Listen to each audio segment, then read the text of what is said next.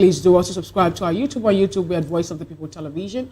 And on all the social media platforms, you're at VOP TV Live. You can also visit the website. There you have fresh and trending news. And talking about trending news and stories, one of it is how that we learned, from a report that one pregnant woman and a police officer were shot dead, while 8 other people were kidnapped in 2 separate incidents in Kwara State, and this just happened on Tuesday.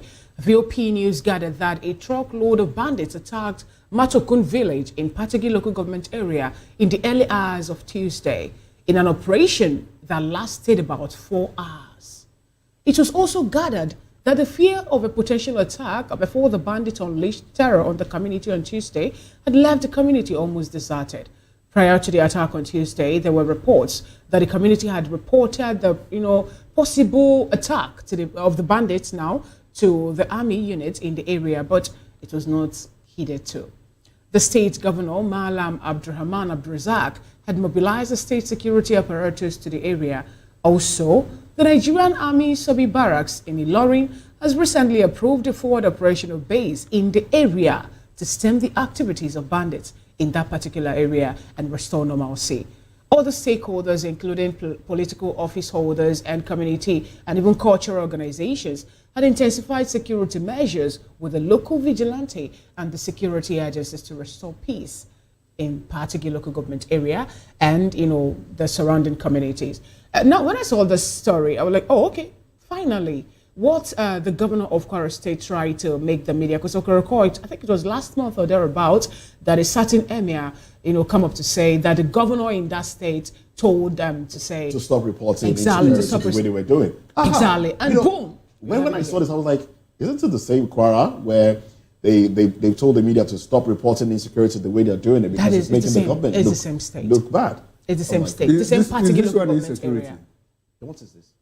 Maybe we should ask the governor for him to have allowed them, and the government even weighed in on it. So probably he doesn't consider this as an insecure. Okay, maybe this is not a dent. Maybe this is not a dent on his political ambition. It doesn't, right? It's not a dent. I don't know if you understand what I'm saying. He's being sarcastic. Probably this is not his definition of insecurity. His definition of insecurity could be a place where 3 or 4 local government areas are now under the control of bandits, terrorists, or kidnappers. Why are we lying to ourselves? Yes, because we are patriotic Nigerians. Does patriotism include lying? No, you don't tell outsiders what we are passing through. Let's just keep it within ourselves. I know what you're trying to do. Mercy, I don't know what I don't even know what I'm trying to do. When I said that, you said. Stop denigrating the nation. Keep it within. Don't let outsiders know. Keep it within. That was not what I meant. But this is heartbreaking. Honestly. No, it is. In all honesty, it's heartbreaking, especially talk of a pregnant woman and 8 people. But you see, one thing is clear now, that the theater of operations, the theater of war, is gradually moving down. Niger, Kwara, and if you don't fight it off now, it stays. You see, society is patterned in such a way that if you allow impunity, if you allow illegality to stay, it becomes a tradition. And now when you want to fight it, it becomes more Herculean. And the moment the society is patterned along certain lines, it becomes difficult to change. Anytime you try to change it, it becomes like you even become a contrarian to normalcy. That is what we are seeing. First, it was Niger State, now Kwara State. Gradually, events sporadically, once in a while, once in 1 month, once in 2 weeks. That was how it started in Zamfara State. Before now, it was the Northeast that was the theater, Borno State, and it moved. And unfortunately, we even have a Katsina State that has also been enveloped by insecurity. And come to think of it, this same Katsina State has produced 2 presidents in the past 26 years. And where we are is a situation where the governor had to cry out at some point that, look, I can no longer manage this. I've been overwhelmed. Now we hear Kwara State. The next thing, you recall that at a point it was the Southwest, between Kwara, Oyo State, and all of that. Looks like it has died down. It's no longer in the news for some time. I don't know what the governor did. I don't know what the Southwest governors did. Amotekun and the rest of them swung into action. Something but it is, around the forest area. One thing is about the North Central. The North Central looks like a mini Nigeria, where you have Kwara, Niger, Benue, Plateau, and Nasarawa. more like a multiplicity of ethnicities. It's difficult for them to speak in one voice. I don't even hear that the governors of the North Central, whenever they meet, they don't speak in one voice.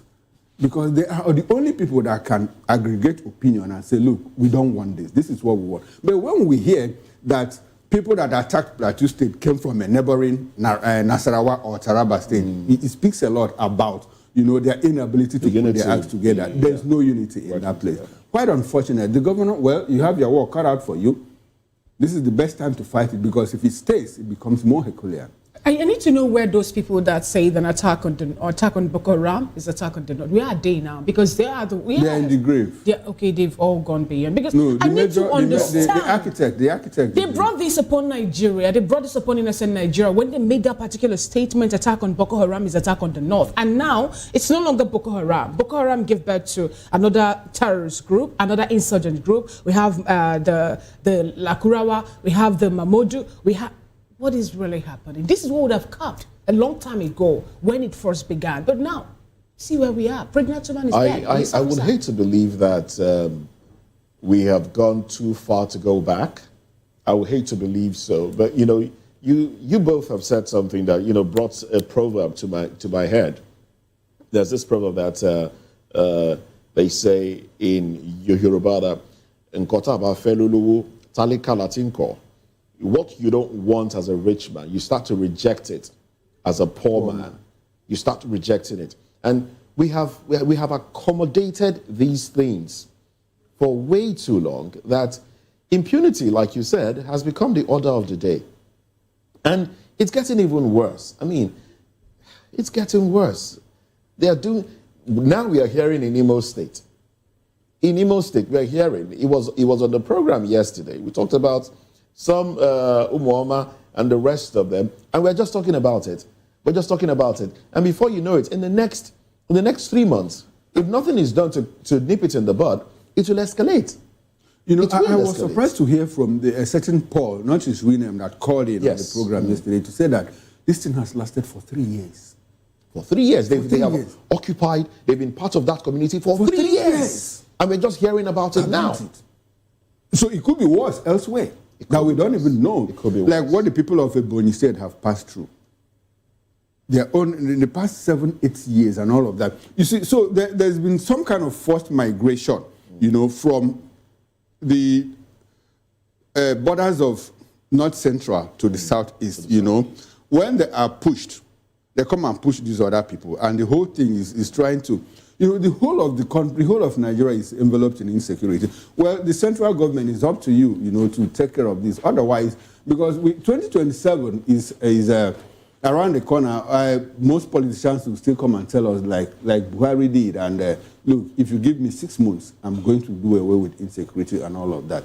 We have 2 years down the line, 2 years gone already, and instead of the thing to abate, it has festered. Unfortunately, that is what it is. Well, let's see how it goes. Governor of Kwara State, your work is cut out for you, like I said. Now, let's move away from that and get into another trending story. Because in a recent development, Everada Abednego, special advisor to Bayelsa State Governor Onyediika, has revealed that in 3 months, Bayelsa will become the first state in Nigeria to have uninterrupted power supply. That's some good news, as turbines have arrived and the electricity structure is nearly complete. Well, he noted that Governor Onyedika's administration is known for its transparency and openness, adding that a globally recognized Turkish company is building solar panels and smart electric meters in Bayelsa, which will not only create jobs but also boost the state's internally generated revenue, Nigeria. Well, this is it's a good piece of news if you ask me, but we are used to this kind of news. We are used to this kind of news. You see, the thing about the architecture, to make this happen is clearly absent from what I understand. He is building a power plant, beautiful, generated, has the power to do that. The Constitution grants him the authority, the power to build power generating plant. But he cannot transmit. He cannot transmit whatever he generates, he sells to TCN. And TCN, monopoly of the federal government, has the right to say, look, this is where we can buy and give at certain times. Does it have a distribution company? I'm not aware of that. Because as last count, I think it is still Port Harcourt Distribution Company or wherever, is it Edo Distribution, but somewhere in between both of them, that is still distributing power in Bayelsa State. Now, there's a problem now between the EEDC and Enugu State government, because Enugu State government said, look, they came out with their own power generating laws and all of that, and had to force down rates, power tariff and all of that. What is happening in Enugu? EEDC said, okay, beautiful, you do your own thing, we do our own thing. Is there light in Enugu State now? Unfortunately, not so. So it speaks to the kind, like I said, the architecture to have this happen is not present, but it is doable. And mind you, when you say that you are buying turbines, there was a particular instance where in River State, even in Abia State, when Barton built geometric power station, he had a problem of gas supply because it was discovered that the conveying pipes, you know, the thing about wet gas and all of that, were not configured properly. So it has problems even buying gas from the gas stations around that area. If Doyo Diri has done his homework, due diligence and all of that, it is something I would like to see happen in my lifetime. Because I've been here more than 5 decades plus, and it's been off and on in power. In fact, when I was growing up, we had more steady power supply than now. That is not progress. That is not progress. Congratulations to the people of Bayelsa State. We expect this to happen, honestly. But like I said, implementation is always the challenge you have here. If he's able to work around all of that, thumbs up to him. I believe he must have done the necessary calculations and also the assignments proper for him to come up to say, or for the special aid to come up to give the people of Bayelsa till December 2025 to be the time they will start enjoying this uninterrupted power supply. Now, I'm waiting for that December to come. Thank God December is just in 3 months. This is already September. And if Doye Diri of Bayelsa State can push this, then that shows it's more like a slap on every other state government who would also be receiving a fat envelope. I'm talking about the FAC allocation now at this point in time. It is a wonderful thing if you know that with power supply, steady power supply, the economic strength of every state or any state is solely tied to that. When you have enough or when you have steady power supply, people can come, investors will be able to come in, and not just that too, every other sector will work very well and fast.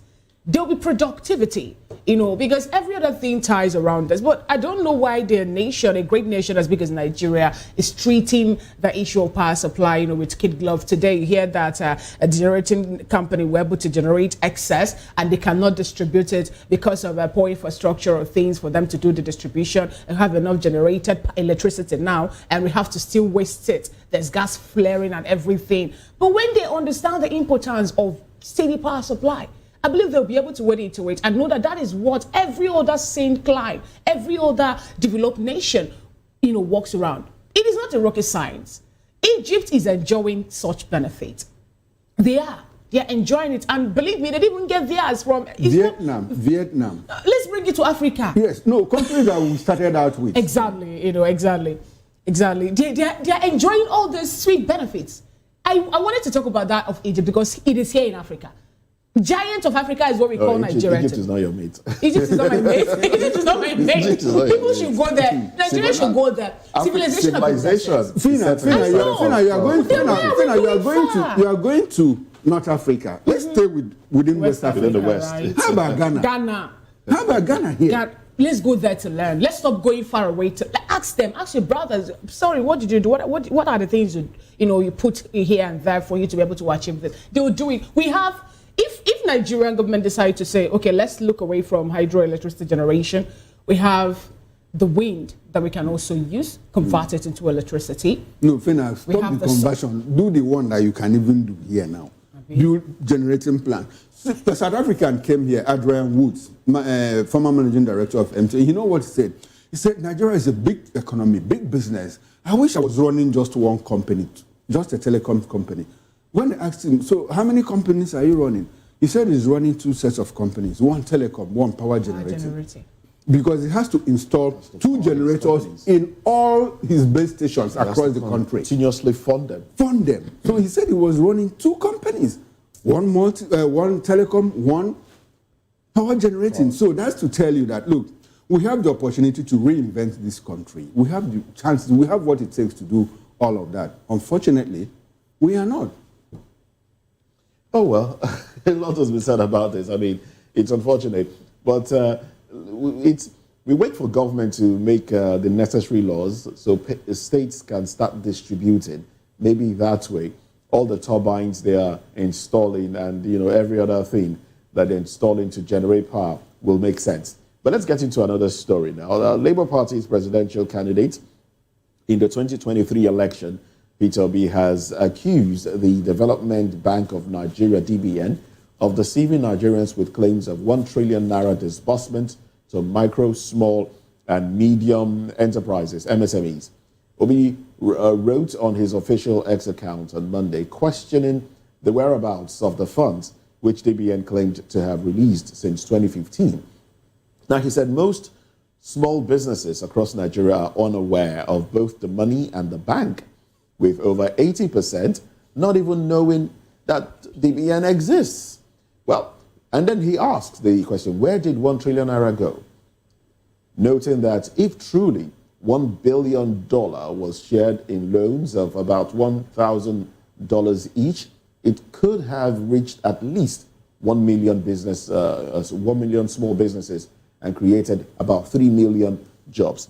Peter Obi went on, argued that Nigeria has instead witnessed high rate of unemployment, the closure of businesses, the relocation of enterprises abroad, and worsening poverty. He accused the APC-led government of using empowerment as a campaign slogan rather than delivering results. And then he challenged DBN and the Tinubu administration to provide evidence of beneficiaries, jobs created, and businesses established from the claimed 1 trillion naira fund. Now, he also said that Nigeria must reject a system where funds are announced on paper but never get to reach the people intended for it. He's been speaking. Peter Obi has raised a lot of points. Some of the president's aides have reacted to him, times before now. Some have said, "Oh, you're always demarketing Nigeria." Breno is not a president aide, but he's always speaking like an aide. But he said, "Look, you're demarketing Nigeria," and the rest. Boala has said, "Look, you always exaggerate things. You blow it you blow things out of proportion," and the rest. But interestingly, I hope we can put this up. There is one individual who calls his name at D. Giovanni's on X. He put up a tweet. If we can, let's get that tweet and put it up. With a picture of himself being given, thank you very much, guys. You guys are doing a great job.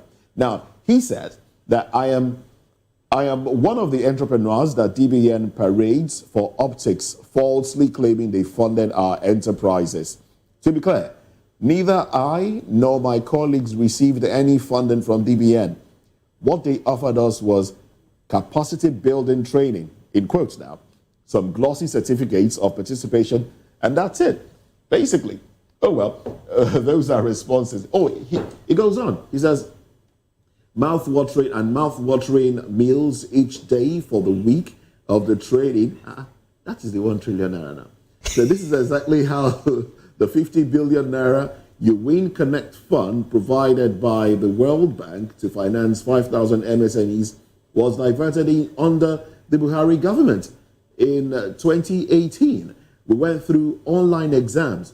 5,000 of us qualified for physical meet and greet sessions held at zonal level.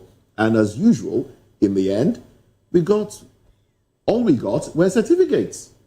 And next, Vice President Yemi Osinbajo at the time went on Brekete Radio to publicly declare that their government had funded 5,000 entrepreneurs through the You Win Connect program. And then he goes on, he says, I think I am the lone voice who has been speaking out against how government institutions exploit Nigerian entrepreneurs as pawns to fraudulently access and divert funds. Someday, we will have time to confront this fraudulent system and its actors. Till then, let's keep managing. And that is what is killing us in Nigeria. Managing. Let's keep managing. Let's wait. Let's wait for Messiah. Our Messiah will come. Get better someday. Yes, because we are resilient people. We are very resilient. Docile. Docile, I think you want to say. No, I mean resilient, you know. It's not funny, really. And we should have more people like this come to speak up. And it reflects in what we see in other empowerment programs that we get. In fact, in one local government, I was speaking with an individual in one of the local governments in Lagos, and this individual told me, in one program they did, and monies were given. I think monies were supposed to be distributed to about, I'm going to create a figure now because I can't remember the exact figure, but let's just say for about 1,000 people to benefit from. Now, the aid to the local government chairman took about half of that, gave about 400 to himself, and then about 200, in fact, one and a half, about 200 to his cronies, people around him. Then the rest were given to the public. So he alone got the monies from about 400. He probably will share that with the exactly what he did is replicated at the state and federal government level. Yes. So that's why we see, when we talk about empowerment programs, you see a trickle. Because in actual sense, the government gives out those. They give out the government gives out. Well, they do. Now, in this situation now of this Giovanni Ifedi Williams, when he puts out this, and people in government say it, the first thing they'll do is to profile him from his name. He's one of them. He's anti-government. Exactly. They never see anything good in this government. And if you go further down that tweet, you see the people that are trying to defend this government are also profiled along their names and all of that. I think I have said much. Now, briefly about Peter Obi. The thing about Peter Obi is that he's always done it, like you said. He's always been outspoken. But what the government's response is also typical. It's typical to the extent that the government will say, Obi, you like pushing out statistics. You like pushing out numbers that are incorrect, and they will ordinarily disregard it. They say, no, we don't play with numbers, we don't play with statistics. But the same government, if NBS says, inflation has dropped by a 2% difference between first quarter and second quarter, they will go to the market with it. But when the same NBS says, look, we have 133 million Nigerians that will face acute poverty in the next 3 months, the same government says, where did you get this figure from? That's wrong. So it tells you, I have a problem with the people that manage the government's information. See, information management does not mean that you necessarily lie to the people, because you can lie to the people all the time. You can fool some people some of the time. You cannot fool all the people all the time. All the time. And propaganda has expiry date. It will eventually expire one day. From what I studied in public relations, look, you even anticipate that this problem is going to happen. So you begin to work towards solving it even before it happens. That's just it. The figures are correct. Like I said, government gives out this money, but unfortunately, this money is getting into private pockets. That is why we are running this circuit show that we do every other time. But before you even give out the monies, make sure that the environment for investment is conducive. Otherwise, you give somebody $1,000, the person will change it to Naira. He will simply go and feed his family with the money. If he cannot buy generators to sustain that, if you have $1,000 now, which is about 1.5 million Naira or thereabout, now you buy a generator, depending on the kind of business, generator consumes like 400,000 Naira already. You are left with 1.1. By the time you pay for a facility, the money is gone. So they will rather feed with the money than throw it into something they know will not survive. Gentlemen of the press, if not because you are understable, the question I wanted to ask us is what Peter Obi talked about, how 80% of Nigerians don't even know what DBN stands for or where DBN is. If not that we are some will probably think it's a television station that went back without the A. Without the A at the back of it to start with. But now, yesterday when the president gave a directive that 20 billion naira should be shared among all compliant agro dealers, and this money is from AF, that's African Development Bank. I asked the question, who are these people? who will be the beneficiary of this 20 billion. And there was an ultimatum, within 24 hours, they should disburse this money. P2B, this is to tell you that this one happened 10 years ago. 2015 was when this 1 trillion naira fund was made available. And guess what? According to what you said, it was being mismanaged because people did not even benefit from it. And now, in recent time, African Development Bank also have given out another money for farmers in Nigeria. And guess what is happening? At this point, we don't even know who the beneficiaries are. But that money, believe me, have already been disbursed. So, this is just to tell you that Nigeria is a great nation, but we have leadership problem. Nigeria as a blessed nation. As a blessed nation, have leadership problem. Working towards greatness. We need to do something about this, because this actually speaks volume to what we Nigerians are facing and what we're going to see in anticipation in the nearest future. Anyway. All right then. Well, let's quickly take the papers. I don't know if you have access to the papers already. You could just take one paper, and then we'll get into the conversation for today. And that's one paper I'm to take will be the Delhi Independent newspaper. Above the masthead, the window headlines are: mini grid will boost investment in electricity market, according to experts. 31 years after, Tinubu honors Ogoni 4 with CON. Right after that story, direct Rebadu on Niger Delta Peace development. FG moves to restart oil production in Ogoni land. Interesting. Some persons will say, now we know why the honor and the award, exactly. Yes. And the better headline, UNGA 80, Tinubu to UN, world leaders, reform or risks irrelevance. Right after that, says demand for UN Permanent Security Council seats timely. Blast UN over inaction in Middle East conflicts. Points Nigeria's mineral wealth reform as blueprint for Africa. The story is on page 29 proper, so you can go through to get that. Return of Natasha means we can triumph over tyranny. That's coming from Atiku. Restructuring is key to sustainable development, says Akume. NUPRC insists crude losses drop 90% in 4 years.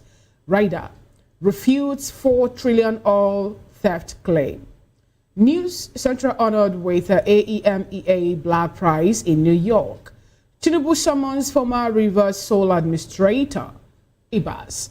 Another bold headline on the cover page of the Delhi Independent newspaper today. Next, INEC chair to determine credibility of 2027 election.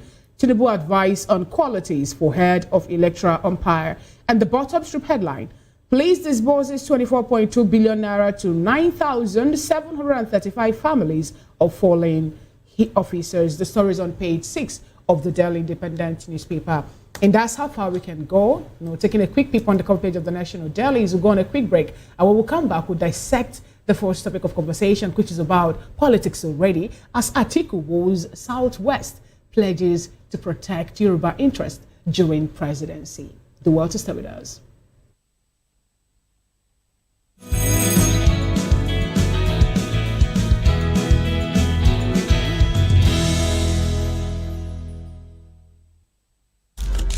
In a world where power shifts with every headline. In a nation full of questions. In a world filled with noise, the truth needs the voice. The policies that shape our world and the economy that determines our future. Every hour, every day, the grapevine keeps buzzing. And on the bold angle with Jomalina, we dive deeper into stories that shape our world. Don't forget, our voice matters the most. Let us come together and share our concerns.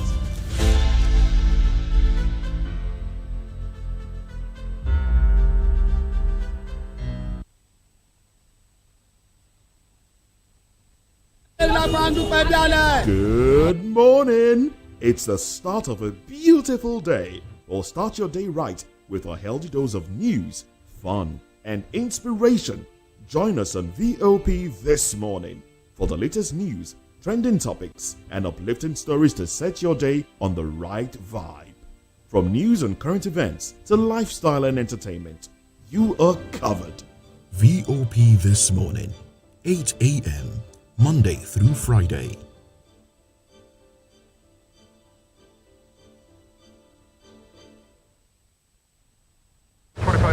is coming up on Burning 9, right? The 2564 Atlantic Tower. What happens in the hush behind hangar doors? Who signs the papers that gamble with lives? Which truths were grounded? before they even ever had wings. If you've ever buckled a seatbelt at 30,000 feet, if you've ever stared out of that tiny window and wondered who's really in control of the skies, it isn't just flight, it's power, it's politics, it's pressure sealed in steel.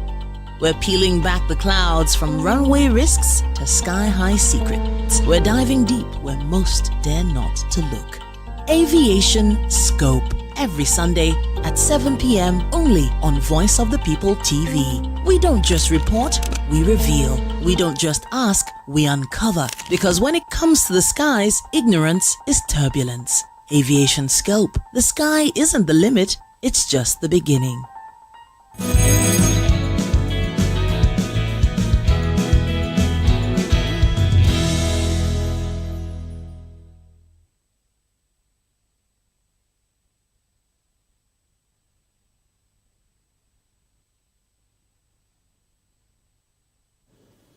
Well, thanks for joining us again. Now, let's get into the conversation. Former Vice President Atiku Abubakar has assured Yorubas that their interest would be central to his presidency if elected in 2027.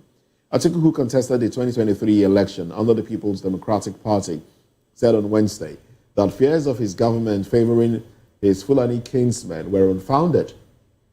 In a statement issued by his media consultant, Kola Johnson, the ex-vice president cited his marital and personal ties to Yorubas as evidence of his long-standing bond with the Southwest. And he said, and we quote, "I count myself extremely lucky indeed to have had a wife from amongst this noble species of the human race, which by this token implies that the bond uniting me together with the Yoruba people is aptly like the genetic bond of a family. This is why Yorubas, whether individually or collectively, have always occupied a special place in my heart. It is also for this reason that the interests of the Yorubas will always occupy a topmost place in my policy making and governance if, by the special grace of Allah, I am lucky to be president in 2027. Therefore, the fear that my ascension to presidency might lead to Hausa Fulani domination over Yorubas or other ethnic groups does not only arise, but also is absolutely unfounded because the entire Yoruba stock is my larger extended family and in-laws." End of quote. Well, we have with us Bale of the VOP community. That was a joke. But we do have with us in the studio Dele Fanimo, who came dressed in his traditional attire this morning. Good to have you with us. He's a reporter of many years and, of course, a public affairs commentator. Good to have you join the conversation. Good morning, Moses, Fino, and Chukuma. Good morning. Good morning. Good to have you today. Now, virtually, we're joined by Sunny Dada, a public affairs commentator, chairman, Civil Liberties Organization, Rivers State. He joins us from Port Harcourt. He's also a media and information management coordinator. And from Abuja, we're being joined by Mazi David Ihoma Esquire. He would also, he's here in the capacity of a public affairs commentator. Well, good morning to you, gentlemen. Welcome to the program. Let me start from home. Charity, they say, begins at home. Oh, well. Now, this is campaigning. This is some serious but it's not the first time he's mentioning this. It's not the first time Alhaji Atiku Abubakar is saying that, look, his wife, or one of his wives, is Yoruba. And so, but what does this say to the larger picture where you're singling out a particular ethnic group to say, look, I support you, and basically cutting off other parts of Nigeria? We have the Igbos as well.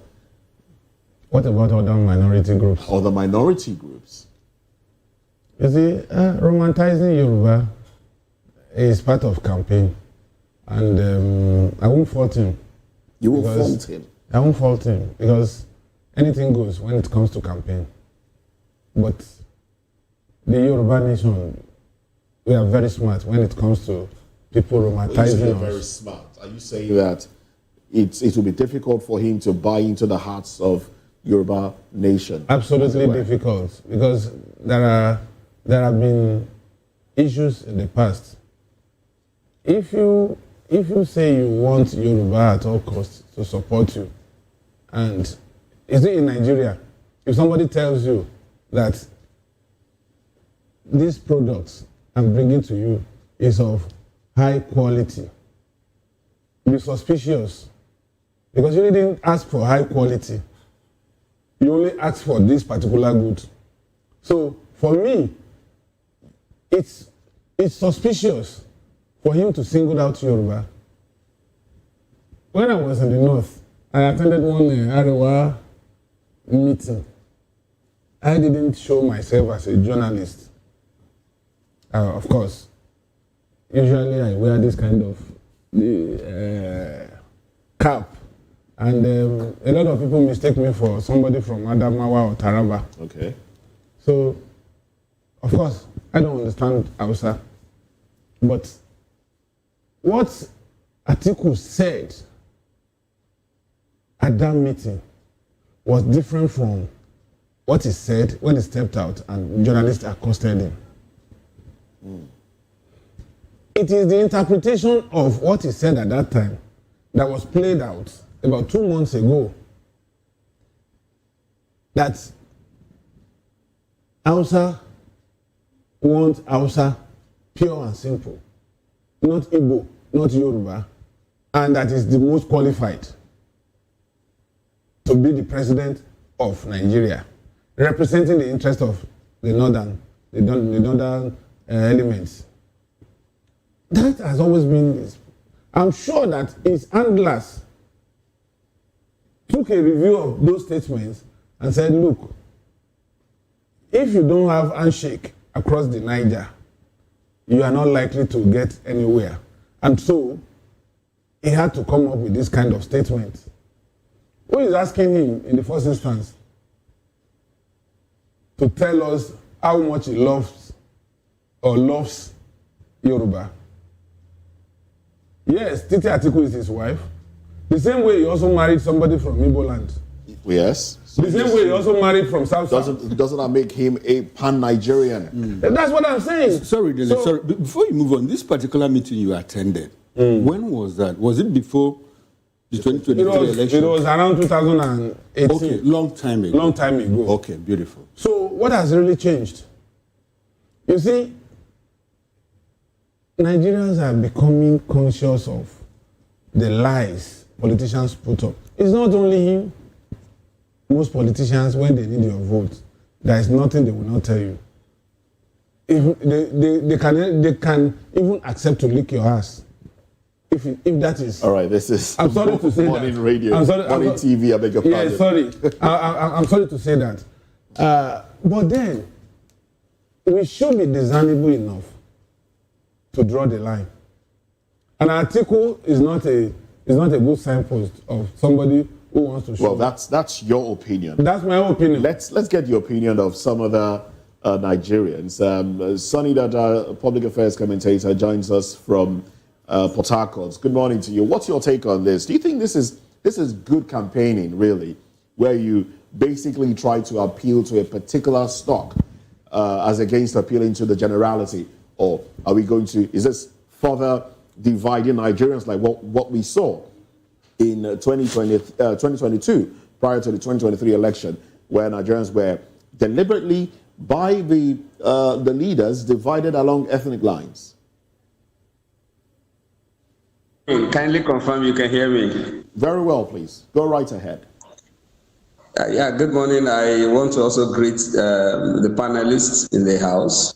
To be fair to Atiku, I see him as a more liberal Fulani man, and that's because we have seen his antecedents. If you look at his investments, for instance, he has most of his investments outside the north.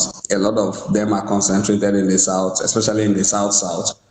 And if you look at the political associates, that he has around him compared to, and this is in comparison, I'm doing a comparative analysis now with other Fulani politicians that we have seen in this country. You discover that Atiku has most of his political associates drawn from the south.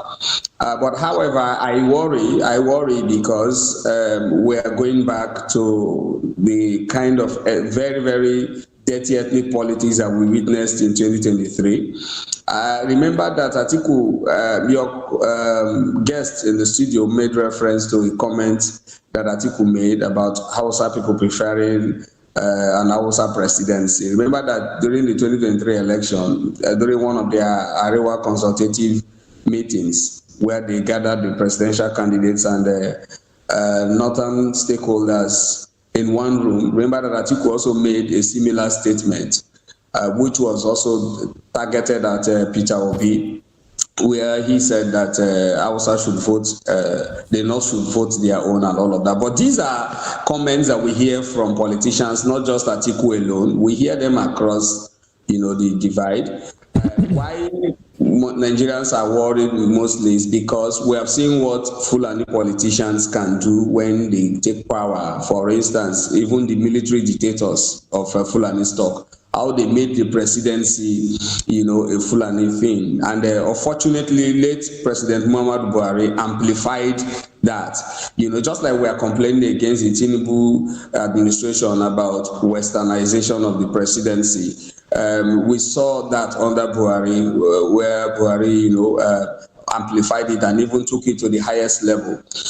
So Atiku coming now, to throw that ethnic card, of course, people are bound to be suspicious, people are bound to be worried. But if we look at his antecedents, like I started earlier, I think to me, he's a more liberal Fulani man, maybe because of his time, with customs, maybe with the type of because of his investments. Exactly. Okay. I'm sorry. I'm happy, Mr. Dada, that you brought us back to this point, because when you said that he's a more liberal Fulani person and probably has his investments in the south, in the southern part of the country, especially south, because I was wondering, he plays in the oil sector.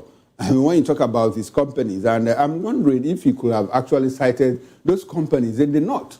His APTI American University is in the north.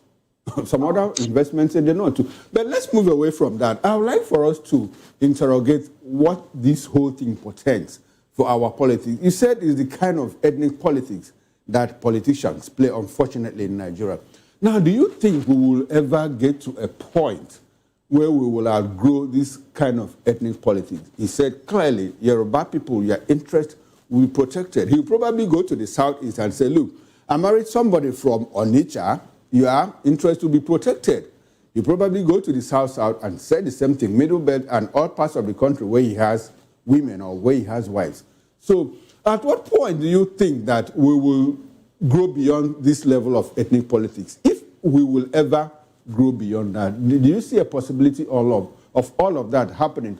A situation where we talk about Nigeria as a nation, not about ethnicities. Definitely, it is our sad reality, and let us interrogate why we're even having this ethnic politics. To me, I think that we're having ethnic politics is very strong in Nigeria because we naturally align to our ethnic identities, and that's because Nigeria has not offered us an acceptable identity. When you ask an average Nigerian, for instance, where are you from? Instead of telling you he's a Nigerian, he tells you he's from Southwest. He tells you he's from Ijo, from Igbo, or from Hausa. That's because he believes that his ethnic identity has offered him more, has given him more than what the identity of a Nigerian can offer him. I traveled to somewhere, and while at the airport where we were supposed to transit to the country of destination, we were just in the queue waiting for immigration, and so, one of the immigration officials just came and said, if you have a US passport, come this way.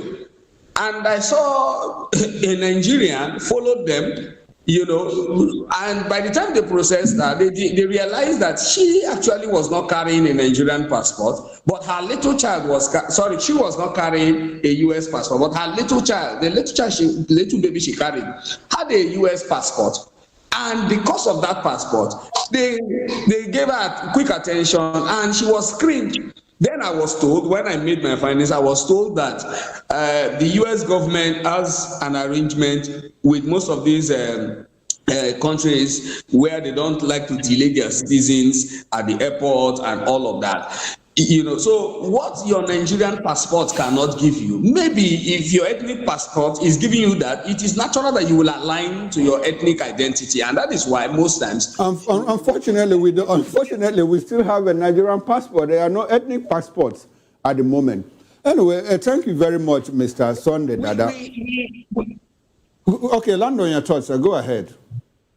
Okay, the point I'm trying to make is that for us to do away with ethnic politics, we have to strengthen our national values. We have to interrogate why people are shying away from, aligning with the Nigerian identity instead of preferring to go with their ethnic identity. We have to interrogate. Until we interrogate that and resolve that issue, we will continue to see this ethnic politics that we see. It is not just only in politics, in everything we bring in ethnicity. Okay. And that's our reality, unfortunately. All right. Thank you, Mr. Sunday Dada, for your submission. Let's take this conversation to Master David Ihoma, who happens to be a lawyer and also a public affairs commentator. Good morning, if you can hear me. And let's get your opinion on this, the fact that Nigeria as a nation now is being further divided into ethnicity, religion, and every other thing you can ever think of. And the point that politicians are always dwelling on this, especially during election period, to either further divide Nigerians or get benefits. Like my colleague already pointed out earlier, at what point do you think that we need to outgrow this particular politics of playing the ethnic card? Because we've also pointed out, noted that this actually is what is making Nigeria to be redundant the way we are. Ethnicity before nationality.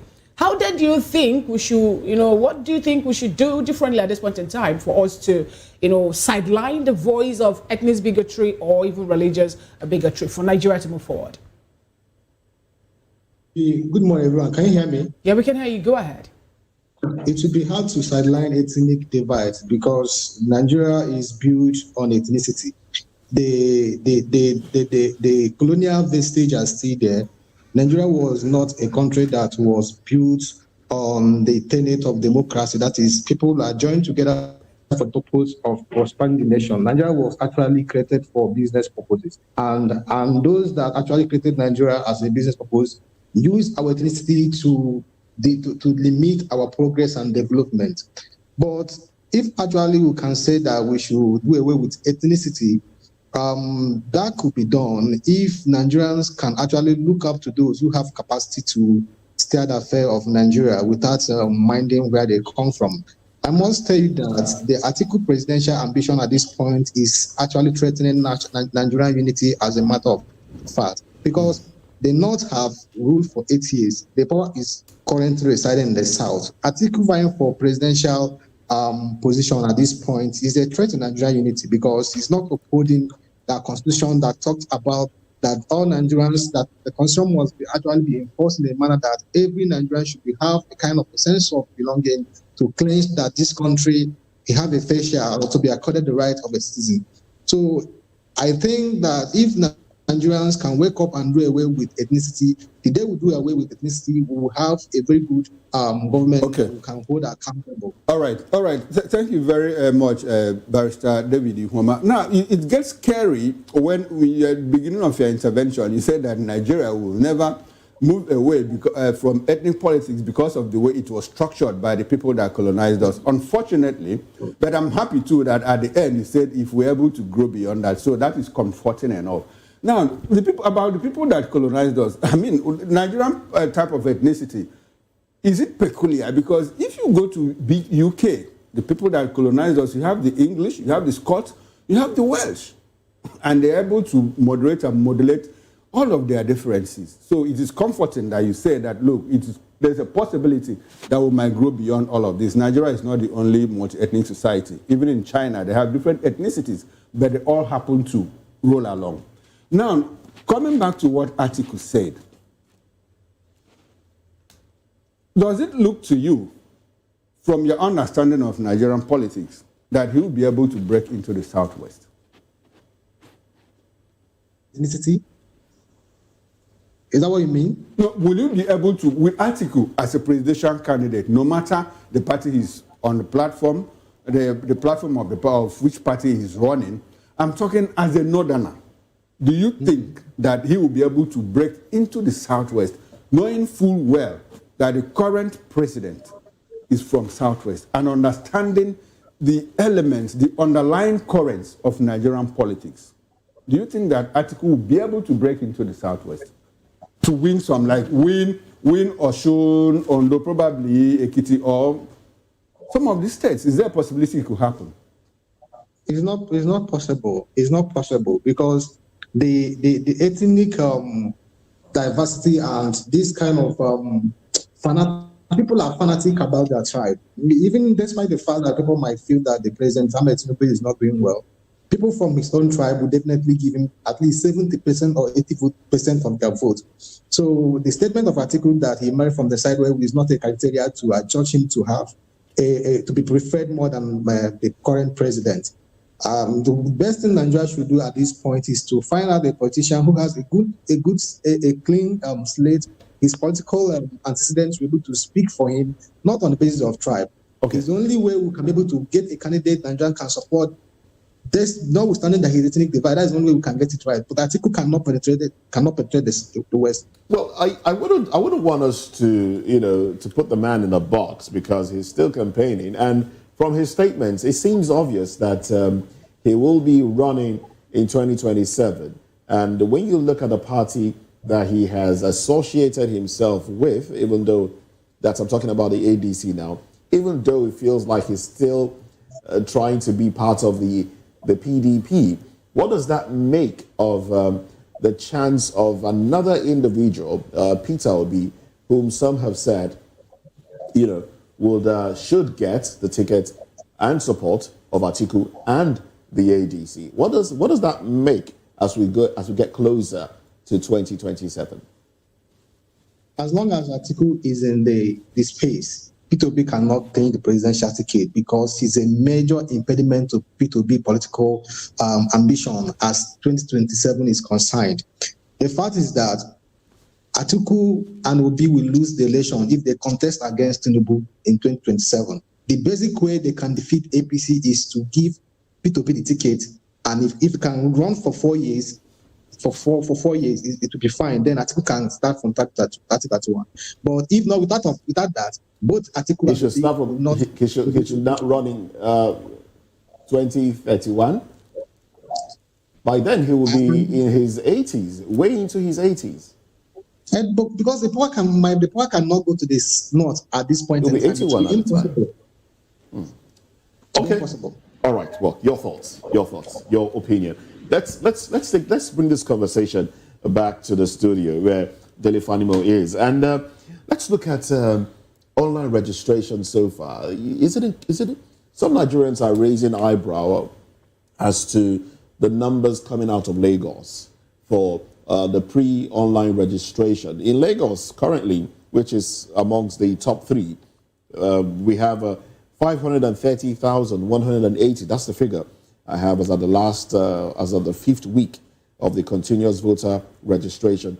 530,180 online registrants so far out of the, I think out of the 5 million plus nationwide, which places Lagos really high up there. Some have said, do we have that number of youths or that number of people truly registering? Is this some sort of way to aid in electoral malpractice?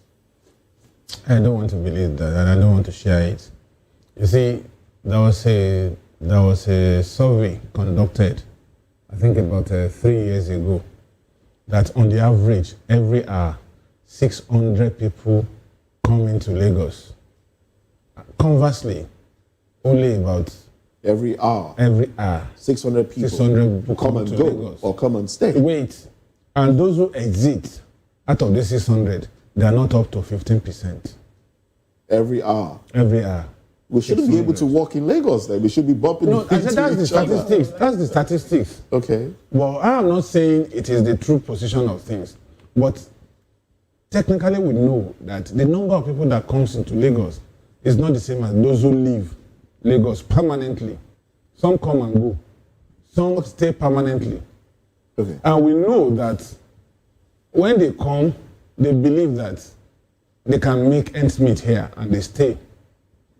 2, the population of Lagos, according to Lagos State government, hovers between 20 million and more. And we see sea of heads anywhere we go. I recall that there was a day I was commuting to the office and my friend told me that this population is explosive. That every time, anywhere you turn to, you see people struggling, you know. So, for me, between the last registration and now, some people would have come of age. Between last registration and now, some people would have migrated to Lagos. And so when you look at this figure, and it also depends on mobilization of will-be voters. Some people, when this thing came up, I think it was over 300,000 naira, 300,000 in Osun. And people were questioning it. But because civil servants, pensioners are enjoying what Adeleke is dishing out to them in Osun, there is tendency for the civil servants to encourage their wards that are of age and those who have developed apathy, those who want continuity in the next 4 years after the first time of Adeleke, to want to say that the only way we can compensate him for what he has done in that state is to ensure that we vote him in the next election. Can we say that also for the people who are in the north, maybe in Borno State, where we learned also from there's a recent registration that so many persons have actually gone there to do their registration, knowing fully well that people are still in IDPs? Can we see that also for those? You see, and one funny thing about this registration thing, had been politicized. You see people traveling all the way to their own states just because they want to register in their state, whereas they end their living elsewhere.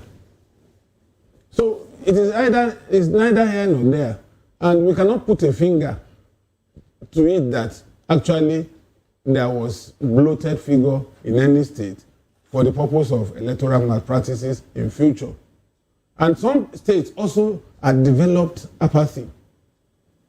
That since they didn't allow us to be president, then what are we looking at? And the optics are not too good for our candidate that we want to vote for in the next election. So why are we bothering ourselves? And some other people also feel that, excuse me, that their vote didn't count in the last election. So why should I go out there, suffer in the rain or sunshine, waste a whole day, and at the end of the day, the result does not tally with what we did at the polling unit. So a lot of variables are involved. And so we cannot really place our finger on the fact that maybe some people are raising this. And there should be a way that the system should be configured to identify. That's why I said we need convergence of biometrics, such that if you do double registration, it will pop up. Of course it does. With INEC, it does. That's what I'm saying. So if it pops up, then you either investigate, and if it's one too many, you erase. Yes, because INEC, at the last registration exercise, they came up with numbers and said, look, this number did double registration. Exactly. These people were invalid and all of that. Exactly. So those things do happen. If there is a way to sieve it, then we shouldn't worry much about if there is going to be any manipulation or not. All right, let's take it a bit back to the individual we're talking about, Alhaji Atiku Abubakar, and then the declaration he made about having interest in the next election, 2027. Some persons have come up to say... He has always... but we have faction in Nigeria that say, no, Atiku will not come out. Atiku will not vie for that seat in 2027. He would rather be there as a grandfather, helping other politicians, to come up. Now, let's just suppose this with the statement he made some time ago when he said that we are going to support anyone who manages to be the flag bearer of ADC. With the political gladiators that we have moving to that particular party, or talking about the coalition and all that, and statements that all these persons have actually made, are we going to see a viable opposition, giving APC a run for it, in 2027. With this statement, the weighing of the Yorubas now, and also Amechi talking tough. We have the Obedience also on their own talking, and these are persons who have not been to join the ADC as their coalition political party. You see, I am being forced to go back to my statement when this ADC was pronounced. ADC is dead on arrival. But you may not like it. The point is, they say too many cooks spoil the broth. And that is what's going to happen in that. And two captains cannot man a ship at the same time. Atiku is forever ambitious. Even if he dies today, if there is a way they can put his effigy in Aso Rock, he will subscribe to it. So if anybody is saying that Atiku perhaps will just wake up one day, Atiku has 38 people in his media office that is still pays till tomorrow. What for? If he's not ambitious. When ADC came and Atiku didn't show up, people were saying, yes, this is another party. I said, look, all these people that came before Atiku, they are just placeholders. Atiku is the owner of ADC. And so, by the time Atiku dissipates the energies of other people that are likely to contest with him, it may be too late in the day for them to come back. All right then. Well, let's go around. Let's get your thoughts, concluding thoughts from Sonny Dada. Let's get your concluding thoughts on this one, and then we'll move on to the next conversation. Yes, I'm struggling to actually hear you clearly, but I think the conversation is around the figures coming out from the online registration from Lagos. We're still talking about the same conversation, but then we segue into the figures coming from Lagos. But let's get your concluding thoughts. If you want to react to that one, go right ahead, or just wrap up with your concluding thoughts on the conversation. I think the figures coming out from Lagos shouldn't surprise us. Lagos has always led in the INEC voter registration, and that's because you can't quarrel, because the population of Lagos is over 15 million people, and between the last time that the last voter registration was done and now, you have more young persons, attaining the voting age. So it is not an abnormal number to me, because if you look at the antecedents of Lagos when it comes to voter mobilization, then again, we should also not forget that whenever a certain politician is in power, people from his ethnic nationality, people from his region tend to record more voter registration. You see a lot of persons mobilizing to do voter registration. That's because the awareness is usually high, within that region or within that ethnic nationality, that we needed to register to support one of our own. And why relatively it is low, we are seeing the low number of voter registration from other regions, is because politicians and political parties have also not done the needful. You can give that to the APC, that they know how to mobilize very, very well, especially around the Southwest. But in other regions, I don't see politicians and political parties, doing the necessary enlightenment campaign. For instance, how many persons in the Southeast or in the Southwest are aware that online voter registration is ongoing? INEC, as an umpire, has also not done a lot of public enlightenment, letting people know that the process has started, that people can register online. Even CSOs have not also taken up that task. Maybe everybody is waiting for maybe 6 months to the election window, or maybe a few days to the close of the registration, before we now begin to, in our usual bandwagon approach, All right then, thank you very much. Thank you very much. Let's. As for Atiku, my advice to him is that he should just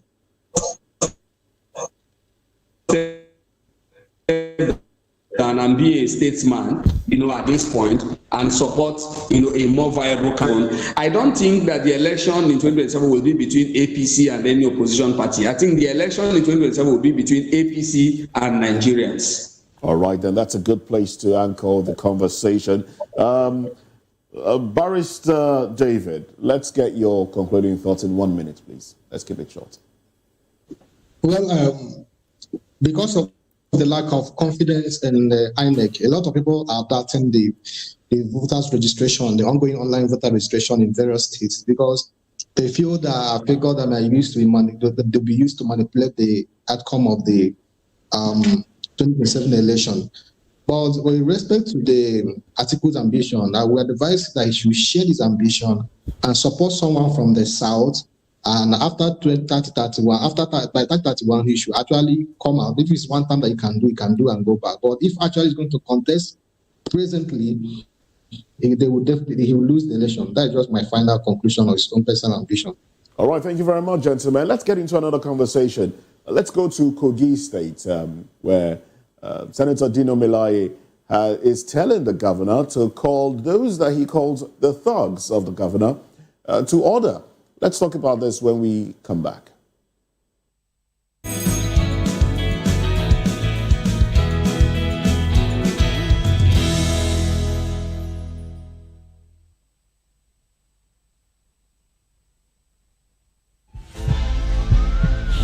This is Health Check, your weekly guide to better living, smarter choices, and trusted answers. From everyday wellness to urgent health issues, we've got you covered. Health Check, only on Voice of the People television, where your health has a voice.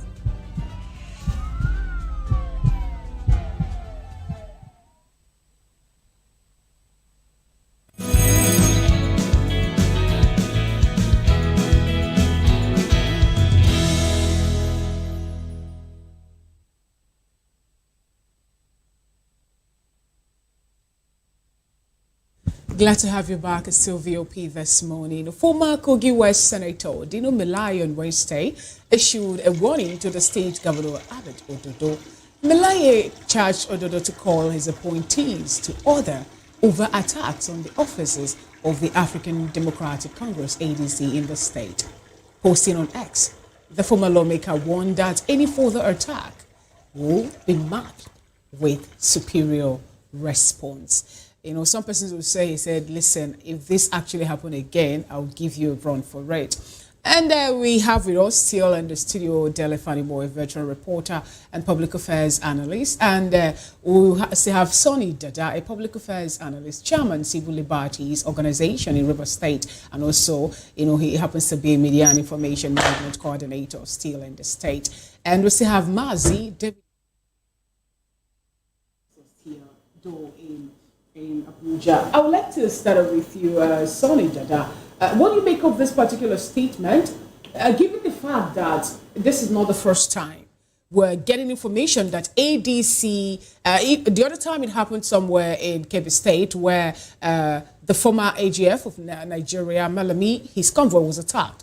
And then take it back to Kaduna State. Nasir Rufai also talked about how some persons decided to distort the activities, the gathering of ADC.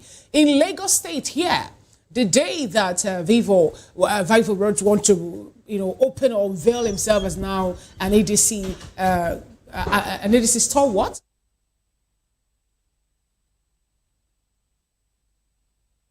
In Kogi State, Senator Dino Melaye is talking about how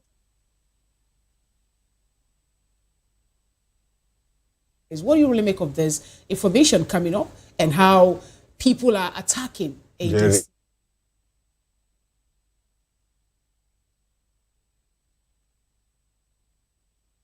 Sonny Dada. First, let us condemn what we are seeing. It's becoming a trend, and it's condemnable. Political parties should be allowed to converge and have their meetings and carry out their activities. It is permitted by law. It's part of our electoral processes. So the fact that we are seeing coordinated attacks against the ADC shows that security agencies have also failed. As a matter of fact, I want to say that security agencies are also culpable in this on this issue, because most times before these party men meet, they usually inform the security agencies, especially the police, about their meeting. They get locations and all of that. The idea of informing them ahead of time is so that they can provide adequate security, for the meetings, and yet we still see these coordinated attacks. But let us also investigate or interrogate, the origin of this in our contemporary politics. We know that these things are part of the old PDP playbook. We saw Obasanjo, we saw this under the Obasanjo regime, where we saw coordinated attacks against opposition political parties, and funny enough, a lot of those who are victims today, either in ADC or in other political parties, were also members of the PDP that benefited from these kind of actions. And today they are the receiving end. And that is why we are telling those who are doing this today that tomorrow they too, if they are not careful, will also be at the receiving end, because power is transient. You won't be in that office forever. And the equation might change, and by the time the equation changes, you will be at the receiving end, even much more than what you gave out to others, and by then you will lose your moral right to complain. But be that as it may, it is something that we should condemn, because it portends danger for our electoral process. Okay, it portends danger for our electoral process. Mr. Mr. Dada, let me stay with you. Let me stay with you. Now, my colleague here, Fina, mentioned pockets of attacks, on the ADC, one in Kebbi State, I think I'm correct, yes, one in Kogi State now, one in Lagos State. Now, and if you check the background, they always point a finger at one political party, the ruling APC. Now, does it look to you, does it give the impression, does it create the impression that APC is jittery about APC in particular, not talking about opposition, but about APC in particular? And could this be a foretaste of what might happen in the actual elections in 2027? What do you see ahead? What do you see coming? Of course, every Nigerian should be worried at what we are seeing. It also talks about what is happening. Yes, they have accused the APC, and I must confess to you that it is difficult to doubt them. And that's because the attacks are so coordinated to the extent that we're even seeing security agencies look the other way, as if they have received one instruction from power from above, or powers on the top.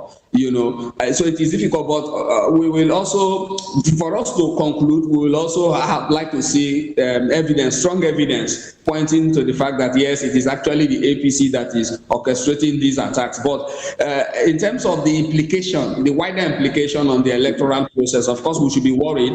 And of course, why shouldn't the APC be jittery? The APC should be jittery when you see opposition political figures, like the likes of the former Vice President Rotimi Amechi, David Mark and Co, and several opposition political parties, including Peter Obi, that came together. Remember in the last election that Atiku was the runner-up and Peter Obi came third. If you add their votes, you are talking about almost 12 million votes. And the APC had nothing above 8 million votes. So you are seeing 12 million votes, people that have the capacity to muster 12 million votes coming together. You should be worried if you're a good politician. And that perhaps explains why we are seeing, the attacks against the ADC and co. But we should be worried because in 2020, if we're seeing this now, 3 months, 4 months to the election in 2027, there could be, the electoral process could be in serious jeopardy. And that is why every stakeholder, should rise up. Okay. And speak and make their voices heard, so that those who are doing this will know that we don't tolerate this, and it is not approved. All right, thank you very much, Mr. Onyediika. Now, before we come to the studio, let's take this conversation to Barrister David Ihoma, who joined us from Abuja. Now, Barrister, Sunday Dada said something. He's not the only person that has said it, talking about the votes of Atiku and Peter Obi put together in excess of 12 million votes against the 8 points or 9 million naira that the president secured in the elections. Now, we are 2 years post-election, post-2023 elections. From what has happened, is there a likelihood that the voting preferences of Nigerians will have changed by now, or that it will change before 2027? Let's simulate, let's create a what-if scenario that Peter Obi and Atiku Abubakar come together as one, vice president, president and vice president, no matter how they do it, that's left for them to do. But let's even take a situation where both of them run on the same platform. Now, do you think that the works of this administration is enough to sway people, the people that voted for both of them, to now vote for the APC? Or could there be a reversal? Voting preferences, have they changed or what? What do you see ahead of 2027? Well, Atiku and Obi are formidable force to wrestle opposition power. The only issue I have about Atiku's candidacy is because of the zoning position of the presidential election. If Atiku and Obi combine together, APC are gone forever.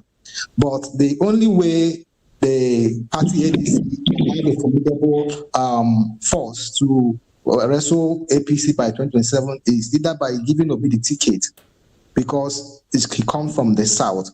But if they made a mistake to give the ticket to Atiku, Obi will not be in ADC. He will have to go and find his own way to get a ticket to contest. By that way, they will give APC a very ample opportunity to win the election. So the basic thing they can do is to support each other. Either this person go by 2027 and step down, the other person go for by 2031 and conclude it. I think that should be the basic permutation that can.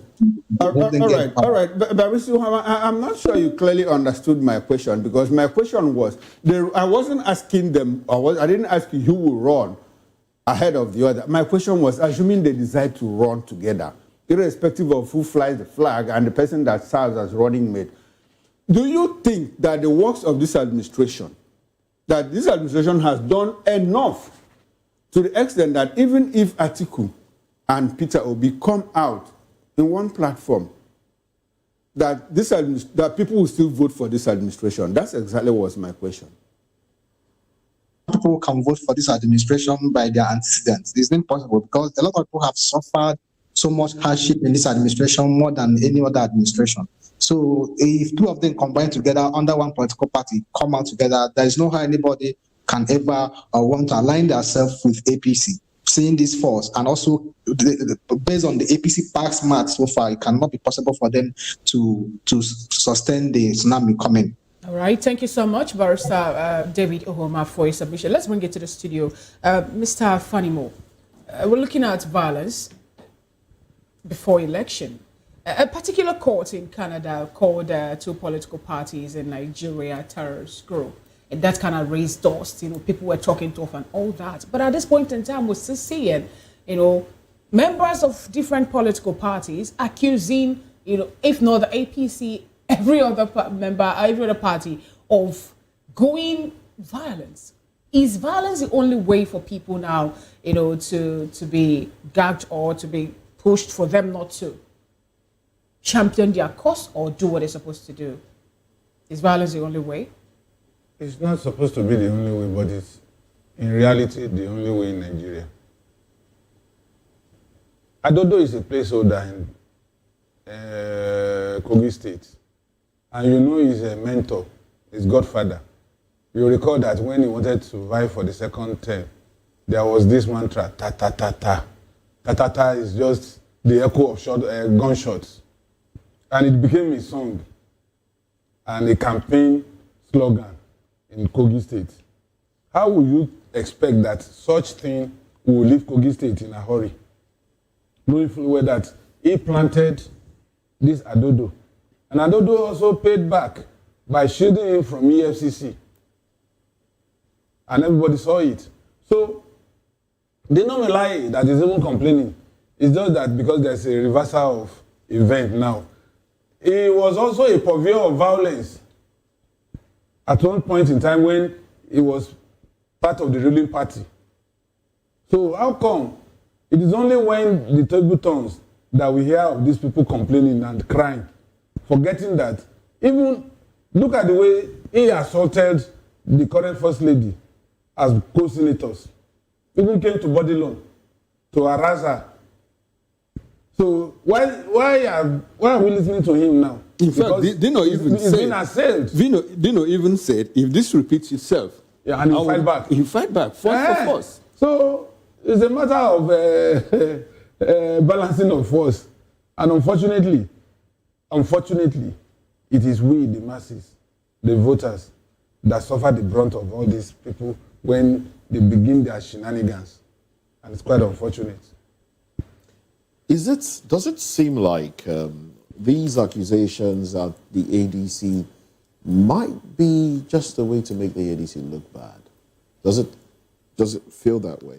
That ADC accusations pointing is sounded in the red herring so that the optics will be against APC. No. My question against is, ADC. Does it seem like the accusations that people are attacking ADC, is a way to make the APC look bad? Yes, exactly. That's to make the APC look bad, when in actual sense it may not. In politics, you may even be the assailant, and you play the victim.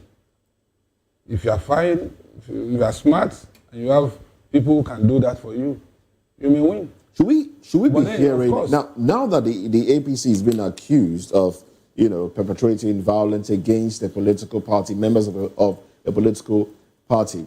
Should we not have? Would it be appropriate to have the members, the important members of the APC, the spokesperson of the APC, speak to these issues as a way of clearing the APC?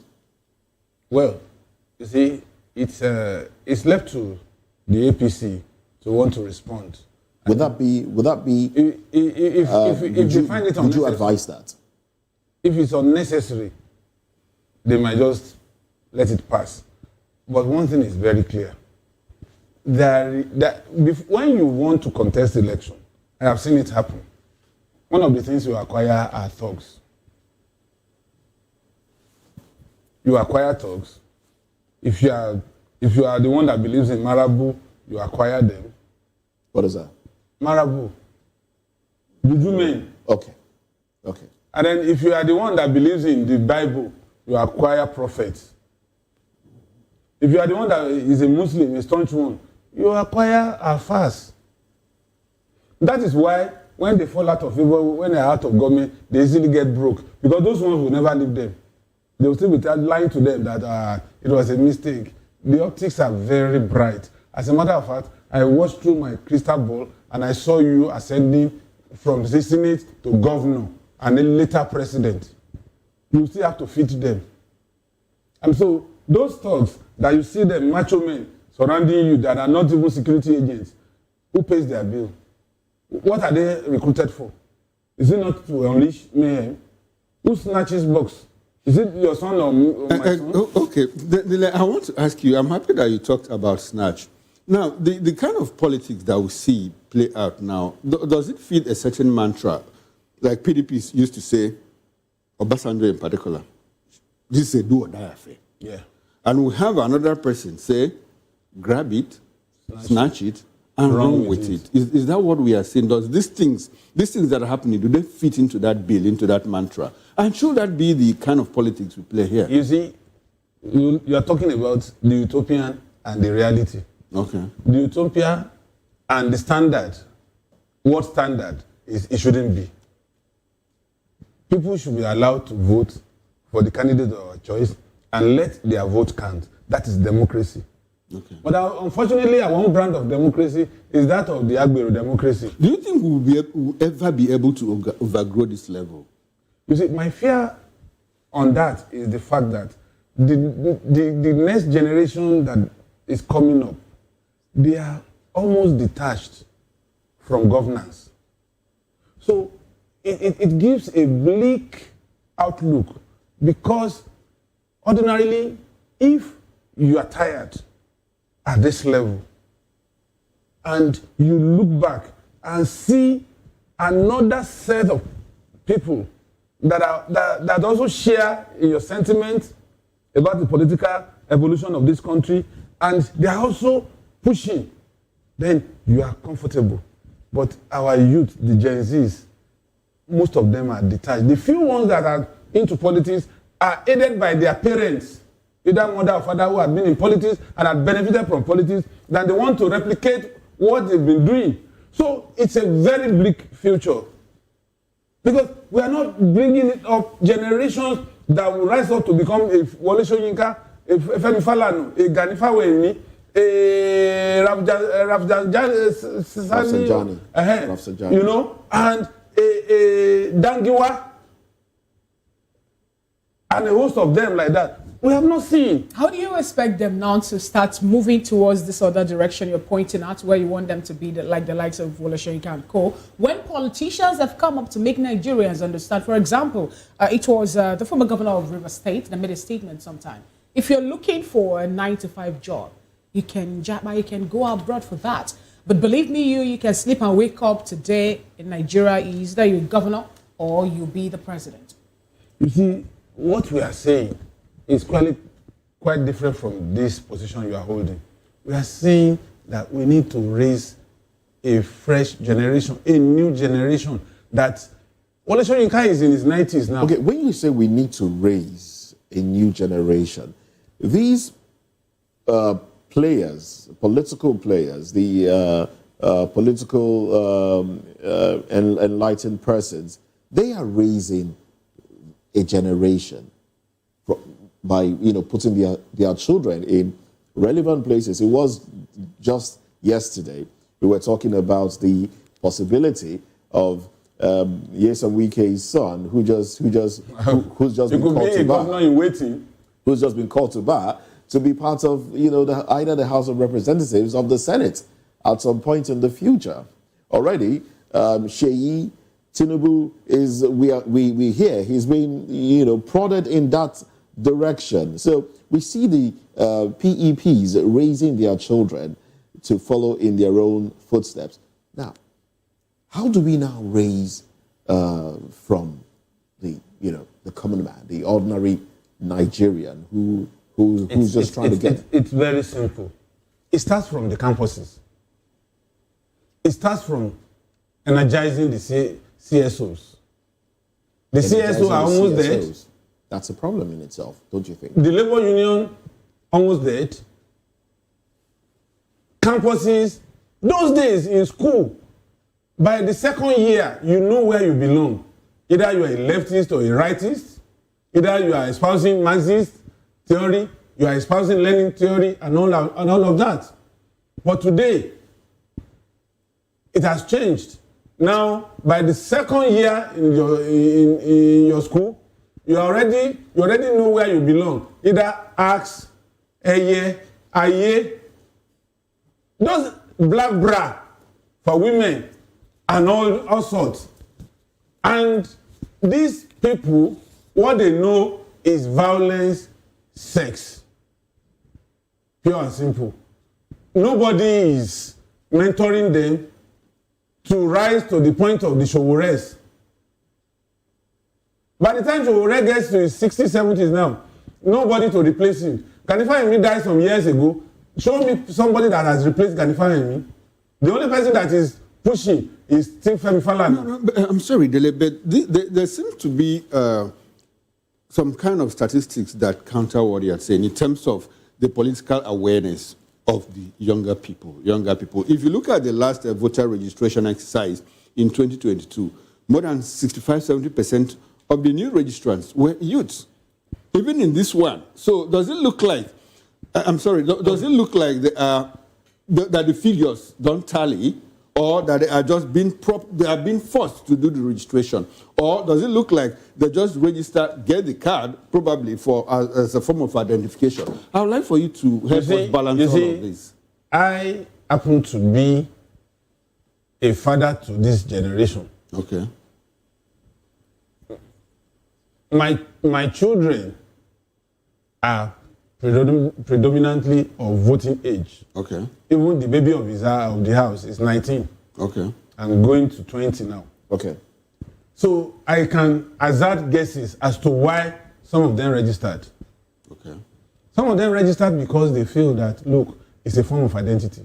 If you want to open an account, if you want to do this, if you want to do that, because the biometrics there would avail you. Some of them registered because they look forward to benefiting during voting So, I mean, we're running out of time. Now, Lagos State government did something some time back where you would not be able to access some privileges. Yes, if you don't have your vote. Yes.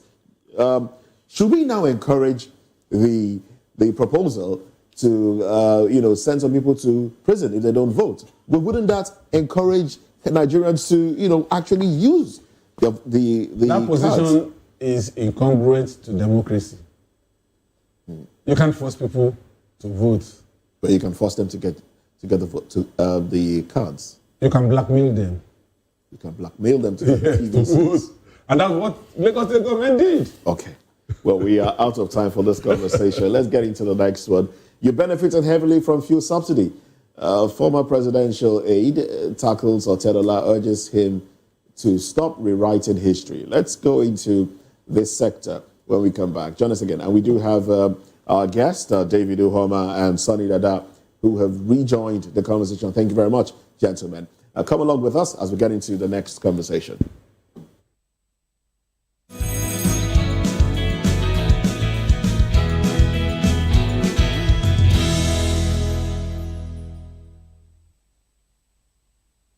In a world where truth is the ultimate power and opinions scream the loudest, it's time to wade through the noise. Hunger no get tribe! Hunger no get religion! And scan the human interest and trending topics that matter. Stay tuned to The Issues, your plug to the stories making the buzz, from politics to science and technology, social justice, and more. Let's tackle the tough questions and expose the truth. The Issues on Voice of the People Television. Don't just react, understand.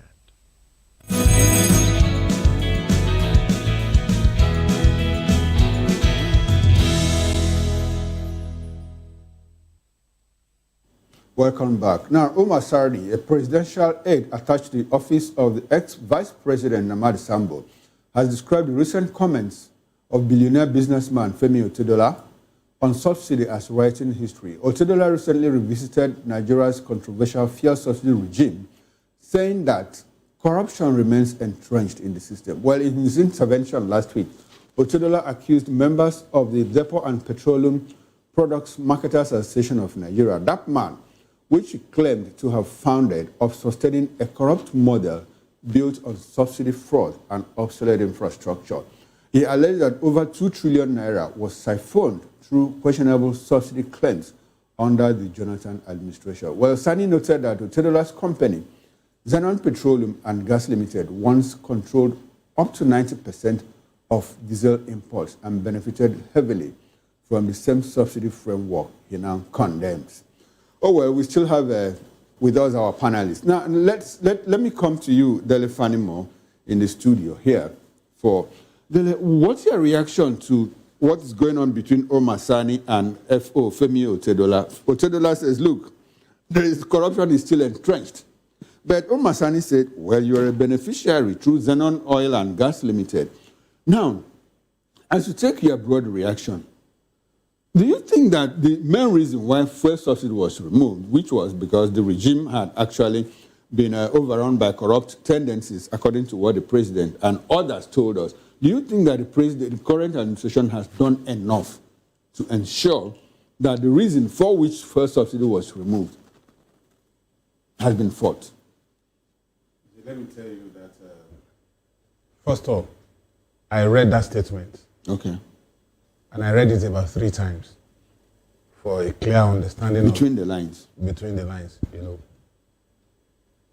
That man is just sounding the red herring for nothing. That Umar. Okay. Otedola stated in that statement that he was one of the few Nigerians in the oil and gas sector that went to Jonathan to stop subsidy. If he was a fraudulent beneficiary of subsidy, he wouldn't have gone there to tell Jonathan. That's one. 2, subsidy in itself is not wrong. what is wrong in subsidy is the abuse and the fraudulent malpractices embedded in it. Up to today, the only person caught in the web of this is former chairman Amadu. No, his son. I said former chairman Amadu's son. Okay. Who was jailed after about 12 years of perpetrating that act. You see, some of these people that benefited from subsidy were not actually players. They were people that were propped up to use as purveyors, who get licenses, import nothing, delivered nothing, claimed money. There were spurious companies that were registered as soon as subsidy started. They were not in the oil and gas as major players. So if the man says Otedola benefited from subsidy, yes, Otedola may have benefited from subsidy, but not fraudulently. Because he has a holding company, and he said 90% of diesel business resided in Otedola's company. Yes, it is so, for good reason. We saw him supplying diesel. We saw him retailing diesel. But pick some of these people that are known figures today that are sudden billionaires. Let them show us their outlets. Okay. Let them show us their tank farm. Okay, no, we're running out of time. I would like for you to talk on the part of the question which says, do you think that the government has done enough to ensure that, look, this is the reason why we remove subsidy, because it was corruptly enriching people? Yes. And you said only 1%. Is that enough? It's not enough. They should go after these people. Do you know that when this administration came in, about 7 trillion was claimed by some people? And when Cardoso said he wanted to pay, only 5 billion had proof. Okay, Forex. Yeah, only 5 had proof. The other 2, nobody could come up because they knew that it was fraudulent. It cannot be proven. It is the outcome of this subsidy removal that the revenue shot up, that governors that were receiving less than 4 billion, 5 billion before this administration came, and before the removal of subsidy, now enjoy 12 billion. But unfortunately, we are not looking their way. So, for me, it's an ongoing project. Even Tinubu, even if he stays 8 years in the saddle, may not be able to clean the urgent staple. All right, thank you so much, Mr. Fanimo, for your submission. Sunday Dada, let's get you join this conversation, please. What do you make of this back and forth, and why is it that up until today, Nigeria, that happens to be the only company, or only nation part of OPEC, is not enjoying any subsidy from the richly sweet crude that we have in this country? And then also help us also walk around this. Why is it difficult that up until today, people that were accused of milking Nigeria dry through fuel subsidy, no one actually have called them in for questioning, or maybe some of them being arrested, while every other Nigeria has been subjected to cry or suffer the pain of selected few? Yeah, I actually struggle to hear you, but I listened to the conversation from the beginning about Otedola's comment. To a large extent, I may not want to disagree with Otedola, but however, my challenge with this comment is the selective amnesia that he displayed by limiting the fuel subsidy fraud to the Jonathan's administration alone. From the statement you discover, from Sani's comment, you discover that yes, that thing did not start under Goodluck Jonathan, and it did not also end with Jonathan. Even as a matter of fact, under this current administration, we still have subsidy, even though the government has not been very transparent enough to tell us that yes, we are still subsidizing the fuel, and this is how much we have spent. So in terms of the wider corruption associated with the subsidy, and it is, like you observed, it is also troublesome that up till now, we have not seen serial prosecutions of all those involved. Now, I may not also dismiss Sani's claim that Otedola benefited from the subsidy regime because Otedola also had a tank farm. He was once a member of the DAPMAN that he is criticizing today. And from what we were told, most of the members of DAPMAN benefited from that subsidy regime. So as a former member of DAPMAN, maybe he's talking from the point of knowledge, but it is very difficult to exonerate him, including the Dangote that he is defending today. All of them benefited from the subsidy regime, and including the forex matter that eventually plunged the country into crisis, the economy into crisis. So it will be good at this point, and that is why we quarrel with EFCC. EFCC should go after the big thieves, and they should stop wasting time with, chasing Yahoo boys on the streets. They should go after the big thieves. We want to see more prosecutions regarding the fuel subsidy. Those who took money, who claimed to have brought in product and yet they didn't bring in any product, and they set up tank farms, to safeguard their loot and all of that. We want to see, as a matter of fact, government should even, set up a panel of inquiry. Let us hear what happened. Let us know these persons, and let them be called to account for the money, the funds they took, whether under Obasanjo, under Yar'Adua, Jonathan, under Buhari, including this current regime that is still subsidizing, that we're told is still subsidizing fuel indirectly. So let us not throw the bathwater and the baby together. Let us look at the message and interrogate the message further. Wow. Thank you very much, Senator. Now, David Ihuoma, Esquire, let's get your thoughts on this. Now, the fact that, Nigerians, the government did say subsidy is removed, and, some Nigerians still find it difficult accepting that. But the president, when he came into office, talked about dealing with the cabal. Do you think, do you have the impression, along with some Nigerians, that the cabal seems to be bigger than the presidency, because we haven't seen anybody called to book here? The cabal is not bigger or superior to the presidency. Rather, the presidency is the anchorer of the cabal itself, that the committee that they set up. Pardon? Can you hear me? I can. I'm just trying to make sure I heard you right. I said that the cabal itself is the president, or whoever who's in charge is the anchorer of the cabal, because the cabal cannot exist without the approval of the president.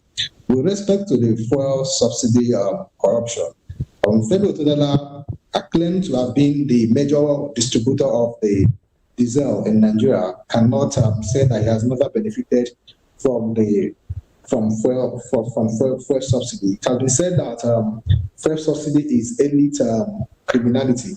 Now they have removed subsidy, and the states have removed subsidy. Now those that are enjoying this subsidy removal are the government itself, because since subsidy was removed, we have not seen any meaningful development or any particular project. Shouldn't we be holding our governors accountable, because FAC allocation has increased? Governors are getting more. So if we're not seeing a development, shouldn't we be holding our governors accountable? The governors must be held accountable as well, because they are the ones that are taking the bigger chunk of the subsidy removal. But what I'm trying to say here is that the impact of the removal of subsidy has not reflected on the lifestyle of the Nigerian citizens, because the Nigerians are being malnourished, are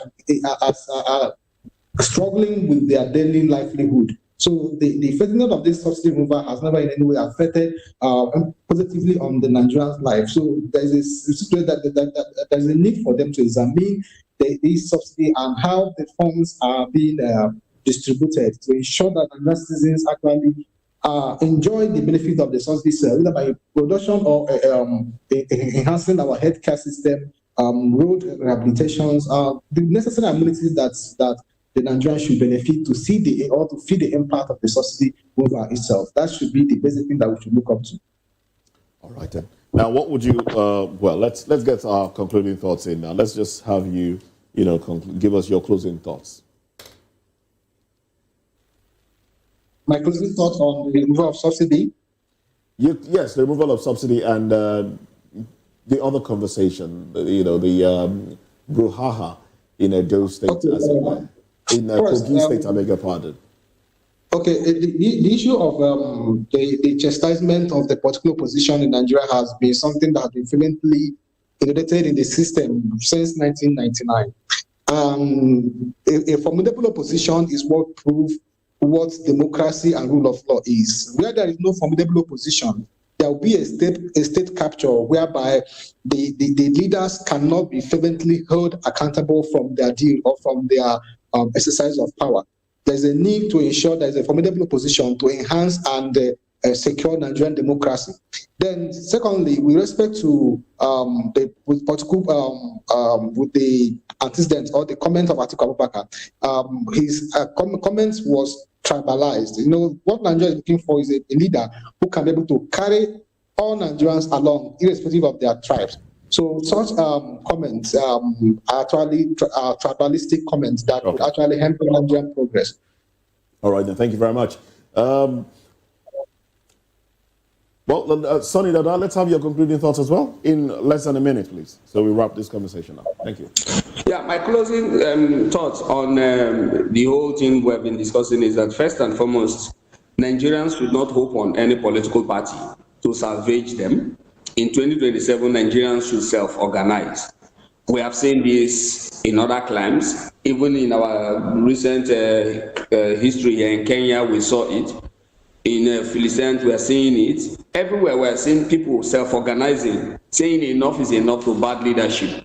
So the idea of relying on ATC, PDP to get good governance, we are just wasting our time. In 2027, and that is why I said that in 2027, the election will be between the APC and Nigerians. Those Nigerians who have become poorer, those Nigerians who have become more hungry, out of school children, people who cannot go to farms anymore, those are the people that should self-organize and contest against the APC.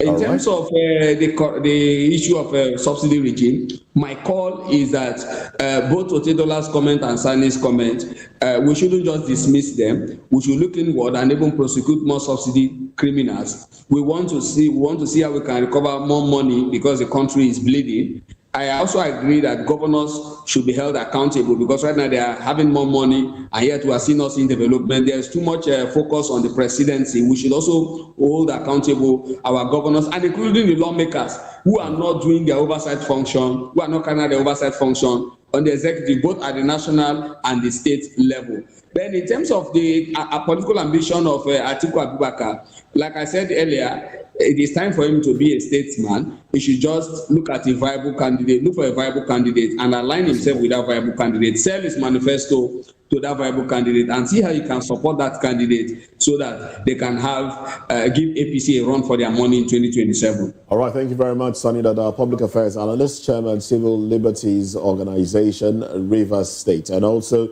David Uhoma, who is a barrister, public affairs commentator. Thank you very much for your time and thoughts on the program. Well, Daily Fanibo, I will, deprive you of your concluding thoughts today, as we will like you to join us during newspaper review, and then we'll have, an elaborate conversation on every other thing. Well, thank you very much for being part of the program as well. Well, that's it on the show today. The thoughts shared on the program are those of the guest and not the position of VOP Television. I am Moses Humphrey, wishing you a beautiful time. Join us again at 10. And I'm Fina Okechukwu, endeavor also to be a patriotic citizen. Nigeria will be great again, I believe. I am Chukwuma Okoro. See you again at 10 o'clock. Bye for now.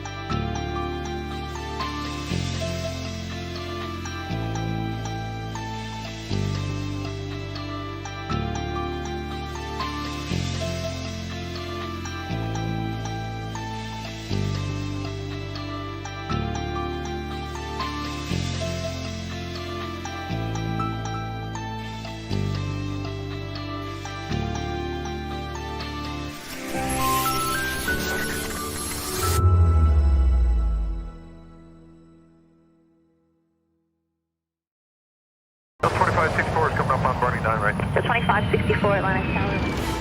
What happens in the hush behind hangar doors? Who signs the papers that gamble with lives? Which truths were grounded before they even ever had wings? If you've ever buckled a seatbelt at 30,000 feet, if you've ever stared out of that tiny window and wondered who's really in control of the skies, it isn't just flight, it's power, it's politics, it's pressure sealed in steel. We're peeling back the clouds from runway risks to sky-high secrets. We're diving deep where most dare not to look. Aviation Scope, every Sunday at 7 p.m. only on Voice of the People TV. We don't just report, we reveal. We don't just ask, we uncover. Because when it comes to the skies, ignorance is turbulence. Aviation Scope, the sky isn't the limit, it's just the beginning.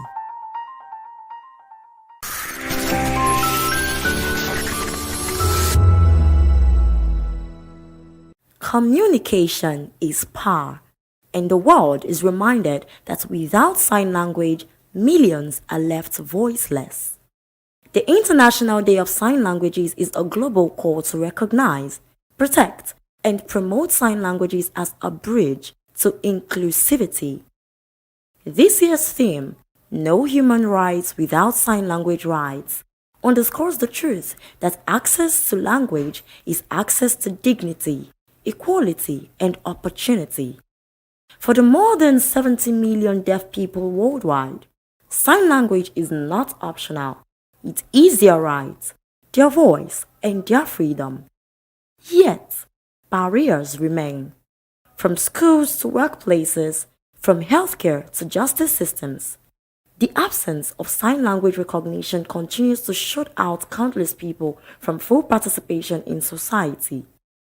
Experts and advocates are urging governments to do more by enshrining sign languages in policy, expanding interpreter services, and breaking down stigma. Happy International Day of Sign Languages, everyone. No human right without sign language rights. Language in itself is a language. So now you now have a language for a specialized community of deaf persons, and providing sign language is also providing them with human rights. So if you are talking about fundamental human rights, it's not complete until that deaf child have access to language, which provides him or her access to expression, access also to education, and access, most importantly, to life skill, which is what we as Speaking Fingers is really about, to build them into becoming productive adults. I just said access to expression. You find out that many deaf persons have actually been accused wrongly. So they do not have the opportunity or a language to be able to express when we do not provide sign language as human rights access, as it were. So he or she may be wrongly accused or has been wrongly accused, and there's no language, or the society does not recognize it as a language for expression for him or her to also make a case. Even when one is guilty, you still have the space to be able to make a case for yourself. So providing access or enshrining sign language as a human right is also necessary for that deaf person to plead his or her cause, and most importantly, to express himself or herself. We've had cases in the healthcare sector where healthcare is denied because access to language is not available for such deaf person. So that's a call for healthcare professionals or practitioners to please be able to learn basic sign language so that they can also be able to include persons with disability, especially our deaf community. As the world reflects on this day, one message rings clear. Inclusivity begins with communication, and there can be no human rights without sign language rights. The call is simple. Respects the language, respects the people. Praise Peters, reporting for Voice of the People TV.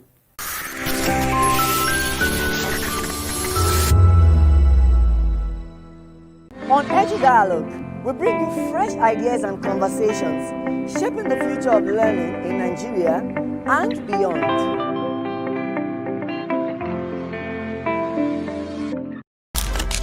In a world where power shifts with every headline. In a nation full of questions. In a world filled with noise, the truth needs a voice. The policies that shape our world and the economy that determines our future. Every hour, every day, the grapevine keeps buzzing. And on the bold angle with Jamalina, we dive deeper into stories that shape our world. Don't forget, our voice matters the most. Let us come together and share our concerns.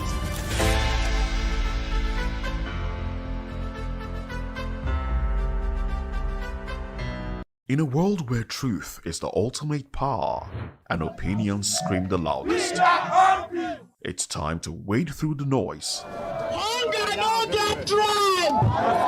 Hunger no get religion! And scan the human interest and trending topics that matter. Stay tuned to The Issues, your plug to the stories making the buzz, from politics to science and technology, social justice, and more. Let's tackle the tough questions and expose the truth. The Issues on Voice of the People Television, Mondays to Fridays, 8 to 9 p.m. The Issues. Don't just react, understand. Welcome to Kitty's Corner. Every weekend is a new journey. Join Auntie Oni as she embarks on thrilling adventures. Each episode takes the young explorers to a different fantastical world filled with exciting challenges, making new friends and learning valuable life lessons. The show begins with lots of excitement in a cozy storytelling mood. Fairies teach the importance of kindness, honesty, bravery, teamwork, or curiosity. Kitty's Corner is a delightful blend of fun, education, and imagination with catchy songs, interactive games, and heartwarming stories. Join Auntie Oni every Saturday, 10 a.m. to 10:30 a.m. on Voice of the People Television. Kitty's Corner, perfect destination for curious minds.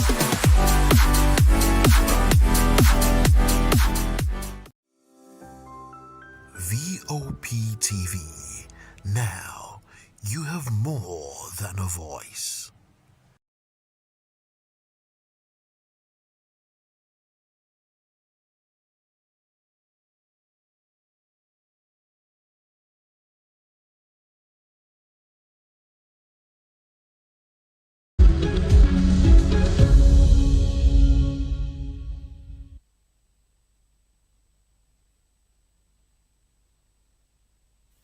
Well, thanks for joining us again. Now, this is Newspaper Review. I am Moses Humphrey. And I am Chukwuma Okoro. And yes, of course, Delifanimo is with us in the building, and we'll be going into the papers right away, looking at the headlines. But I would like to start off, well, good to have you again with us, Delifanimo. All right, he's a seasoned reporter and you have not told me the seasoning. Yeah, don't, Maggie. You made me say that on air. Okay.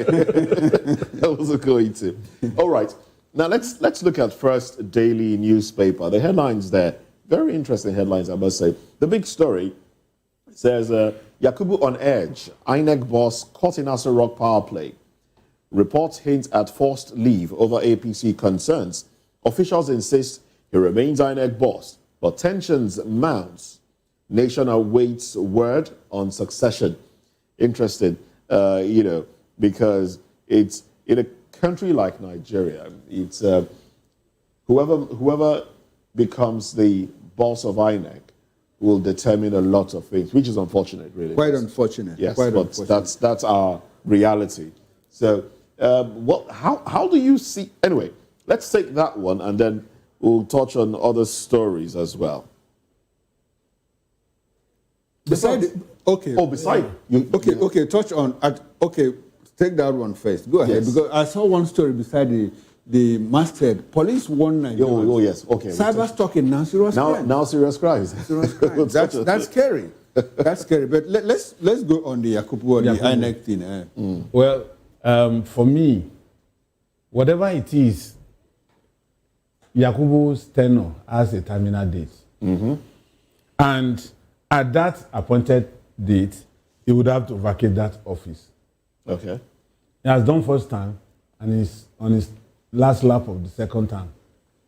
And I don't think the constitution would be written to accommodate his third term. So whatever anybody is saying, to say that he's on edge, ordinarily, I don't want to believe such statements.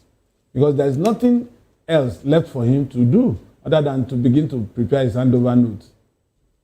By next month, Yakubu should be on his way out. I think his date expires on November 18th. Yes. Sometime in November. Sometime in November. Not particular about the date. About the date. So, what edge are you going to place him on that will shake him?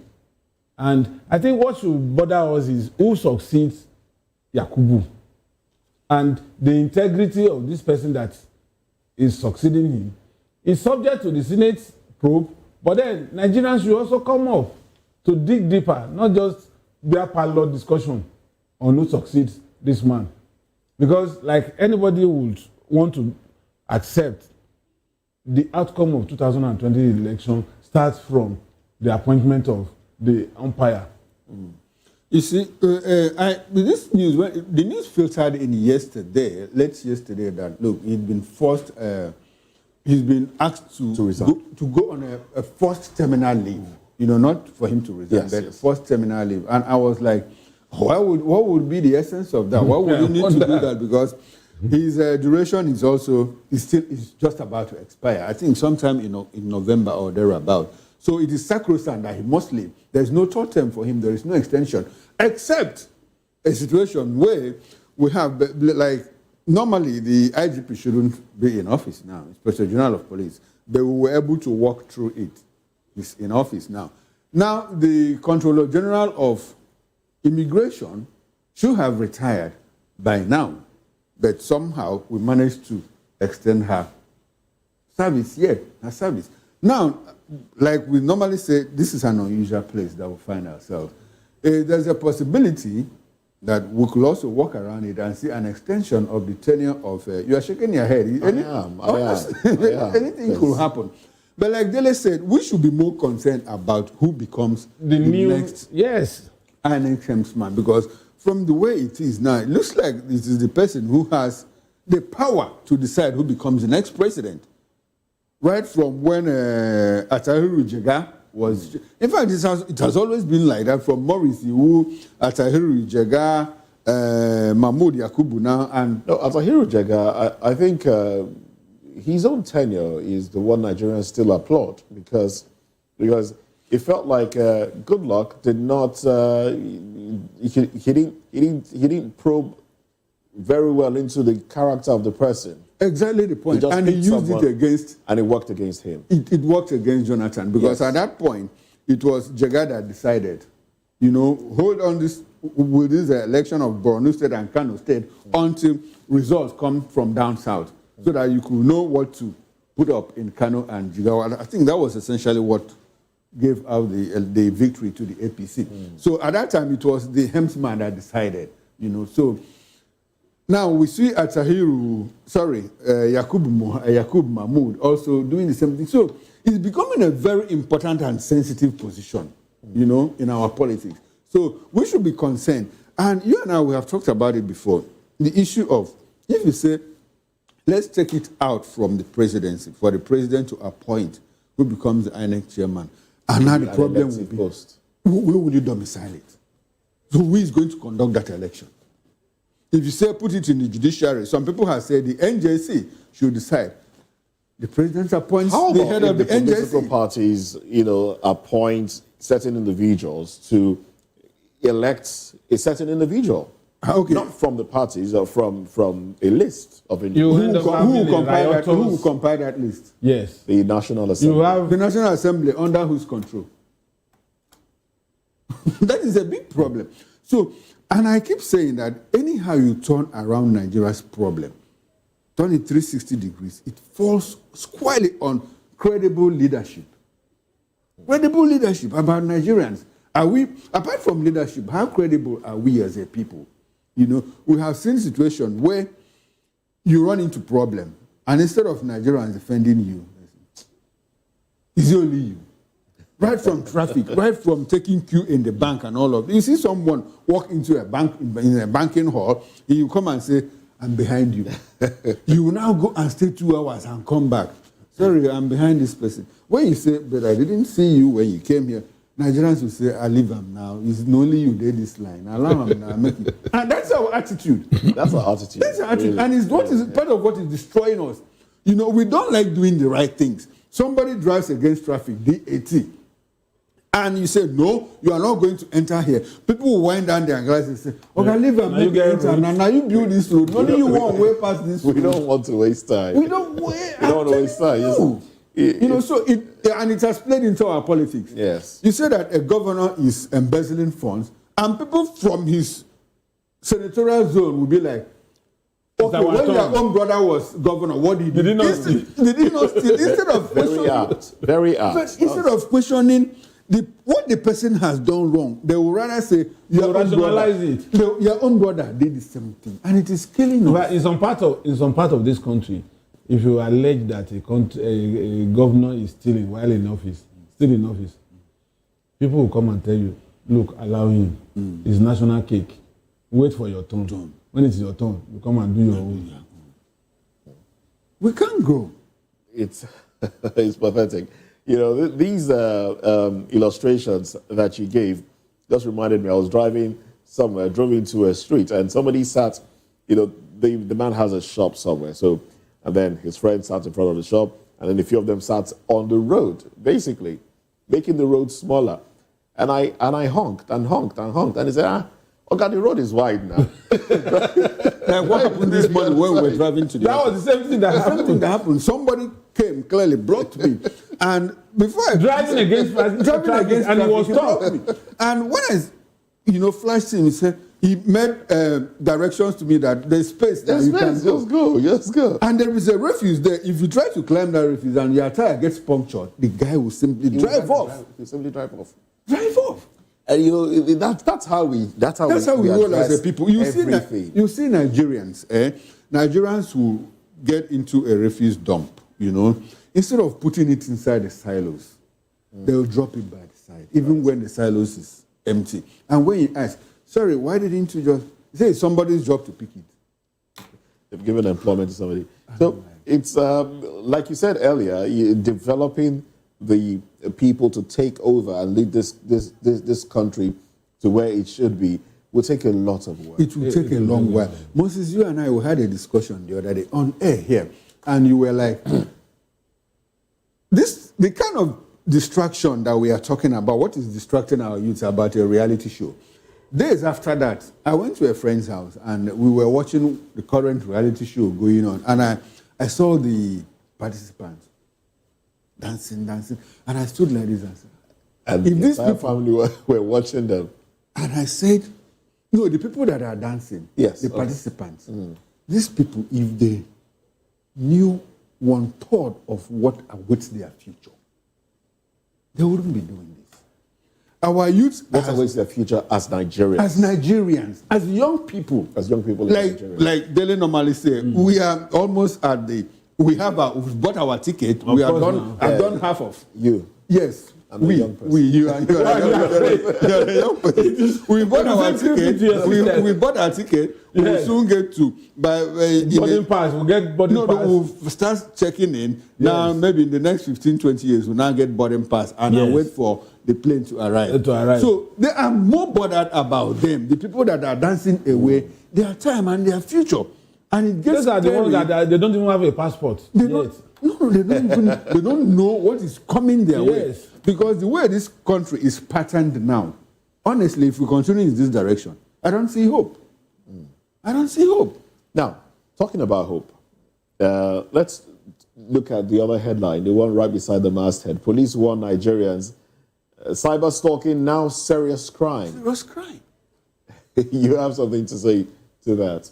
No, I have a lot. This is heading towards 2027. And by the way, there is a report I saw where the presidency said there's a fake news, depicting some AI-generated image depicting the president endorsing a Ponzi scheme. And I've seen quite a lot of that using some individual. We've had VDM. And somebody showed me that. So this thing is nice. You should check it out. I'm like, that doesn't look like VDM. I said, well, no, but it's VDM. I said, VDM would not endorse a Ponzi scheme. You know, but it looked exactly like him, the movements of the lips and everything, the voice, the tone, everything felt like his. So that's AI. And I think the presidency is saying, look, it's false news, so Nigerians should beware of that. But I think we should go beyond warnings. And I mean, still reacting to this cyber stalking being a serious crime, we should be careful what we put out on social media and what we take in as well, because a lot of it might just throw this nation into more chaos if care is not taken. You know, the scary part of it, the concerning thing about it is that the police could actually, when the police, if you go to the police station, right? No, I'm not, before I get to the point of abuse, I'm talking about if the police accuses you of cyber stalking, by the time you get to police station, they will read like 20 or 30 pages of what cyber stalking is all about. They will expand the scope to the extent that it becomes scary that you may not be out of it. Out of it. So that is the worrying part of it. You know, at a point, I think there was this time that National Assembly came out with a certain bill that sought to say, if you, something that looked more like Decree 4, you know, if you say anything against a serving government official and all of that, you are liable to an offense of to the tune of so and so years and fine of that. And Nigerians pushed back. But you know, this Cyber Crime Law Act, you know, we didn't know, Nigerians didn't know. When it was already read through, and signed into law. Nigerians don't know. So when police says it's a serious crime, it also portends that there is serious danger ahead for Nigerians. On the airport road in Lagos, International Airport Road, you recall what they did with Onyediika, right? And I think he's still going through that charge now. Yes, he is. He's still going through that charge. So they could expand it. It could be, beyond 2027, it looks more like that the free space in Nigeria is gradually shrinking. Now that you mentioned, sorry, please. No, it's okay. Okay, so like when the president in 2023 went to China, and he came back and he said he signed a memorandum of understanding with the Chinese government. That was one of them, you know, that the Chinese media company, what's the name of that media company again? Voice of China or something like that, was going to... Yes, we'll have a program on... Partnership. Well, that one is on already, but it's what they do really is just teach they teach. No, that's not it. That was. But that's not the one you. That's not the one I mean. The one I mean was the part of the MOU was that the China media was going to teach the Nigerian media, and I think this, you know, the free space. Nigerian media what? There was on top of my head, but because what I know happens is there's a program on exchange program, Radio Nigeria. Okay, where they teach Mandarin. No, that is not it. When did they start that? Just about the time. Just about. It's a recent thing. Okay, the MOU, they talked about nuclear, the partnering in nuclear energy, solid mineral, and all of that. Two of them were centered on the media, and it was concerning them because Nigerians expressed the fear that, look, the China state doesn't have a free space. So what are they going to teach the Nigerian people? You know, and looks like this cybercrime Act is part of that understanding. I don't know how it got into our law books and all of that, but it's seriously concerning because the free space is gradually shrinking by each passing day. All right, then. Well, let's go to some other headlines. Still from First News newspaper. Tinubu to restart oil production. Honors Ogoni 4 in Rivers. The Guardian has the same report, says FG honors Ogoni 4 to resume oil production in communities. Okay, so that's the headline there. How do you react to it? Your take now. Well, for some years now, I think which of these American company exited Ogoni land?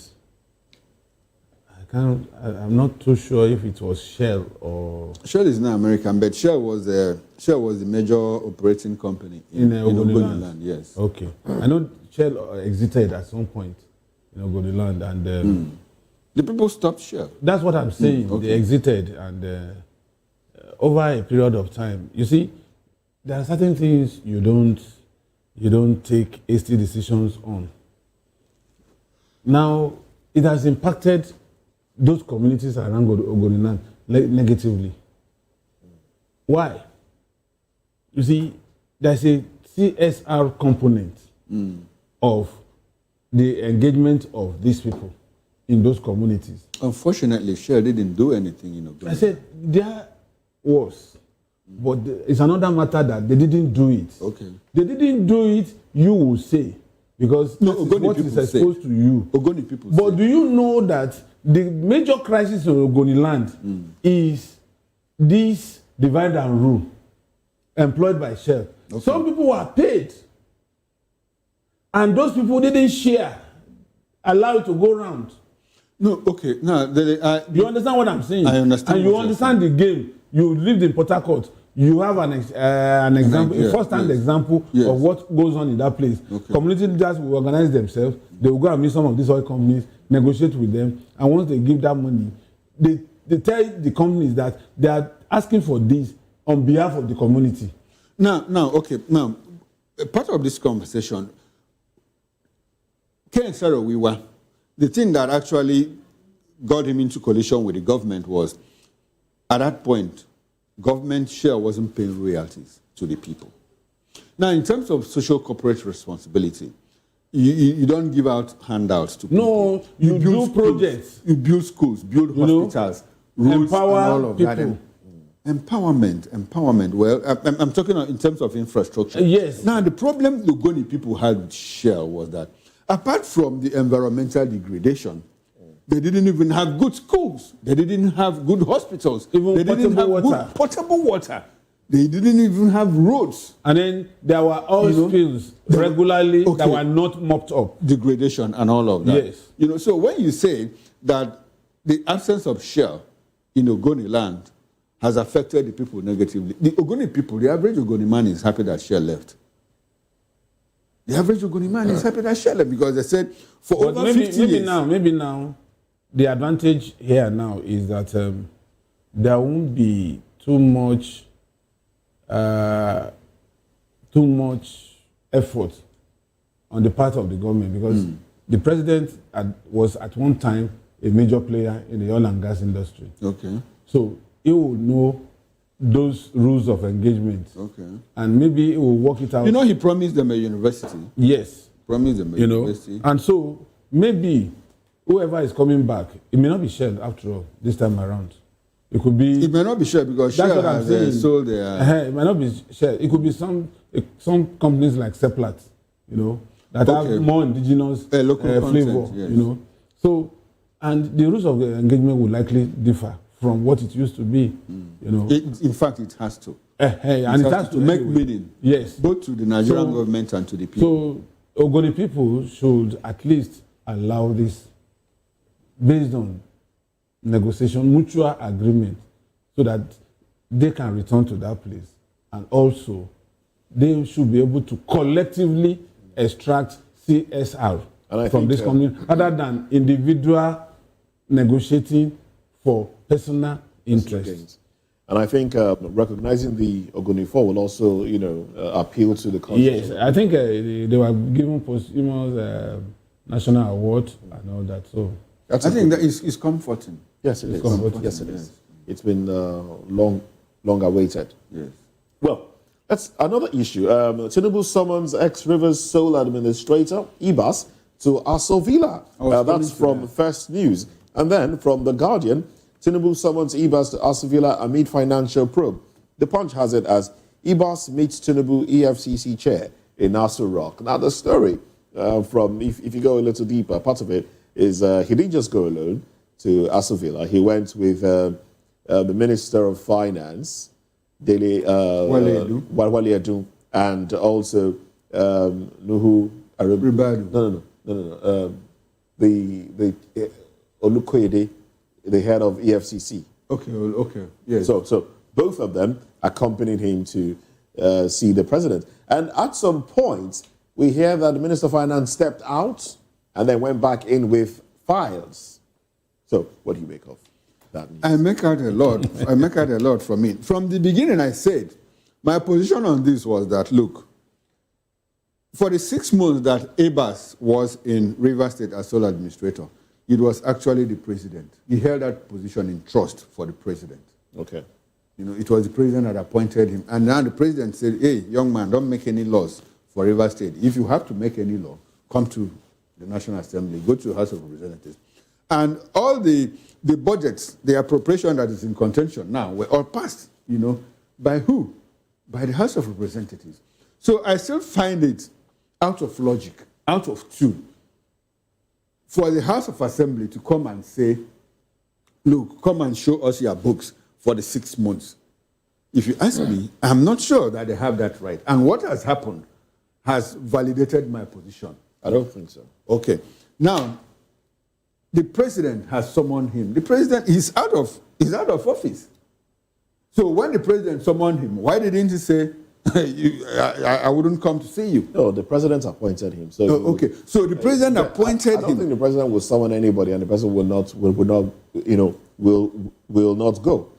But the problem I have here now is, it is the funds spent by the sole administrator belongs to the people of Rivers State. I have never at any point said that he should not be probed.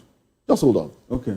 My point is, the president summoning him behind closed doors will, in fact, is raising more questions as far as I am concerned, because what are they trying to do? Will the president have summoned him in public? Yes.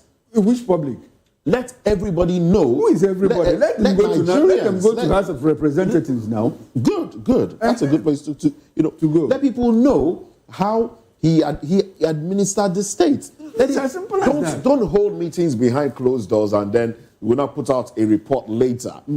What I see likely to happen is, after the meetings might have been done and dusted with, he might then now report to the State House of Assembly. And that's where I say I don't agree with you. He might just report. He might have to. Okay, probability. Yeah. Okay. You mean that after they have doctored, after they might have done so? Now you get my point. Now, will they doctor you to the point that now 21 billion naira spent on CCTV will now come to 2.1 billion naira? I don't know. Let me tell you. Or that the budget of 263 billion naira in 6 months will be reduced to like 163. I just hope that's not everything still revolves around the House of Representatives. Okay. Of that state. State House of Assembly. Okay. Already, there was a meeting as soon as these guys came in, a closed door meeting. And that closed door meeting, these guys are just doing this for the optics. And it's probably a way, because I've seen it happen in the past, it's probably a way of showing that now we are in charge to the governor. Maybe they want arrears of payment for the period they were out of the assembly, and they want it done as quickly as possible. So it could be another way of twisting him, the governor, to pay, giving the impression that we are in your support. We want to probe Ibas. And those people who hold the levels of power, including Wike and the president, would not want Ibas to be shamed. So there will be, if there is none yet, there will be another round of closed door meeting where they will be told that, yes, allow this probe to go. But this is the direction the probe will end. Okay, now let me tell you what will happen. Because I don't want to believe that when the House summoned Abbas, that he didn't tell the president or Wike, this is what is going on. He wouldn't have acted alone to say, you are on a fool's errand. For him to have said you are on a fool's errand, he knows something. Where the power resides. He knows where the power resides. So I am sure that when he talked to the president, sorry, Mr. President, these people have summoned me. The president would probably have asked him, what are you going there to do? Bring those files to me, let me look at them. That's what I think that played out. Abbas, I can bet on it. Abbas will never report to the Rivers State House of Assembly. He will rather go to the House of Representatives. All right, so we're betting on that? Yes. Okay. We're betting on it today. Today's date is what, please? What is that? What is that? What is that? What's the premium? What's the premium? Premium. We'll talk about that one later. Okay. We're betting on the fact that I am saying after the meeting with the president, Ibokete Ibas will report to the State House of Assembly in Rivers State. Chukwuma Okoro is saying he will not. Rather, he will report to the House of Representatives. If he has to, if he ever reports. Not even if. If he ever That's taking Nigerians for granted. This is the first time. Have we not been taken for granted in the past? So you stand with him? Well, I don't want to be part of this thing. Okay. There's a bet on ground. There's a bet on ground. And I hope it happens this year. Yeah, I know the year is running out. Well, let's move on to other headlines now. FG moves to restart oil. Okay, well, I've taken that one. I beg your pardon. That was an error. Well, NNPCL secures 318 billion naira to fund new oil exploration. FAC subcommittee probes spending for frontier exploration. Budget office warns Nigeria losing 60% of oil income. National oil firm pays zero dividend to Federation accounts despite 1.06 trillion naira profits.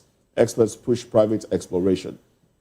How do you react to that headline? You know, NNPCL secures 318 billion naira to do what? Fund new oil exploration. You know what that tells me? You know, the oil industry is still the cash cow. Of course. Of this country, of this economy. I say this in the light of the fact that if you look at 318 billion naira, you know, people that get into oil exploration, it's 50-50. You could sink 1 trillion naira and not get anything from under the soil. You know, so, but I would like for us to take a peep. This exploration, is it going into new areas or are they using it to, we may not be able to get to all of that. To all of that, because I want to know, because we are also going through exploration in parts of the northeast, Borno and all of that, where they say seismic studies, you know, have shown that, look, there are oil deposits in parts of Borno State, in parts of the northeast. So I would like for us to, if we are able to do that. Now, when you talk about new exploration, there's also, there's something they call marginal fields. Marginal fields that have been, you know, developed and sucked and left fallow for a while. You also need money, you know, to do some kind of study to see if there are residues of oil in those fields. It's also part of the exploration. So I'd like to know, this exploration, is it going through the Niger Delta regions where we have large deposits of oil, or is it in new fields, you know, so that we know what we are dealing with? Because the 318 billion naira, I also don't want to believe that the whole of them will get into oil exploration only. Some of them will find a way to filter into private pockets. You know, 300. Are you sure and it says secured, as already secured. That means the money is available. The money is on ground. They're just announcing to us so that we will not come and ask what happened to 318 billion naira. So there's a possibility that this exploration has already started. So, like, I would like to know, this new exploration, is it in new fields or even old fields and all of that? But it's a good thing, because if we hit it, that's more money. At least we're able to meet our OPEC quota, which is the benchmark for this is 2.10 million barrels per day. If we meet that, I mean, we are home, so that we don't need to borrow more money, you know, to fund the budget or to fund the economy. All right, still talking about oil. Reps raise panel to monitor Tinubu's Naira for crude policy. Sorry, take that again. Reps raise panel to monitor Tinubu's Naira for crude policy. Is it not only one person that we gave that crude now? So what are we monitoring again? And the person that we even gave it to has abandoned it and is buying oil from the United States. It's important.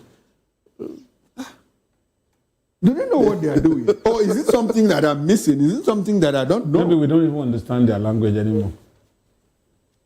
Okay. We might need an interpreter. Because the Naira for crude policy was, okay, are there refineries like the one in Edo State? What do they... That one has not started operation. It has not started operation. Let me go a little deeper into the story. Maybe that will give us some...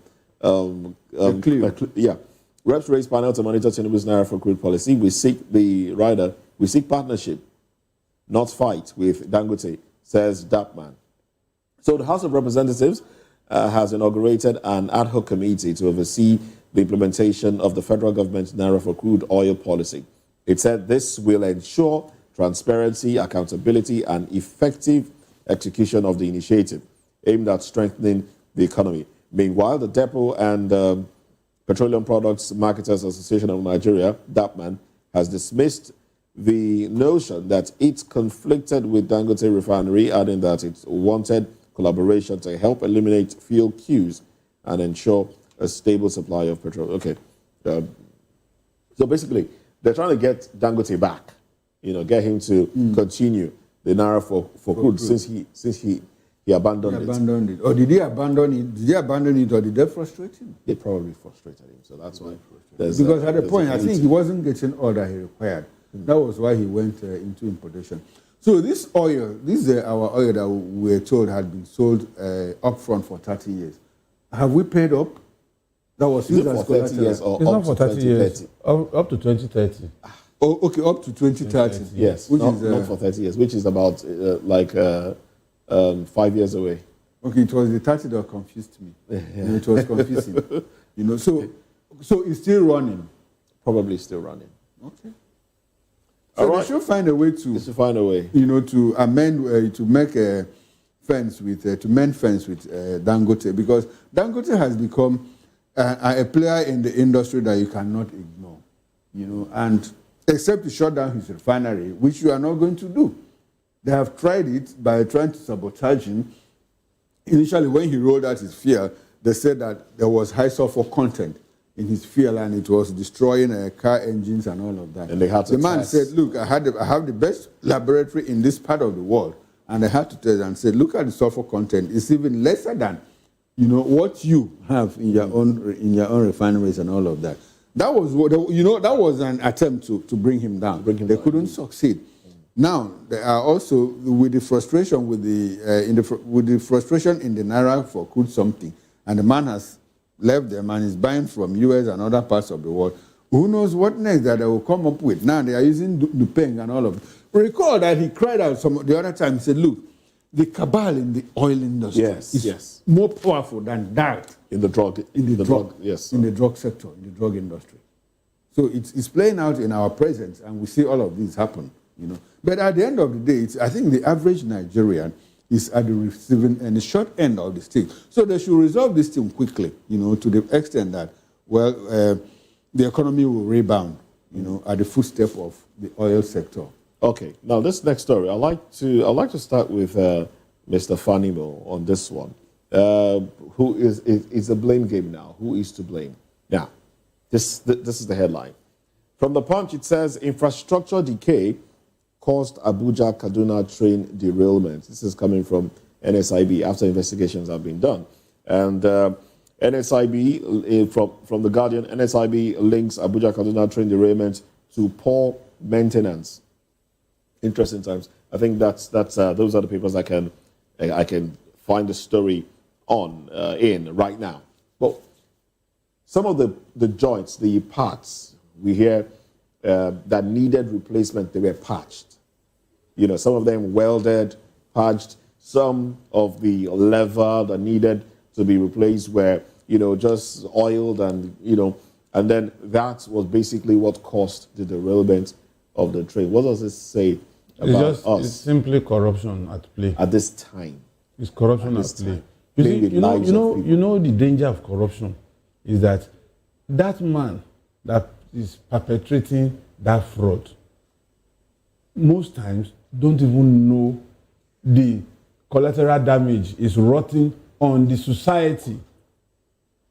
Now, he's so narrow-minded that, if I cut corners, federal government has released 10 million naira.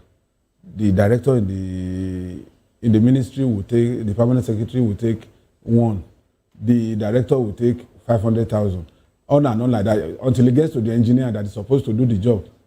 And then you now realize that the engineer has 3 million naira. And he also wants to build estate in Abuja. So what ordinarily should cost maybe 6 million, you will now find ways of cutting corners. You would rather repair or oil or get a substandard one just to put it there that he has done something. And then he walks away with 2 million, only spending 1 million out of 10 million that was released. Now, when the derailment comes, it's not likely that his father or mother or sibling or relative will be part of those people that will die. But technically, he had killed some people. He had committed murder. But because this thing cannot be traced to him, he goes away as a free man after committing mass murder.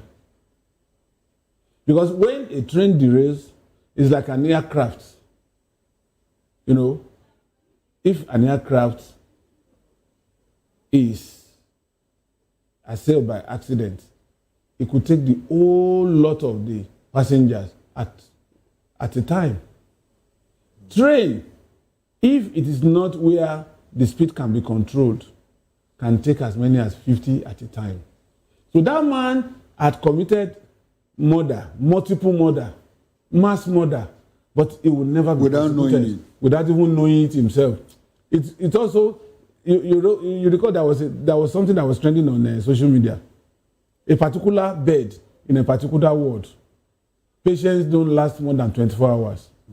At some point they said, it is likely that maybe there is a witch that comes to kill this patient. So somebody now gave an idea and said, let us set CCTV camera here to monitor what happens to patients that die every day on this particular bed. Lo and behold, the person that was killing never knew she was killing. Just comes there to charge their phone. She comes there to remove the oxygen and put her phone because she never had electricity in her community. So the only source of energizing her phone is to unplug the oxygen that makes them stay alive and then put her phone. So it's ignorance. It's huge. Which isn't an excuse, really. Yes. So what we're saying... So what is the regulatory body doing? So the regulatory body... Shouldn't we have people, coming back to check? Yes. The person that is checking. Parading his own fraud is embedded in this process. The man may not even come to the site at all, and he gives a clean bill. That's risky. Check off. That's risky. Who cares about risk? It happens. But that's what happened. In my community, when I was in a rented apartment in Ibadan, we went to a particular local government chairman and begged him to help us at least grade if he's not going to tar this road. He accepted, and everybody was clapping for him at the Landlords Association meeting. Everybody came, and they were hailing him that he would do a second term. He said he was not only going to grade, but tar the road and build culvert, do drainage. After he left office, he couldn't do anything. We went back to the new local government chairman, and the local government chairman said they should go and bring the file of that particular road. Lo and behold, pictures of well-paved culverts, drainages, and well-paved road. Asphalt, black, was shown us. Payment, checks, were shown to us. Is this not the road that you are talking about? Is this not the road you are talking about? So it happens. So no. When you say it happens, it looks like it's a normal thing. It's a normal thing. In my community, there's this big market, this central market, So at a point, they said they were going to fence the market, and everybody was happy. They called the councillor to come and sign that the market has been fenced. He said, no, I can't go back to my people because one day they will find out that I signed that this market has been fenced. Meanwhile, it has not been fenced. And that was how he left. He didn't sign, though. And I can assure you they will punish him for not signing. If he's not suspended. No, he was a very powerful councillor. Okay. He was a very powerful councillor. Okay. So they couldn't railroad him into signing that. So that is what would have happened. Oh, well, let's look at some other headlines here. There's what government can do to end mass migration of doctors. NMA, NARD, AMLSN, and others The writers to that story say migration of medical personnel putting pressure on the healthcare system in Nigeria. Laments exhaustion killing few personnel available. Resident doctors vow to resume strike after September 26, if. Okay, you recall that there was last week or so, Guardian did something on the exhaustion of medical personnel, doctors, and Dr. A had to work 1, 2, 3, 6, 7, 8, and all of that. A will do Monday, and then do Wednesday, Thursday, Friday, Saturday, and then B will now do, so it's, they just It's recycle. just crazy. You see, the simple solution to this is, if you see migration of doctors, national medical doctors, NMA, they don't need to tell us what to do. We already know what to do. Even if you increase their pay to starting point of 1 million naira, the people that want to leave will leave. Because I told you leave, again, not just sorry. Okay. To Botin, I told you that some of these doctors, if you have one-on-one with them, some of them, they are not leaving the country because of pay alone. It's not exactly the point I wanted to make. So they want to experience new technologies. They want to specialize. They want to specialize. For further studies and all of that. But the country is not conducive for them. Conducive for that. Like you normally say, salary is about the fifth in the hierarchy. In the hierarchy of consideration. Of consideration for any worker. So what we need to do is check, where are we migrating to? We are migrating to Europe. Yes. I have my classmates in secondary school. There are about 3 of them now who are medical doctors. 1 is in Germany, 2 are in Switzerland. Good. Why are they there? It's because they have facilities there. Exactly. So if we have the facility, so why don't we see migration of medical doctors from Europe to Africa? The ones that come here come on charity, as charity. Yes. As charity. So it's very simple. It's no new. And okay, have they called off the strike that they are saying that they will resume? Yes, they did. Okay, they called it off almost immediately. So now let's interrogate the value of strike. The value of strike in labor. No, I think it's government that waits until it gets to strike, and then a day before they now say, okay, come in, let's talk, and then they call off strike. Government should not wait until it gets to that. No, government should not wait. But the people that call for the strikes, you discover most times that when they call off the strike, the demands have not been met. Yeah. Because 6 months, 8 months later, they go back to it. They go and they will been going on strike since 2009. For what? For that agreement that has not been met since when? 2009. And every other year, 2 years, biannually, they go on strike. So what is the value of strike in trying to, in interfacing with the government? As a matter of fact, in labor movement, strike is the weakest weapon. The lowest point. Yeah. Because you cannot go beyond that. In fact, it should be the track of last resort. That's it. And the moment government defeats you on that, you are finished. That's what I'm saying. That's why it is weak. So what should be the next move? Yes. You see, or the best move. This issue of medical migration is something that is not going to stop very soon. I'm indirectly involved and I see it. Most of these people are frustrated out of this country, particularly medical doctors. So what can we do to keep them?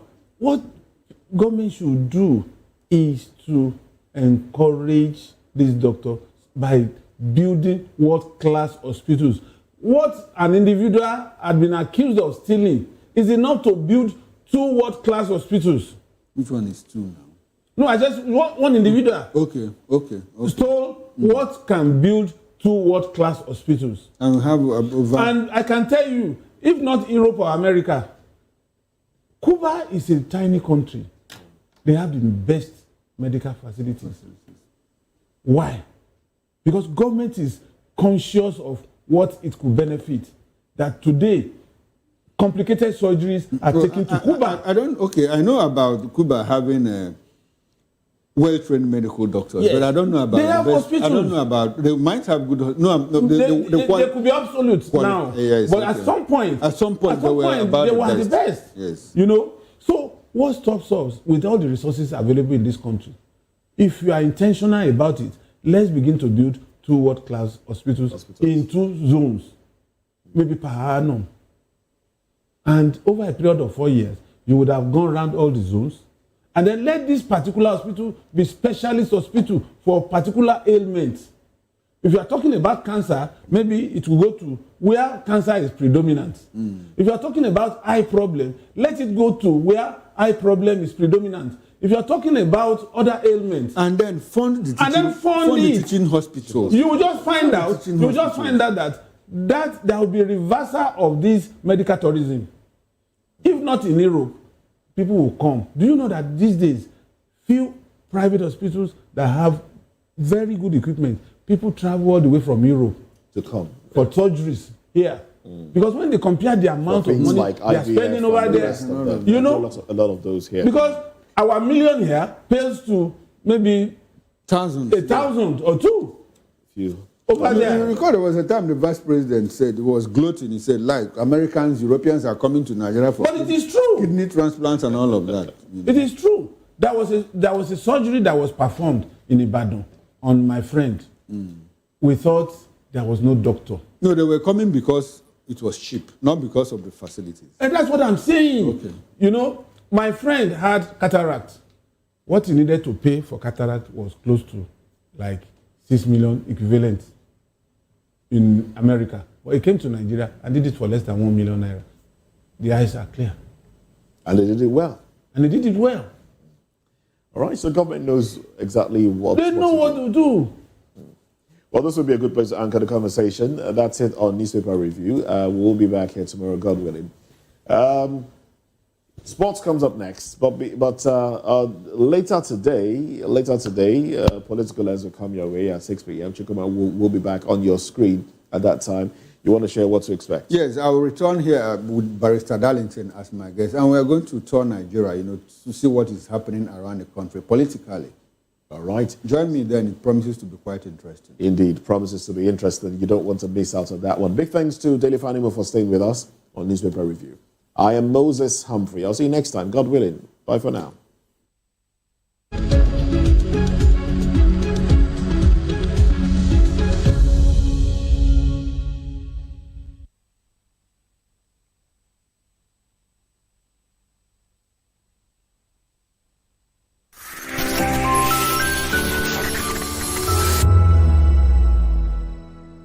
On Edge Dialogue, we bring you fresh ideas and conversations, shaping the future of learning in Nigeria and beyond.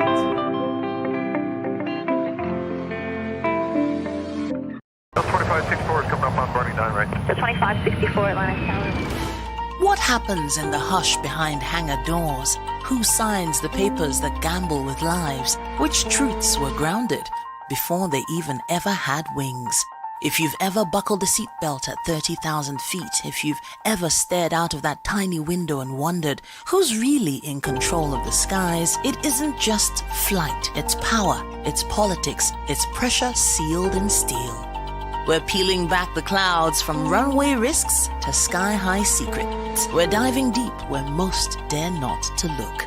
Aviation Scope, every Sunday at 7 p.m. only on Voice of the People TV. We don't just report, we reveal. We don't just ask, we uncover. Because when it comes to the skies, ignorance is turbulence. Aviation Scope, the sky isn't the limit, it's just the beginning.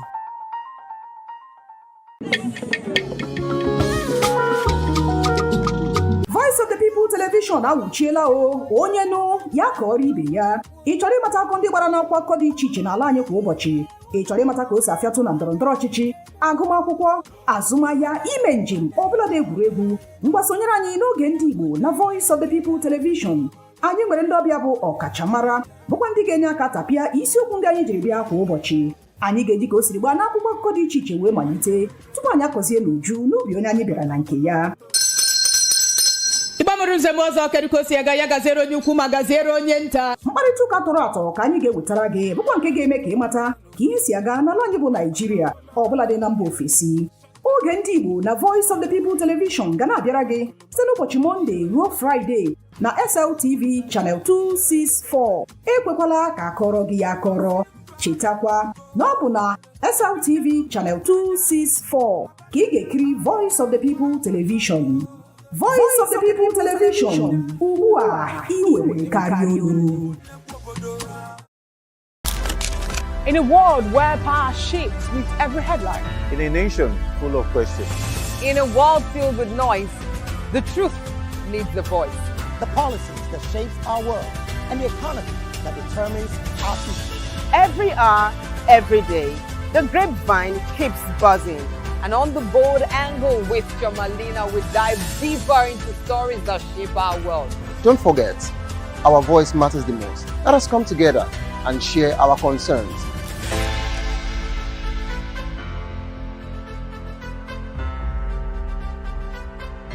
My name is Onyediika. They call me the Oga Patapata of them are the general overseer of them all. Every man, every woman has got a voice where integrity is the volume. So this is Voice of the People's TV. Voice of the People's TV. So this is the people's voice. And the people's voice is the voice of God. That's the voice populi in Latin. The people's voice is the voice of God. So keep watching Voice of the People. In fact, my name is Voice of the People. Keep watching MC Adopikin. Thank you. Hi guys, my name is Kegan. I am Nigeria's biggest tech content creator. And I just wanted to give a quick shout out to Voice of the People TV. Keep watching, enjoy, and you're welcome. My name is MC Alamano. They call me Enjoy Med Landlord. It's VOP TV. Keep watching VOP TV. Don't touch it down. Even if you want to touch it down, increase the volume. If you don't increase the volume, why told me? My name is Collins Agawabe, popularly known as No Mind but last, more than No Mind more. Not be all so the cook right at the fry plantain. We keep on watching VOP TV. The voice of the people, the voice of Edo. If you want to get the authentic news for Edo, the way it be, that's why they show and all they cut anything come on. A VOP TV.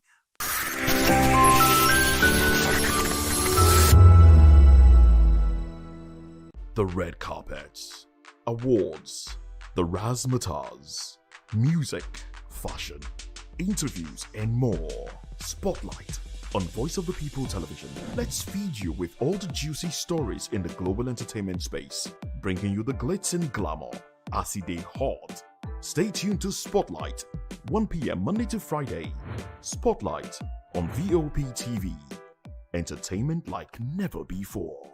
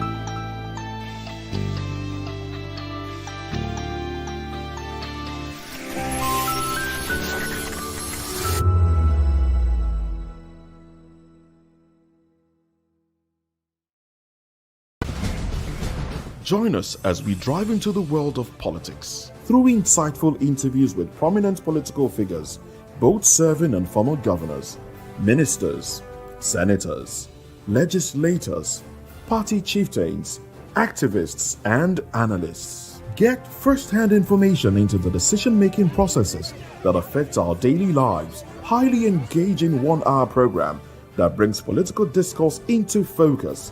I am Chukwuma Okoro. Political Lens, Monday through Friday, 6 to 7 p.m. Join us. Welcome to Kitty's Corner. Every weekend is a new journey. Join Auntie Onyediika embark on thrilling adventures. Each episode takes the young explorers to a different fantastical world filled with exciting challenges, making new friends and learning valuable life lessons. The show begins with lots of excitement in a cozy storytelling mood. Parents teach the importance of kindness, honesty, bravery, teamwork, or curiosity. Kitty's Corner is a delightful blend of fun, education and imagination with catchy songs, interactive games, and heartwarming stories. Join Auntie Oni every Saturday, 10 a.m. to 10:30 a.m. on Voice of the People Television, Kiddies Corner, perfect destination for curious minds. In a world where truth is the ultimate power and opinions scream the loudest, it's time to wade through the noise. Hunger no get tribe! Hunger no get religion! And scan the human interest and trending topics that matter. Stay tuned to The Issues, your plug to the stories making the buzz, from politics to science and technology, social justice, and more. Let's tackle the tough questions and expose the truth. The Issues, on Voice of the People Television, Mondays to Fridays, 8 to 9 p.m. The Issues. Don't just react, understand. Everybody keep watching Voice of the People. All right? Love you all. Hello, sweetie. What's going on? My name is Kiki. Keep watching VOP TV. Thanks. Hey guys, what's going on? Olumide Oru, the Fresh Prince of Lagos here, and this is VOP TV, guys. Hello guys, I want you to please keep on watching VOP TV. Ladies and gentlemen, my name is Hafiz Oyetoro. Please keep watching VOP TV. Shout out to VOP TV. Very big shout out to the fans and lovers of VOP TV. My name is Tayo Faduro. I'm an actor that you are going to live to love. Keep watching. Cheers. Hi everyone, so shout out to VOP TV. Are you ready for the extraordinary? Something big is happening on your screen. Introducing VOP TV. Now streaming on SLTV channel 264. From breaking news to captivating conversations, news analysis, giving you all sides to the story. We bring in-depth discussions on the issues that matter, from politics to sports, entertainment, and lifestyle. VOP TV on SLTV channel 264. Join us as we redefine what television means to you. Voice of the People Television, VOP TV. Now you have more than a voice.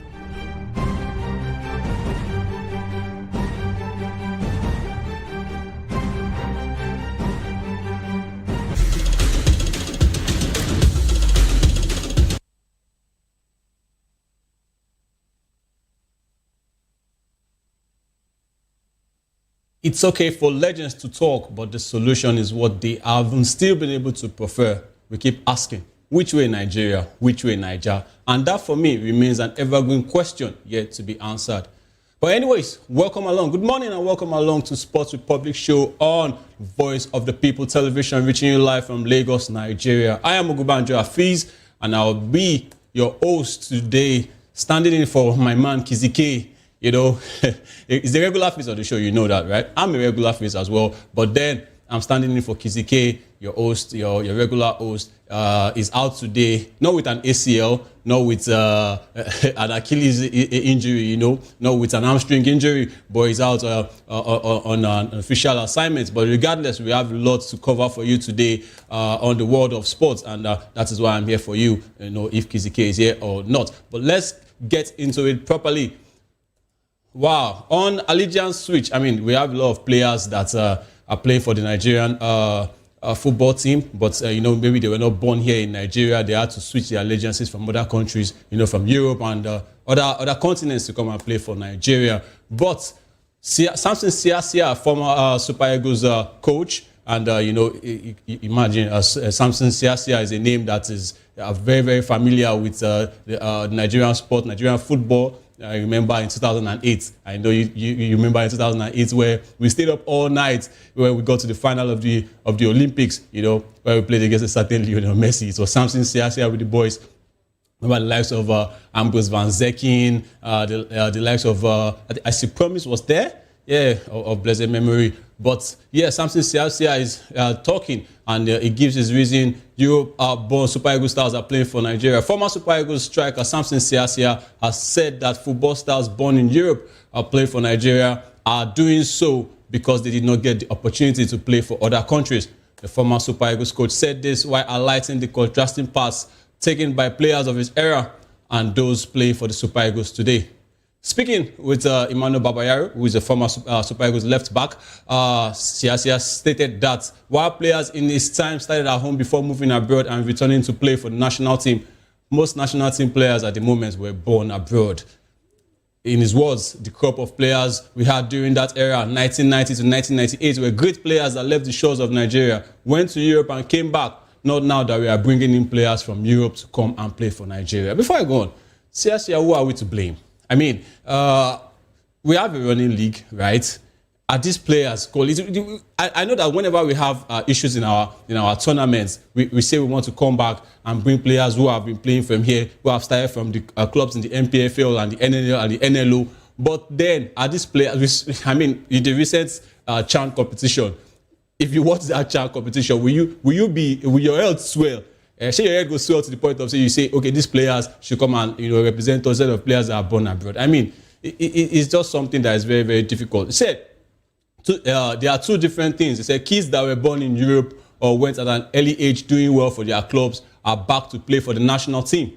If they had a chance to play for a European country, great players, they won't come. We struggled and made it to Europe, but they were born there.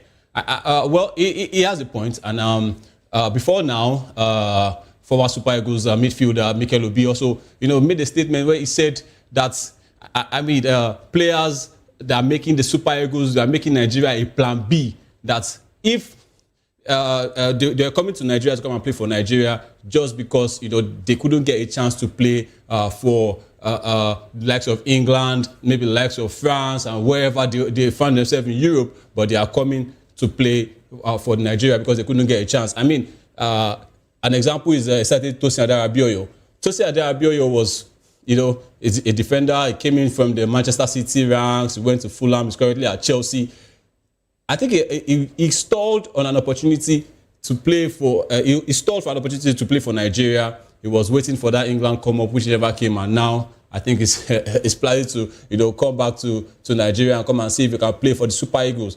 I mean, you can't keep making us a plan B. What do you think? For me, I think if we can develop our players right here, we won't have to go and find Euro-born players to come and play for us. A large number of the current Super Eagles players are players born in Europe, the likes of Alex Iwobi, William Troost-Ekong, Ademola Lookman, Felix Agu, Collins Ajayi, Ola, among many others are Euro-born players.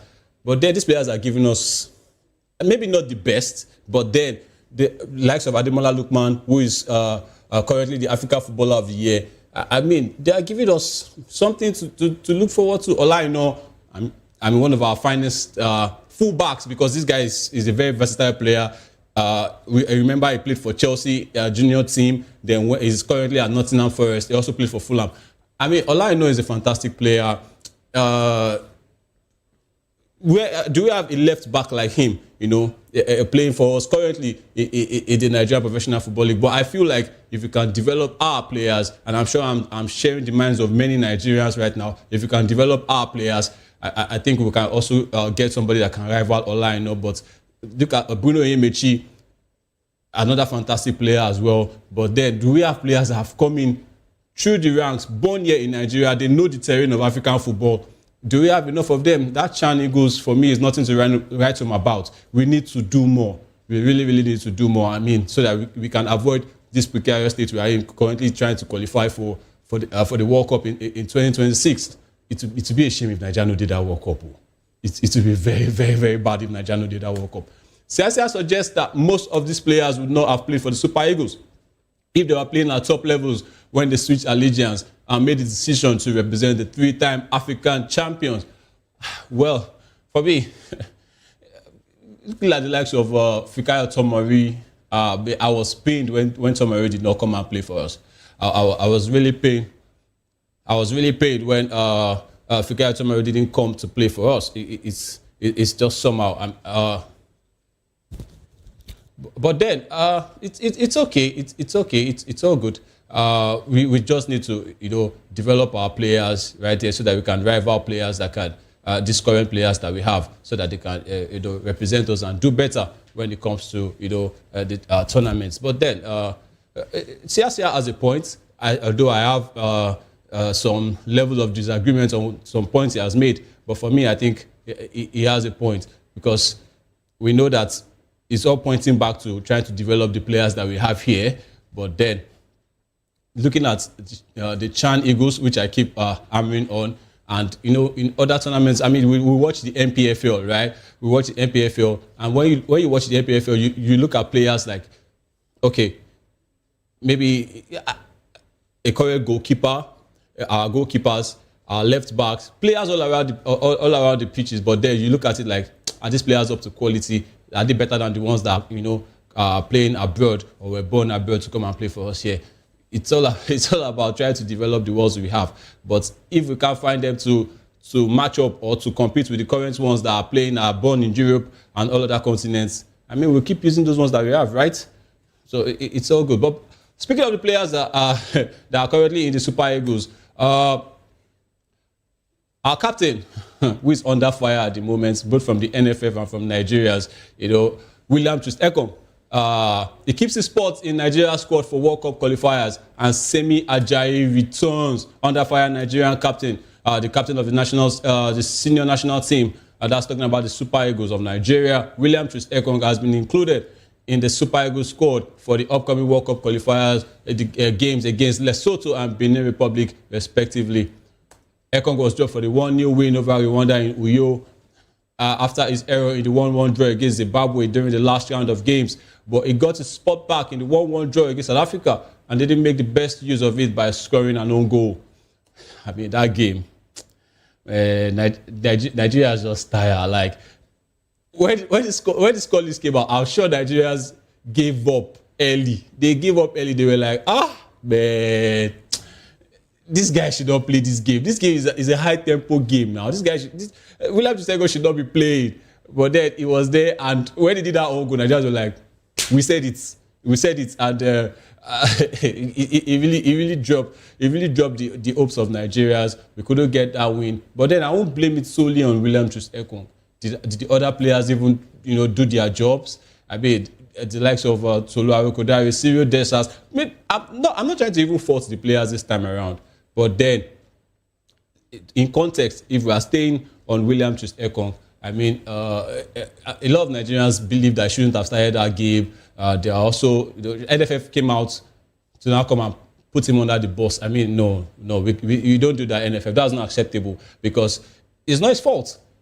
It's not his fault. He was there. He has to do what he has to do for the country. He is the captain. He has to lead from the back. But then, that own goal was unfortunate. But it's just that, seeing him in that type of high-profile game, tactically, a lot of Nigerians believe that he shouldn't be starting. He shouldn't be in that game. I mean, not even now to now compare that defensive partnership, that solid partnership between Calvin Bassey and Benjamin Fredericks. Young Fredericks did really well with Calvin Bassey. Then he shifted Bassey to that left back position, unfamiliar position, and it really cost us. Their goal came from there. I mean, when Bassey lost sight of the South African winger, he got in behind Calvin Bassey, crossed, and William Troost-Ekong was at the right place at the wrong time. Or how will I put it? Was he at the wrong place at the right time, or it was at the wrong place at the wrong time? Then the ball bounced off his leg, and he got the goal for South Africa. But Nigeria, we have good players now. Even if we are down 1 goal against South Africa, we can negotiate it. So trying to put William Troost-Ekong under the boss, that was a very, very wrong move by the NFF, and that's not good at all on their part. But he will be back, and I don't know if he will be coming to play. I don't think Nigerians want to see him again after what he did. But at the same time, he is the captain, he's the leader of the team. He needs to, lead them, even if it's from the dressing room alone, keep their hopes up and let them believe that they can still do it, even though a lot of Nigerians are like, most of Nigerians have lost hope that we are going to go to the World Cup. But then, it's not over until it's over. It's a game of football until ref blow final whistle, match never end. So his high-profile errors have led to talk about dropping him for the final round of games, especially with the emergence of Benjamin Fredericks, the young lad who caught the eye of Nigerians from the Unity Cup and is starting to make that centre-back position his own. Benjamin Fredericks, who posted back-to-back performances, fantastic performances against Rwanda and South Africa, respectively. Despite the calls Head coach Eric Chell has kept faith with the 32-year-old for the games in October, but is still uncertain if he will be picked in the final list of players for both games. I mean, the provisional squad will be coming out very, very soon, and Williams Wiseko is expected to be there. The likes of, I think Semi Ajayi also will be coming back. He's in the provisional list of players which will be made public in 2 weeks' time before a final decision on the 23-man list will be reached by the coaches. Meanwhile, Ekong's centre-back, pairing that's talking about at the AFCON, you remember, is pairing with Semi Ajayi. Yes, his pair is twin, let me put it that way, in that centre-back position. Semi Ajayi is expected to be back in the team after his manager confirmed that he could play some part in their game against Watford this weekend. Yeah, he's currently playing for Hull City in the English Championship. Fantastic defender for me, even though he's aging as well. But Semi Ajayi can be very, very dependable. He did well, you know, not really the player fancied by most Nigerians, but at AFCON, I know a lot of Nigerians were like, come on, that's three-man back line, you know, under Jose Pesero with Calvin Bassey on the left side. He was on the right side, and Chustekong was in the middle. I mean, shut out a lot of teams. I don't think Nigeria considered up to 3 goals in the entire tournament, but then fantastic for Semi Ajayi. He's coming back, and I'm sure even if you want to now move, you know, Calvin Bassey to the left side, if you decide to do so, I still don't want him to, but if you decide to do so, then you can use that Semi Ajayi and William Chustekong pairing. It will be fantastic for us. But this time around, it's not even about the defense. We need goals. Goals win games. I know defense wins you titles, but goals win games. We need to win our last 2 matches to have any hope at all. Any hope at all, I'm saying, to qualify for the World Cup. Because, like I said, it's going to be a huge disappointment. I don't want to say shame now this time around, but I've said it. But it's going to be a big, big disappointment and embarrassment somewhat for an extended format of the World Cup. 48 teams are going to the World Cup. 9 teams, a possible 10, but 9 confirmed teams from Africa are going, and Nigeria, African giants, Apatakwiti, we are not going to the World Cup. Haba now, no, now that this will be back to back. Even from the last, ones that we grew up with, the normal 32 teams at Qatar 2022, we were not there. We lost it to the Jollof. Our Jollof competitors. I was talking about Ghana. This time, are we going to lose top spot to Amapiano? I beg now. Nigeria, I beg. Let's try. Let's just try and win our last 2 games. Even if it's second, that's second place. Maybe we shall go. Maybe they also lost. Maybe we'll go. But we didn't do our jobs, and it's really, really showing.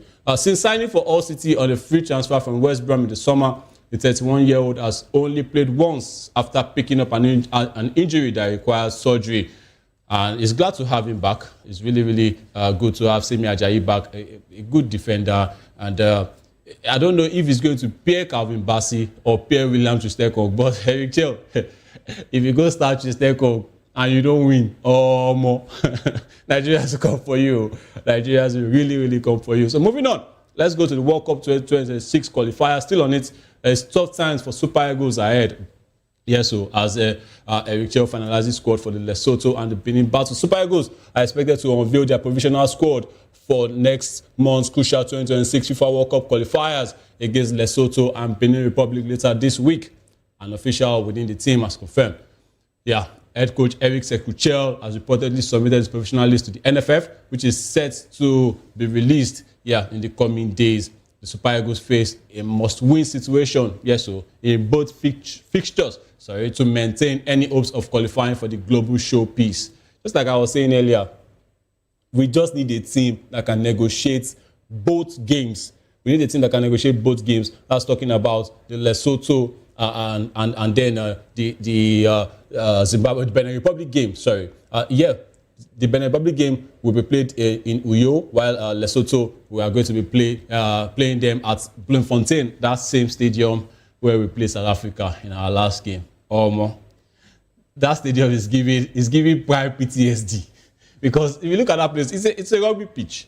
It's a rugby pitch, but then I see a lot of Nigerians coming out to say that pitch was bad. This happened, that happened, but trust me, if you are up against someone who doesn't, a tough opponent, is going to do every means possible, to keep you off balance. And since that stadium in Bloemfontein was CAF approved, was FIFA approved, they have to go on with it. So I don't want to make excuses right now, but then it is what it is. We couldn't beat them there. We've played in poorer pitches now, and we've negotiated games. So why are we bringing up the excuse, of a pitch being bad, to draw to South Africa? When they came to Uyo, a better pitch, a better stadium, right? Nigeria couldn't beat them there.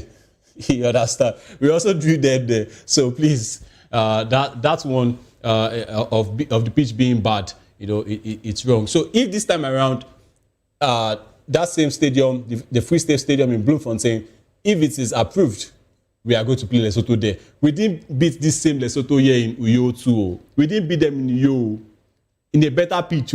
Now we have so there's no excuse really. There's no excuse really, but we need to get to Bloemfontein and beat Lesotho to have our hopes up. Anything aside a win in the game against Lesotho in October 6, Otilo, far, because that will be the end. That will be the end of any hopes trying to qualify for the World Cup in 2026. Nigeria will take on Lesotho on October 6 in Bloemfontein, South Africa, the last away match of the qualifying series before hosting Benin Republic in Uyo on October 9. According to the team official, this is not the time for experimentation. Our fate is no longer entirely in our hands, so the coach has selected players he believes can win both games. This is the group. Our group is a list of all the groups, and if you see us, we're in Group C. Group C is the most interesting group. Is the most interesting group in this qualifying series. South Africa are 17th, Benin are 14th. They have 14 points. South Africa have 17 points. Sorry, I said South Africa have 17. No, they have 17 points. Benin Republic have 14 points, and our Super Eagles of Nigeria are tied. We're 11 on points with Rwanda on 11 points. Lesotho has 6 points, and Zimbabwe has 4 points. This is the current standings. Before we see what FIFA are going to do with the South African team, we are still going to talk more on that. If they are going to be deducted 3 points, and Benin Republic, they are having that hope that they do so, because it's going to catapult them to the top of the table, because that removal of 3 points from South Africa is going to have drastic effects, trust me, both on their points and on their goal standing, their goals difference. So Nigeria, we really need to get those 2 wins against Lesotho and against Benin Republic. That game is not even the game against Lesotho that is bothering me.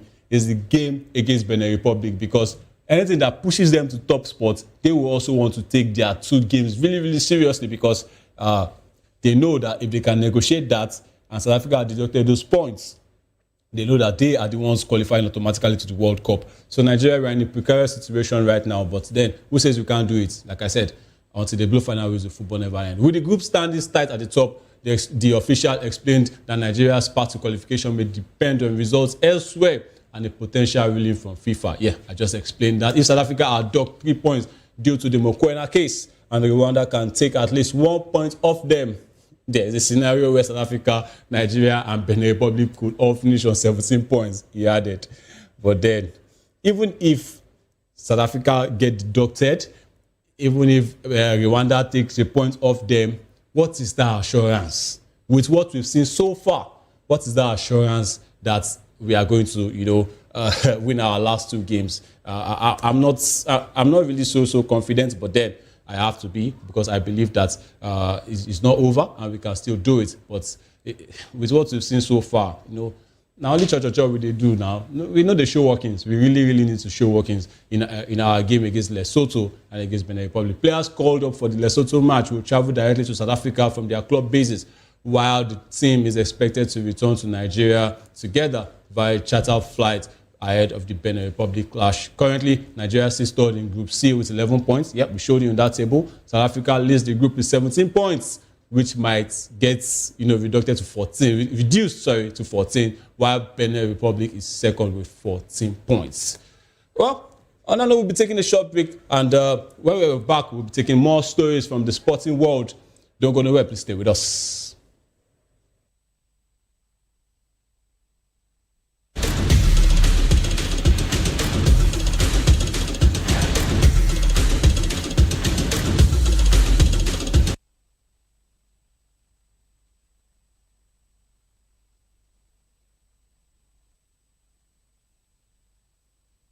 The red carpet awards, the razzmatazz, music, fashion, interviews, and more. Spotlight on Voice of the People Television. Let's feed you with all the juicy stories in the global entertainment space, bringing you the glitz and glamour as it is hot. Stay tuned to Spotlight, 1 p.m. Monday to Friday. Spotlight on VOP TV. Entertainment like never before.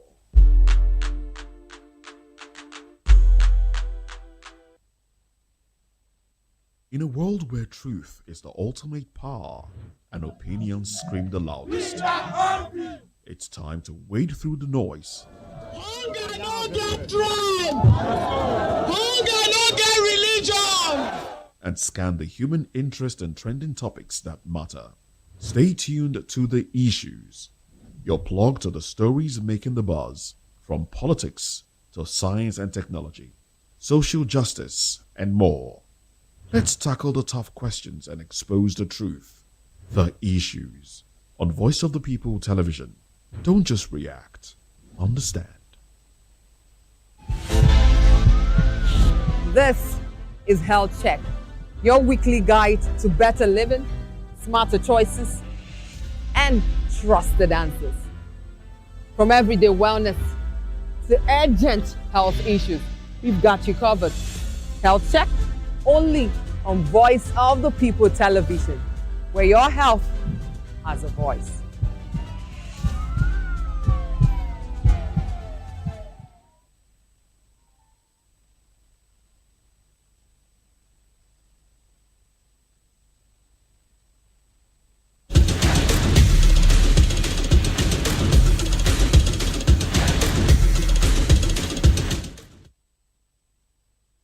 Yeah, welcome back. It's still Sports Republic on VOP TV, and yes, I'm your host Afiz, and yeah, we've got a guest. We've got our guest in the Benin studios, and I'm talking about Carrington Palmer. Mr. Palmer, how's it going right there in Benin? Good morning.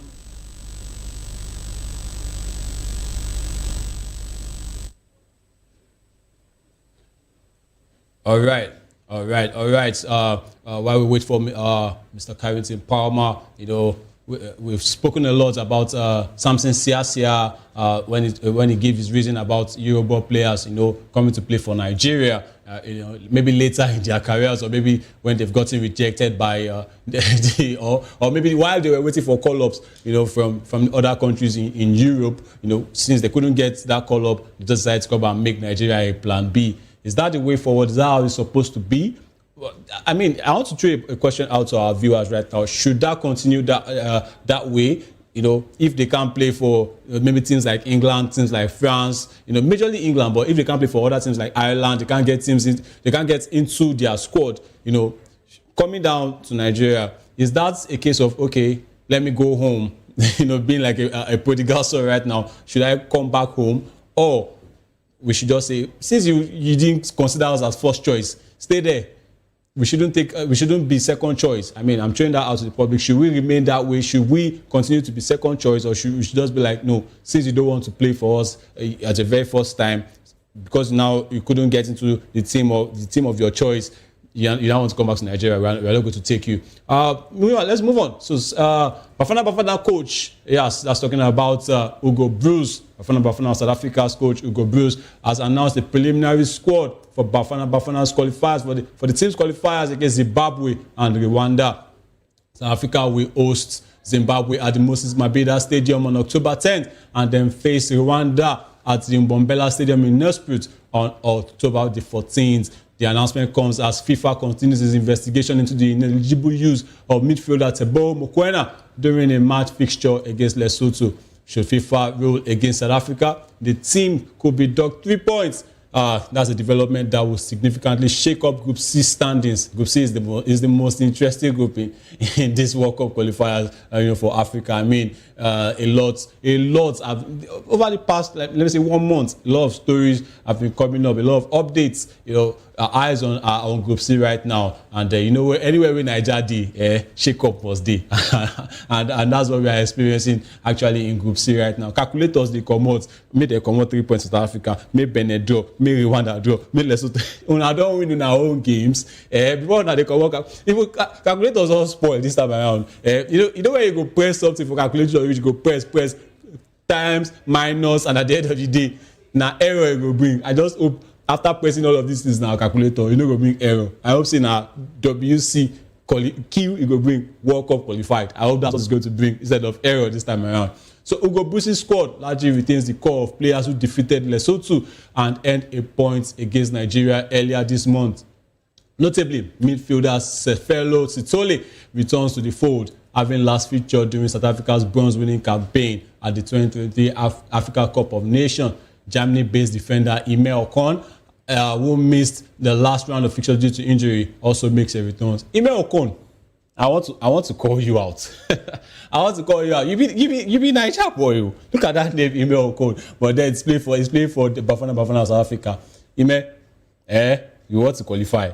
We want to qualify. I don't say you don't send us, but if we want to qualify, so don't let me send that message. The provisional squad will be trimmed to 23 players ahead of the double header. I wish you can have that squad, the provisional squad, if you can have that on your screen so that we can, mention the players that actually got their call-ups for that game. It's a crucial one for South Africa as well, because they know that they need to win their last two games. It looked like they were smooth sailing, going into the last round of qualifiers. But then, because of that FIFA ruling that might be coming up, they might be deducted 3 points. And I said something earlier. I said if they are deducted those 3 points, it's going to have an effect, a big effect on their number of points and also on their goals difference. Because let me have that group. Let me have that group again, the current standings, so that I can show you where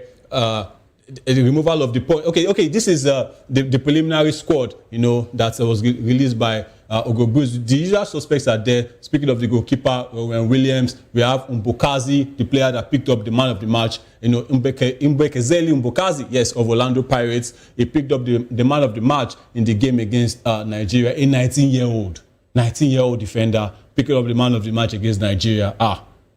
The mighty are really falling. Azao now. Mbokazi. Normal, who he be?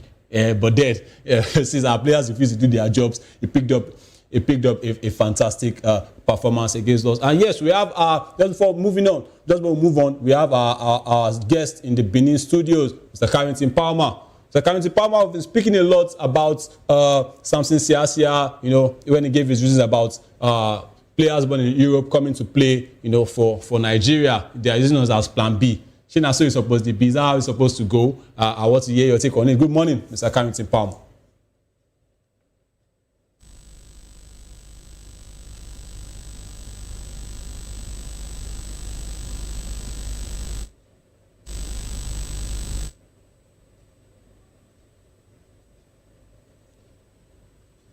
Mr. Carrington Palmer.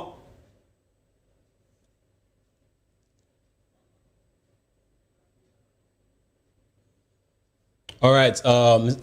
Maybe there's an issue with the network there, or with the sound, but then we hope to join Mr. Carrington Palmer really, really soon. And I was talking about the preliminary squad released by South Africa. So we have the likes of Kuliso Mudau of Sunday. If you look at the team, the preliminary squad, is made up of players that are currently playing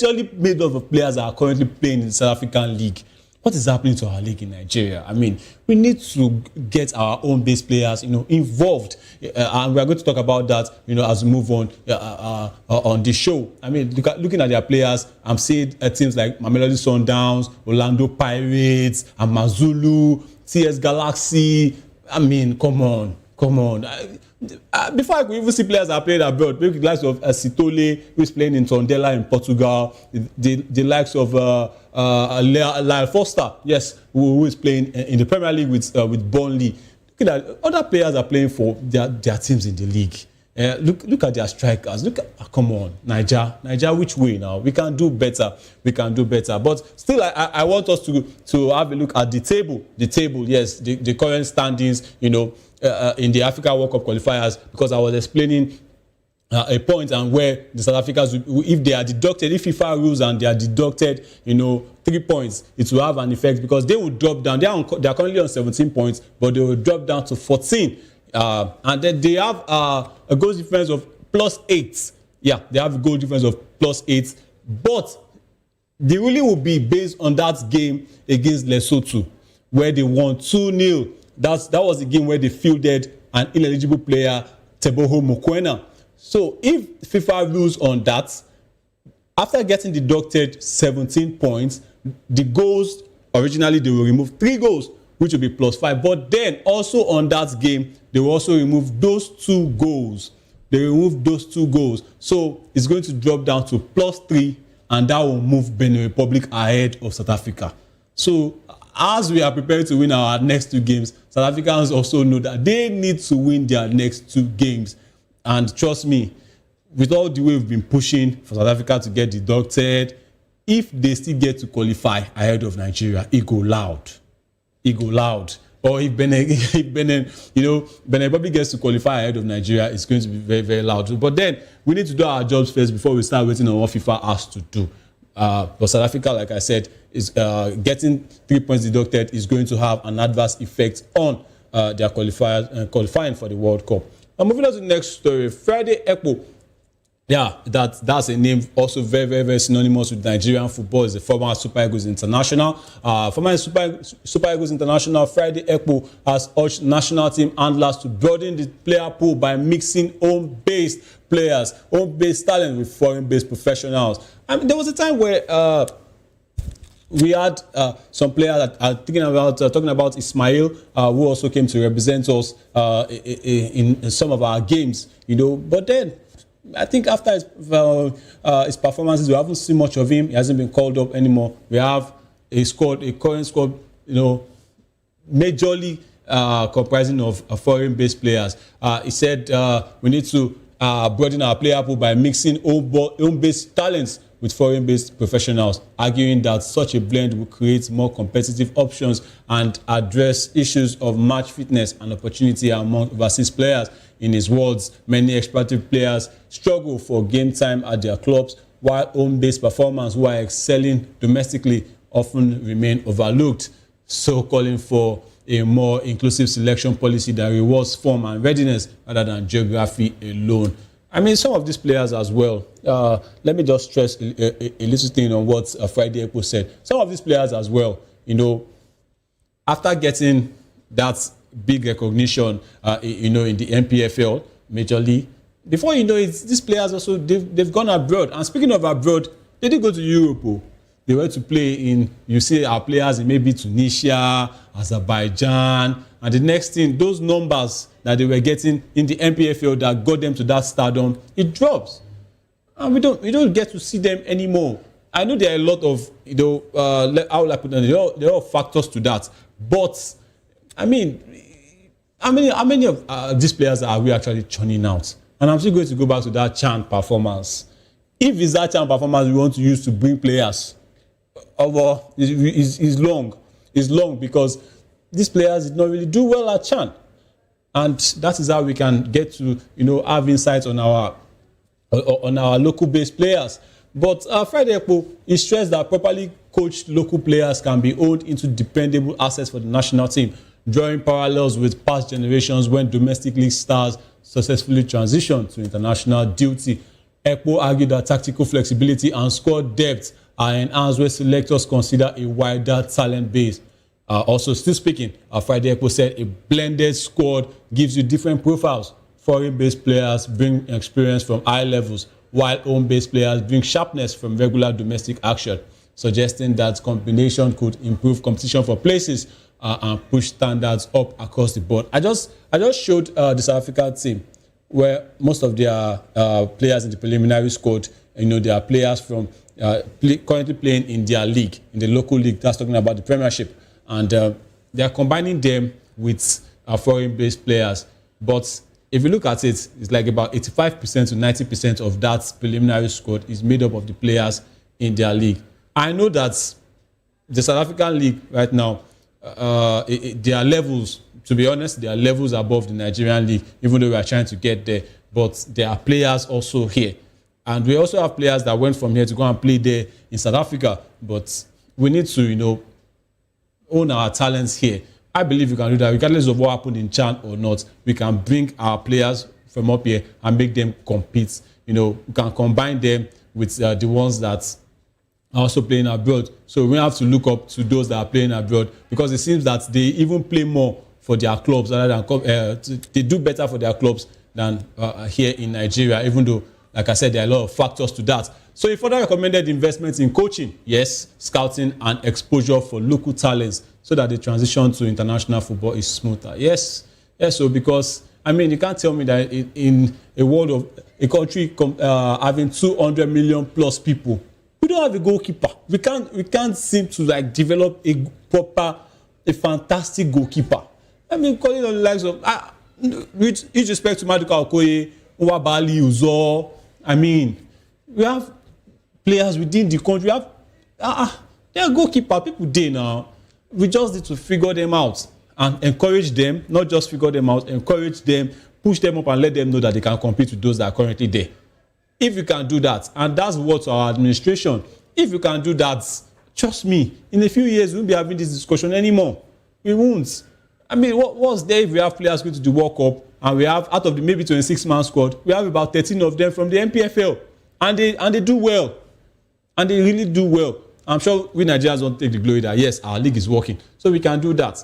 What's the administration, please? Let us develop our players within our leagues here. Even if it's a player from the NLU, even if it's a player from the NLL, let's just develop these players and let them know that they can compete with those that we are calling abroad. And trust me, if we are having players from our league here, the ones abroad will want to perform, because they'll be like, I can't lose my place to someone that's that is playing within the shores of the country, who understands African football. I also want to play for my. It will make them have that pride of wanting to play for their nation. It will increase it. So if these players abroad see what our players here, the levels that they've gotten to, and they're getting into the national team, and your place, you discover that your place is under threat, you sit up. You fasten your seatbelt and you want to come and do better when next you are called up to play for Nigeria. So, still speaking, Friday Ekpo said, with proper coaching and development, local players can be molded into assets for the Super Eagles, just like past generations. He said, underlining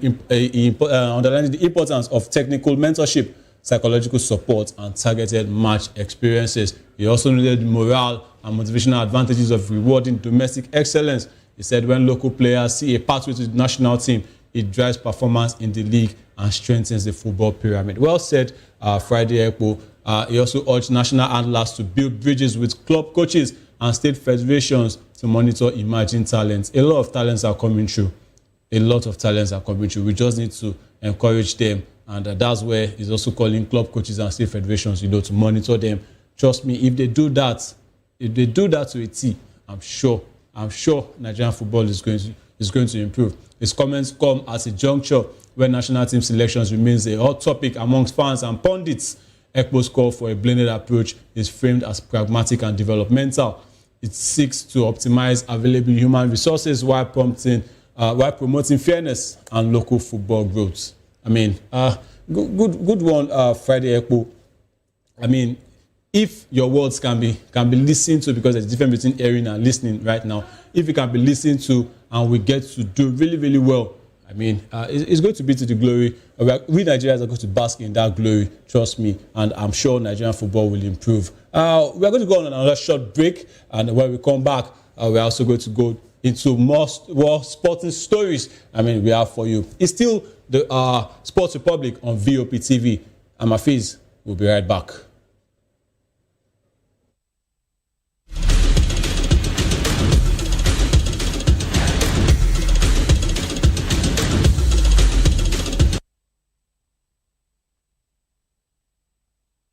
Yeah, welcome back, and we have more stories from the sporting world, and this time we are moving to golf. And the chairman of the Federal Capital Territory Golf Association, Akabom Enobong, has praised the newly launched Golf View Estate for integrating sports facilities into its development, while warning other developers that projects lacking such amenities may face sanctions.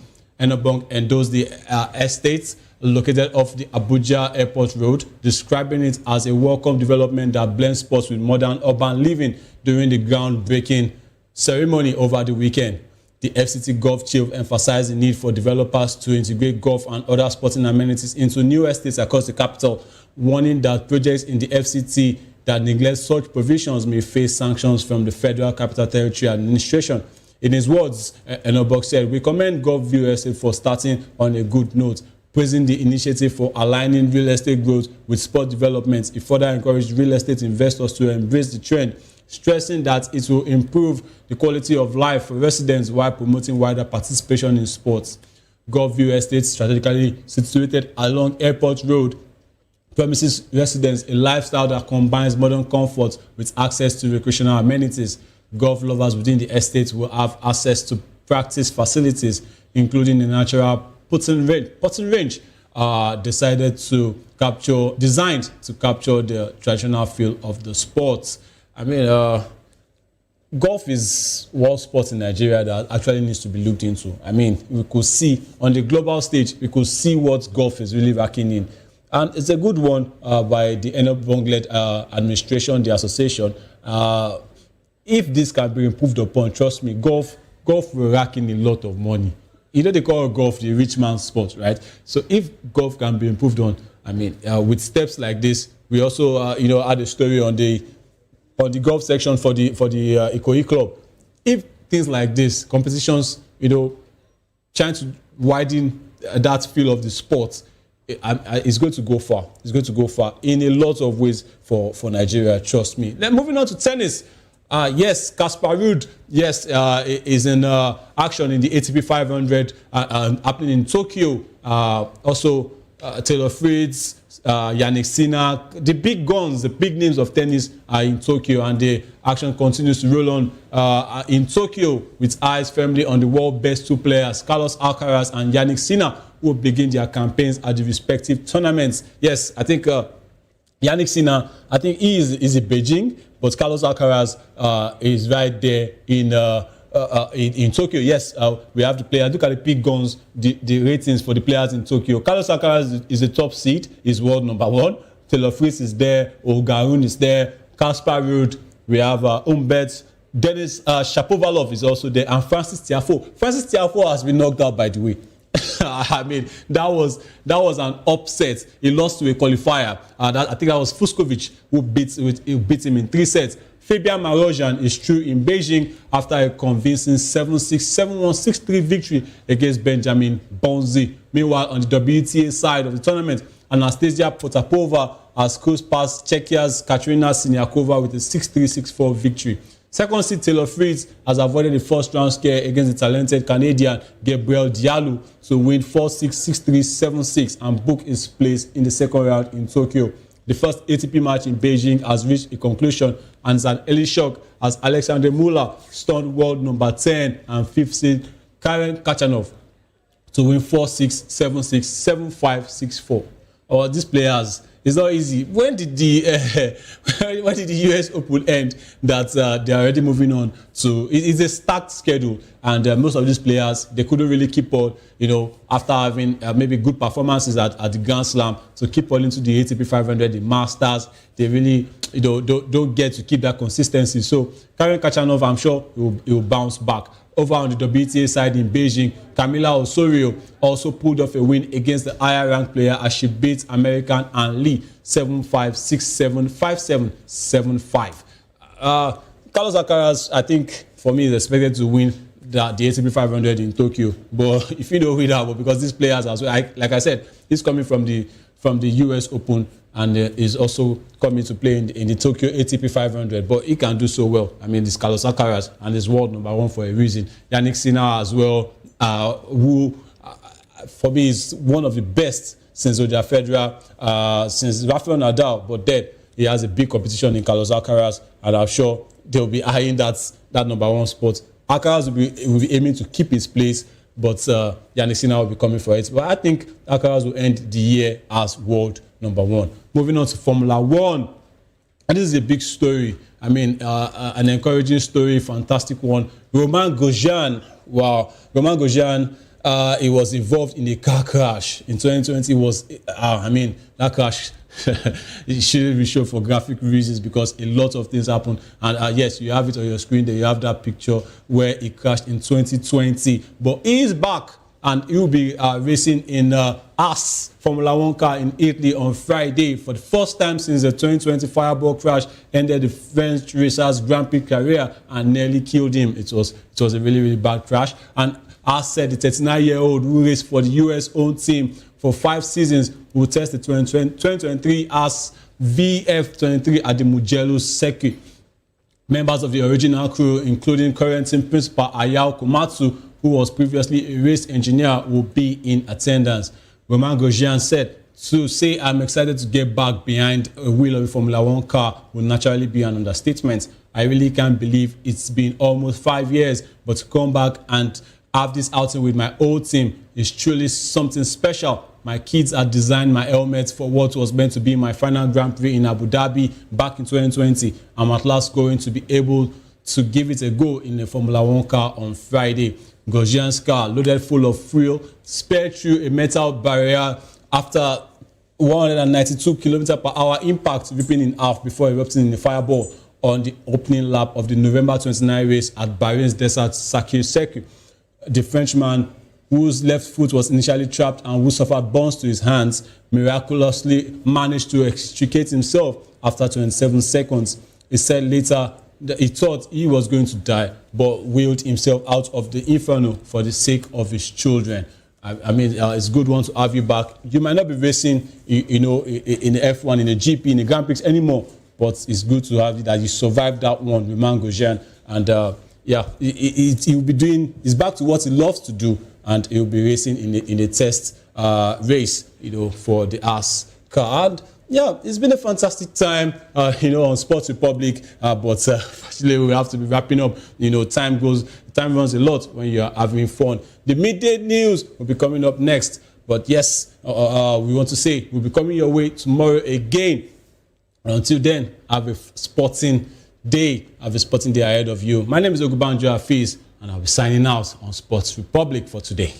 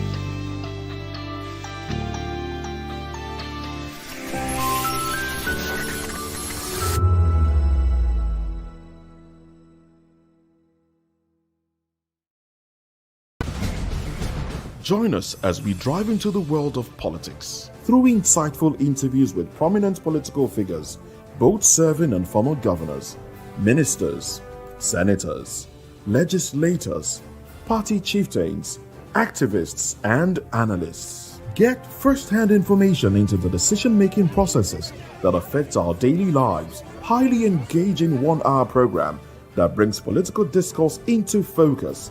I am Chukwuma Okoro.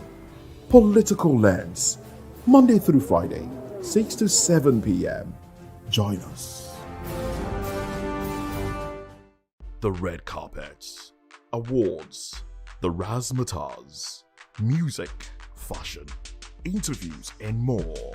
Spotlight on Voice of the People Television. Let's feed you with all the juicy stories in the global entertainment space, bringing you the glitz and glamour as they hot. Stay tuned to Spotlight, 1 p.m. Monday to Friday. Spotlight on VOP TV. Entertainment like never before.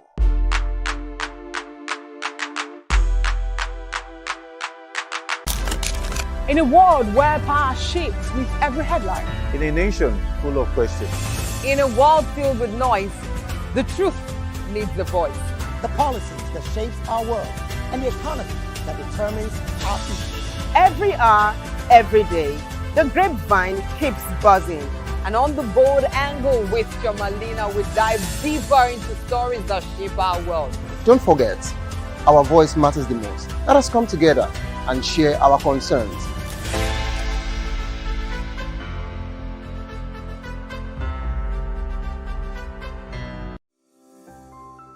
VOP TV. Now, you have more than a voice. The red carpet came alive in Lagos as industry players, cultural enthusiasts, and cinema lovers gathered for the premiere of Onyediika, The Eagle King. Written and produced by media entrepreneur Betty Irabo and directed by veteran filmmaker Fred Amata. The historical drama brings to life the rich culture and traditions of the Niger Delta, told through the lens of royalty, power, and identity. All we've learned in history is what the white man has told us. Let us start telling them our own side, how our forefathers felt, how they... We had city-states, we had a structure, we had a government before the white man came in. We need to start telling our own side of the story, not their side of the story. And we can do it, and we are doing it, and I will continue. Nothing will stop me by the grace of God. The movie explores themes of leadership and betrayal with standout performance from its cast. One of the lead actors who played the antagonist shared his excitement about embodying a complex role that challenged the king's authority. Let me say without revealing too much, my character was the character that led King Onyediika down the path of unrighteousness. Hey! Oh yes, so this is that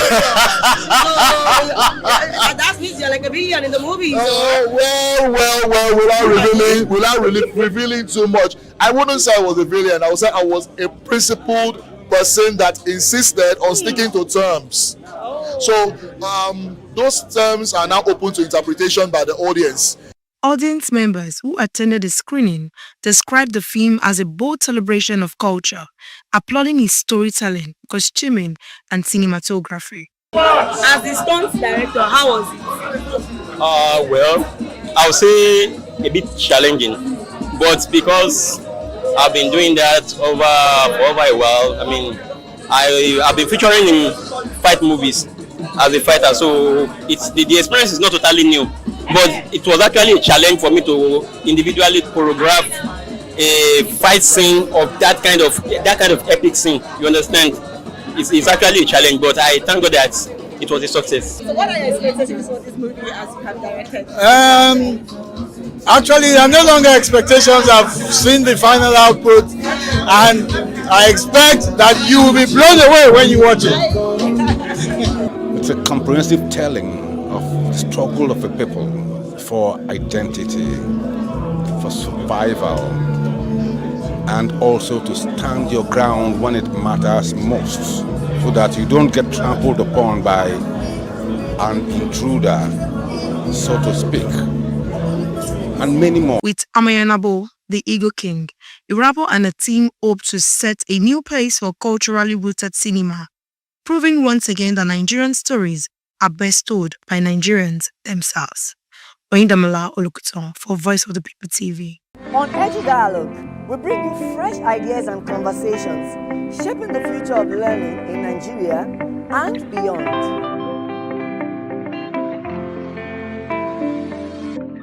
In a world where truth is the ultimate power and opinions scream the loudest, it's time to wade through the noise. Hunger no get tribe!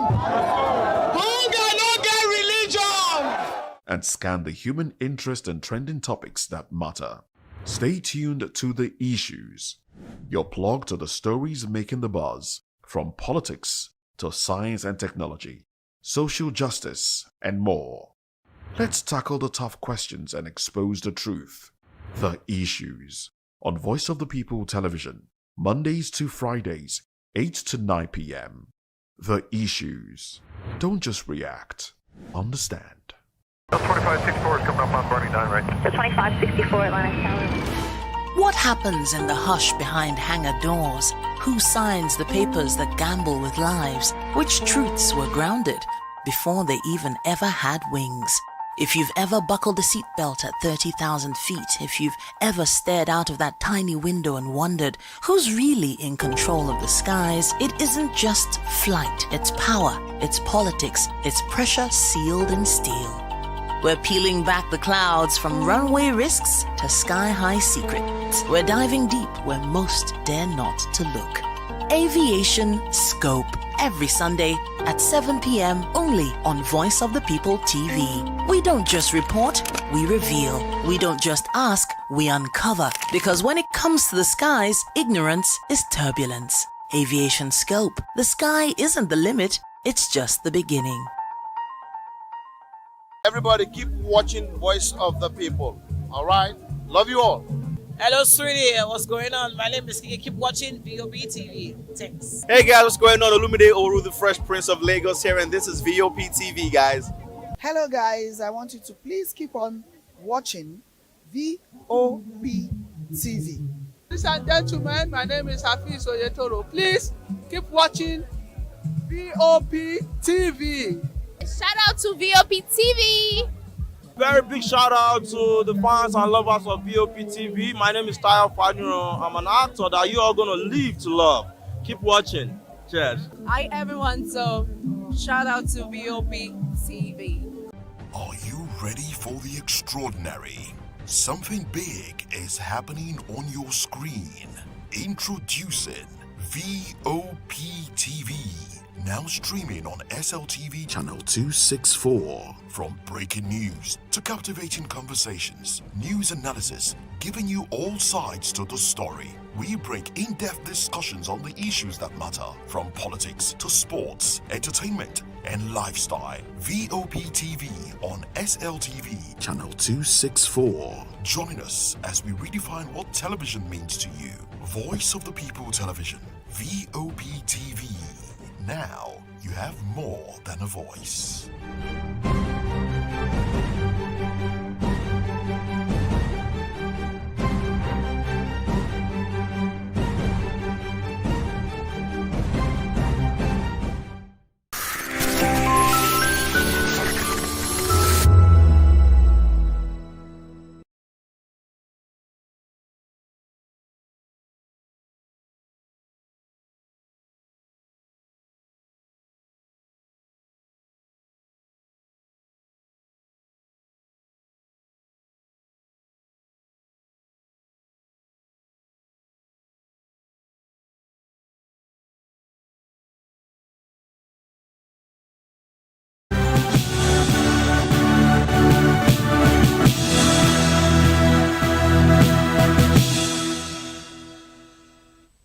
Hello and welcome to the Midday News and Voice of the People television.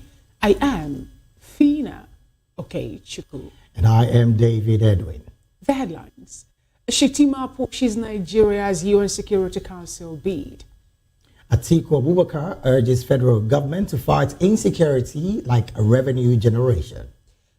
Tinubu honors Ogoni 4, receives Ogoni land report. Federal government announces tuition fee-free education in technical colleges. NIA promises prompt insurance payments. 6 rescued after Lagos building collapse. In business, Keyamo seeks support for Nigeria's ICAO re-election. And in the world of sports, the commissioner dissolves association in Kwara State. In entertainment, a DJ Copy to join exclusive Onga 80 event.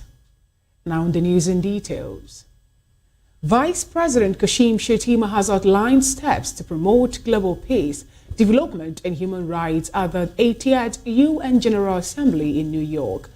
He called for Nigeria to be given a permanent seat on the UN Security Council, saying it is essential for lasting peace and equitable development.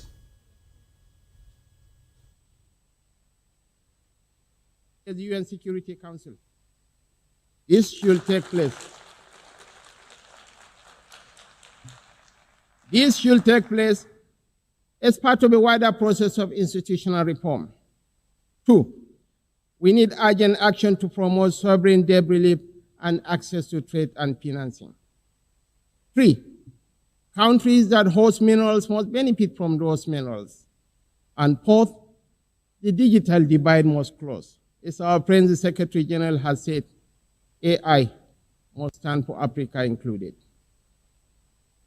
On my first point, the United Nations will recover its relevance only when it reflects the world as it is, not as it was. So condemned civilian attacks in Gaza, calling for a two-state solution, recognizing both Palestine and Israel. Experience has taught us that such violence never ends where it begins. We do not believe that the sanctity of human life should be trapped in the corridors of endless debate. That is why we say, without stuttering and without doubt, that a two-state solution remains the most dignified path to lasting peace for the people of Palestine.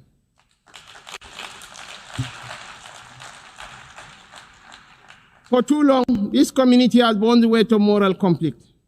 For too long, we have been caught in the crossfire of violence that offends the conscience of humanity. We come not as partisans, but as peacemakers. We come as brothers and sisters of a shared wall, a wall that must never reduce the right to live into the currency of devious politics. The people of Palestine are not collateral damage in a civilization searching for order. They are human beings, equal in worth, entitled to the same freedoms and dignities that the rest of us take for granted. In Africa, he urged the UN to address instability in the Democratic Republic of Congo, blaming it part on the exploitation of critical minerals. Some steps to move towards peace in the Democratic Republic of Congo. We agree that international investment and engagement offer a way out of the cycle of decay and violence. Access to strategic minerals from Sierra Leone in the 1990s and Sudan today has for too long been a source of conflict rather than prosperity. Africa, and I must include Nigeria, has in abundance the critical minerals that will derive and drive the technologies of the future. Stability is at risk due to the gap between its promises and actions, while highlighting Nigeria's economic reforms as a model for other developing nations. Here's the human spirit. Yet history reminds us that bold action in pursuit of noble ideals has always defined the story of the United Nations. Time and again, we have found the wisdom to balance sovereign rights with collective responsibility. That balance is once again in question. But I believe, quite passionately, that a renewed commitment to multilateralism, not as a slogan, but as an article of faith, remains our surest path forward. Nigeria dedicates itself fully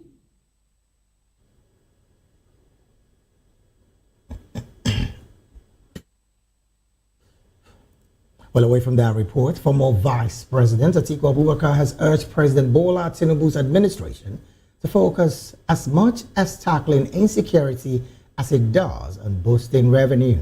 Atiku's comment followed an attack on Waga Mongono community in Adamawa State, where insurgents killed 4 persons, injuring many, and burned homes, shops, and a church. In a post on X, Atiku described the attack as a painful reminder of Nigeria's ongoing security challenges.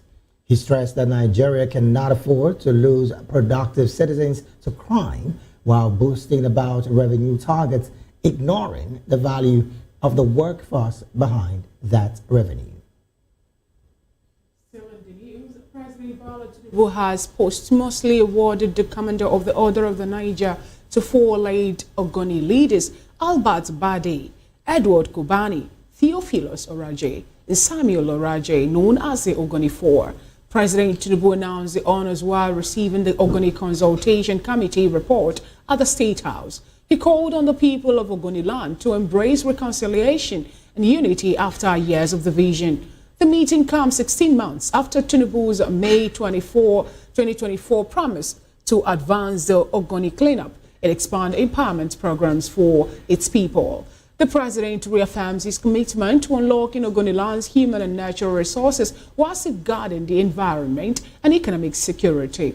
National Security Advisor Nuhu Ribadu, who represented and reported this particular issue, said consultations covered all Ogoni zones involving local communities, traditional leaders, and the diaspora.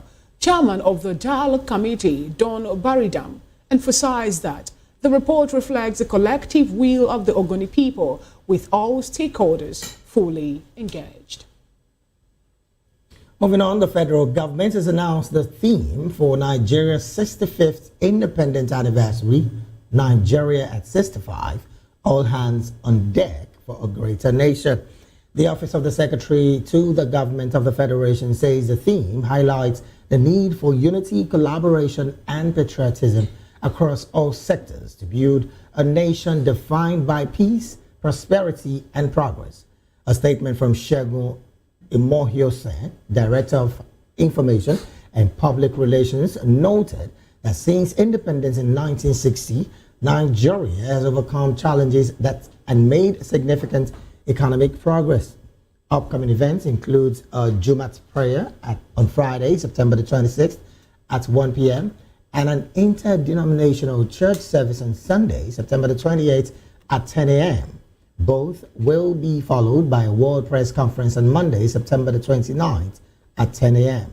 Nigeria will celebrate 65 years of independence on October the 1st, 2025. Away from that report, the federal government has announced tuition-free education in all federal technical colleges across the country as part of efforts to expand access to technical education. The policy also covers approved charges including boarding uniforms, textbooks, medicals, insurance, and other school-related fees. According to a statement by the Ministry of Education, this move aligns with the government's free education policy and aims to ensure federal technical colleges produce skilled graduates for national development. The Minister of Education, Tunji Alausa, warned that no principal or administrator is allowed to demand unauthorized payments. He added that while core costs are fully covered, boarding students are expected to provide their personal items.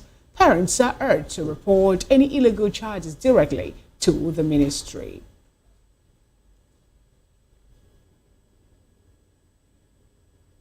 Moving on, there are reports that say that the Nigerian Insurers Association has extended condolences to those affected by the recent fire incidents at Afriland Towers and Emab Plaza in Lagos. Chairman Kunle Ahmed said the association mourns the loss of lives and property and stands with the victims. He confirmed that member companies providing insurance cover for the building will compensate valid victims. Ahmed urged the public to embrace insurance as a crucial tool for managing risk and building resilience against unforeseen events. Meanwhile, the two-story building has collapsed on Modupe Street near Mangoro bus stop in the Alimoshu area of Lagos, leaving one person injured and 5 others rescued. A 44-year-old man trapped in the rubble sustained multiple fractures and was taken to Lasset, where he was reported to be in stable condition. Lagos State Information Commissioner Benga Omotoso confirmed that 5 other victims were rescued and taken to a nearby private hospital. Footage on social media shows emergency officials working at the scene. The incident has renewed calls for stricter enforcement of building regulations as Lagos continues to battle recurring cases of structural collapse. In July, a similar collapse occurred along Adeniji Adele Road in Isaleko, where 4 people narrowly escaped death. Well, you're still watching the Midday News right here on Voice of the People Television. We'll go straight to the analysis segment. And this beautiful afternoon, joining us in the studios to make sense of these stories and more is Mr. Dele Fanimo, a seasoned reporter and a public affairs analyst. And of course, joining us virtually is Opeyemi Benjamin Ogulami, who is also Take It Back coordinator in Kosofe area, as well as a public affairs commentator. Gentlemen, a very good afternoon to you. Good afternoon. Well, glad to have you join us, Mr. Opayemi. I don't know if you're there with us already. Yes, I'm here. Good afternoon. Thanks for having me here. Thank you so very much for being here. Let's start off from the building collapse that 6 presently have been rescued around the Mongoro bus stop area of Alimosho area of Lagos State. From your perspective, a lot of persons have complained about authorities who particularly go monitor buildings that are weak and are old. Do you think at this point that government needs to do enough on the part of monitoring, particularly on this old buildings that we find all across the country, not just Lagos State alone?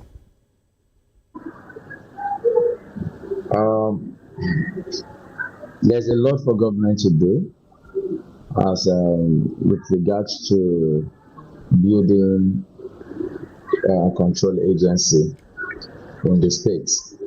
And then if we look at it, this has to be done objectively without any ulterior motive from people in government. If there are distressed buildings, there are locations in Lagos we can actually pinpoint distressed buildings, but we noticed government is actually trying but not doing its best when it comes to this. The only area you will see mass demolition in Lagos State are areas where government actually have intention, and then this has led us to a lot of gentrification in the state.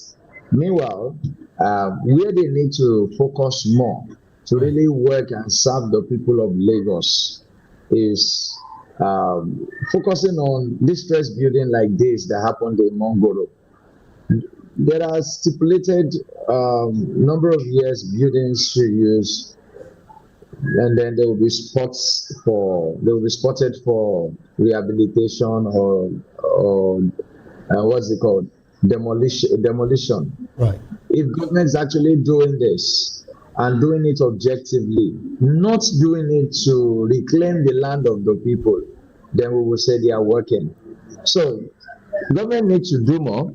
That's just my position for now on the issue of building control agency in Lagos. All right, then let me bring this conversation to the studio, Mr. Fadimo. Interestingly, this is a conversation that Nigerians would be very, very keen on wanting to know the way forward. From your perspective, really, government monitoring agencies, particularly the ones that go about looking at buildings that are old enough for possibly rebuilding and maybe demolition, as it were. Some of these buildings do not pass, the test whenever these monitoring teams go out. But you still find them standing in, and of course, standing, and Nigerians still residing in those buildings. How do you think government can do even better when it comes to the monitoring teams that monitors these guys every other day, because they go out every other day to carry out this monitoring exercise? You see, it starts with the values of these government officials. If the premium they place on money supersedes the values they should espouse. Premium on money as against life? Yes. Okay. That's when you begin to experience some of these things. I recall in the morning when I was talking, I said, sometimes people don't even know the extent of damage their action or inaction places on the society. For instance, somebody who ought to give a red flag on a particular building based on his training and professional calling, who is bribed to the tune of, let's say, 100,000 naira. At that moment, you have placed the value of those people living in that house, their lives, you have placed it on that 100,000. So automatically, if there are 20 people in that house, because even a year old, a day old is also a human being. Okay. Now, what you are technically telling yourself, I bet not knowing, is that every person in that building is worth 5,000 naira. So if that life is lost, it means you have mortgaged the life of that person for just 5,000 naira. But to the official, is pocketing 100,000 naira, is going back home. Whereas you have already laid foundation for multiple murder. But unfortunately in Nigeria, nobody takes care of some of these details. In the UK and US and some other European countries, do you know that our nurses from Nigeria, they don't take up midwifery? Do you know why?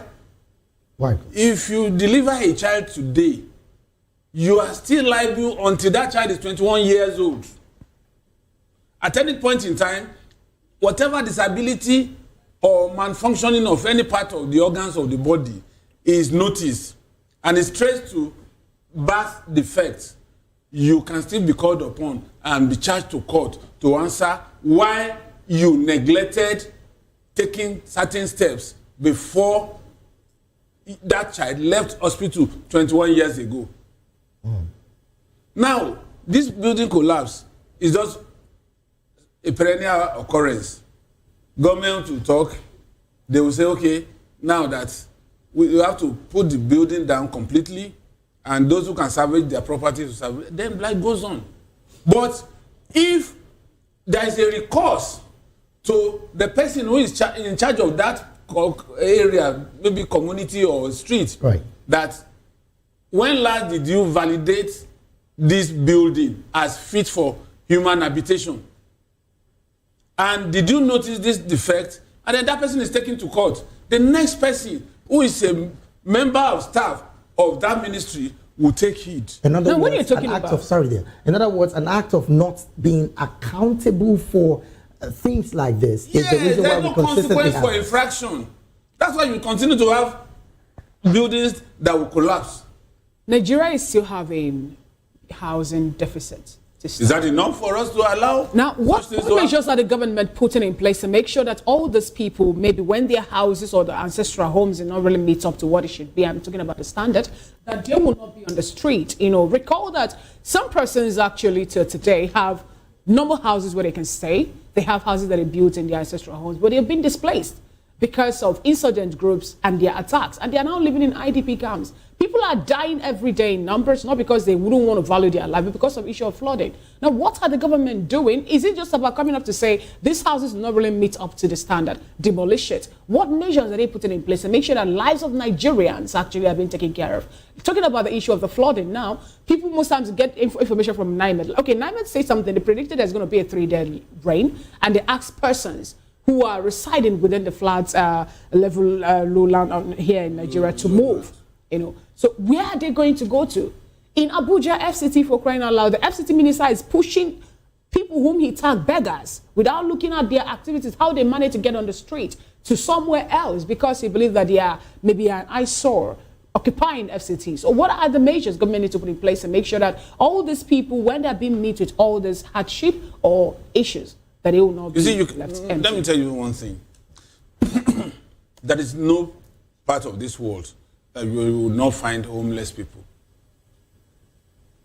Let's take it. Even in America, you'll find homeless people in some jurisdiction in America. Now, the point we are making here is we are not exonerating government at whatever level from blame on all of this. I told about 2 or 3 times, I told the story of when I went to Bangladesh in 2019, and those displaced from Myanmar, a contiguous nation to Bangladesh, they have a camp for them. But my visit at that time coincided with when there was torrential rain. Okay. And they were warned that this thing could get out of hand and could result in natural disasters. You know what they did? They had already built another makeshift environment for them. So the second day I went to that community, they had started moving people en masse. And they said that is what they do every year. As an act of being proactive on the part of government. Yes. We have had, since more than 15, 20 years, we have heard of Ikorodu flooding, year in, year out. Shouldn't government have taken that positive step to make sure that anytime we cannot contain natural disaster as torrential rain comes in, that we can move these people in Ikorodu? They are not losing their livelihood. They are not losing their natural habitat. But to save their lives, let's move them to upland. And then when the rain subsides, they go back. And in some cases, some of these buildings, if they are not habitable for further habitation, you pull them. Is this like Mr. Okbayemi, who is already with us virtually, is this like what he said, that because it is not so concerning the government directly, thus the reason why this you're suggesting in terms of moving these people to another safer place, is this the reason why government is not doing this? Because you would recall a couple of days ago we had a report that states that the Lagos state government is moving the computer village to somewhere else that, again, the government is saying is better and safer for traders within that space. Is this something that has to do with the interest of the government, thus the reason why they're not thinking of moving Nigerians who at this point, again, are struggling with their environment? That's the reason why they are not moving. You see, we have located what government should do. Yes. We have also located what individuals should do that have problems on this perennial flooding. Yes. But another case is some individuals are tied to emotions and sentiments that even if you provide them with a better alternative, they would rather want to stay at their homes. Move. You know, they will say, this is a house that my grandfather built. If I should leave now, government will come and pull it down. This is an ancestral community. And I don't think I can survive.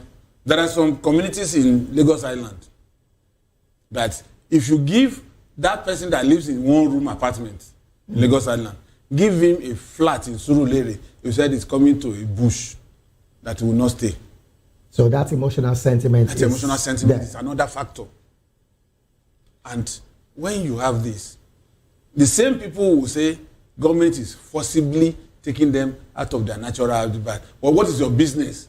Is it an emotional factor or trust deficit? Because it's an emotional factor. Some of them might be of the opinion that I'm not certain that the government will keep to their own end of the bargain if we were to move, given the fact that they have been experiencing empty promises. You see, the point is, government, even if you are in the best of building, the Land Use Act gives government power to evacuate you. All he has to pronounce is, we want to use this land for public good. If it's in the right of way. Not even the right of way. Your own house, where you built, and government decides to say, this community lacks health center. And this is the prime place that we want to build the community center. Once you evoke that CFO and say, CFO council, because we want to use this land for public good, you can't go to court. That's what the law says. Interesting point. Let's move away from that to, another interesting part of the story where we have the free education policy as announced by, federal government, stating that every technical college in Nigeria now, they will run a free tuition.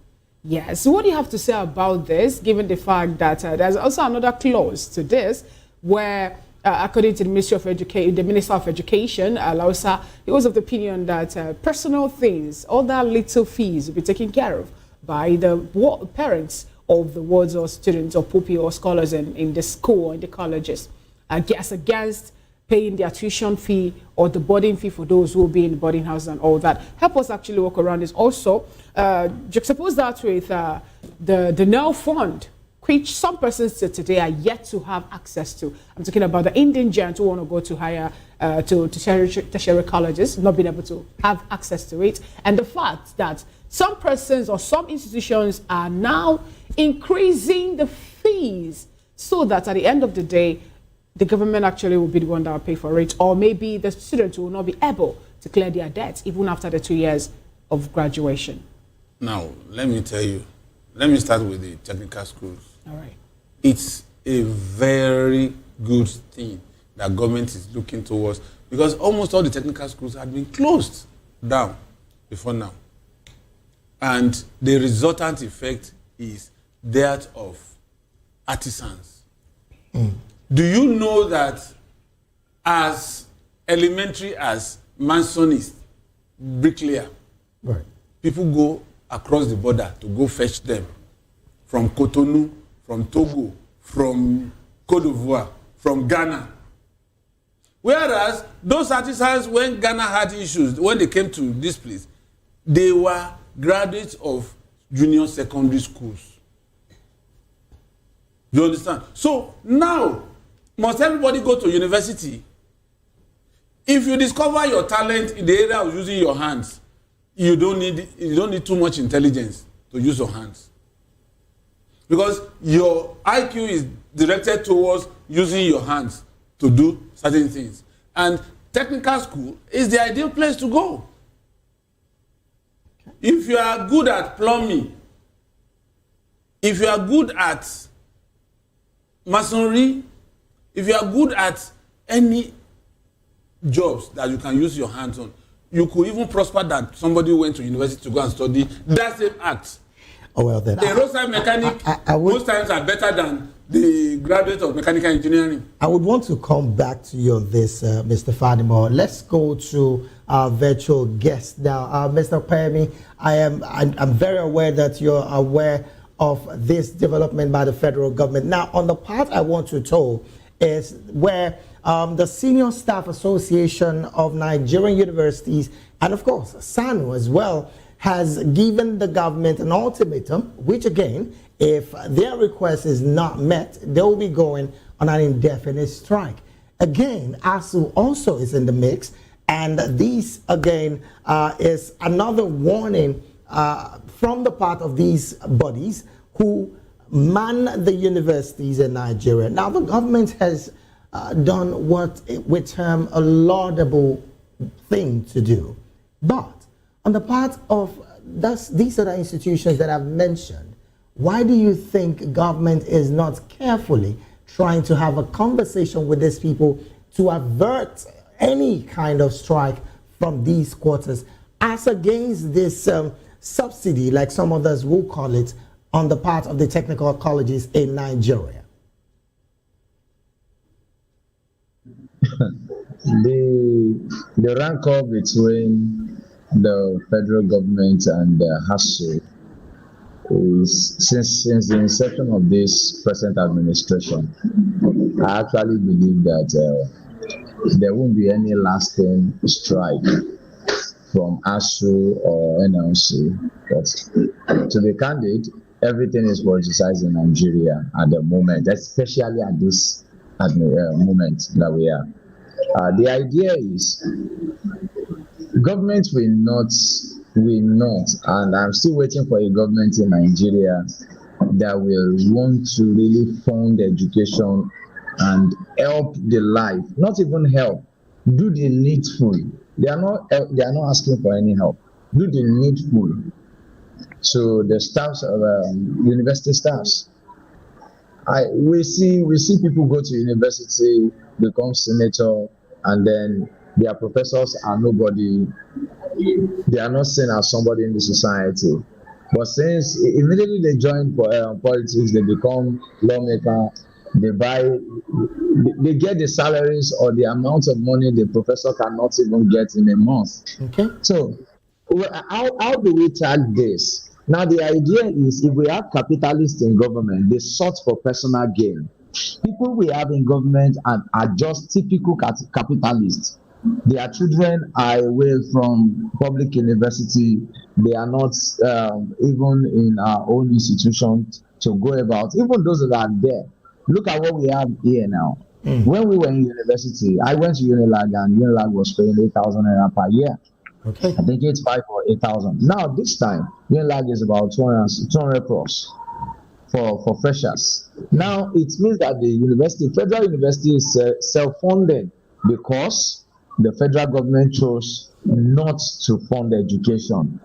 They are not asking for luxury. All right. Let's go here for that. That's just what they request. Now, you did mention that federal universities now are self-funded, which again, these are statements of fact that are staring everybody in the face. But interestingly, the Minister of Education, I'm talking about Tunja Lausa, did also say in that communique that no principal or administrator is allowed to demand unauthorized payments. Now, this same person should be the representative of the government with any sector of education in Nigeria. At this point, do you think that the minister clearly is choosing the battle at which he would go fighting for? Or are we seeing some move by the government, which again is applauded by some, that technical colleges across Nigeria is presently free? Talking about technical colleges, let me leave that of us. So, talking about technical colleges, let's confirm how many Nigerians go to technical schools. How many Nigerians? That is one. Secondly, technical colleges have been jeopardized. In fact, they are going to extinction because of the way the past administration and even the present administration the government in general had faced it. They have seen people or relegate people in colleges as to just ordinary artisans. Electronics, these ones are nobody. They are just now a society that promotes materialism over intellectualism. We end up with what we are seeing in Nigeria. Technical colleges, we can't have electronics, efficient or effective electronics in our homes without technicians, without all our carpenters, mechanical engineers, electronic engineers. They are useful in our society. What is just expected? Apart from saying technical school is now free for people to go, what are the measures? What are the scheme of work? What are the things put in place for the students and for the lecturers of same colleges that we're talking about? So government should go beyond talking. Okay. They should also make all these policies effective. Many of our children, not all of them should be going to polytechnic or university. In fact, during our own days, once you finish your junior work, you go to technical college immediately. And then you advance your own skill on what you want to achieve. But today, everybody wants to go to university because governments in the past had made it redundant. They've made colleges redundant and it's not effective again. People there are just as nobody. So government should go beyond talking at this time. All right, then. I would like to ask Mr. Fanimo here, the disparity between technical colleges, universities, and polytechnic. At this point, how can government, not just this administration, maybe the next one, navigate, bringing it together to the point where there can't be that vast disparity? Because even, you'd mentioned it before, even in civil service. In civil service, how this level of discrepancy of university students to, I beg your pardon, graduates and polytechnic, even talk of technical college students. You see, there's no way there will be disparity. Let's be realistic with ourselves. I've gone through some of these before. When I had a diploma, before I went back to school to acquire a degree, and later went for master's. You see, you can't equate somebody who uses his hand with somebody who uses his brain. University graduates are supposed to use their brain. Technical school students are supposed to use their hands. And I will break it down for you to really understand. Do you know that as a media person, the way you are seated here, your job does not end at the time you are exiting this office. Your job continues, even into your dreams. And the first thing when you wake up, it starts with you. Is, That's 24-hour service. But they are intangible at some point when you are not in the office. But the artisan, as soon as he drops his tool, he forgets until he comes back to pick the tools. So how will you now equate those two and say they should be at par? It's not going to be possible. Right. But the disparity from your perspective can be narrowed down. They can be narrowed. But then there would be that gap, and there must be that gap. Interesting point. No, before we leave the studio, before we end the analysis segment or this midday news, let's get your opinion on the fact that the government is working tirelessly to make sure that they begin oil exploration again in Ogoniland. And recall the president, after, I think that was May 2024, last year, 16 months after, he said something about having or reaching a wonderful agreement with the people of Ogoniland, of having a committee, even empowering the people there also for them to move, talking about bringing in a university in that area now. What do you have to say about this, given the fact that till today or till tomorrow, they are yet to clean the Ogoniland? Remember the oil spillage that made the place now to be more like desolate. Government is yet to clean it. The private individual, the private company that Ken Sarariwa got that word from when they went to talk about it in the international bloc, they were able to pay their own quota. But the Nigerian government did not meet up with their own bargain. And yet, we're getting promises at this point. What do you have to say about this? You see, companies that function in Ogoniland were doing private business. And they got the authority from government, Nigerian government. If there is any spill, they should take responsibility and clean it up. They have to pay royalty to government because that thing is embedded within the territory of Nigeria. Done everywhere. It's just like you are saying that you won't pay rent and you want to live in your landlord's house. You'll be thrown out.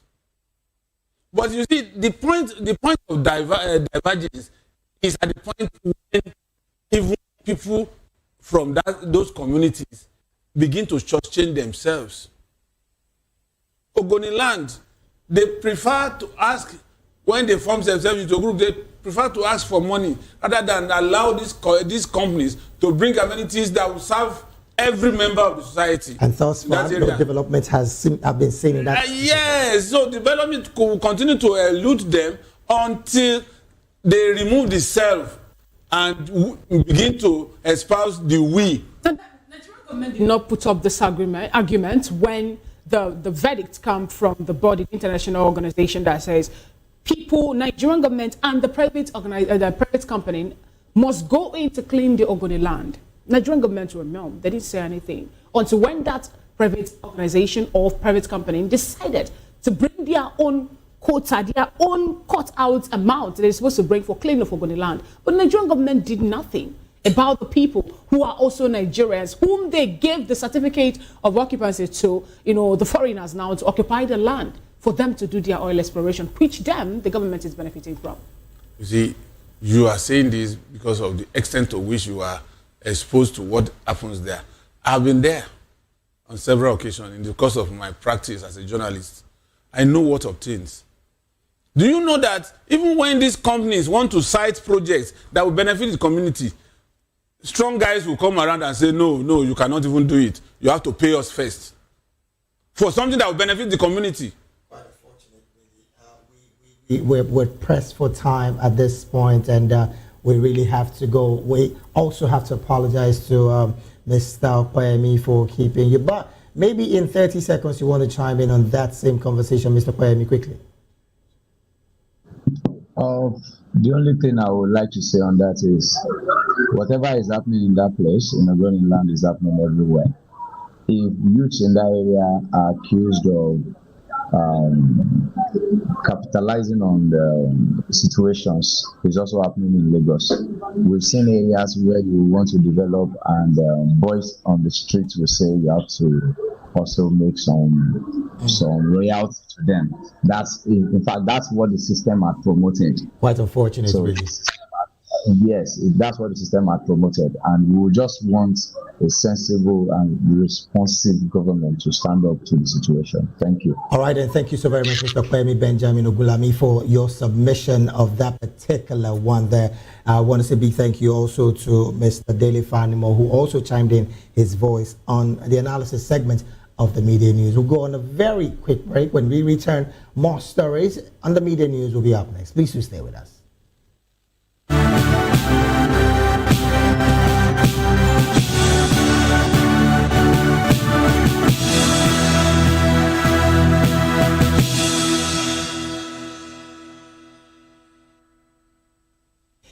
Glad to have you back. It's still VOP, it's still the media news and Voice of the People television. The Association of Community Pharmacists of Nigeria has urged the federal government to officially recognize community pharmacies as primary health care centers. ACP and National Chairman Ambrose Eze made the call today in Abuja, marking World Pharmacists Day 2025, themed Think Health, Think Pharmacist. Eze highlighted pharmacists' vital role in healthcare, providing medication expertise, health advice, disease management, and supporting public health through vaccination and screening programs. He stressed the importance of value-based care, enabling pharmacists to offer personalized treatments plans and improve medication management. Eze also pointed to growing opportunities for pharmacists in advocacy, research, training, and global health initiatives. Still in the news, the Police Service Commission has renamed its Chairman's Hall at its Abuja headquarters in honor of its late chairman, former IGP Solomon Arase. The hall of the 6th floor will now be known as Solomon Arase Hall. Commission spokesperson Ike Chukwani said a delegation will also attend Arase's final burial rites in Edo State. At a tribute event in Abuja, current chairman Hashimu Agungu described Arase as a respected police officer, scholar, and reformer. Agungu, represented by Director of Human Resources Aminu Mulumfashi, praised his predecessor as a man of courage and intellect. Elsewhere, the Anambra State Police Command has detained 3 suspects linked to the theft of an articulated vehicle and the abduction of 3 children. Police spokesperson Tochukwu Ikenga said the suspects were arrested in separate operations across Achala, Okpoko, and Ihiala, all in Anambra State.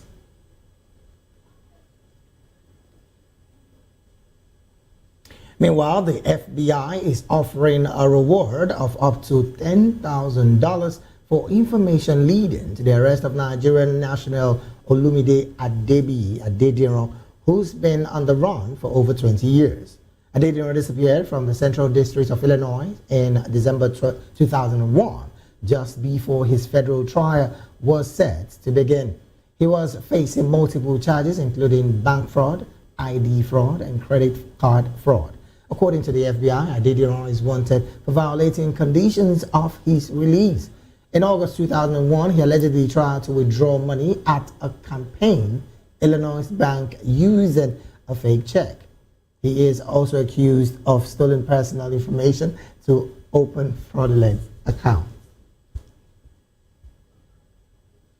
In the southwestern part of the country, the Osun State chapter of the Judiciary Staff Union of Nigeria says it remains committed to its demands over unpaid benefits and stored promotion. In a statement from Chairman Idris Adeniran in Oshogbo, the union stressed that the ongoing strike is indefinite and won't be swayed by misleading reports.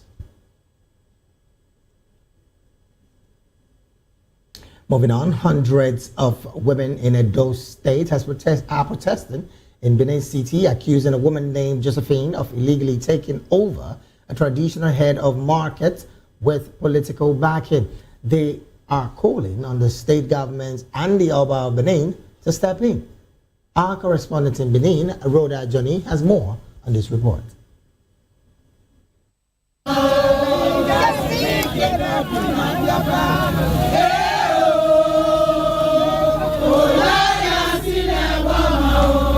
Market women in Edo State on Wednesday staged a protest in Benin City over the alleged illegal takeover of markets, calling on the state government and the Oba of Benin to intervene. The protesters accused one Pastor Josephine, a non-Benin native, of imposing herself as Iyeki, traditional head of markets, with alleged political backing. They alleged that she extorts traders and deploys thugs to enforce levies. Carrying placards, the women marched through major streets and visited the government house, the Oba's palace, and the Nigerian Union of Journalists Secretariat, where they were received by an NUJ representative. How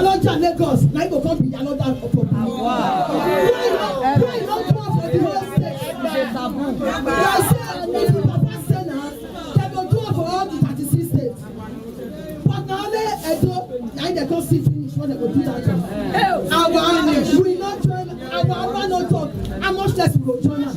If our Oba say yes, make the carry go, we go join am. But this one, our Oba no know this 1.5. When person when he want carry, he go pay. Then so go back out. Una go hear the fight when they fight for Oba, when they back out over everything. No, we will not agree. No. So far is true, and also get back to you. Please, we want to appeal to every one of you to go about this protest. In a petition to the Oba, the women described the development as a violation of Benin tradition, insisting that only the monarch has the authority to appoint or replace an Iyeki. They stressed that the position is non-political and exists to protect the interests of markets and traders. Efforts to reach Pastor Josephine for comments were unsuccessful, while the Edo State government has yet to respond to the allegations.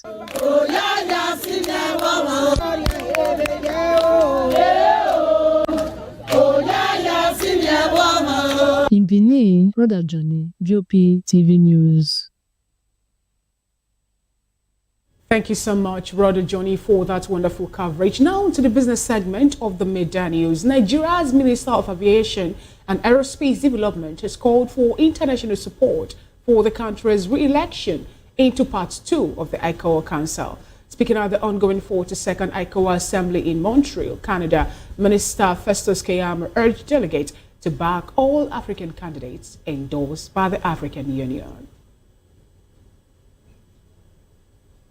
Still talking business, and we also know that the agricultural sector remains central to Nigeria's economy, yet the sector continues to face major challenges. At the recent SME networking event in Lagos, stakeholders and experts gathered to discuss stronger policies, better funding, and the future of small agribusiness.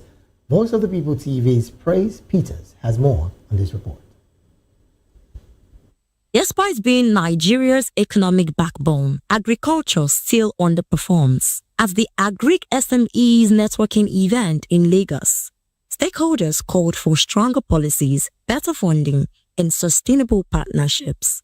Agra Country Director Rufai highlighted post-harvest losses, costing Nigeria over $10.3 billion annually, and an over-reliance on imported equipment as major setbacks. We want to unlock finance. You are a business person.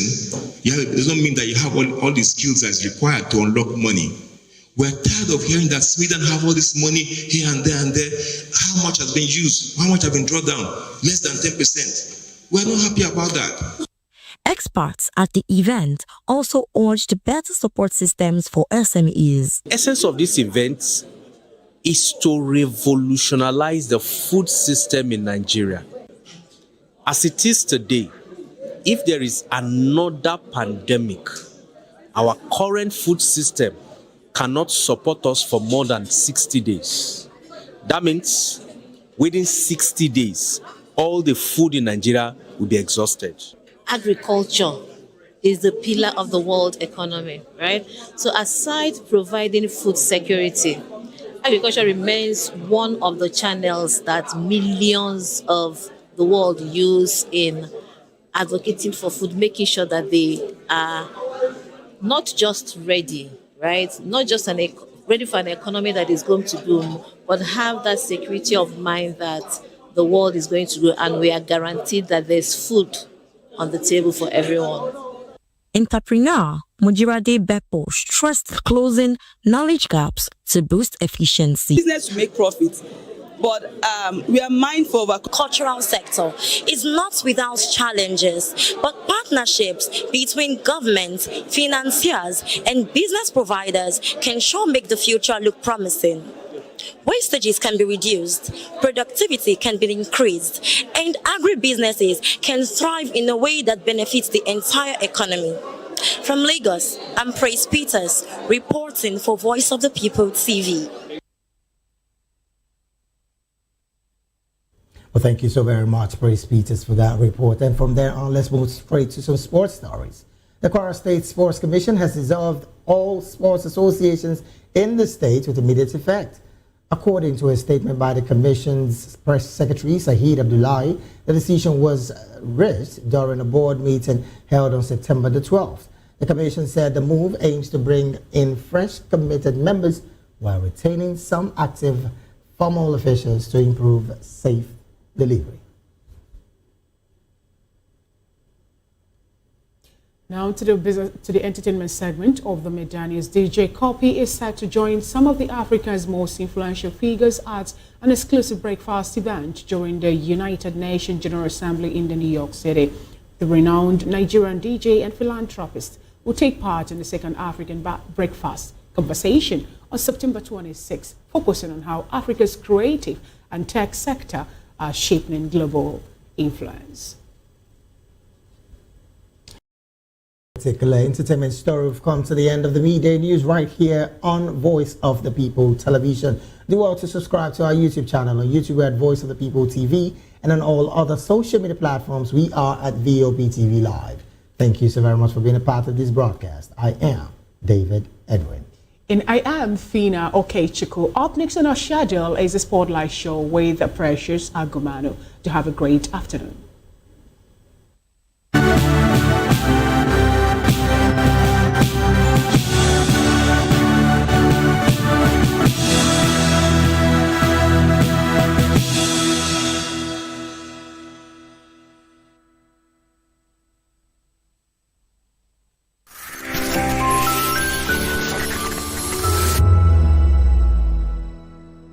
On Edgy Dialogue, we bring you fresh ideas and conversations shaping the future of learning in Nigeria and beyond.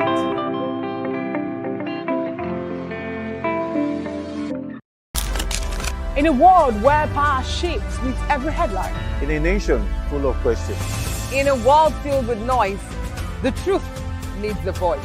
The policies that shape our world and the economy that determines our future. Every hour, every day, the grapevine keeps buzzing. And on the bold angle with Jomalina, we dive deeper into stories that shape our world. Don't forget, our voice matters the most. Let us come together and share our concerns.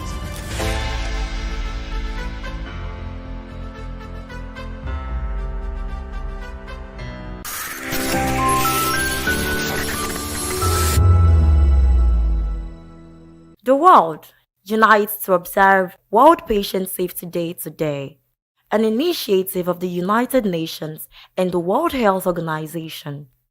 This year's theme, Safe Care for Every Newborn and Every Child, draws attention to the urgent need to protect the most vulnerable patients, which are the infants and the young children, from preventable harm in healthcare settings. Every year, millions of children face risks that can be avoided with proper care, from infections caused by unsafe medical practices to complications during delivery or inadequate neonatal support.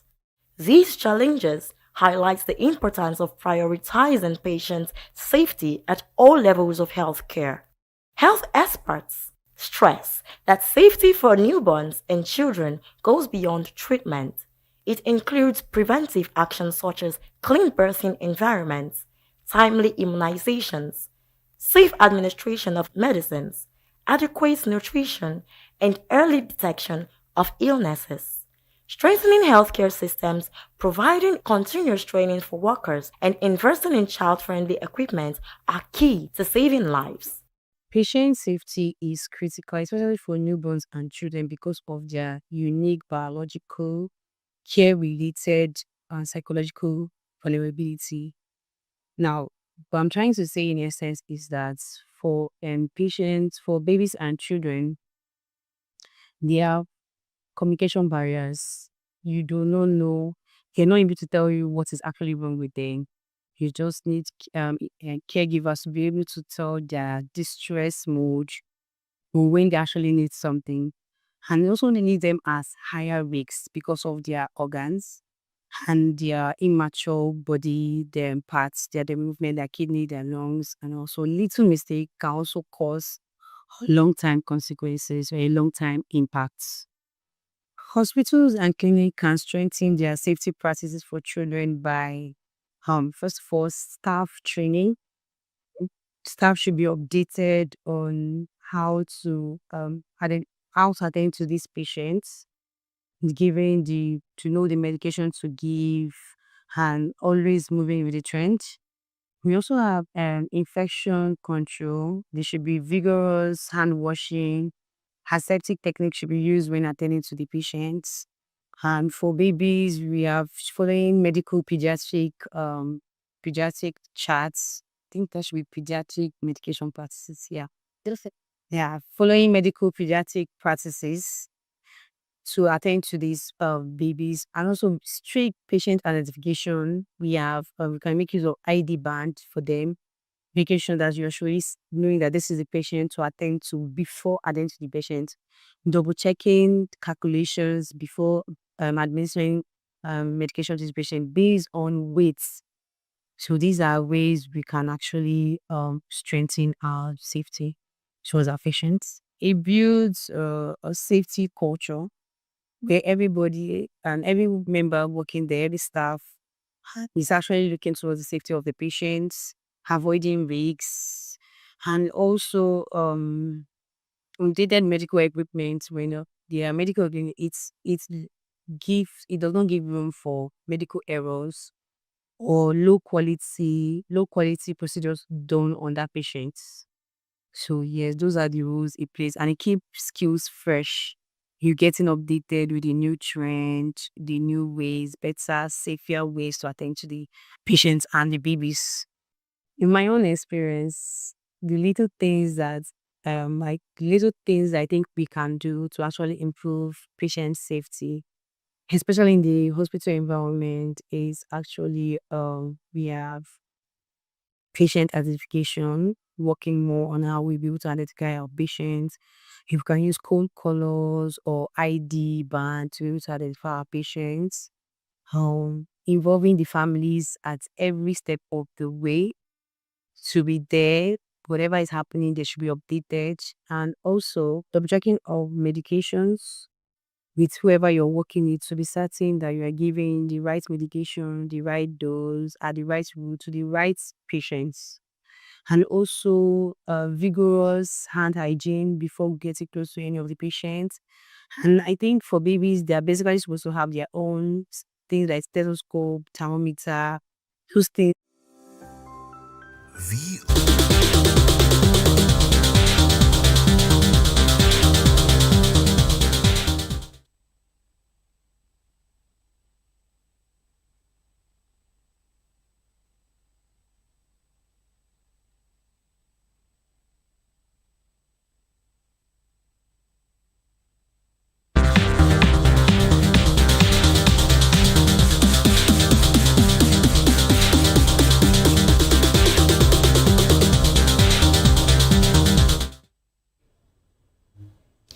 Hello and welcome to Spotlight on VOP TV, your favorite hub where we shine the light on creativity, culture, style, music, and purpose-driven people. And don't forget, I'm your girl, Precious Agamanu, aka Call Me Prezi. So today's episode is an interesting one. I'm sure you don't want to miss this. It's a new day to stay positive, inspired, and grounded. And we are bringing you an exciting blend of gist and purpose. So please don't go anywhere. Sit tight while we ride together. And yes, we're talking about, first on our list, we're talking about Davido. Superstar Davido has gifted his wife Chioma Adeleke a brand new Mercedes-Benz G-Wagon. The luxury SUV is reportedly worth a staggering $200,000. So on a video on Instagram, the superstar stated that his dealer, Mr. J, hinted him about the new G-Wagon that just came out 2025. And he also said that the ride's features are different, that he had to switch for the other one he wanted to get to the new G-Wagon. And he also stated it took a week for the ride to arrive. So we remember that Davido and Chioma has been making waves from their luxurious wedding, and also the superstar is the only Nigerian act billed to perform at the Coachella Music and Arts Festival in 2026. Like this year, Davido just give us back to back. You know, the family getting a new private jet and all those stuff. Like a lot of it. Like this is beautiful to see. And Lord, these celebrities are really making waves this period. They don't just grieve for anybody. They just want to give us back to back. But it's all good. We move. We are going to God will help us. You know, a lot of fans have actually come out to say congratulations to Chioma on her new ride. And yes, we have a lot of fans talking about this. Trust me, it's a beautiful one. And yes, when I always say this, that you see love, God, when you meet the right person, it's always different. Trust me. There's this feeling you will have, because the right person will give you peace of mind. See, it is just so evident. See, Chioma and David, they are just having, this is just their peaceful, please, love is beautiful. And when you see a man that is in love, you will know. Please, let's take some comments. We have a lot of comments concerning this. And we even need to see the video first. I think, yes, we have a lot of comments, and we also check the video too. So someone said, I thought he gave her one on her birthday already. Yes, I think this is the second one. I think so. But that car is the ride is riding. If there's any word like that, the ride they cried. It's so beautiful. Please let's see this video, because I think this will they need to see what David will actually. Come on, what am I not saying? God. And it's black. You know, black fits anything. Black is just the main color. Like I know ladies will love pink and all those stuffs and stuffs like that. But trust me, black is just the right color. See, it's shining. Like, what are we not saying? Please, God will give you. To all my ladies waiting for intentional men, God is gonna give you an intentional man that will take care of you, and you will have peace of mind. Because and see, she's always, please, who would they get this kind of car for not smile? And he said, Big Chi, we're doing 2025. It's not a darling something, you know. It's something that is, oh my, this is so beautiful. This is a lot of people are coming out to say this is something vain. Please, let this vain leave it for us. We like it.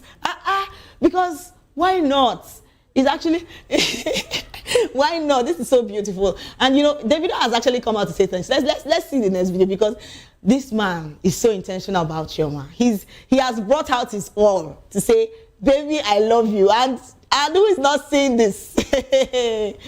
Who is not saying this? Because the car, the way he just brought it, the way he's, you know, and the way he carries Chioma.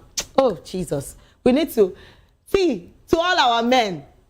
See, I'm not saying this is an example. You people should learn, you know, how to pamper your girls, how to pamper your woman. You take care of them very well. Not to be tomorrow you can Mama Chioma Alpha. Please be romantic for once. We ladies, we love beautiful things, and trust us. Who doesn't love money? Please, we love it. And he said, Big Chi, her hubby said, we only do 2025. Yes, so we do current things. We're not doing. Please, Davido, this is a good one. It's a nice one. So a lot of fans have actually come out to say things concerning this. So please, let's take some comments. We have a lot of comments concerning this. A lot of persons are saying congratulations to Chioma. And yes, someone said this na real surprise. Yes, so at Malik Buju, he said no be those ones where they wear dinner gown and heels. Use receive the surprise. Baba, dress up. I am going to get your surprise car. Please. Boost Intimate said, wow, congratulations, Chioma. Yes, big congratulations to Chioma. We have a lot of comments. And someone said, DJ Fevina said, say please, baby, she's a queen and more. Yes, so you know where David said, I think David was trying to say come over there, but you know, Choma was like, come on, say please, baby, please. Let's see that video because we need to check it. This is a whole lot. He actually said a whole lot. So he was like, say please. Choma was, and you know that kind of feeling. Oh Jesus, I'm crying. Love, they cry. What is not going on here? What do you mean? Brand new, your father. What is this soap? What is this soap? Come on there. What do you mean? Come on there, say please. Please, please, please. Congrats, sir. Thank you. Don't know.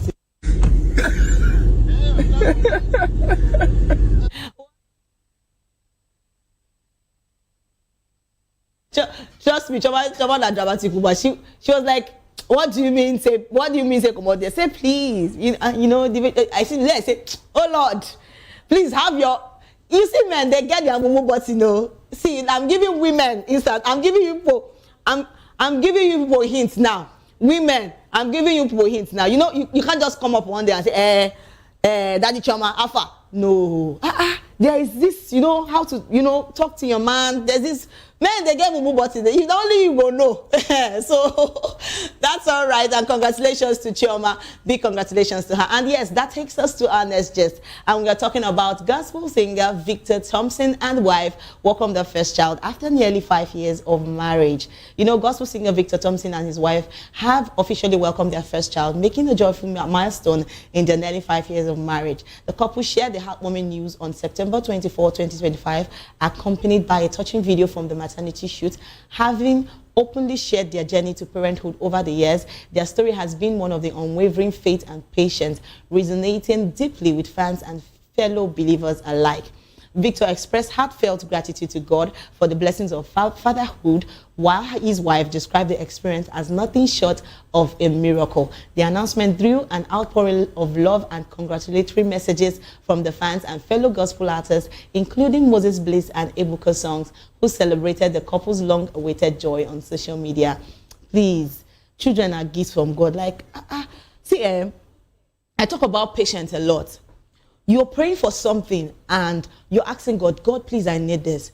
It's also good that as you are praying for that particular thing, that particular testimony, you're also waiting patiently for the right time. You know, Victor, there's this song that Victor has. He said, you make all things beautiful. This is just, you know, this is just the song. Because why? Look, tell me, God is good. And this is something to celebrate about. It's beautiful to see them. And congratulations to Victor Thompson. It's beautiful. We have a lot of comments concerning this. A lot of people have actually come out to say, congratulations to Victor Thompson. And yes, so someone said, waiting season, no day is you. Congrats, man of God. And it's beautiful. Lord, waiting season is not easy. But when you're waiting and you have that confidence, you got to wait. And you're sure that God is going to do it for you. Why not? Please. Stay put. So someone else said, Jesus, we thank you. Oh, yes, I am Nanchin. Thank you so much for that. And someone else said, congratulations. Then Susie Naki said, I'm so happy. Congratulations. It's the moment. You know, our celebrities this year, they are making a lot of waves, from giving birth to children, from having children, from pregnancies, from houses to cars, and a lot of them. It's beautiful to see them win. And I'm definitely telling you, this is beautiful. This is a big testimony. It's something like you can't just keep quiet. You know, you need to say this kind of testimony to also encourage people that are actually waiting for their own children. Trust me, God will give you your own. It's just the truth. We have a lot of comments concerning this. And yes, please, let's take more comments. And someone else said, yeah, we have a lot of comments. Let's take more comments. So it's beautiful seeing you praying for something for a long time, and at most after the waiting season, because trust me, waiting seasons are really, really funny. Sometimes some people even get depressed in such situations. So someone said, my visa has been approved. Amen to that at Dila TV 5. Then someone else said, Ada Wiper said, I'm so happy for them. Kingdom marriages are winning. Yes, so Then someone else said, congratulations. Scoop of Flavor said, glory be to God. Yes. So Echikwiri said, congratulations, a true man of God. Yes. Ashimiri said, oh, God be praised. Congratulations. And that's beautiful. It's beautiful seeing people win and seeing our celebrities do good, do beautiful things. And it's something to say congratulations for. And yes, thank you. Congratulations to Victor Thompson and his wife. So yes, that takes us to our next gist. Tiwa Savage speaks out on the leaked tape. She said, I was the victim. So Nigerian music star Tiwa Savage has opened up once again about the 2021 leaked sex tape scandals, firmly stating that she was a victim of blackmail and misinformation.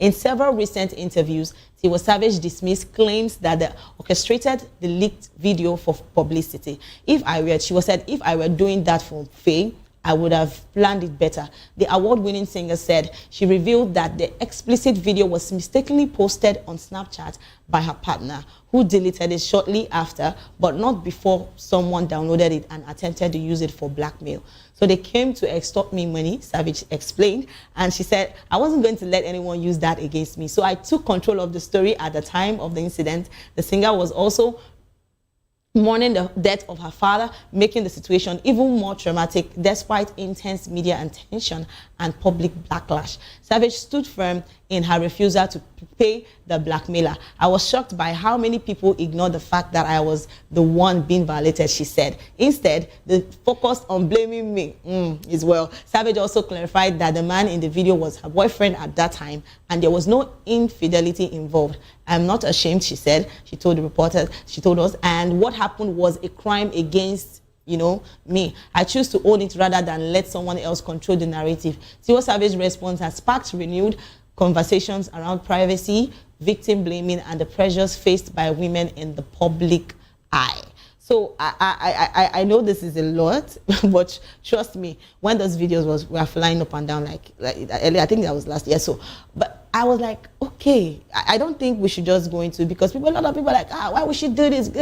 And that.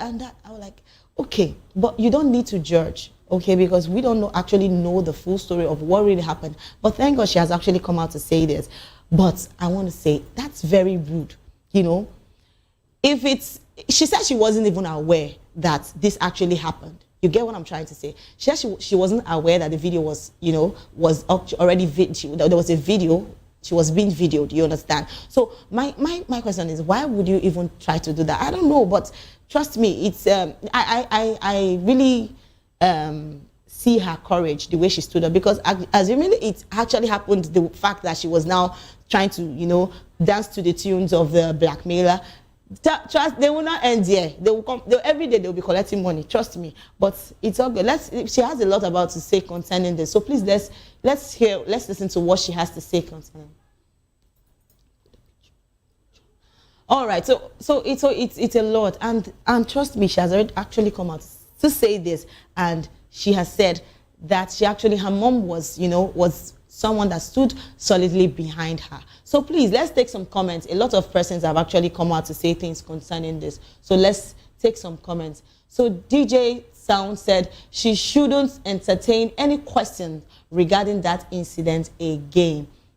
Okay, but it's good that she should actually come out to say what exactly happened, because people now blame her for what actually happened. So it's good that she actually came out to say her own side of the story. So another person said, Wumi said, men will fight to have you whole time. They don't even like you. And seriously, for the guy, because she also said that the guy, she later found out that the guy she was actually the boyfriend that she was actually dating at that time, later used that. I think he had a bet with his friend or some stuff like that. But my question is, why would you do that? I don't know, people, how, you really want to bring someone down. Yeah, you feel comfortable to do that. Why? It's wrong. I don't know how. It's well. So that's why I always tell people, you should be careful the kind of people you date, because see, the streets are not smiling. They can do anything to hurt you, and that's the truth. So let's take more comments. We have a lot of people talking about this. And someone said, so why she never sued the guy by now? Then since she sabi I be waiting they occur at least it's not leaked from unknown sources. But I think she sued the guy. I don't know. I feel she sued the guy that time. But I don't really know what really happened at the end of the whole thing. But trust me, what actually happened at that time was not really nice. And actually, thank God she has actually come out to say what really transpired between the video, the leaked video, the blackmail and everything. It's all right. And it's a good one, no problem. So that takes us to our next gist. And yes, we're talking about Nollywood actress Mercy Aigbe is mourning the loss of her mother, Abisola Grace Owodunni, who recently passed away. Mercy shared the heartbreaking news on her Instagram page on September 24, 2025,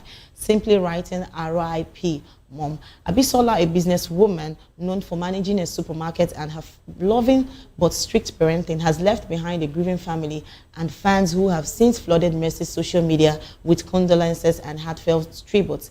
This loss comes as another difficult chapter for Mercy, who's previously endured the tragic death of her sister in 2020, making this period especially challenging for the actress. Well, the Nollywood star has yet to announce any funeral and arrangements publicly, but her fans and colleagues continue to show support during this trying time. Mercy remains a respected figure in the Nigerian entertainment industry, and the outpouring of sympathy highlights the strong bond she shares with her followers and peers. Updates and tributes can be found on Mercy's official social media platforms as she navigates through this personal loss. We're so sorry for that loss. It's not losing someone so dear to you. It's really traumatizing. Like, yes, it's really traumatizing. I don't know. Like, I've experienced that before, so I know and I feel the same way she's feeling, because it's not something to smile about or to be happy about. It's really traumatizing. So a lot of fans have actually come out to say sorry to her and wish her well. So please, let's take some comments, because a lot of persons are really sad about the whole situation, and they're saying, please God give you strength for this race. So someone said, so a lot of persons have come out to say, please take heart. It's not easy. It's a very hard one, especially a mother. Losing a mom, it's not easy. Because trust me, girl child is, training them is something different. Like, seriously, because they have this bond with their mothers. Yes. So losing someone so close to you, it's not easy. It's not easy. Some persons really find it very difficult to even move on when they lose or their mothers or someone that's so close to them. So it's okay. So someone said, Pretty Daring said, the pain never goes away, RIP. It's well. Yes, a lot of them are like sympathizing with her, and a lot of people are like saying that she should, that God should strengthen her in this particular time of her life. And yes, it's okay. It's not easy, but we wish her that we wish Mercy to be okay, and we pray that God strengthens her and she have the grace to bear the loss. And yes, so that we're going to take a short break, and when we come back, trust me, I'm sure you don't want to go anywhere and you don't want to move, you don't want to shake. Please, we have a guest joining us, and I'm sure you don't want to miss that. So please don't go anywhere, don't shake, don't move. Stay tuned till we come back.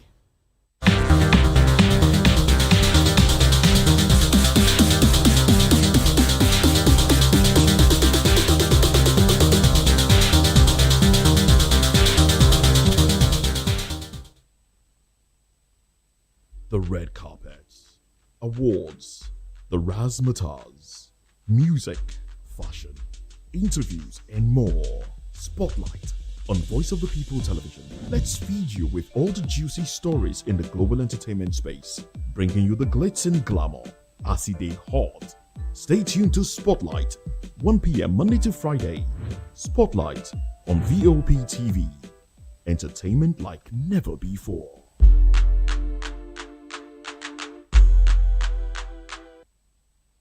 Voice of the people, you can hear me now. My name is Patrick Doyle, and I wish that you continue to echo the voices of the people. Big up VOP TV. My name is Suibifa Dokobo. Please keep watching VOP TV. Hi, my name is Kwekumali Ikenda Onyekwena, and I am with the Voice of the People TV. Now, if you're looking for the veritable channel for information, politics, robust discussions, you don't need to go far. VOP has you. VOP will always have you. Thank you. Hi, my name is Patrick Diabwa, aka Ibani Chuka, Amayanabo the Eagle King, and you are watching VOP TV. Stay with us.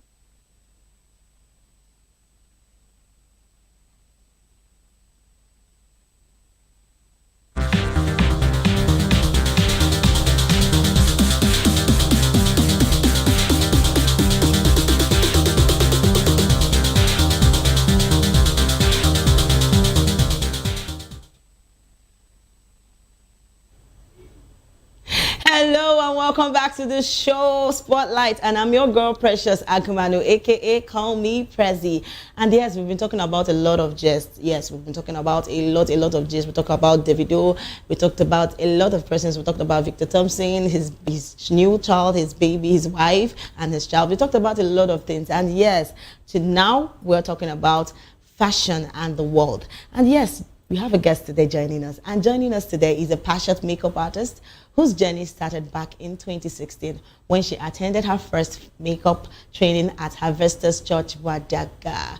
What began as curiosity has grown into a career. She loves helping women feel beautiful, confident, and true to themselves through makeup. She specializes in soft glam, bridal, and everyday looks, and she also enjoys teaching teens and women how to do their own personal makeup. Beyond artistry, she creates lifestyle and beauty content that inspires people to embrace self-expression and consistency. Her dream is to build her own beauty brand and keep impacting lives through creativity. And trust me, she is no other person than Tolulope. I pronounced that right, yeah? Yes. Oh, wow. Welcome to the show. See the way she's smiling. I'm like, thank you. How are you feeling today? I'm very well, thank you. I mean to like, please, she's so soft-spoken. Can't we see that? So how's the week been for you? From Monday, Tuesday, has it been so busy? You know, you're into your makeup stuff and... Yeah, not really though, because I'm a little bit under the weather. But yeah, the week has been good. And I've had enough time to rest. Okay, wow, she had enough time. Trust me, you know people that work a lot. It's good that we also rest too, because all work and so you're trying to make the money, but it's good that we make the money because we women, we love the money. Don't you agree with me? Please, we love the money. So I want to ask this question out of the box before we go into what we have. Okay. So I know that you're a growing makeup artist and you've been into this fashion world for a long time. Yeah. So I know that you guys will also face criticism. So how do you, because I know, have you actually heard any rumors about you that actually made you feel like, why would people say such a, and it's not true? How did you feel about it? I think I'll just ignore it. Because, I mean, there's no way you're going to be in this world and then somebody's not going to criticize you about this or that. Yeah. But I always, if it's true, Yeah. I always tend to learn from it. And if it is not, I just tend to ignore it. Oh, but you know, a lot of persons don't really they don't go down well with when someone speaks bad about them.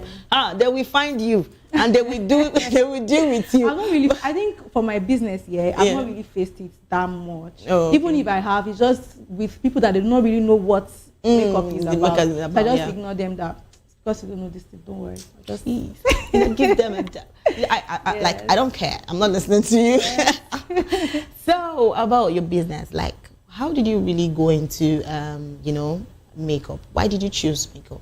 You know, there are lots of things about fashion and the world. A lot of people go into, hair making, stuffs, dresses, and fashion words. I know, but why did you choose makeup specifically? I think for me, I've loved makeup as a teenager. Oh, wow. Yes. I can remember when I was in secondary school. Hey, my God. I had my friends who would go to market then after school because we used to do extra lessons. Yes. So after school then we go to the market, buy powder, we buy lip gloss. So the thing is I cannot use it from home. Yes. But after school, I'm going to apply the lip gloss, I'm going to apply the powder, and then when I'm going to, my mom is always in the shop. When I get home, I mean, nobody's going to question me, where did you do this? So it graduated to me getting eyeshadow. So I can't use eyeshadow in school. But when I get home and I'm going to my mommy's shop, I'll just apply the eyeshadow and then I'm going to go to the shop. Everybody, you're beautiful. So I've loved makeup as a teenager. Oh wow. Yeah, and then it grew. I think after I went to stay with my aunt at Bagada. Yeah. My aunts, my friend, I have a friend there. Her name is, she's still my friend. Her name is Musomola Shofoluwe. Yeah. We loved makeup together. In fact, she was really good. Yeah. So she now told me about a program. I think I told her, I can't even remember properly, about the program at Avestas Church, Bagada, about an empowerment program. It's for a few days then. I was the one that was staying in my aunt's shop. But I had other siblings that always stayed there, but I was the eldest. Yeah. I'll beg them to please wait for me. I'll go for the Avestas program. Then I'll come back. Then it just continued. Then I think our tutor then was Mickey Pro or something. Yeah. And then she taught us. Then I really liked it, but I didn't even have products. So I always use my friend's products when I need to do makeup, and then she would just indulge me, obviously. And then it grew when I didn't have money. Then I think my aunt sent money. My aunt traveled out of the country, so she sent me money to pay my jam lesson. Yeah. Then and then I'm not going to lie, I didn't pay the jam lesson. Yes, I used the money. I used the money to buy makeup products. Then, like very few products as well. And then, and hopefully, I passed the jam too. And then I was using on my own. Yeah. Then I passed the jam and due to when I attended a church program, a rehearsal. Yes. Then I met this lady. Her name is Sholesi Oluwatobi. She was my first person that taught me makeup. Like she took her time. I remember I met her at the rehearsal, and then she told I was going through her phone, and then I saw makeup pictures. I was really, really attracted to it. I'm like, how did you get to makeup? And she's like, don't worry, I'll teach you. Then she asked me to pay 30K. I was like, where am I going to see 30,000 naira from? And I begged her, I don't have money. And she was like, okay, that she's going to teach me for free. Wow. And then she taught me for like 2 weeks at grammar school. Then I remember, and then after that 2 weeks I started practicing. I was practicing back to back, and then I stopped for a while again, I think because of money. Then and then I continued again after, like, when my school was on strike. I stopped working when I was in school. But then my roommate Ronke, Ronke, she just told me that, this is your box, you don't have money, you just have box. What are you using? Because I just dropped it, but I was not really confident in myself. I mean, I went for just 2 weeks. I'm like, if I can't do makeup and you're going to beat me, what will I say? She's like, you should just, when during the break, I just told her about it, that I want to do an upgrade. And she's like, okay. So I think she helped me with like 20K. Then my roommate did. And please, too much money. After I learned with Global Iric. Wow. I learned with Global Iric. And then after that time, oh my God. That's been the energy came. Back to back. I kept on learning. I did upgrade again with Beauty by Mina. Wow. I did with Glam by Omoye. I did with several makeup artists. So yeah, you know when you're telling me your story, I remember then when I was still young, in school, and I think I was in I think just 3 then. I actually loved makeup too. Yeah. So then when I come out, because my mom, there are two, people that actually attend church. I don't want to categorize this, but they always try to say, women then they are too thick, and they were like, I'm going to hold my daughter, I don't want her to. They don't really like all those things. Doesn't even like makeup. She wanted. I remember my experience then, and I'm sure now she's even regretting that she actually did that to me, because she actually hit me then because of I applied eye pencil on my mouth, and trust me, that day I felt so embarrassed. Oh God, it was as if I just wanted the ground to open. Let me just dive inside. Can imagine.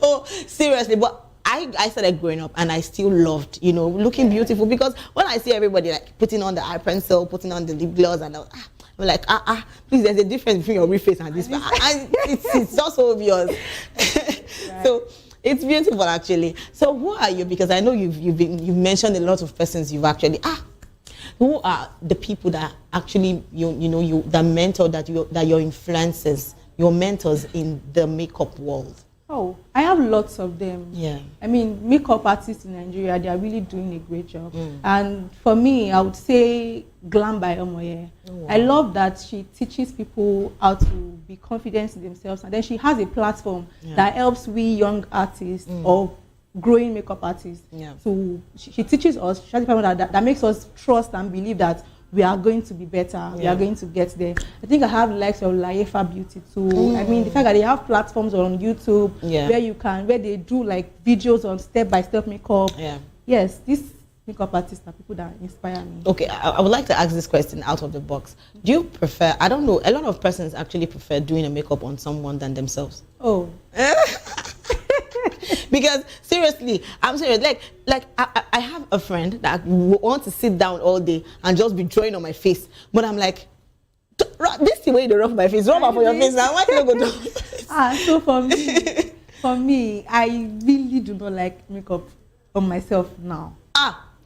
You see this thing at the top. I don't prefer to do makeup for. But why is it like that? I can't explain it. I don't know. I just can't. I only do makeup when it's very important. I mean, maybe for an occasion, and maybe I am the bride's sister or I am the bride's brother or something. But you even for a wedding and just see me go with my bare face. I just do not enjoy doing it on myself. But please, we need to pray for makeup artists in this Nigeria because see most of them, because I always see most of them like when I be like, this is a makeup artist, I'm like, okay. No makeup on the face. I'm like, okay, and see what's going on. How will Lila tell us that this is what you're doing? I find it really stressful. I'm like, so when I'm doing, let me just do stressful. It's okay. Yeah. So what's your favorite part about being a makeup artist? My favorite part about being a makeup artist has to be my client's reaction after the glam. I mean, when I was in school, I had my friends patronize me. Shout out to my friends. They always love to patronize me. Yeah. And then sometimes because you're my friend now, I'll tell you, do you have an inspo? If you say you have an inspo, okay, show me. And I'll be like, I'm not going to give you class till I'm done with your makeup. And just like something that I used to build like trust. Yes. And then my friends, they don't even have a choice. They don't mind. And then I'll do the makeup. And then when they are done, I'll be like, don't problem. So what's the reactions of your customers? Because when they come, would they like to come the next time?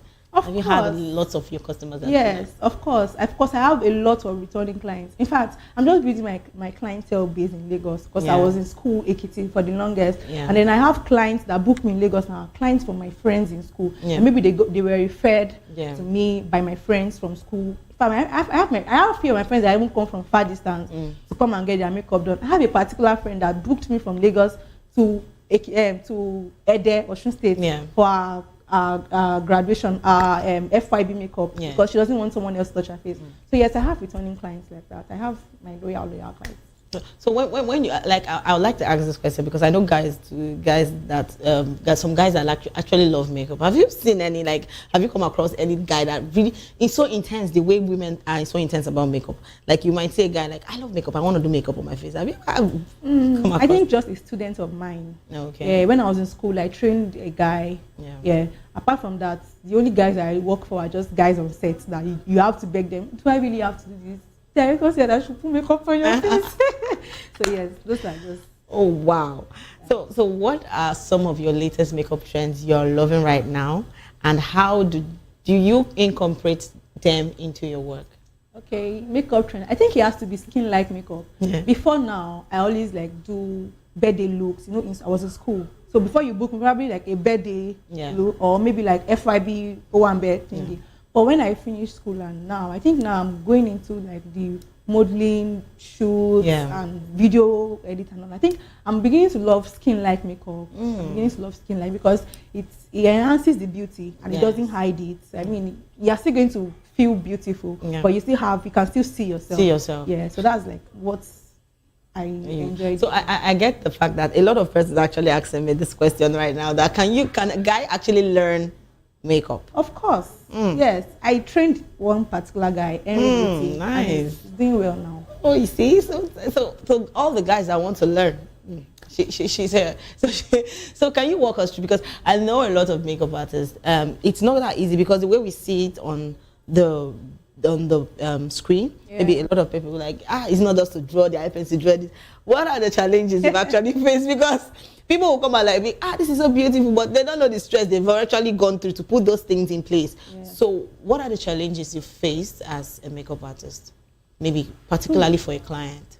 The challenges are, okay, I think I can remember one. That has to be like skin conditions usually dictate how makeup sits on the face. Oh, wow. Yeah, and then I can have like two clients and one client is very, very fine, very smooth skin, and then some has like acne and all of it, and then the one that has acne wants her makeup to look smooth. Like, do you want me to clear the acne and something like that, and just make sure your face is smooth? So those are like the challenges. But I think I do that. I think now I've overcome it, because now what I do mostly is I just do proper skin prep. When I do proper skin prep, I am patient with the face. I make sure one skin prep is dry before I apply the next. And then, yes, I think right now I've been able to overcome. But before, when I was still struggling, I'd be like, your face is not smooth. It's not my fault. But then right now, it's not always like that. So you're talking about, I just listened to you now, you're talking about skin prep. And I know that one is very difficult to you. But I know let me just be saying it. Yes, because now, how do you stay up to date with the latest products, depending on, like, right now I know like makeup products are not quite, the rise of makeup products. So how do you stay update with your techniques and skills in the industry? Social media. Social media. This social media will not put us in trouble. Social media is a great teacher for me. I would say, because I learn a lot on social media. I learn a lot on social media. So I mean, watch videos on social media, YouTube, and I take master classes. Like I said, I did online classes to stay up to trend. I think I did with Omoye, I did with GNG makeup artistry to just make sure that I'm not behind. Because makeup evolves. So you have to make sure that you are not slacking. From when anything is coming out, you want to quickly learn it and know the trend. So I think that's why I help social media and master classes, and you practice more too. So trust me, the way you're just doing your hand like this, tell me the truth. What particular product would you say that you've actually fallen in love with? Like, when you bring, maybe if it's your form, it's your you particularly pick that particular tool and like, I love doing makeup. You know, there's a particular thing that people like doing, and I don't know if it's your brush, maybe, because I don't know the particular product you use. So what particular product or tool you are so in love with that you can't do without? Maybe in your box, you can't just sit without inside your box. I think it has to be my beauty blender. Please, the beauty blender is the name, Seth. It has to be my beauty blender, because yes, it makes everything blend into the skin. Yes. Please, beauty blender. So are there any new products or brands that you are excited about right now? Of course, every African, I think most of the African-based products now, because they are really doing well, because they are already understanding our tone and also our climate change. So yes, shout out to Avoa. They are doing really good. Beauty by AD, Younger Beauty. So African-based products generally, yes, they're coming up. Yes. So how do you see fashion, like makeup, fashion, and the world? Do you feel it's a good move and it's come to stay? Of course, yes, it has. Because to me, makeup is just not about beauty. It's about confidence. Yes, it's about bringing confidence out in someone and then making them feel confidence about how they feel. Yes, about their natural beauty. It enhances them. So yes, it has come to stay. Oh, wow. So what I don't know, like this. See, I like to ask, because I know you love makeup, but what other kind of fashion do you love? If you're gonna choose, would you choose the hair or the dress style? Which one would you prefer apart from makeup? Apart from makeup, the dress style. Please, fashion. See, there's this fashion police. People that know to dress well. Lord, it's all right. So, what are the challenges you faced personally going into makeup? Because sometimes I don't know if it's finances. A lot of people actually don't come across, opportunities like this. So what are the challenges you faced growing up just to become a makeup artist? To be honest, I have support. I mean, if not financially, but I have like support, I have friends, so the challenges that I can say I faced has to be finance. Has to be financially. I remember when I was in university, my mommy and my brother does not know this. So this is my first time saying it. So they are listening to you right now. They want maybe after the interview, they'll be like, I remember when I was in school. When my mommy is someone that she gives you your school fees, like immediately you are going to school. Remember, if she gives me the school fees, then my school allows us to pay 70-30. You can pay it half. So I think from 200 level to 400 level, I always pay half of my school fees in first semester. And then I'll use the remaining money to buy products to school. And then second semester, I'll pay the remaining half myself. that worked. Wow. So yes, I can say that is because I always know that before I leave for school, I need products, and buying it in Lagos is better than buying it in Ekiti. So always my roommate and I will plan. Then my mom will ask me, "You receipt to send receipts to me." Never worry. And when I finish certificates, so yes, that is it. I always use my half of my school fees all the time to buy my products to school. So that's mainly my challenge. So were there any time you actually felt disappointed, like when you were making up, or something like the product actually come out the way you expected? Like I said, to be honest, to be very honest, I think, and this is because I learned from the right source. Yes. I've really not had any clients complain. Even when I was training, even like the first day I did makeup. Yeah. Like they like, even me myself, I might be like, did I do well? Yeah. But they always end up liking what. And again, I have clients that maybe if I want to do something for them, they don't like it. They'll be like, I don't like these lips. Okay, I will adjust it. I don't like this. Okay, I will adjust it. But for them to be disappointed in what I did, I've not really honestly had. Wow. So I know a lot of persons are actually watching you right now, and your fans are watching you. So, so what would you say to them? A lot of persons would want to go into makeup, and they, I don't know, maybe the guys, but the ladies too. So what's your advice for them? What would you tell them? Like I say, to everyone that wants to like start or go into makeup, yes, one thing that I'm going to say first is you have to be determined. Don't go into makeup because of the money that it is that is in makeup. You have to go because you are passionate about it. Yeah. And as well, practice. You need to practice more, and also don't compare yourself with any other makeup artist. Just face your journey, do your thing, and I'm sure your unique style is going to come. Wow. So can you tell us about a particular creative, challenging project you've ever worked on? I think can I talk about two? Okay, please. The first one has to be one time I had to do like a beauty editorial shoot for K Model. Yeah. She wanted to model for a brand, and then she reached out to me. And then the makeup is actually a skin-like makeup, but it had a lot of drama on the eyes. Oh my. And I've not done something like that before. Yeah. And I'm like, hey God. She asked me, I said, okay, I'll do it. That night, I found myself on TikTok, YouTube over the night of the shoot. So I was asking, how am I going to get this particular thing like this girl? And then I saw different arts, different tricks to it, and then yes, I did it. And she, in fact, when she sent me the review, I posted it on my WhatsApp because I was telling everybody along about how the whole thing was. I think the second one has to be when I worked with Oraimo recently for their Space Box release. Yes. We had to move from one location to the other over the night. And I don't think I've worked that way before, because we left one location to the other one, to the other one, and then we were walking. I think we started from 6 p.m. or 7 p.m. in the night till the next day around 8 or 7 p.m. 7 a.m. the next day. And then we're not in one location, we're moving from one place to the other. I think those are like the two challenges that I can remember right now. So how do you get to satisfy your customers with their own vision? Because a lot of persons want to come and say, I need a makeup. I don't want this type. I want it this way. I want it this way. How do you get to satisfy? And you tell them, this doesn't work. I don't know if you've got to that kind of color. I think this doesn't work like this. They will now, like, I've seen people beat the client, like, you're not the person. Can relate to it. Oh my! So how was it for like you? Have you ever witnessed that kind of? I think communication is key. Like I make sure I communicate. Like if I have a new client, I only freestyle with my return clients. If I have a new client, I tend to ask you, what do you want? I'll ask you, do you have like an inspiration? Do you have a picture of what you want me to do for you? And then maybe she now shows me the picture, and then I now see that this lips is not going to fit you. This eye, you have a small lid. Let me do something. Then she might now, okay, no problem. And some of them will be like, just do it the way I want it. But I think I don't think I've ever had such clients. But when I tell them, okay, don't do this one not going to really fit your face. Be like, okay, yeah, to do what you want to do.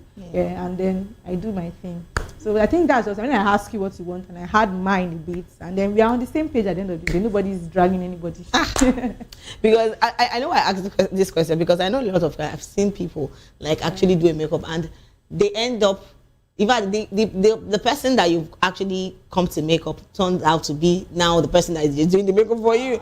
They will and collect the brush and you just stand. I'm like, oh God. I don't know how they actually come up with that. But most times, sometimes they come to you with an inspiration from a dated makeup. Please. Really, really edit. And they will not tell you, I want you to be like, I'm not a magician. My God. And all I'll do is, I'll send you my page. My link. You should just go there. Check if you're going to see what you want here. Or I'll tell them that this picture is edited though. It's not going to come out this way, only if you're going to go and edit it in the same place and the same way this person edited yours.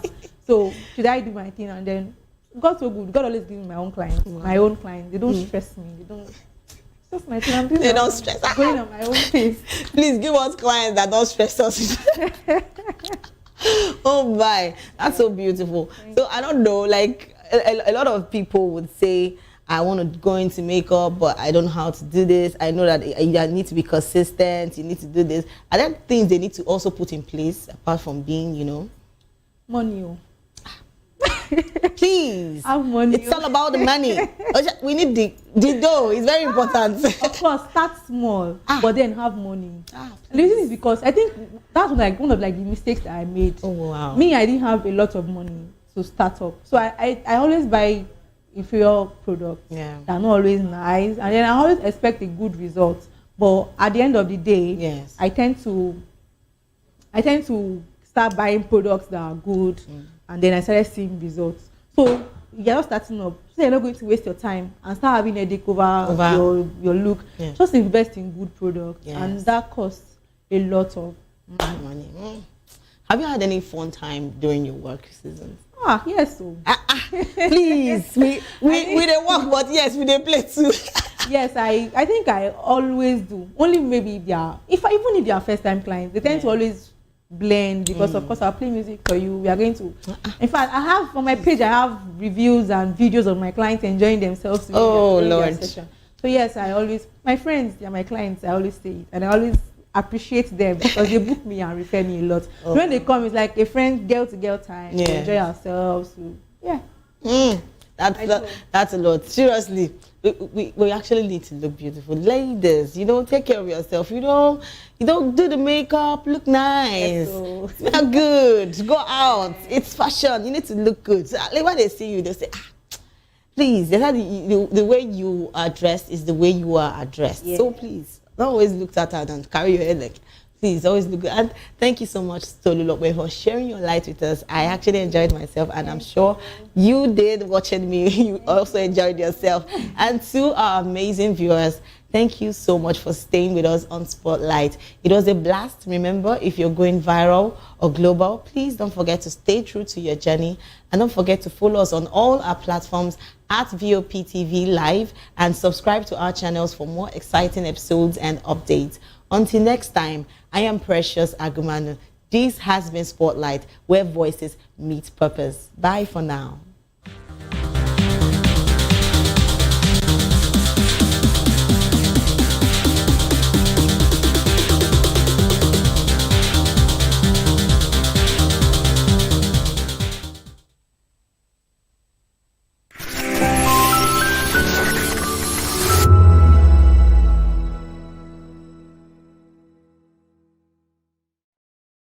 On Edu Dialogue, we bring you fresh ideas and conversations, shaping the future of learning in Nigeria and beyond.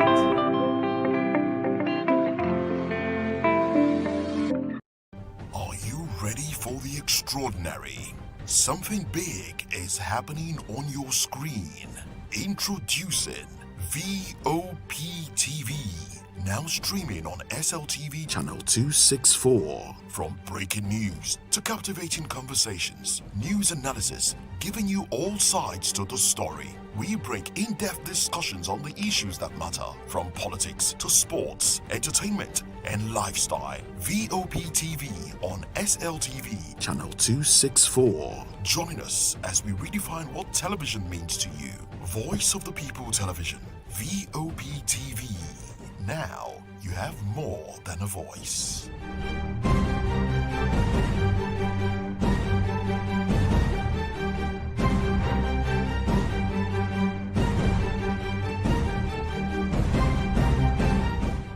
The 2564 is coming up on Barney 9, right? The 2564 Atlantic Tower. What happens in the hush behind hangar doors? Who signs the papers that gamble with lives? Which truths were grounded before they even ever had wings?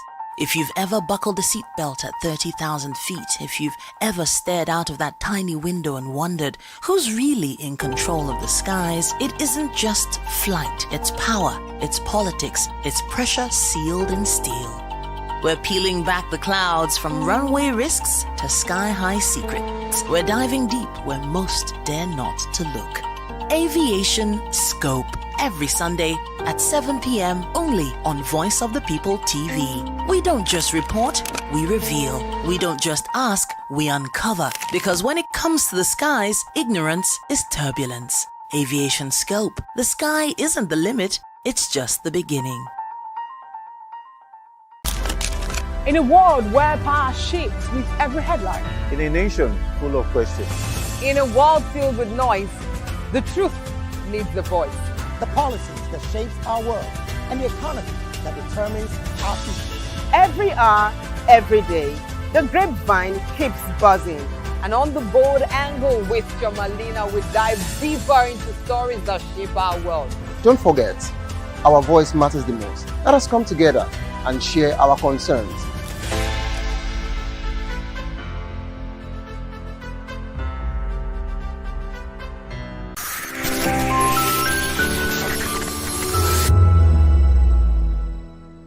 September 15 marks the International Day of Democracy, a day set aside to celebrate democratic principles and promote democratic values around the world. First observed in 2008, the day serves as a reminder of the importance of freedom, participation, and the rule of law in building fair and just societies. It also highlights the role of citizens, institutions, and governments in safeguarding democracy. As nations face challenges such as political unrest, voter apathy, and threats to freedom of expression, this year's commemoration is a call to strengthen transparency, accountability, and inclusiveness in government. Talking of democracy, we don't have democracy here in Nigeria. In fact, if you ask me more, I will tell you everybody to find their way. Divide the country. Let everybody be. As you can see, everybody's agitating. People from the eastern are agitating for Biafra. Some from west are agitating for Odua. I believe up north, some are agitating for Arewa. So, talking of democracy, for me, Nigeria, we don't have it yet. So, the best thing that will bring peace, if at all, is everybody to go their way. The release of Nnamdi Kanu will make everything work out. If Nigeria will still continue, fine. If it doesn't, so be it. Well, there are so many things that are bad about the country right now. Things are getting out of hand. Imagine fuel of yesterday. It's now almost 800 and something naira. Diesel is not something we cannot even talk about. The country on its own is too poor. Our naira note is very poor, so everything about the country is too poor. We need the leaders to step up and do the betterment for this country. Democracy that one don't have a speech. There's no freedom of speech. My brother, I don't think we are in democracy. We are a military regime. This is not democracy at all because you will not allow to talk. You will not allow to protest. So I don't understand. If she reduce the price of fuel, subsidy should come back. Then our naira should rise up and defeat the dollar. That is it. Nothing more than that. It should bring down the economic. Let Nigeria economy be stable. Now we will be buying rice for 80,000, 80-something. Unless you want to eat stone rice, that's why you will be going for 40,000, 50,000 rice. So that is it. The United Nations urges everyone, from leaders to everyday citizens, to work together in defending democracy, ensuring that the rights and voices of all people are protected. Bindamala Olukuton for Voice of the People TV. VOP TV. Now, you have more than a voice. Join us as we drive into the world of politics through insightful interviews with prominent political figures, both serving and former governors, ministers, senators, legislators, party chieftains, activists, and analysts. Get first-hand information into the decision-making processes that affect our daily lives. Highly engaging one-hour program that brings political discourse into focus. I am Chukwuma Okoro. Political Lens, Monday through Friday, 6 to 7 p.m. Join us. Welcome to Kitty's Corner. Every weekend is a new journey. Join Auntie Oni as she embarks on thrilling adventures. Each episode takes the young explorers to a different fantastical world filled with exciting challenges, making new friends and learning valuable life lessons. The show begins with lots of excitement in a cozy storytelling mood. Fairies teach the importance of kindness, honesty, bravery, teamwork, or curiosity. Kitty's Corner is a delightful blend of fun, education, and imagination with catchy songs, interactive games, and heartwarming stories. Join Auntie Oni every Saturday, 10 a.m. to 10:30 a.m. on Voice of the People Television. Kitty's Corner, perfect destination for curious minds.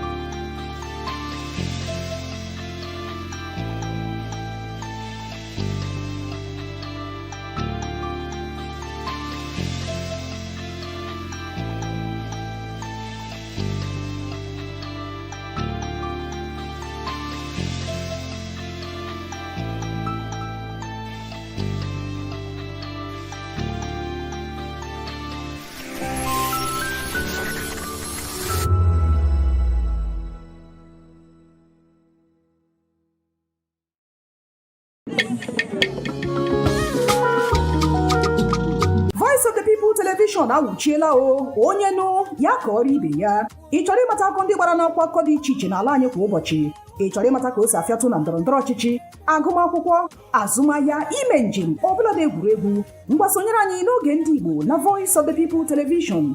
Anyị nwere ndị ọbịa bụ ọkachamara, bụkwa ndị ga-enye aka tapịa isiokwu ndị anyị jiri bịa kwa ụbọchị. Anyị ga-eji ka o siri gbaa n'akwụkwọ akụkọ dị iche iche wee malite tupu anyị akọzie n'uju n'ubi onye anyị bịara na nke ya.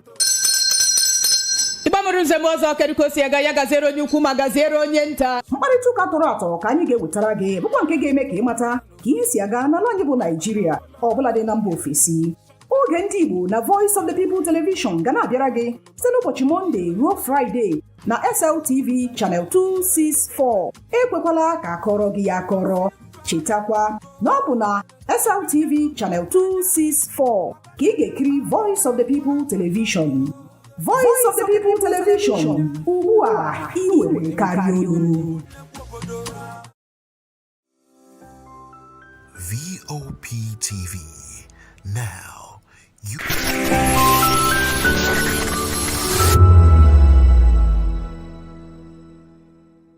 In a world where truth is the ultimate power and opinions scream the loudest, it's time to wade through the noise.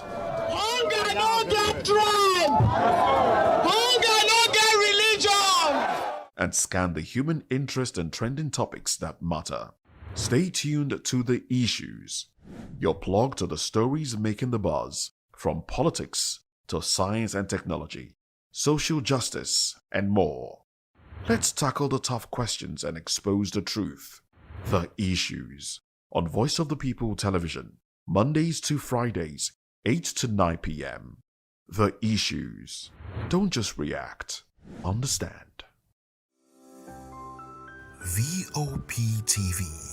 Now you have more than a voice.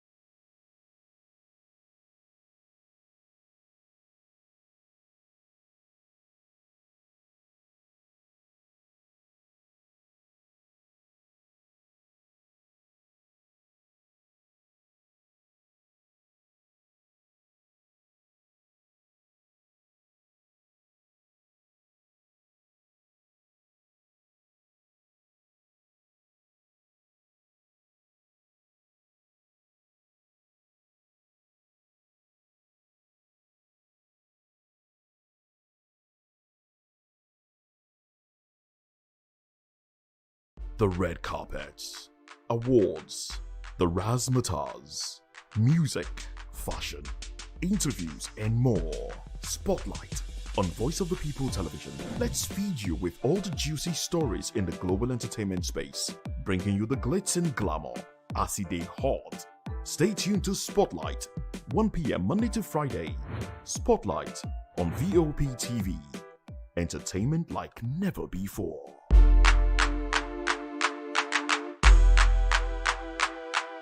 Everybody keep watching Voice of the People. All right? Love you all. Hello, sweetie. What's going on? My name is Kiki. Keep watching VOP TV. Thanks. Hey guys, what's going on? Olumide Oru, the Fresh Prince of Lagos here, and this is VOP TV, guys. Hello guys, I want you to please keep on watching VOP TV. Ladies and gentlemen, my name is Hafiz Oyetoro. Please keep watching VOP TV. Shout out to VOP TV. Very big shout out to the fans and lovers of VOP TV. My name is Tayo Faduro. I'm an actor that you are going to live to love. Keep watching. Cheers. Hi everyone, so shout out to VOP TV. Hey everyone, this is Desmond Elliott hanging out at Colgate Face of Africa. I'm saying keep watching, don't change the dial. This is VOP TV. Watima.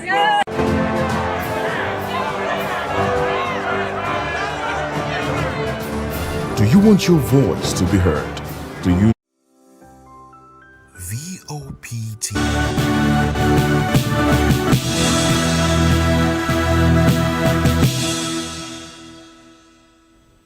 Well, hello and welcome to the African News on Voice of the People Television. I am David Edwin. I want to say thank you for joining us. But before we go ahead with the news, we'd urge you to kindly visit our website, www.vop.ng, for fresh and trending news stories.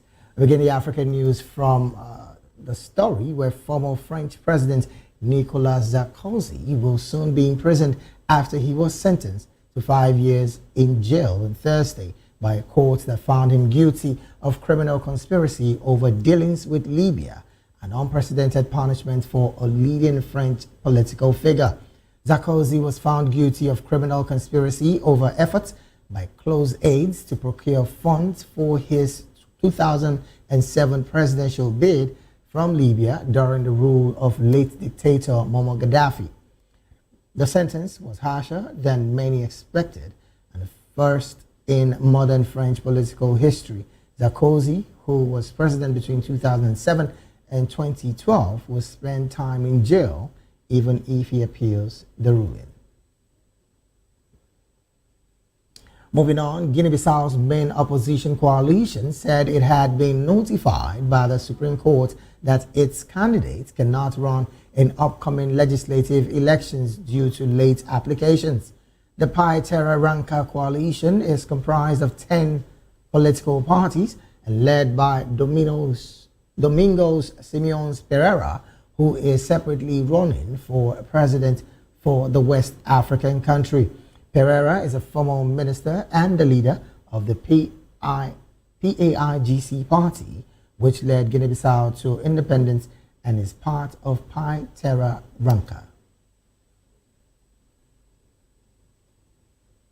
Meanwhile, voting has begun in Seychelles' election, where incumbent President Wavel Ramkalawan and allied lawmakers are looking to block a comeback by the party that has dominated politics for 4 decades. Africa's wealthiest country per capita is an archipelago in the West Indian Ocean, whose location makes it a target for investment from and security cooperations with China, Gulf nations, and India. Ramkalawan, a former Anglican priest, steered the tourism-dependent economy through a post-pandemic recovery and says he wants a second 5-year term to build social protection and infrastructure while defending the country's neutrality to draw investment. His main rival, Patrick Hemeni of the United Seychelles Party that governed from 1977 to 2020, says the population of 180 120,000 suffers from problems such as soaring living costs, declining standards in schools, graft, and drug abuse. And from there, I'll move straight to Malawi, where Malawi's former President Peter Mutharika won this month's presidential elections as voters rejected incumbent Lazarus Chakwera after 5 years of worsening economic crisis in one of the world's poorest countries. Mutharika secured more than 56% of valid votes, enough to win in the first round of voting, compared to 33% for Chakwera. The Electoral Commission said on Wednesday. Earlier in the day, Chakwera conceded defeat and said he was committed to a peaceful transfer of power. Still in Malawi, the African Union has congratulated Peter Mutharika for his election win in Malawi, commending Malawians for a peaceful campaign. The veteran politician, who held power from 2014 to 2020, was re-elected with nearly 57% of the vote to lead a country of 21 million people. It was a landslide win over incumbent President Lazarus Chakwera's 33%. Malawi's election, according to Malawi's Election Commission, the chair of the African Union Commission, Mahmoud Ali Yusuf, expressed his congratulations to the 85-year-old Mutharika. In a statement posted on X, he said he commended Malawians for their enthusiastic, peaceful, and orderly engagement in this credible democratic process. And from Malawi, we move straight to Uganda, where Ugandan opposition leader, pop star turned politician Bobi Wine has been cleared to stand for president, pitting him against Yoweri Museveni for a second time during a career in which he has been arrested and jailed multiple times for his opposition to the long-serving incumbent. Wine, whose real name is Robert Yangoladi, first challenged Museveni in 2021 polls, but came in second place. The 43-year-old, however, rejected the results and said his victory had been stolen through pre-ticked ballot, intimidation by security forces, falsification of results, and voter bribery. Muhoozi Kainerugaba, Museveni's son and head of the military, in January threatened to behead Bobi Wine. And from Uganda, we'll go straight to Kenya, where Mukureni Senator Dan Maano has opened his President William Ruto blindly agreed to be part of the Kenyan-led multinational security support mission, MSS, in Haiti. He disclosed that in a media chat on Thursday. According to Mazo, President Ruto failed to hold rigorous consultations before agreeing to the deal, only to be presented with major flaws that have led to a problematic mission. Manazo noted that the logistical challenges the head of state decried this week on the sidelines of the United Nations General Assembly in New York points to poor preparation and ill advice. Recall that William Ruto said the underfunded mission has been operating at only 40% capacity due to a lack of promised personnel, equipment, and logistical support.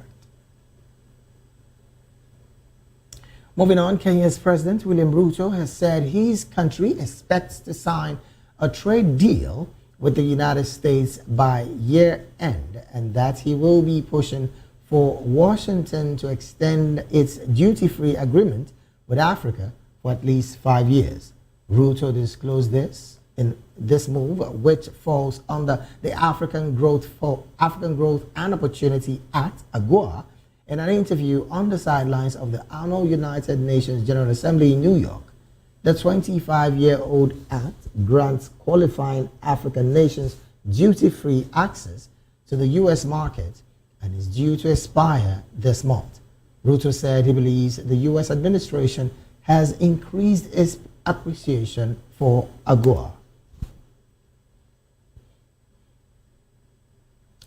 Moving on, Lesotho's trade minister has said that the U.S. plans to extend the African Growth and Opportunity Act, AGOA, which gives the continent preferential access to U.S. markets by a year after returning from a visit to Washington.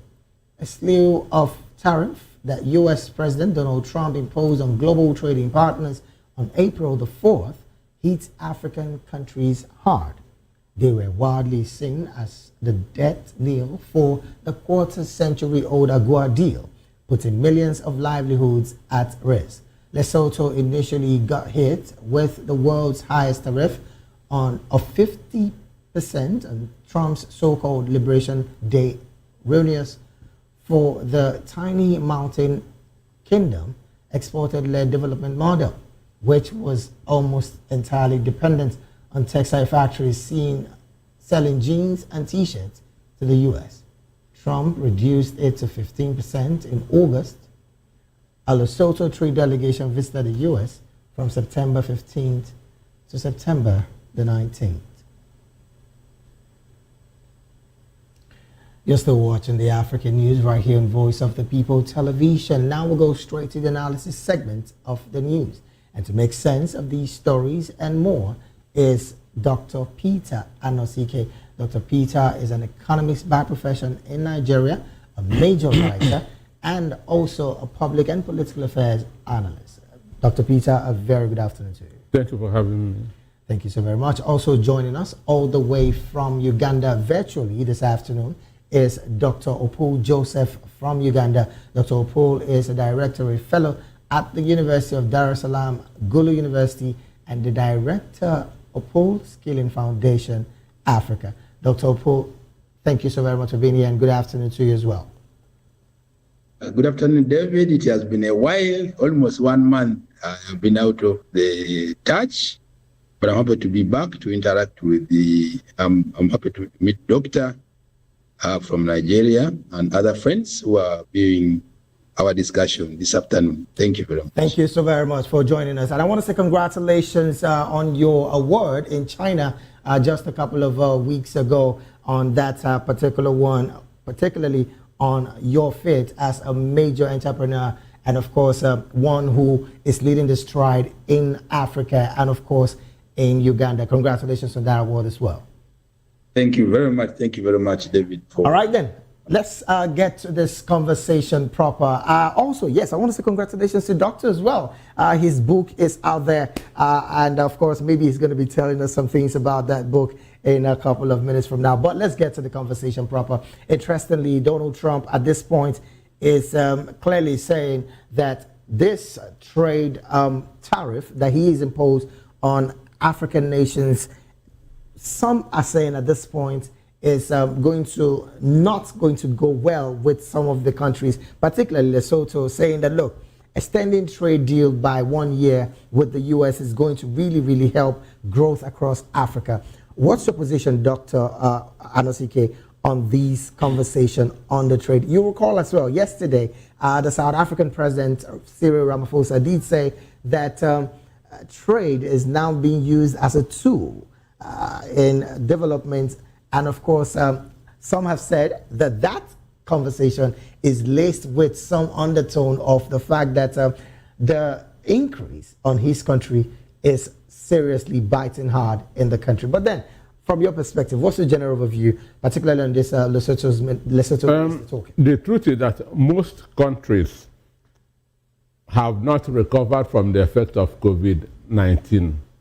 Most countries are still struggling, are still feeling the effect of COVID-19. Okay. So, for Donald Trump and Africa, Africa is not finding it funny at all. So on the tariff increase. On the tariff, sure, because most African countries are import dependent. Mm. So there's a gun in Texas, a gun in Tel Aviv increases things in Africa. Okay. Because we are not economically independent. Mm. So that's why when they cause problem, Africa suffer. Okay. So It and even KG, that's KGMB. That's one of the biggest auditing firms in the world. Right. Said that no country can tax its citizens to richness. Understand? So what the tariff is causing is inflation in Africa. So we are now paying more than we are supposed to pay. All right. We are now bearing the burden of the Western world because they want Africa to remain poor so that they can be using us as source of raw material. Now, Doctor, I'm still staying with you here. There is the conversation about the plans to extend the African Growth and Opportunity Act, AGOA, which gives the continent preferential access to the U.S. market.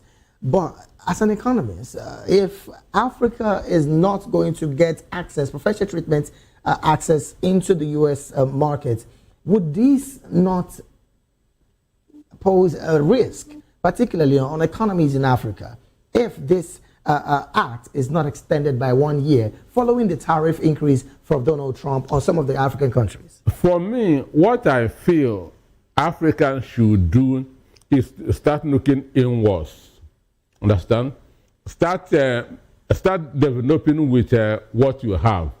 That's how India developed, by shooting the Western world out. That's go inside, develop with what you have. That's the same way Japan developed. Right. Because after the Second World War, Japan was in ruins. But they begin to pick all their bits and pieces together. Today, they are the 5th biggest economy in the world. So practically, Africans need to start looking inward. So we should start with what we have. Let us look inward, begin to think Africa, begin to patronize Africa. That's the only way to be truly independent. Because you cannot claim to be independent why you cannot feed yourself. Understand? Western world is controlling your economy, dictating what to do, using IMF and World Bank to keep you poor, to keep you down on a daily basis. Right. Because IMF is a Western instrument to keep Africa poor. Well, I don't know if Dr. Opul in Uganda is going to maybe align with this particular sentence from Dr. here, that IMF's major underground plan is just to keep Africans poor. Some quarters will say that the leadership in Africa seems to be the problem because accountability of these loans that is being gotten by IMF is on another level because they are not accounting for it. It's either going into private pockets or it's not been invested fully for what it was asked for. But let's look at the African Growth and Opportunity Act, AGOA. There's a call for it to be extended by a year. Do you think, as it stands, the U.S. government might, in their own magnanimity, look at Africa to wanting to allow it happen following the fact that there is tariff increase on some of these African nations? Plus, again, the same statements I made earlier about the IMF and Africa. Yeah, thank you so much, David, and thank you to my colleague, Doctor. First of all, you're talking about the loans from IMF. Who told you we need loans in Africa? That is one.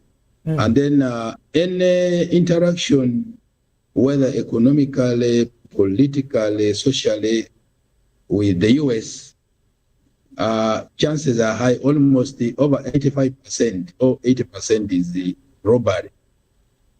There's a lot of cheating, there's a lot of robbery, there's a lot of dishonesty.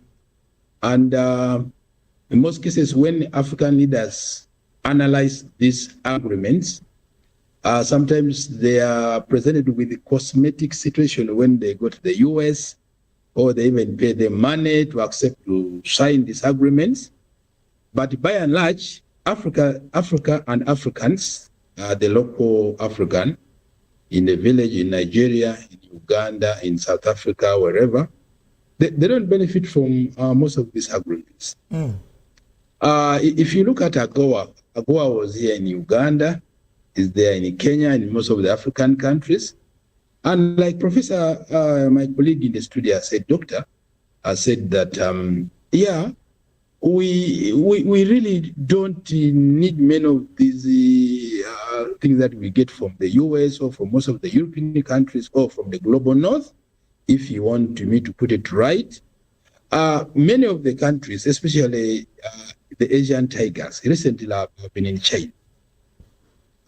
You cannot develop when you want to rely on, external goods without producing your own. So for us now as Africa, I think we need to focus on our education system that will focus on production of goods and services that we should substitute with the ones that we should be importing from the global north or from the Western world. Right. We should start manufacturing phones, manufacturing cars, manufacturing what? Most of the things like food and so on, we have Africa has enough food. But then, now, sorry to butt in now, Dr. Opol. The conversation about what we need is on another level. But we find African leaders clearly going to IMF to seek for these loans. You did say earlier that who told us that we need these loans. So where then is the leaders in Africa seeing their own development from if they don't go for these loans? Now, first of all, if you look at the person who's looking or who's getting a loan, look at the lifestyle of most of the African heads of state. I see a convoy for a Nigerian president, almost over 100 cars. The same applies to anywhere in Africa. Why on earth do you need over 100 cars, lead cars, security, protection, and so on? Moreover, those are physical things we're able to see. But there are things that we're not able to see about lots of stages, luxury, as far as our leaders and the other top civil servants are concerned. Right. So the loans that we get are really not necessary, and no one needs a loan in Africa. We need, maybe if we need our internal loans within Africa, maybe by African Development Bank. That's where we need to focus on. But also, honestly, when you look at right now, the way Africa is, the way China is, I can tell all the Asian countries, you find that roads are 100% tarmac. These people prioritize for their citizens. Everything is about citizens. People are saying that, maybe dictatorship is not bad, socialism or communism is very bad. But you go to China, okay, democracy is there, but very, very minimal. But the people they see the value for the money from their taxpayers, from their heads of state, from their leaders. We just need to reorganize our minds. We don't need loans. Not even one loan we need from the Western world. All right, then. Let me bring this conversation to the studio here. Doctor, more like Dr. Opol in Uganda is also agreeing to this, but there is this conversation about African leaders not looking inward, which again, Dr. Opol and yourself did mention. Again, as it stands, we're talking about loans being gotten by IMF. And as we speak right now, William Ruto of Kenya has said that the country is expected to sign a trade deal with the United States by the end of the year that will be pushing Washington to extend their duty-free agreement with Africa for at least 5 years. Do we really need these things? And again, there is also the conversation of the leadership in Africa not being sincere about themselves. The body language is different as against what they tell the people. What's your opinion with this particular conversation of hustle for FDIs, as it were, by these African leaders in Africa? There's a saying, who goes a borrowing goes a sorrowing. So whenever you sign any deal with the Western world, America, Europe, they are benefiting. They are benefiting because their concern is their interest. Okay. And a white man would always ask one question: what will I gain from this? In other words, African leaders are not having a strong bargaining power when they go into this kind of conversations of deal. You cannot have a strong bargaining power. Even with the mineral resources that is embedded in the continent.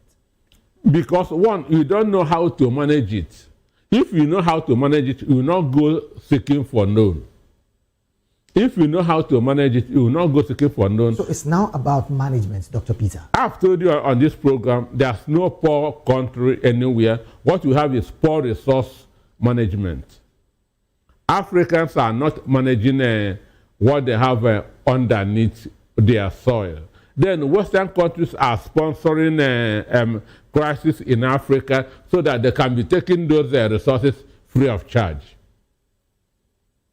Understand? They are sponsoring a crisis in Africa so that they can be taking these resources free of charge. Or that's what is happening in DR Congo and other countries in Africa. Doctor, William Ruto, the Minister of Lesotho, these guys together, as it stands, they are all in, that includes the Vice President of Nigeria as well in the US for the UN UNGA. But the conversation from that Congress is the fact that Africa needs much more funding from the US, from IMF, and all of the other bodies that can give them funding. How and why? They are not thinking right.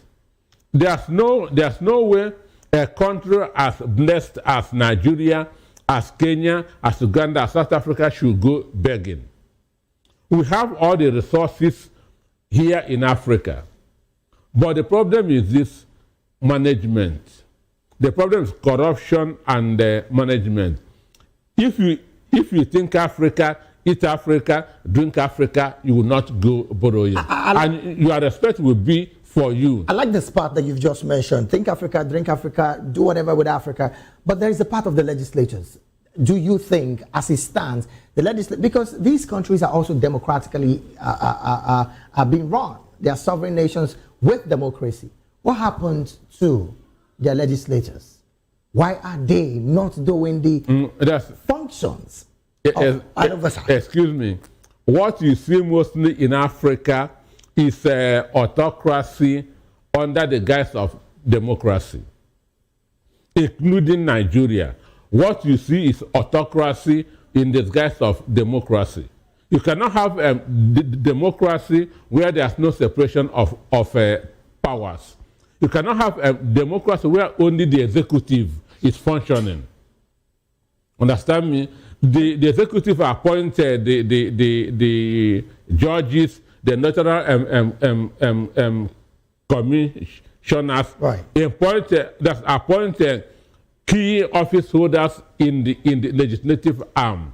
That is not democracy. Again, Doctor, on the part of the legislators, if these are loopholes that should be corrected, why are these elected legislators across Africa not standing their ground and deciding on rejigging their constitution, particularly Nigeria? And I'm going to use that as a case study.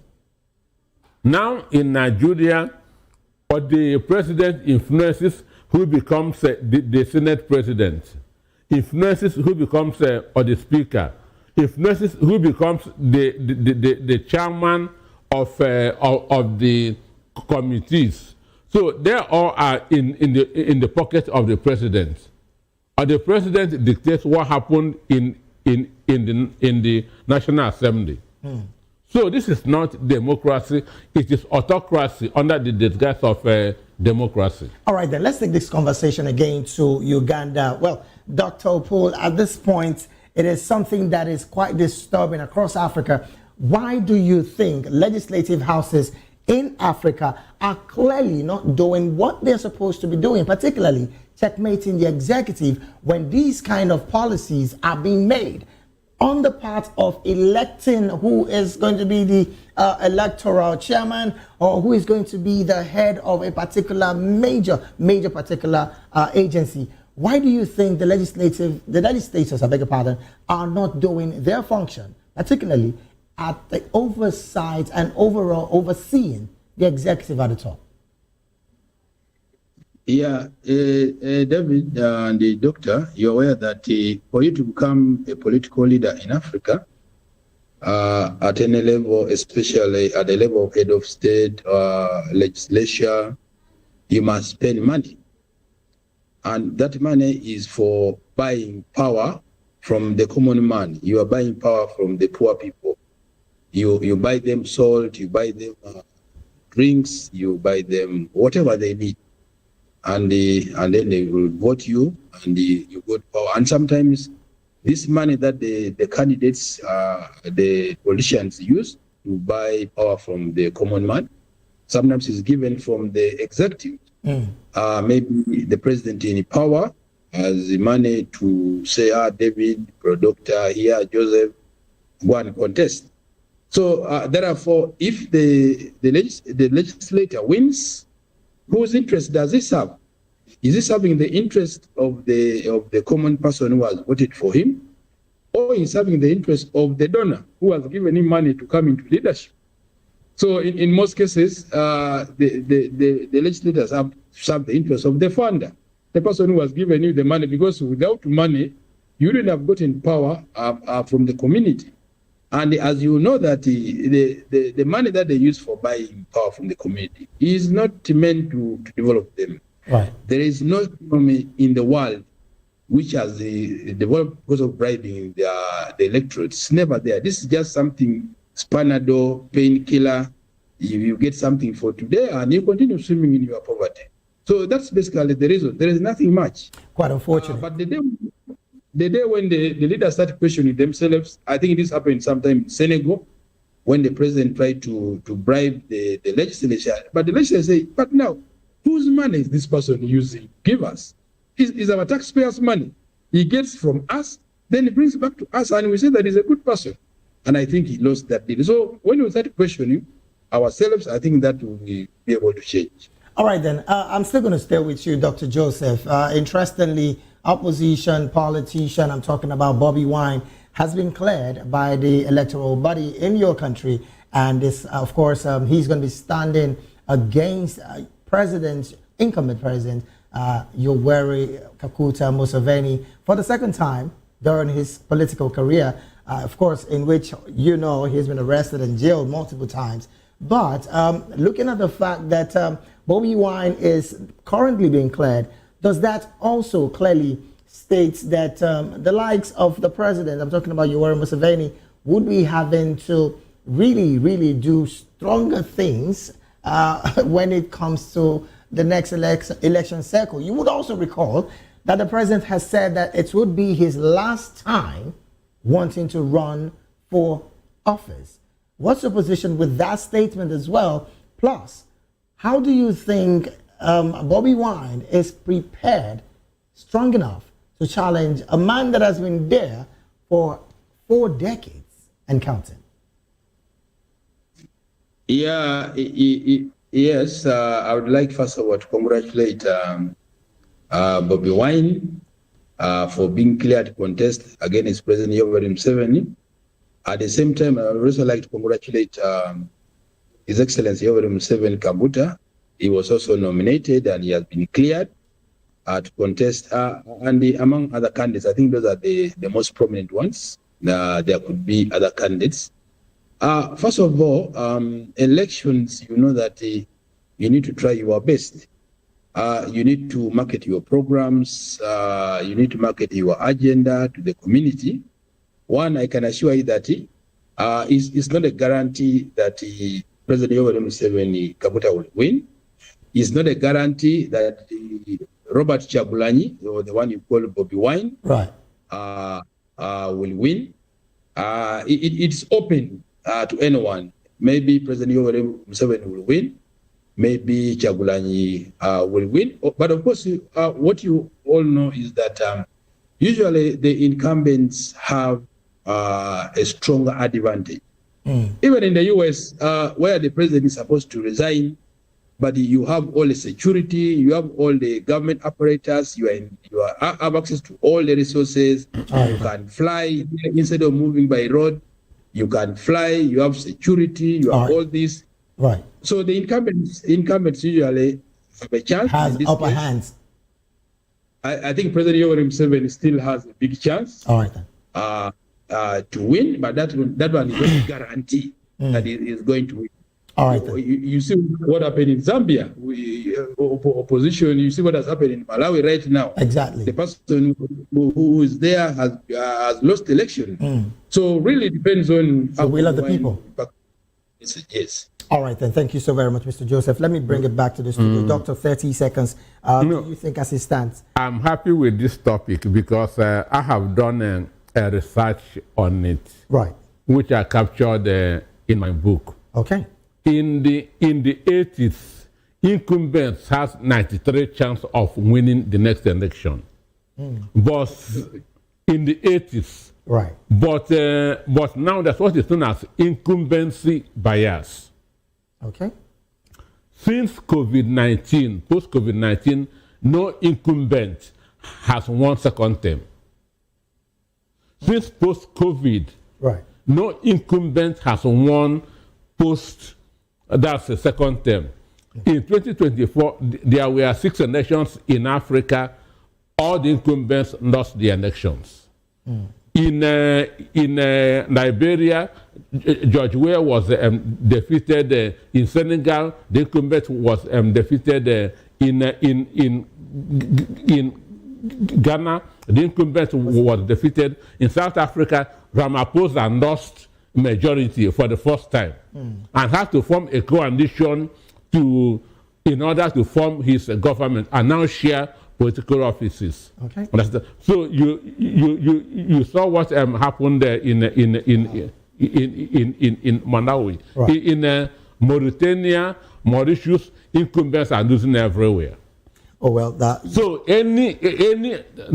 people don't want to see the same face anymore. Right. So any election that incumbent win, the process was manipulated. I'm telling you. Okay then. That again is your submission on that particular story. But yes, this is where we have even in UK and in America. Right. Following those facts, really, I cannot argue. Argentina. I cannot argue those facts because yes, truly, yes, it's just been like that in recent time, post-COVID precisely. But yes, this is where we have to draw anchor on the analysis segment of the news. And I want to say big thank you to the gentlemen who did lend their voice in this conversation. In the studio with us, we had Dr. Peter Onyediika, who is a seasoned economist in Nigeria and, of course, a writer, plus, as well, he's here in the capacity of a political and public affairs analyst. Once again, Doctor, thank you so very much for being here. Yeah, thanks for having me. Also, we had joining us virtually award-winning Dr. Joseph Opul. I like to call you that. Dr. Joseph Opul is a doctoral fellow at the University of Dar es Salaam, Gulu University, and director of Opul Skilling Foundation. Once again, Dr. Joseph, thank you so very much for being here. Thank you very much. All right, then have a great day ahead as well. We'll take a quick break right now. When we return, straight up, we'll be having more stories to give you on the African news. Please do stay with us.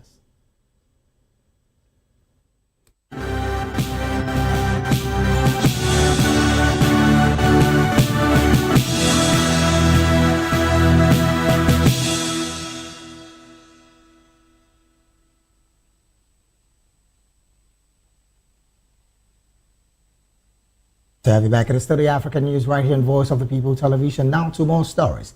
Somalia's President Hassan Sheikh Mohammed has said he is a prime target of the Islamic group Al-Shabaab, which is affiliated to Al-Qaeda. In an interview, he said the militants had tried to assassinate him 5 times in the last 2 years, most recently in March. He insists the group has been weakened.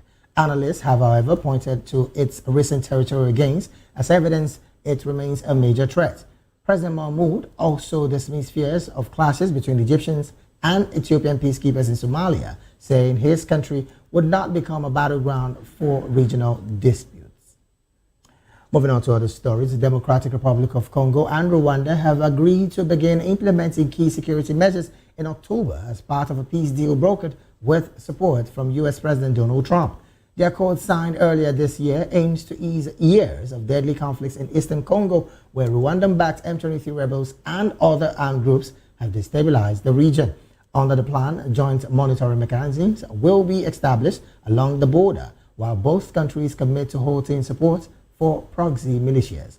The initiative also includes humanitarian access for displaced civilians and deployment of neutral observers.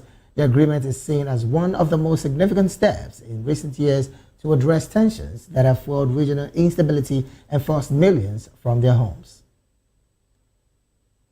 Moving on, 11 new confirmed cases of Ebola were reported in Democratic Republic of Congo since the World Health Organization's latest update on September the 15th, showing a decreasing trend of cases in the recent week, the UN Health Agency has said.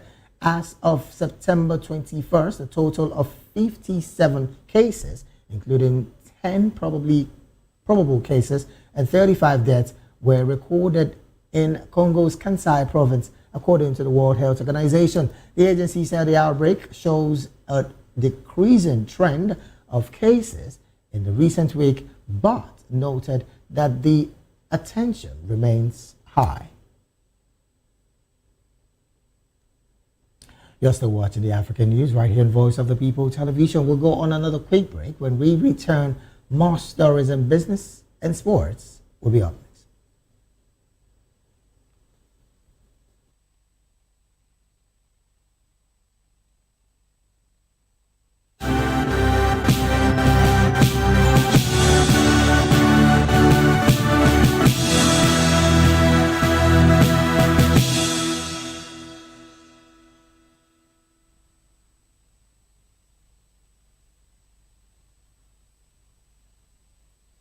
Glad to have you back. It is still the African News right here on Voice of the People Television. Now to some African business stories. The Republic of Mali has approved 7 new mining agreements under its revised mining code, aiming to expand state participation and revenue from the sector. The Council of Ministers has sanctioned the exploration and exploitation agreements, ensuring Mali has a fixed, non-reducible equity position in the ventures, along with proximity access to dividends. The agreements cover several gold mines, including the Sadiola project operated by an Allied Gold subsidiary, B2 Gold, Fekola Mine, Resolute mining site at Yama, and Gamfeng Bongwani project. They are the latest outcome of the new mining code adopted in 2023, which raised royalty rates from 6.5% to 10% and increased minimum state and local ownership of mines to 35% from 20%. These contracts follow preliminary agreements signed with the same companies between September and November 2024. Still talking business, Botswana is seeking to close a deal to acquire a majority stake in the Boers by the end of October as negotiations continue with Anglo American, the diamond miners' controlling shareholder, and other interested buyers. Anglo American, which owns 85% of the Bears, has been working through a restructuring process for the past 16 months and is planning to divest its stake. The government of Botswana, which already holds a 50% stake in the diamond company, aims to increase that to more than 50%. Botswana's President Doma Boko confirmed that talks are underway with partners, including discussions with Oman's Sovereign Wealth Fund to finance the acquisition. Still talking business, Angola State Diamond Company, Ndiama, has bidded for a minority stake in Anglo American's diamond unit, De Beers. The African country's Ministry of Mineral Resources, Petroleum and Gas has said on Wednesday. De Beers is one of the world's leading diamond companies with operations spanning across Botswana, Namibia, Angola, South Africa, and Canada. The diamond company, which has been put up for sale by Anglo amid falling diamond prices, had attracted interest from at least 6 consortia. Angola's proposal does not seek majority control in the Botswana-based De Beers, but instead believes it should continue to be a private sector-led firm, according to the ministry's statement. And to wrap up the African news, we go straight talking some African sports news. Algerian winger Bilal Brahimi has signed with Brazilian giants Santos FC, marking his first move outside Europe. The 24-year-old joins Santos on a deal running until the end of 2026, following a mutual contract termination with French club OGC Nice on September the 1st. Born in France, Brahimi holds both French and Algerian nationalities. Brahimi, who represented France at under-19 level before switching allegiance to Algeria in 2022, has since earned 4 caps for the Desert Foxes. With that sports story, we've come to the end of African News right here on Voice of the People Television. Do well to subscribe to our YouTube channel. On YouTube, we're at Voice of the People TV, and on all other social media platforms, we are at VOP TV Live. Thank you so very much for being a part of this broadcast. I am David Edwin. Do have a good afternoon.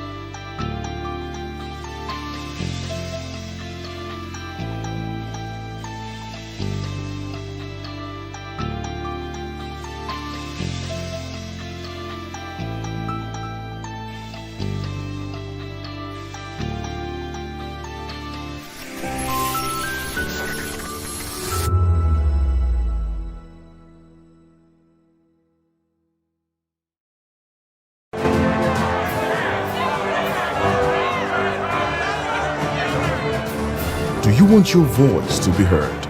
Do you know that you matter in the scheme of things? The People's Voice, the show where ordinary citizens take center stage as we discuss the biggest stories that affect you and I. With you in mind, we facilitate lively discussions, debates, and interviews on the topics that matter most to you and I, from social justice to economic empowerment, education to healthcare, governance, and more. Tackling tough topics and amplifying your voice. People's Voice, Mondays through Thursdays, 7 p.m. to 8 p.m. Join the conversation and make your voice count. The People's Voice. Make your voice count.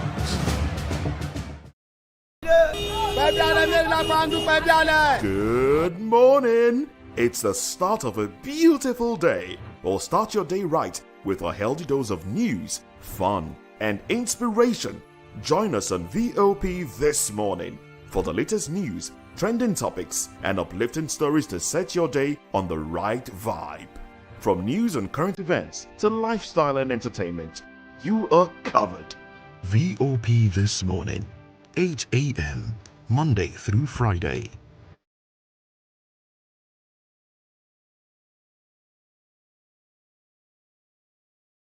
Are you ready for the extraordinary? Something big is happening on your screen. Introducing VOP TV. Now streaming on SLTV channel 264. From breaking news to captivating conversations, news analysis, giving you all sides to the story. We bring in-depth discussions on the issues that matter, from politics to sports, entertainment, and lifestyle. VOP TV on SLTV channel 264. Join us as we redefine what television means to you. Voice of the People Television, VOP TV. Now you have more than a voice.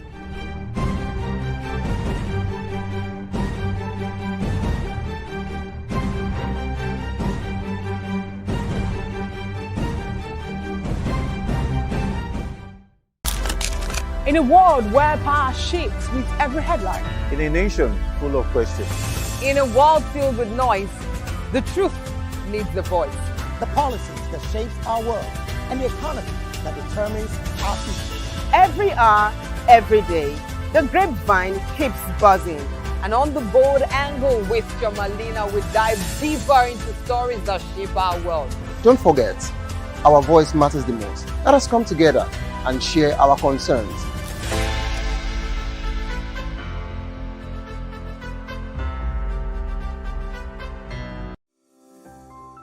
VOP TV.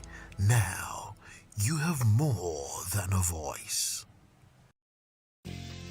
Air travel is one of the most exciting ways to journey across the world, but it also requires a little courtesy to make the skies friendlier for everyone. Now, these are some essential flight etiquette. Boarding. Boarding is smoother when we all follow instructions. Stick to your boarding group, keep your pass handy, and step aside quickly once you find your seat. A little order goes a long way in getting everyone on board faster. Overhead bins. Now these are for everyone. Place your larger bags above and keep smaller items under the seat in front of you. That way, there's enough space for all passengers and fewer delays. Phone use. Now this, once the aircraft door closes, all devices must be in flight mode. A simple switch helps keep communication safe and smooth for both crew and passengers. Talking about the middle seat rule. The unwritten rule says this: if you are in the middle seat, both armrests are yours. It's a small courtesy that can make flying more comfortable for all. Noise levels. Keep conversations and devices at a reasonable volume. Headphones are a traveler's best friend, and courtesy in the cabin ensures a peaceful flight for everyone. Talking about disembarking. When the plane lands, don't rush the aisle. Wait for your roll's turn. Collect your belongings quickly and move forward calmly. A little patience makes disembarking hassle-free. And lastly, hygiene and health. Of course, hygiene matters. Always cover your mouth when sneezing or coughing. Use sanitizers and keep your space tidy. Clean habits make for healthier skies. Flying is not just about reaching your destination. It's also about the experience we share along the way. With these simple etiquettes, we can all make air travel smoother, calmer, and more enjoyable. Praise Peters for Voice of the People TV.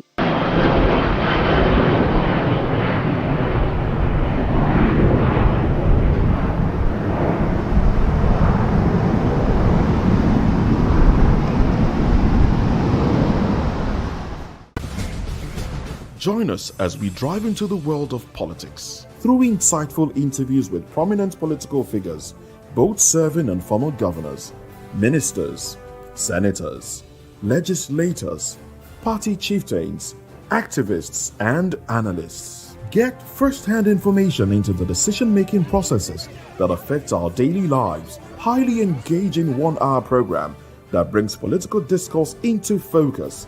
I am Chukwuma Okoro. Political Lens, Monday through Friday, 6 to 7 p.m.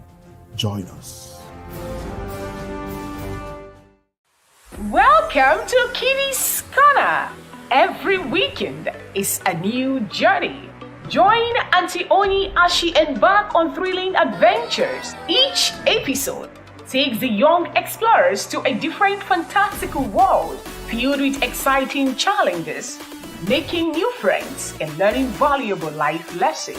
The show begins with lots of excitement in a cozy storytelling mood. Parents teach the importance of kindness, honesty, bravery, teamwork, or curiosity. Kitty's Corner is a delightful blend of fun, education, and imagination with catchy songs, interactive games, and heartwarming stories. Join Auntie Oni every Saturday, 10 a.m. to 10:30 a.m. on Voice of the People Television. Kitty's Corner, perfect destination for curious minds. The red carpets, awards, the razzmatazz, music, fashion, interviews, and more. Spotlight on Voice of the People Television. Let's feed you with all the juicy stories in the global entertainment space, bringing you the glitz and glamour as it is hot. Stay tuned to Spotlight, 1 p.m. Monday to Friday. Spotlight on VOP TV. Entertainment like never before.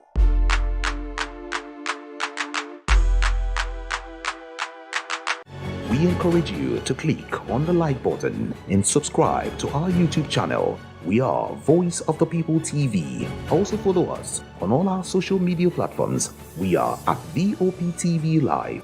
Visit our website www.vop.ng for fresh and trending news. Also watch us live on SLTV channel 264. VOP TV, Voice of the People Television. On Edu Dialogue, we bring you fresh ideas and conversations shaping the future of learning in Nigeria and beyond.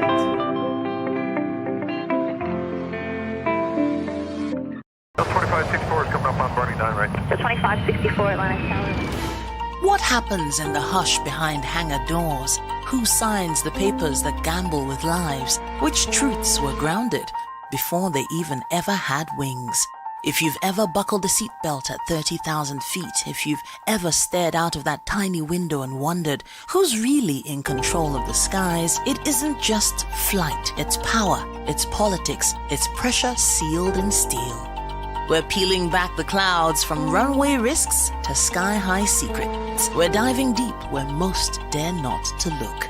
Aviation Scope, every Sunday at 7 p.m. only on Voice of the People TV. We don't just report, we reveal. We don't just ask, we uncover. Because when it comes to the skies, ignorance is turbulence. Aviation Scope, the sky isn't the limit, it's just the beginning.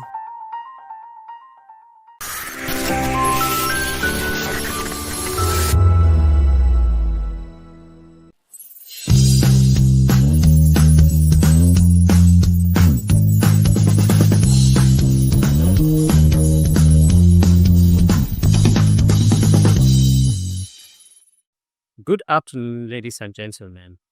This is the Maritime Frontier Show. My name is Jili Utoni. Today, we are speaking with Dr. Basi Onwulisa, the author of The Toll of Corruption in Nigeria, the role of illicit checkpoints in the exorbitant prices of goods across Nigeria. He is a maritime personality with about over 3 decades of experience within the sector. And I think he knows his onions when he talks about corruption within the system. Today, we are going to look at those things that we define as corruption within the sector and those things that tend to militate against the growth of the maritime sector. Dr. Olisa, good afternoon, and you're welcome to the program, sir. Good afternoon or good evening, my viewers and Dr. Dili Utomi. Thank you, sir. Yeah, I'm just Mr. Dili Utomi. You are a doctor here, all right. A doctor is somebody that has a foreknowledge of anything. You're a doctor of journalism. Thank you so very much, sir, for that honor. Sir, I want to take a look. What do you think define as corruption? Let's start from that. Corruption is doing things in inappropriate ways. That is negating the extant laws and the constitution of a nation or a group. Corruption is manipulating situations, taking money in exchange for doing the right thing, and so on and so forth. Corruption can be defined as slave driving. When you talk about slave driving, you say people holding themselves to hostage by allowing indices of manipulation to go on. A historian can describe it as those things that has kept them far away from their goals. How do you relate it to the maritime sector, sir? The maritime sector has been grappling with issues of corruption for quite a long time now. In the beginning, it was using calculator to type the amount to be given. Today, it has graduated to where our money at every corner, at every section. You see people, officials, government representatives shouting to those that are coming to do share transaction with them, that where our money, where our settlement.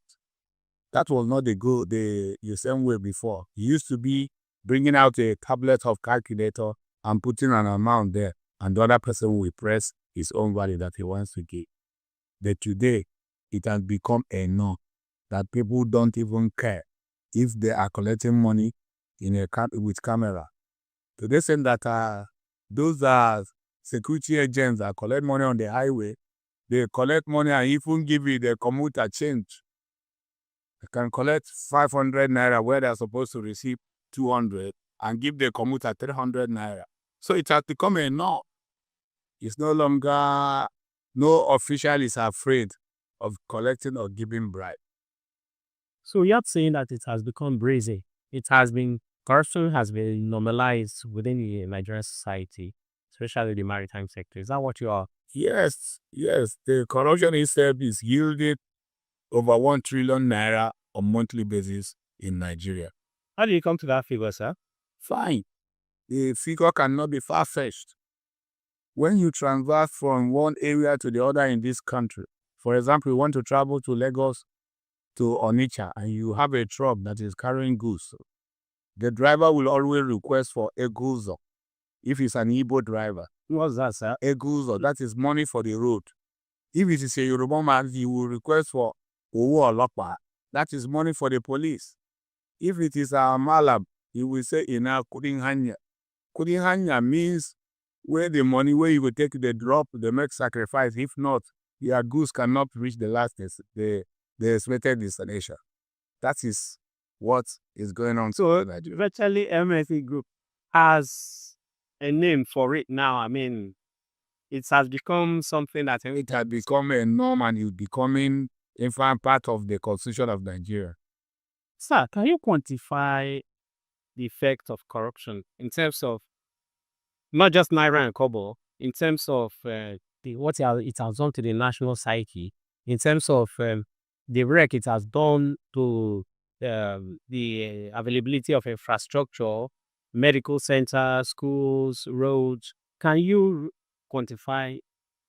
Can you try to put a figure on what we have lost? The truth of the matter is that the issue of corruption in Nigeria today is burying a lot of dreams. It's destroying a lot of people. And corruption is affecting every industry in Nigeria. Every industry, everything, schools. Today saying that lecturers are collecting money to pass students. How can you evaluate the quality of knowledge of a student that paid money through from part 1 to part to his final year? How can you quantify his knowledge when what is needed is to settle the lecturer? Some settle with even their body. Corruption in Nigeria is abnormally becoming dangerous. And if we allow it to continue, we'll be destroying the psyche of this nation. And the future generation may not have a place they will call Nigeria. Just think about it.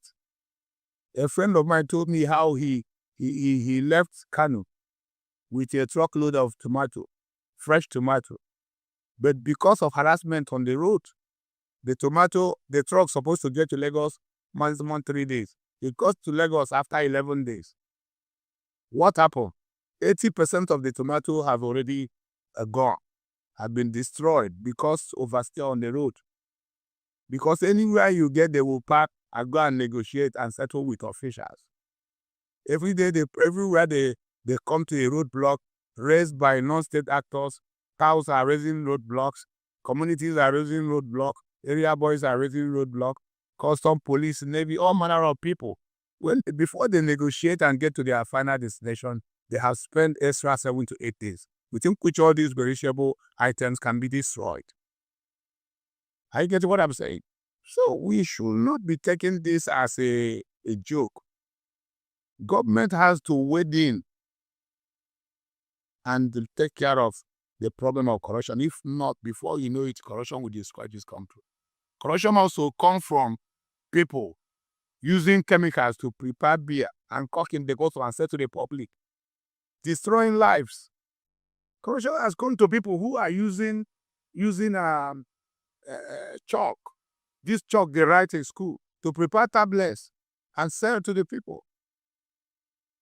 You are going to the hospital to receive treatment. Actually, you have got to the hospital to receive death certificate. Yes, through fake drugs. So we are talking particularly about the maritime sector. Now that's where we are mainly concerned about today. Let's narrow it down to the base. Which area of the maritime sector do you think that the government should beam its searchlight in order to try and remove those things that cause corruption, in order to create more transparency within the dealings? Is it the customs, the other government agencies, or which particular area do you think? The truth of the matter is this: when it comes to the major stakeholders in this industry of corruption, is the Federal Operation Unit of Nigerian Customs. They are not even supposed to be there. The Federal Operation Unit of Nigerian Customs are just working at counter purposes with a simple mechanism of transaction, which is about collecting value from custom and then positioning your container for examination. It is presumed that when you collect the value, custom did not see the consignment. But when you examine it, custom has already seen the consignment you brought in, and they value it in pari passu with the amount of money you paid, and see whether the amount paid is okay as a good value for that goods.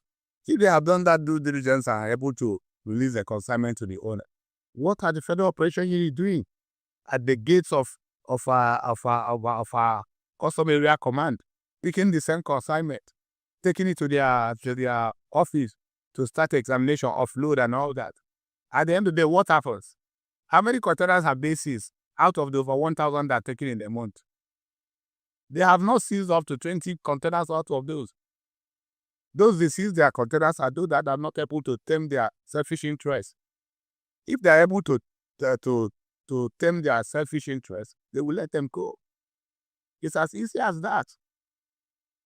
Think about it. If you go to Mile 2 now, you see custom arresting containers, arresting vehicles, used vehicles, telling them that you did not pay this is a compromise. Who compromise?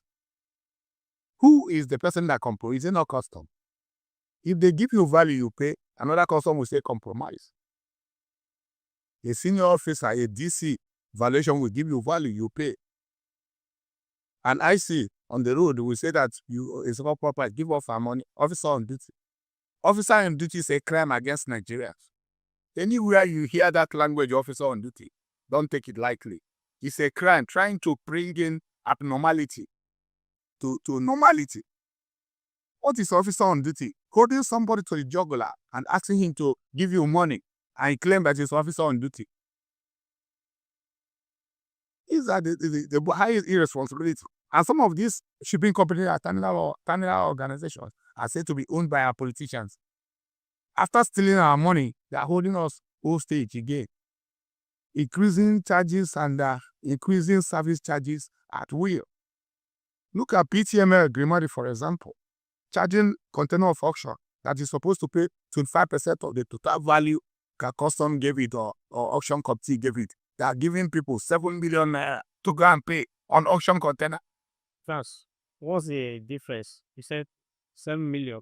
If you have 2 million naira as the value of auction container, 25% of it is 500,000. Yeah. But they are collecting 7 million. Why? They are extorting people. They are just like bandits. These shipping company and terminal operators, especially this Grimadi and PTML. Sir, in defense of, they're just trying to do my job and play the devil's advocate here. Do you have evidence that these are happening? we will give you evidence. Right now, Seth, I've asked my lawyers to give the notice of prosecution, notice of going to court. And in that notice, when we give them the notice, I will give you copies. No, with TML command or Sorry, TML command, for example, right now, because the matter was reported to us 2 months ago. Up to now, it has not been. That's the customs command itself. Though the shipping company, the terminal company is supposed to collect 25% of the cost of the container. Okay. That terminal company is collecting 7 million, which is daylight robbery. And for 2 months now, some people reported the issue to me. We've been going back and forth. Finally, they say 4 million. Finally, they are saying 2 million. That's the cost for using the storage facility. I think you need to understand this on that. If I had known, I would come with a customs auction paper.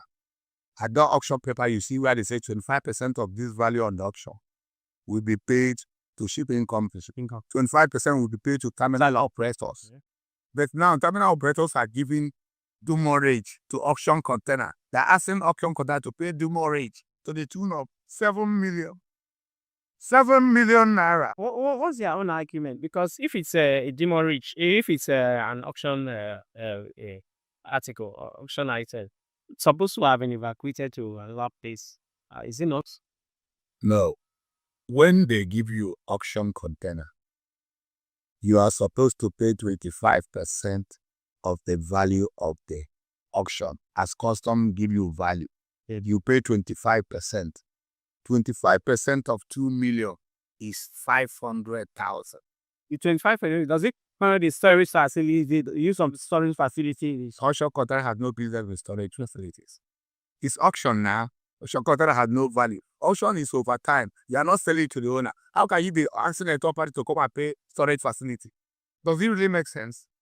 And I just want to better understand this. But does it make sense? I just want to be that you allocated auction container to this man or that woman, and he comes here trying to collect demurrage that made the man abandon his container in the first place from the man that cost up to the container. It doesn't really make any sense. What is allowable is 537,500 naira for 40 feet. For 20 feet is half. That is what is allowable by the custom authorities. But the shipping line, like BTML, has no respect for our laws. They have no respect for Nigerians. They have no respect for anybody. They are charging the allotee of this auction. Demurrage. Is it his business? For God's sake. So let us understand this thing because it's very important. Yeah. Okay. And we are using this meeting to say that if he continues, we will mobilize all people to see the BTML. I ask for the money they stole from them over the years in this matter. I hope that's what I'm saying. I do.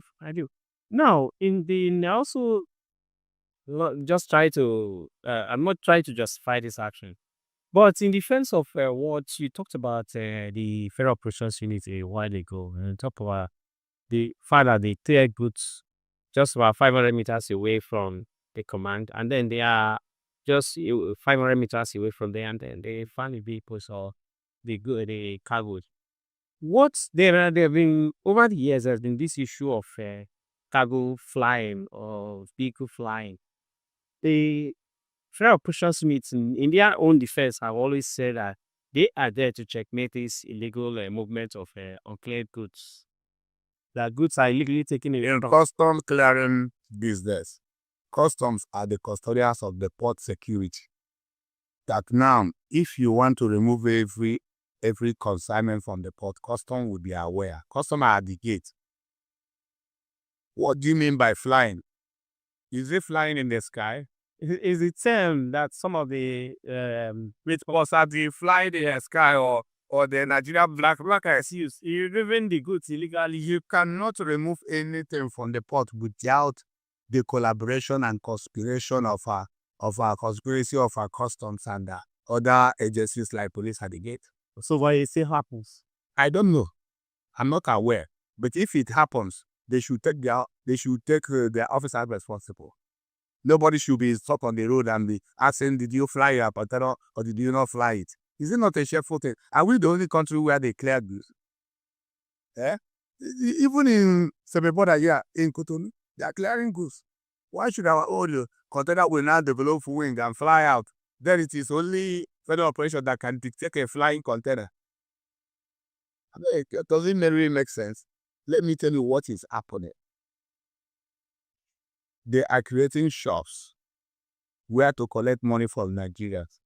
Extortion in Nigeria is a 20 trillion naira business monthly basis.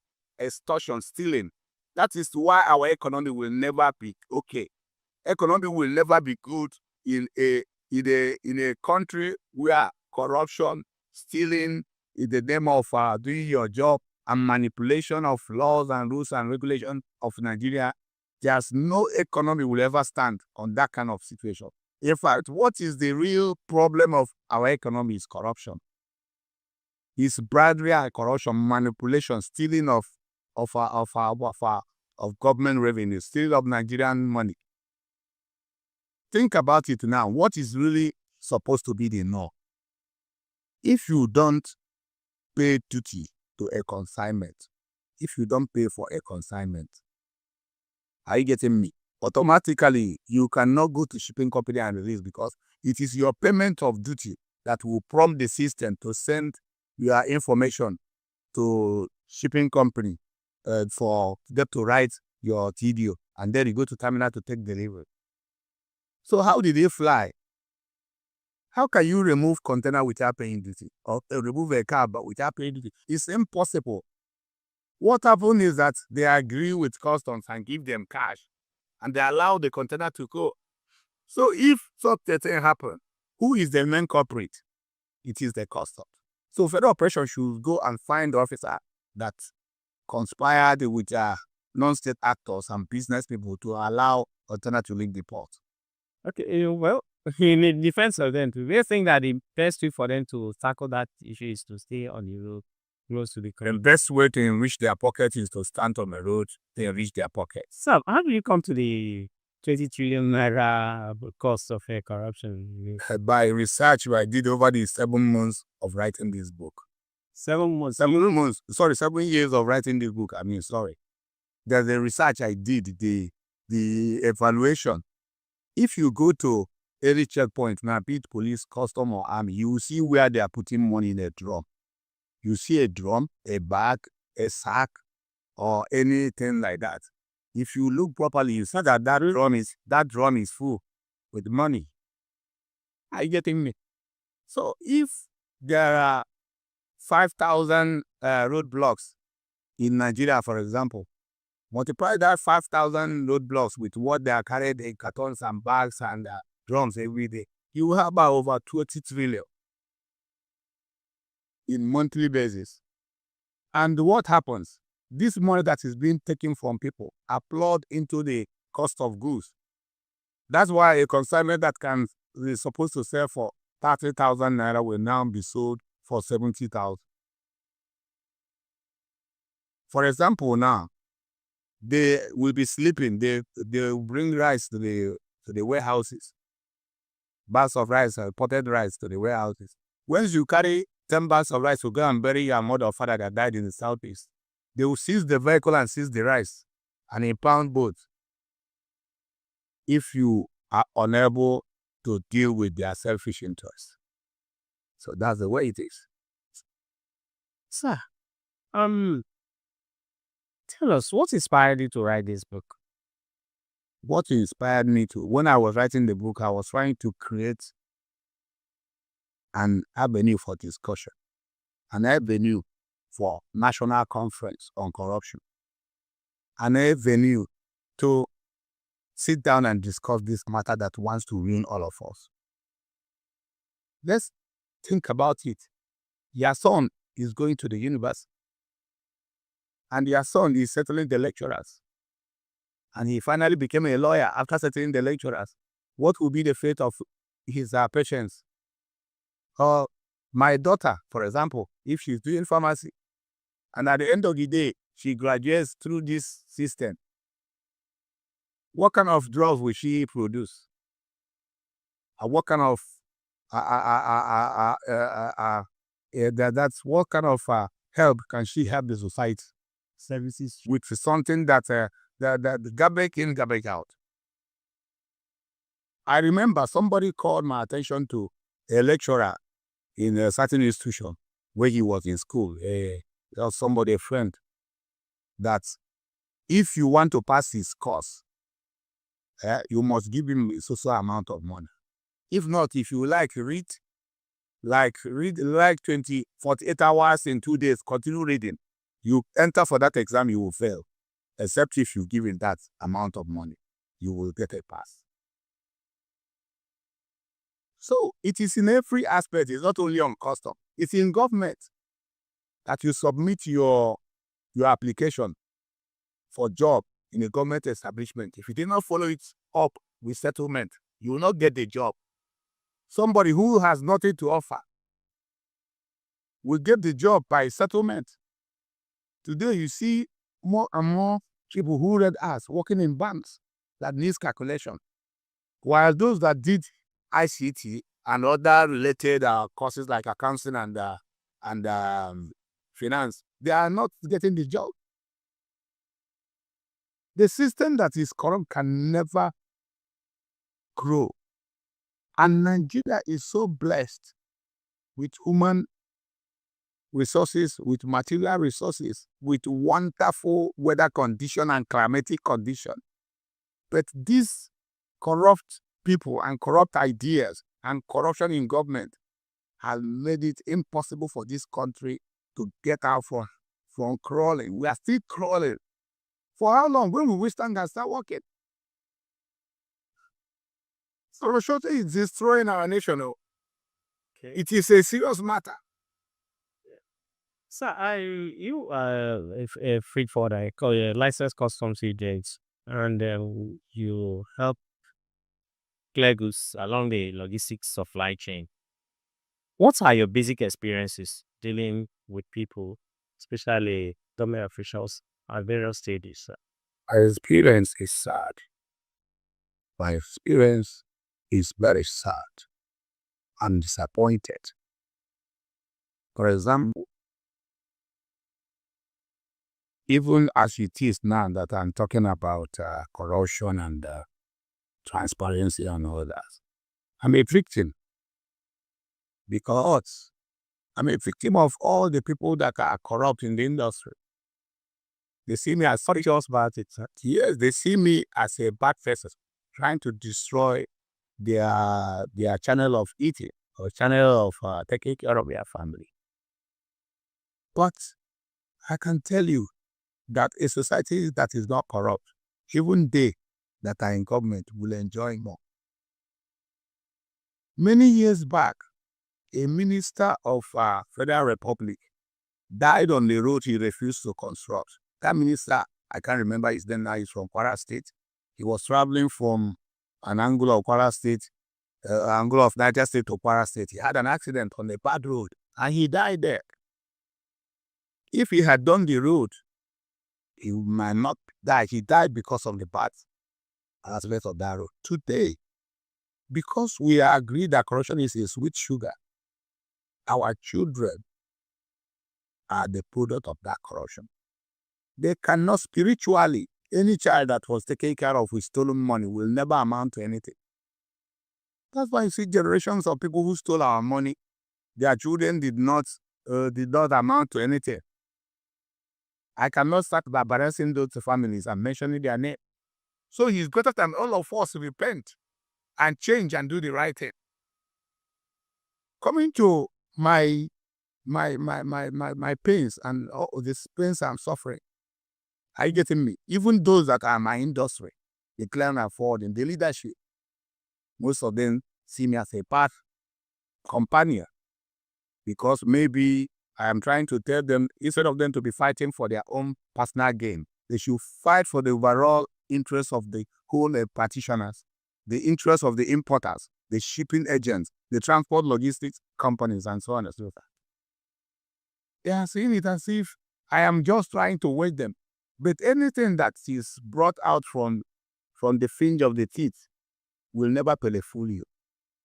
You can never be fed fine because of those meats that hang on your teeth that you are bringing out to chew them and swallow again. Until we begin to do the right thing and put our resources to the development of our nation. Those that have stolen too much, they still die of terminal ailment. It's a curse. A curse is upon their head. They don't know it. I'm telling you, this is it. All the money you are stealing the commonwealth of the people, you end up dying a miserable death. If I will make the list. In fact, I will write a book on that when I will mention names. On people, they were very, very prominent families in the time past, but because of the way they stole the commonwealth of Nigeria, they died a miserable death, and their children were nowhere to be seen as making impacts in the society. Despite them studying in England, studying in America, studying in Peru, studying in Spain, their children still end up with hard drug issues. So the best thing to do is let us change that to and enjoy life. Most of my ethnic cannot sit down and talk because they don't have the strength. But God gives me the strength to move because I am an arrow of the truth. The spear I shoot is that of the truth. The Bible says that the first set of people that will enter the hellfire are the fearful, those that are afraid. Those that are afraid to say the truth. Those that are afraid to do the right thing. Those that are afraid in any way. That's why the Bible says that the fear not in the Bible is more than faith in them. Listen, because it's warning you that you are the first set of people in Revelation.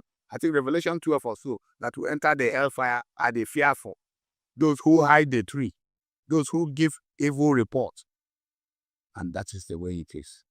Professor, you served as the president of Association of Nigerian Customs Brokers, ASCB, and now the president of the National Compliance Joint Task Force of Licensed Clearing Agents, as a NCJTFLCA. Yes. What is the objective of this association, the NCJTFLCA? The main objective of the organization is to try to change the story, to change the narrative. What narrative, sir? The narrative of corruption, that without corruption, nobody will become rich. Nobody will do business and survive in Nigeria if you are not corrupt. That is the main objective. And the organization itself is supposed to be a marriage between all the associations in the maritime industry. We're supposed to come together. If you see our constitution, we wanted to have a relationship with all practitioners, the transport logistics, the freight forwarders, the maritime practitioners, and also the custom brokers. You know, all of them, they have diverse names with diverse roles they play. We can come together as one and liberate our people from shame, from lack of knowledge, from disrespect that they have been given by all manner of people, how they are being disrespected. You know, if you see an agent, we are not respected by the importer. We are not respected by the customs. We are not respected by other groups. We are not even respected by ourselves. We are seen as thieves. But the truth is that is because of the controversial way of doing things in the system, whereby if you have a Mercedes-Benz 2020 model, you can pay duty 100,000. Me, I'll pay 100,000 or 50,000. That man there will pay 70,000. But the official duty is 100,000. Are you getting me? Why can't custom say, okay, fine, let us tell you people the duty of this vehicle so that you pay and go and carry your vehicle? Or this item, they put the amount of money you are supposed to pay in the system. Once you call up one container of fabrics, the duty will come out. You pay and go and carry your consignment. So that those that we are doing business will respect us. Because when I pay duty 100,000, you pay 40 and pay 30. The other people will be seen by their importer as not knowing what they are doing.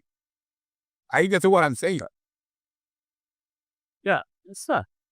You just mentioned that you try to engage other associations within the maritime sector. We have at least 5 registered, that's 5 licensed accredited associations by the Council for the Registration of Freight Forwarders in Nigeria, the CRFA. How well did you try to engage them in order to sell this idea to them and let them understand the benefits of coming together and then being advocates of battle against corruption within the system? I can tell you for free that discussions are ongoing. The national secretary of our organization is a member of a sister association. The Western Zone PRO is also a member of another association, and so on and so forth. A lot of them are coming in. They are beginning to understand that we are not coming to shoot ourselves on the leg. Because when we came out, they believe that this corruption, how can these people come in and say they want to fight corruption? They want to destroy our business, so they want to open our game in the public. But this whole game, it is the clearing agent that is losing and the importer. The customs, other security agents are smiling to the back. I hope you understand what I'm saying. For example, now, if you capture a job and custom put alert, who is the settlement of the alert going into? It is the customs. Are you getting me? And if you want to carry your goods and police put bullet or stoppage, and you go to the office and settle them and remove the stoppage, who is winning? So how does the association tend to stop all this? We are already in partnership with EFCC and other anti-graft agency, and we have about 6 or 7 cases in court already. And we have some matters also with this police, trying to bring all these criminals to book, because some of them are claiming to be officers and officials, but they're actually criminals. And we'll prove it in court. Okay. So, what's the response of these security agents? You know that through our... I want to get them to, like your idea. Through our advocacy, the east-west road that have been perverted with more than 18 custom checkpoints have been reduced to 7 now. Are you aware? The east-west road. So that's a Lagos stretch to Port Harcourt. Okay. There are about 18 custom checkpoints. It's about 7 now. Oh. Take a trip. 11 has gone. Lagos, Badagry Expressway, that they have up to 20 custom checkpoints. Custom alone. Some come and do hit and run. Carry, go and chop and drop. They have all gone. About 6 is left. Some of you that are living on that road should have to know. They've been reviewed before. They have been reduced to 4. How did that happen? It is through our advocacy. Yes, sir. But also playing in devil's advocate. There was a report that people tried to, association tried to set up roadblocks along the way. That's the Lagos Badagry Expressway. What's your reaction to that? This book is my witness. The toll of corruption in Nigeria. The role of illicit checkpoints in the exorbitant prices of goods at cost Nigeria. If we mount roadblock, it's an illicit roadblock. So how can me that I'm talking about illicit roadblock put an illicit roadblock? I can tell you for free that the people that wrote that publication, they have apologized to me. And you can reach across to them and ask them. They have apologized and they have brought down the publication. Are you still seeing the publication? What inspired them to write that in the first place? What inspired them to write it is just, I'm going to guess, is that those who are afraid of us want to give us a bad name to hang us. But they cannot succeed, because when I wrote petition to, because I can write petition easily. I wrote petition to the AIK Maritime Police, reporting those people. And I asked them to produce the record. They said we wrote to Custom, intimating that we are going to open a checkpoint on Lagos by the expressway. They couldn't produce it. Who gave you the report? Nobody gave them. They cannot say that this person or that person. What they are saying is that let us speak. That they didn't know that it was me that can be president of this organization. That if they knew, they know me that I'm a no-nonsense person, that they would have tried it. And I believe since they have come with that kind of voice, we cannot become good people under one height.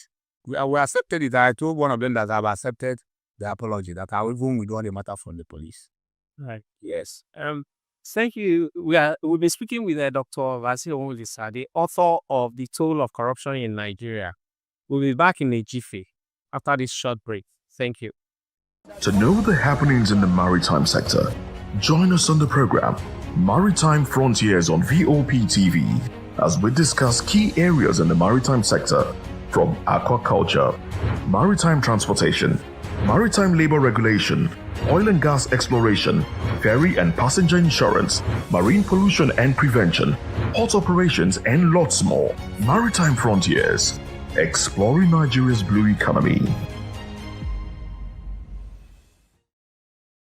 We encourage you to click on the like button and subscribe to our YouTube channel. We are Voice of the People TV. Also follow us on all our social media platforms. We are at VOP TV Live. Visit our website www.vop.ng for fresh and trending news. Also watch us live on SLTV channel 264.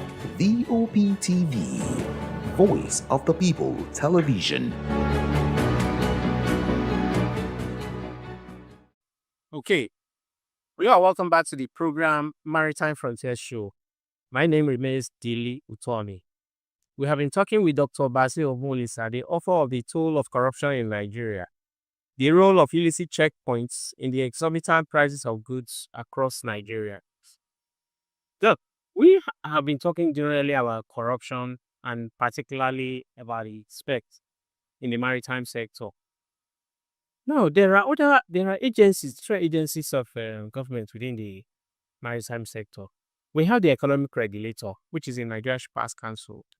What do you think their role is in the role they should play in trying to curb these corrupting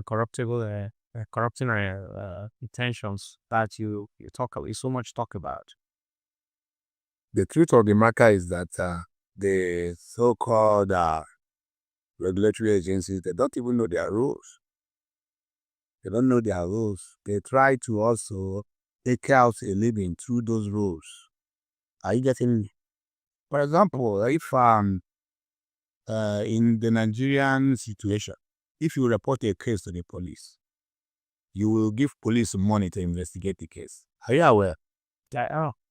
If that is the case, if you give a matter to those regulatory agencies, if you don't give them money, they will not do justice to the case. So their position is nonsense.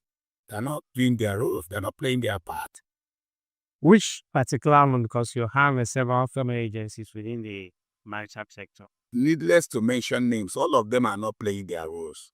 All of them.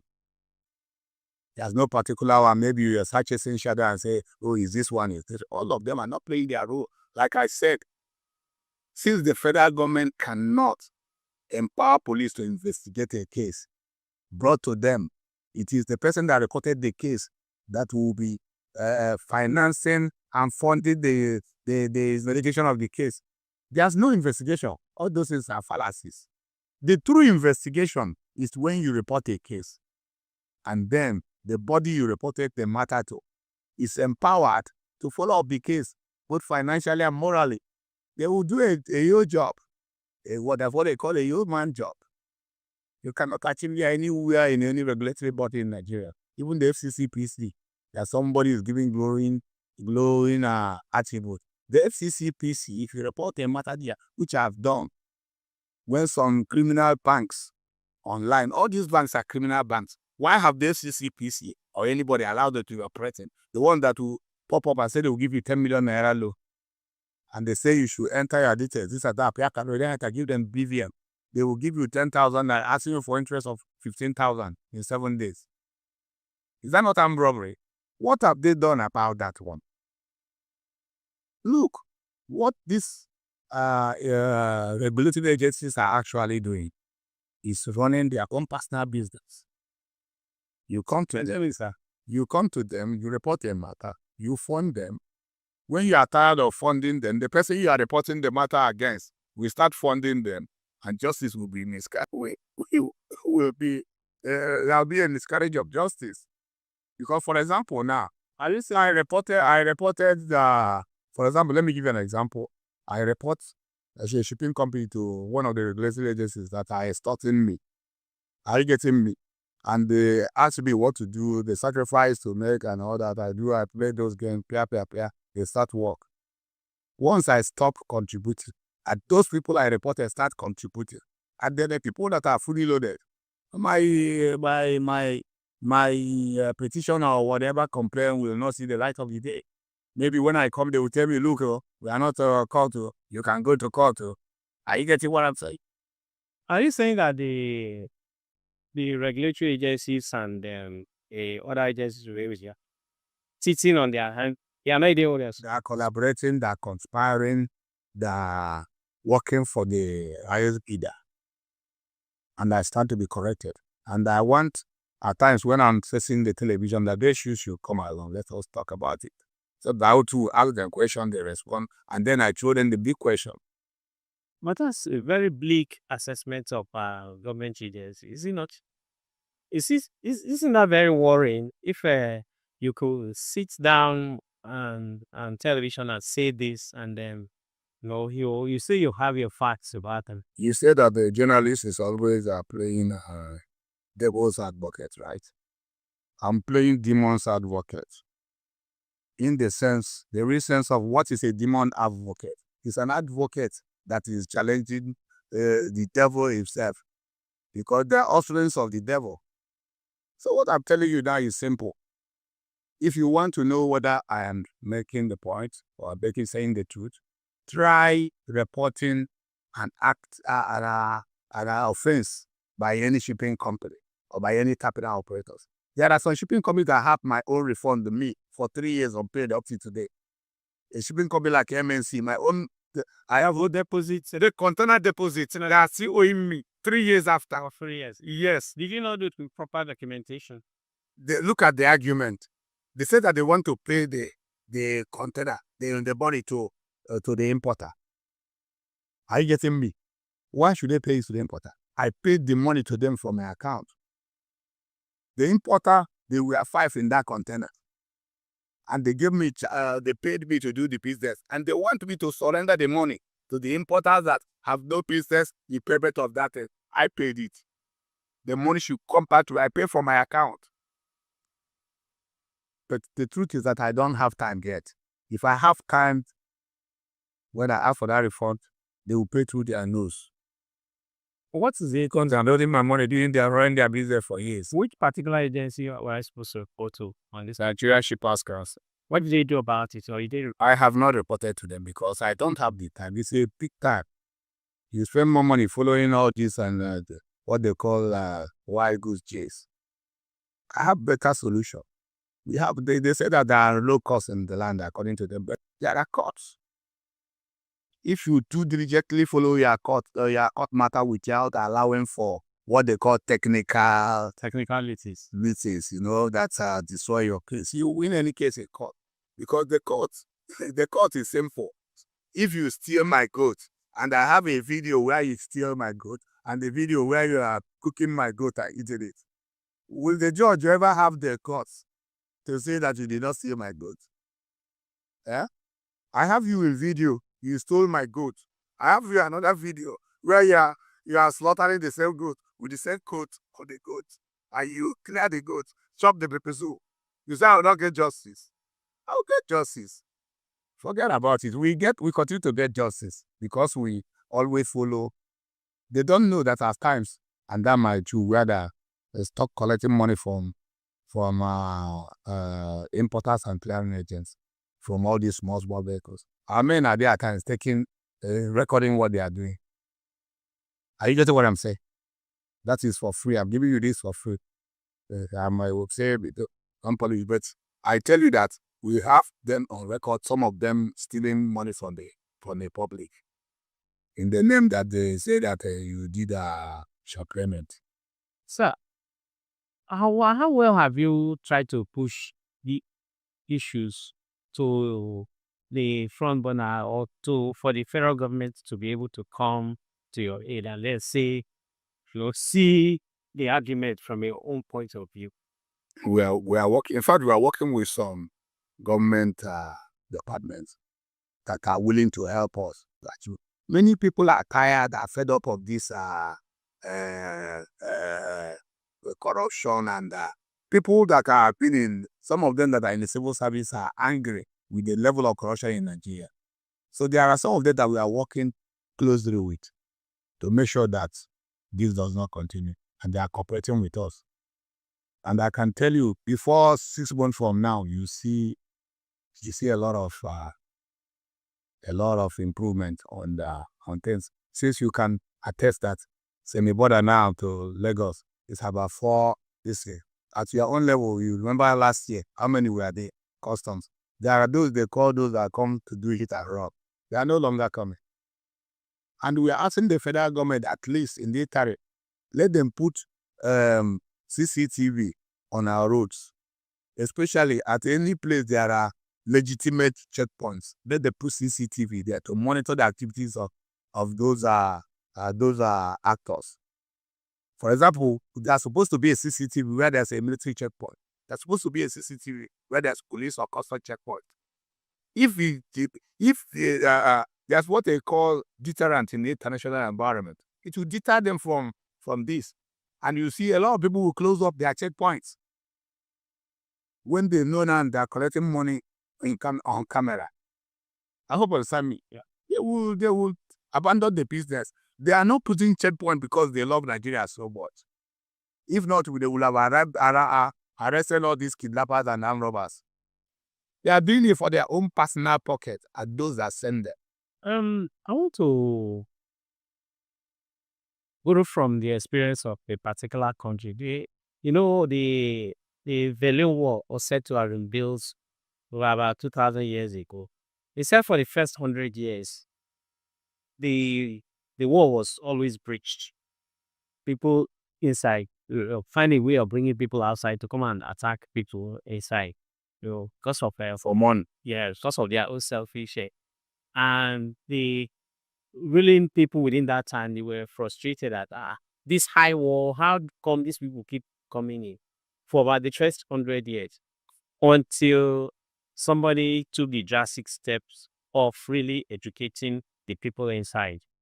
Because in our own palace, we say there is a rat inside that invites one outside that there's a fish hidden somewhere. Why can't the federal government do things like this, right? Borrowing such experiences, where go the drastic way, maybe even involve foreigners who are well experienced and well trained in prison for anti-corruption, come and take care of some of the things. Because the way you're describing it, Nigeria is losing a lot. 20 trillion naira, like you said, is huge amount of money. That's about maybe about half of our national budget or more. Yeah, it was with me. So, what do you think drastically that should be done to curtail this? What should be done is that it is high time the federal government get the issues of corruption seriously. Are you getting? Because corruption is also in the contract they are giving. They too, they are living in contract scams. See, for example, I saw the other day, is it 200 street lights we are giving for 683 million? Street lights, 683 million, 200 pieces. And at the end of the day, the person that will do that contract might not get 50 million. And then you will do a shady job. At the end of the day, when heavy rain and heavy wind come, the thing will be blown. So that if you pass there after 2 weeks, there will be no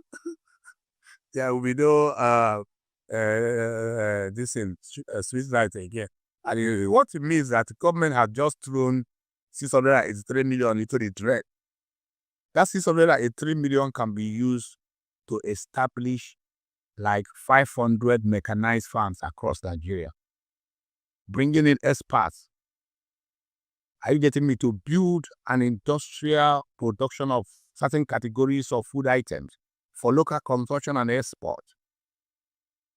I hope you understand what I'm saying. Just imagine the Cambodians, they have rice commodities that can get a yield in 50 days. There are 365 days in a year.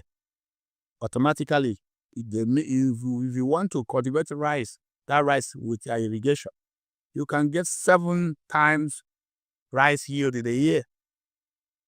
For example, are you getting what I'm saying? Or 6 times yield. And then we keep on, using our natural phenomenon in farming to meet the mechanized panel, like using natural fertilizers, organic fertilizers to build organic food. Do you know that in United States and United Kingdom, they buy organic food times 10 of what they pay for other varieties of food? Do you know that? For example, now you say organic cocoyam that is cultivated in Africa, in the streets of United States or UK.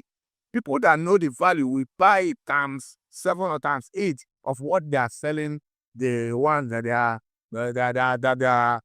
they are using GMO or what kind of thing to produce. Because you are eating health.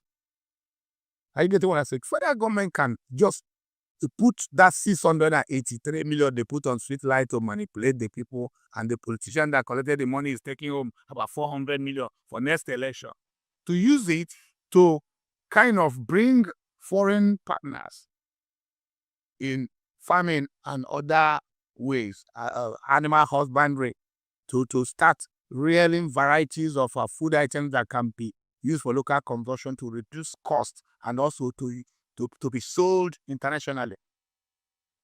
Almost 87% of our agricultural lands have not been cultivated in Nigeria. 87%. And the people of Nigeria that God created with the best weather and climatic condition ever in the entire world are still suffering and groaning in hunger.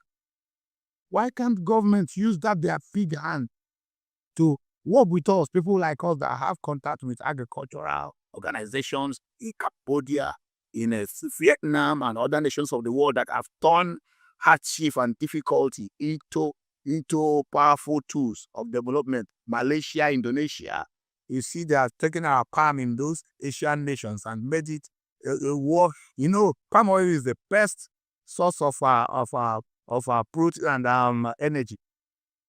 Other than all these vast sickness-causing vegetable oil they are selling in the market, refined palm oil is the best world over.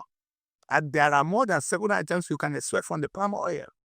Are you getting me? Government can bring in these Indonesians, Malaysians, Vietnamese, this thing and all those, and Thailand people, and come and develop the agricultural potentials of Nigeria, the land scattered all over the world, all over Nigeria. There's a pond or something like a lake in Abuja. That lake, my Israeli friend who were driving past through that place, he saw it. He said that this place can produce 300 metric tons of fish every month. Every month. Okay. That's what this. What kind of fish should that be? Normal fish that will grow in good environment. Now what they use is just to push the eggs inside the descent, how to hatch the fish and throw it inside that place. It's a lake. If you know the lake, what do they call it in Abuja? Jabi Lake. They will just seize it up. That's a way they will construct something like a silo, covering up where the fish can escape.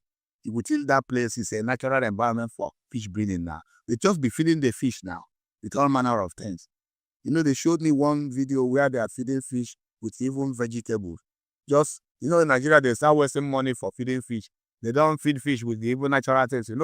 Vegetables and some plants, if you grind it and cook it well and put it, the fish will be eating it and getting fat and getting healthy and getting delicious, because those things are natural elements than those artificial food that are feeding our fish. That's why if you eat our own fish that they breed at home is tasteless in comparison with what is seen on the fish. But they will do that fish because they don't have land.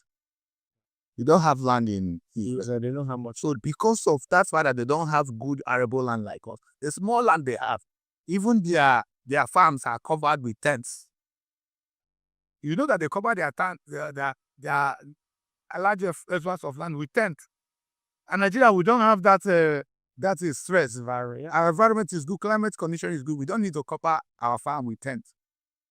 There are certain varieties of life that we are giving it. Yes, just what you need is education.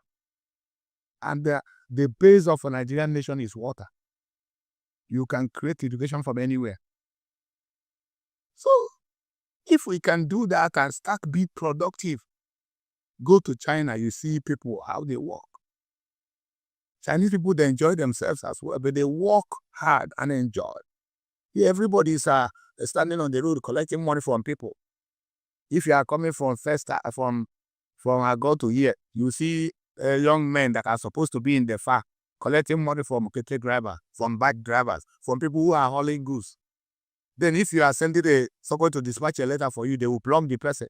That's why instead of you to dispatch a letter to Victoria Island with 5,000 naira, you end up paying 10,000 for sending a letter to VI.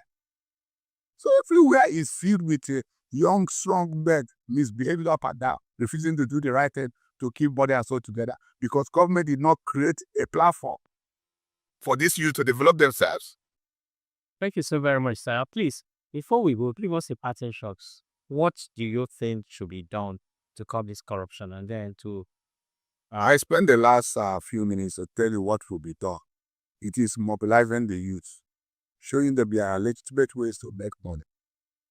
Let's assume that you employ our youth in these farms that I'm proposing, about 200 in areas of influence and areas of such activity. There are places in Nigeria now that we can do goat breeding, very easy. There are places you can do sheep breeding, very easy. There's where you can do poultry on a natural environment, not this type of which they confine chicken in a place they are eating.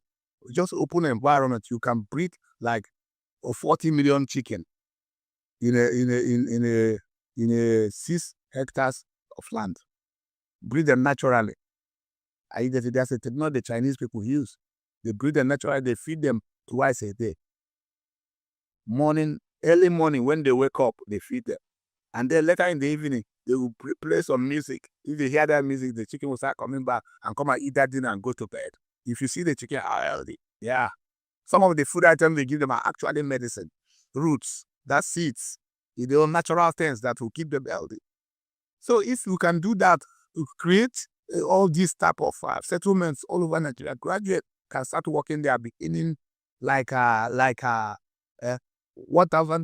a month. $1,000 is about 1.5 million. Are you getting me?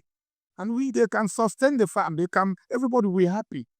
And the meat, they can prepare the chicken and do export, prepare the goat and export.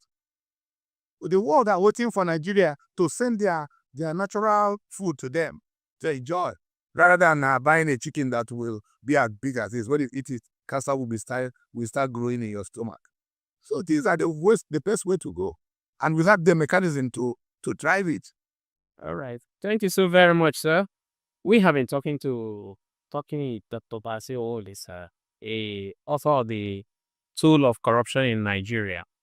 It's been such a loaded edition of this program, the Maritime Frontier Show. My name is Dili Utomi.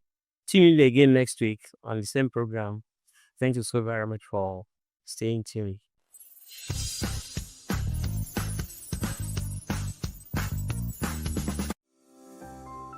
VOP TV. Now, you have more than a voice.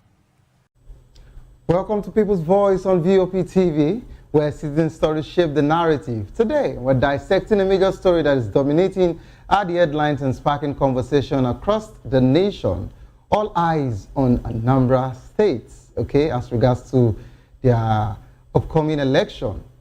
But today, we're talking about inside Anambra's governance and challenges, triumphs, and all of the situation surrounding the state as we speak, because if you agree with me, all eyes, okay, and not just about highs, all plans, formations from different political parties have actually been aligning and focusing all the attention in that particular eastern state as we speak. So I would like you all to join the conversation with expert insight and citizen perspective.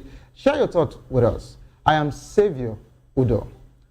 But before we go into the discussion, other news stories with details. Atiku pledges to protect Yoruba community if elected as president. Former Abubakar has promised to prioritize the protection of the Yoruba community if elected president in 2027.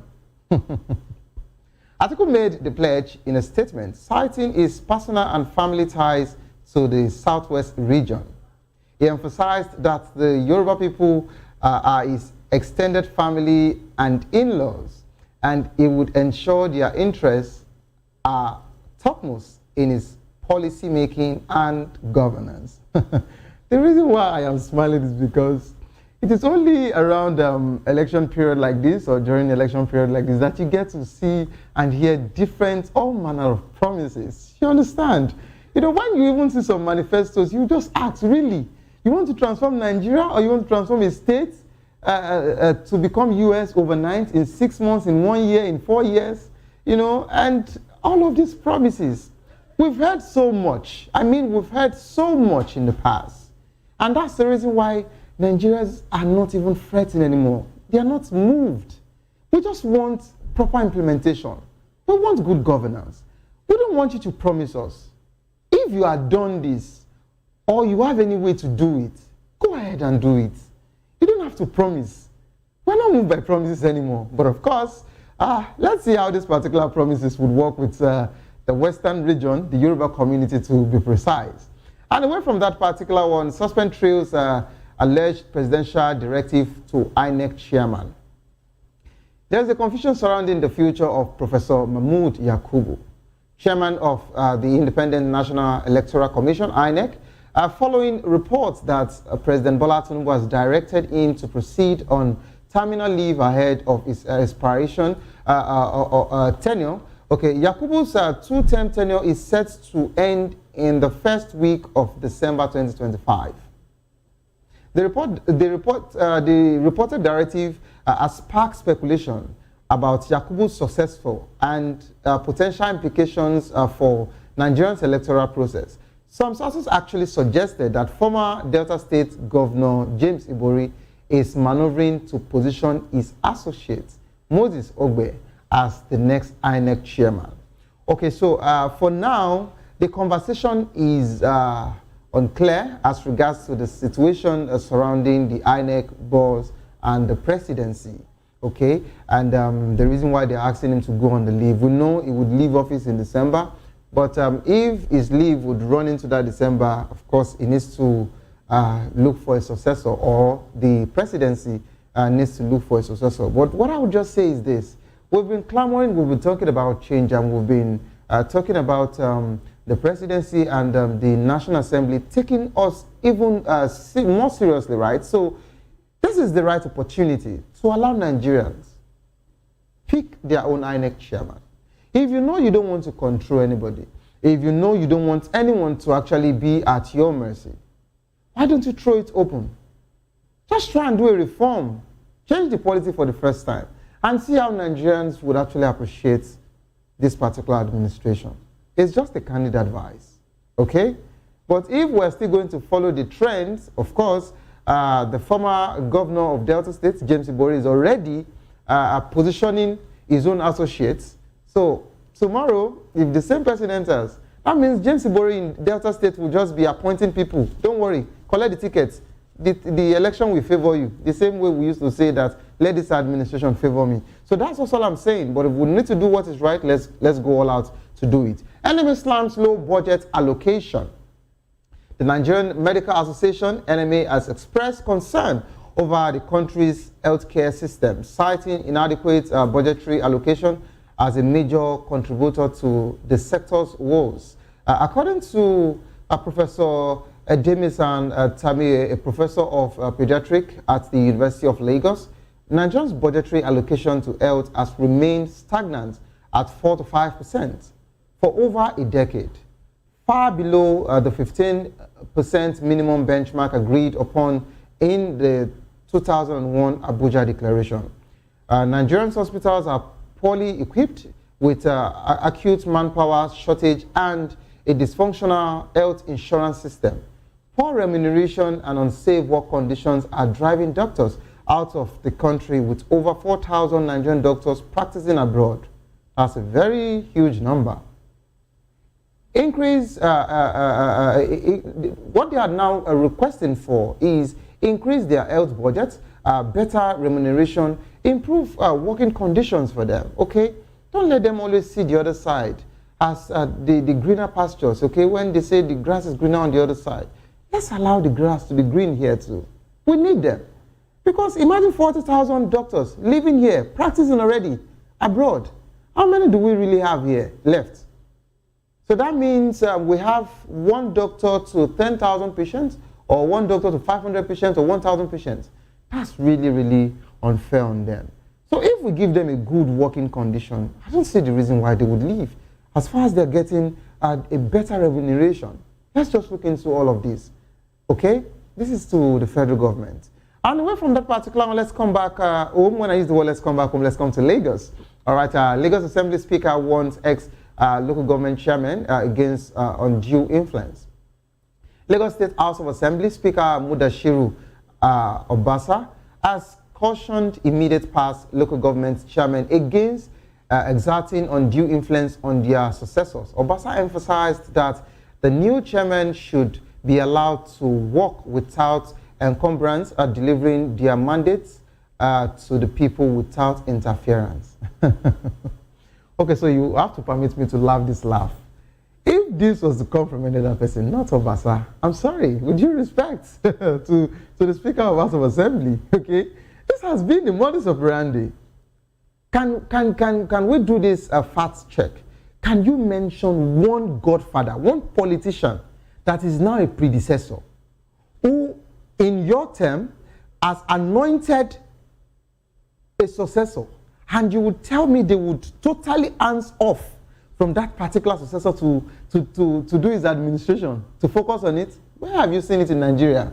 It is only in Nigeria that we know that we now have father and son relationship in politics, and we are practicing democracy. So look at the power play in River State. And today, the same elected governor is going to say, thank you so much, sir, for forgiving me. I'm happy to be back and all of that. And here you are, and the speaker is actually saying the former chairman should. No. I stand to be corrected. The same speaker that we're talking about, you had all of your own anointed sons as well in different parts of this same state as regards to different positions. And let's go to Agege. The Agege that you're talking about. You had the just concluded administration. When they left, the new people that came in, the vice chairman is your son. And presently, he's the acting chairman of Agege local government. So what are we saying? Let us face this particular thing holistically, and let's be truthful to ourselves. I don't like the situation where we just want to make the news, but we're not actually talking about the facts. But what do I know? I'm just a broadcast journalist of VOP TV, isn't it? Let's move on with this particular one. Jonathan emphasized forgiveness and reconciliation. Former President Goodluck Jonathan has reiterated the importance of forgiveness and reconciliation in achieving political stability, national cohesion, and development. Speaking at the Requiem Mass for Chief Audu Ogbe in Abuja, Jonathan highlighted the late politician's humility and forgiveness, mirroring his own attitude towards life. Jonathan's sentiment reflects his character, as previously noted by PDP chieftain Momodu, Ndeli Momodu to be precise, who described the former president as a jolly good man who doesn't bear grudges with anyone. Okay, for His Excellency the former President Goodluck Ebele Jonathan, I don't really have so much to say, but I just hope that this forgiveness that you're talking about, sir, is not in any way connected to you returning back to PDP. We like the way you have actually secluded yourself and walked away from Nigerian politics. And let me use your word, you said you have now found peace. So if you have now found peace, please don't let them drag you to chaos again. That's all I have to say. And I'm still talking about the PDP. PDP yet to finalize microzoning ahead of Ibadan Convention. The People's Democratic Party, PDP, has not concluded its microzoning arrangement for key positions ahead of its national convention in Ibadan. According to a PDP National Executive Committee, NEC, the members actually said that consultations are still ongoing and the leadership is working to harmonize positions before presenting the reports to the 103rd NEC meeting, okay, on October 15th. The party's leadership is still engaging in discussions to finalize the microzoning formula, which will determine the distribution of key positions in the party's next leadership structure. Okay, whatsoever consultation you're doing, just go and settle with your aggrieved members. Okay, if you are still going back and forth, you cannot sanction them, you can't sanction Wiki, you can't remove the G5, you can't do anything yet. You say you want to go out with a convention, that means you just want to keep disrupting your house. This is my message to PDP. So if you feel you really want to come out as a strong opposition party in 2027 general election, just go and settle with your aggrieved members so that you guys can come out strong. That's what I have to say about that. EFCC emphasized collaboration in anti-corruption fights. The Economic and Financial Crimes Commission, EFCC, has highlighted the importance of collaboration and understanding in tackling economic and financial crimes. EFCC Chairman Ola Olukoyede stressed that building strong relationships with stakeholders, including media, civil society organizations, is crucial to achieving sustainable success in the anti-corruption fight. Okay, so sincerely, we have to support them, but this is just my message to EFCC. I want to beg you, okay, we've been saying this, but of course, let me just reiterate by saying that don't do selective arrest or don't even do selective sanctioning and bringing people to book. Don't parade some and leave some, okay? But once the person is found guilty, do your job. And no matter who is calling from high, from low, from wherever, please do your job because we are watching. The same way your symbol represents the eagle eyes and you say the eagle is always watching. The Nigerians are also watching, okay? We're also watching and seeing what you are doing. So please, let everybody have a level ground of justice. And if you want to sanction anybody, please go ahead and do your job. Don't let anybody influence whatsoever it is. And this is the reason why we also would prefer that Nigerians get to pick, nominate few names that would finally be picked by, or let us even vote for the EFCC chairman, so that we won't think that the chairman is being controlled by the powers that be. Okay, but that's how far I can actually go as regards to the top stories today. To join the conversation, kindly call the number 090-447-32605. 090-447-32605. Follow us on social media at VOP TV. You can use the hashtag People's Voice on VOP TV. On YouTube, we are Voice of the People TV. Kindly hit the subscribe button, and together we can make our voices heard. It is time for us to go on a quick break. As soon as we return, we're diving into that particular conversation inside Anambra's governance, challenges, and triumph. You don't go nowhere, stay tuned, please. It is head to head.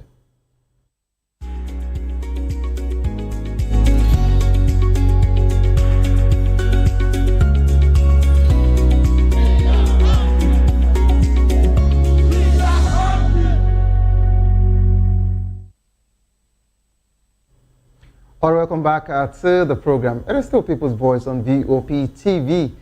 Okay, so this is a very compelling and informative discussion for the people of Anambra State. We're to dive into a candid and insightful discussion about the administration's experiences, achievements, and obstacles. Okay, such as governance challenges, infrastructure, development, security, economic growth, and social welfare. Okay, and when we're talking about the triumphs and achievements, we need to see successful projects that have been implemented, policy initiative, improvement in the quality of life for Anambra's residents. Okay, And of course, we would get to hear the future plans that Governor Soludo has for the people of Anambra, or let me use the word, the Ndi Anambra, okay? All right, the people of Anambra State are interested in understanding the intricacies of governance in Anambra State and the governor's administration's efforts to address challenges and achieved success, to be precise. Okay, so we're now being joined by the senior media aide to the governor of Anambra State, Mr. Daniel Ezeigwe. Hello, Mr. Daniel. Good afternoon to you today. Febo, thank you. Thank you. Good afternoon. Thank you for having me on the show. How's it been? Wow, it's been great. How is Anambra today? Anambra is safe, peaceful. Our people are doing what they are known for, going about their businesses, hustling, supporting the government, and everybody is positive. Okay. All right, we are also being joined by Dr. Francis Okoye, a political scientist and public affairs analyst, member APC Presidential Campaign Council 2023, and member APC National Campaign Council for Anambra Governorship Election 2025. Hello, Doctor. Good afternoon. Good afternoon. Thank you for having me, and welcome from the other end of the divide, my very good friend Igwe. You are welcome. Please. Okay, so I love the fact that you are greeting your counterparts. Okay, so this would actually give us a very good ground for us to start up our conversation this afternoon. We understand the fact that after this particular TV program, both of you would become an opposition again. And even as much as you're still opposition, but for now, I love the fact that you actually decided to greet each other. All right, let's come back home now. I understand that Anambra is thriving as regards to this particular administration with the information that we are told and with what we see and we hear from the people of Anambra. But I would like to start with Doctor. Doctor, can you hear me? Hearing you. Okay. So, Doctor, we heard that this particular administration, as regards to the administration of His Excellency Governor Soludo, we heard that his administration has been the best so far that Anambra would ever witness. What can you make out of this particular statement? I think I will be true to myself and true to the reality on ground in Anambra State. I am a citizen of Anambra State. I've done my businesses in Anambra, still doing my business in Anambra, even when my main family are resident in Abuja. Anambra is a state that we all love to visit, even when you are abroad. Everybody will always want to visit Anambra. It's a state as beautiful as whatever state you can think of. So it's a state we all hold in very high esteem. A typical Anambra person will always want to go home, no matter what. Whether he has money or he doesn't, you go extra lengths to borrow money to make sure he goes home often. That is what a typical Anambra man is known for. We love that state very well. Now, going by your question, that people are saying that the governor, Professor Charles Soludo, has done well. The 17th of this month will mark it 3 years and 6 months that Soludo came into power. His tenure officially is remaining 6 months. So somebody who has stayed in office for 3 years and 6 months, I think you can be able to judge him based on what he promised us during the campaign.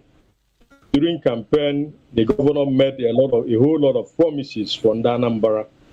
I, in particular, didn't vote for Professor Charles Soludo, but the preponderance of Anambra people voted for him, and he emerged winner and was sworn in as our governor on March 17th, 3 years and 6 months ago. After that swearing in, the people expected the governor to hit the ground running, as he promised that he will reach the ground running. The people of Anambra expected the governor to do so.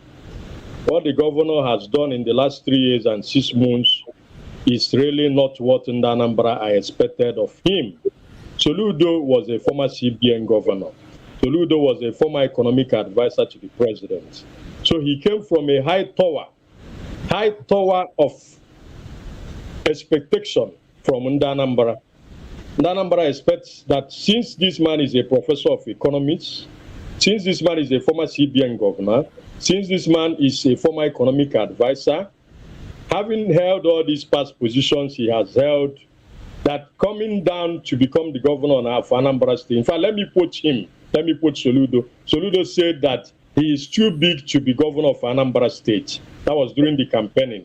That he is coming to do Ndana by accepting to be our governor. He is coming to do Anambra a favor by accepting to be our governor. That was the statement during the campaigning. Why did he say that? Because of where he was coming from, like I already enumerated. His power as a former CBN governor, his height as a former lecturer, his height as a former economic advisor. So Doctor, so are you saying that he didn't do Anambra a favor by coming to be your governor? I'm coming, like I told you. Please go ahead.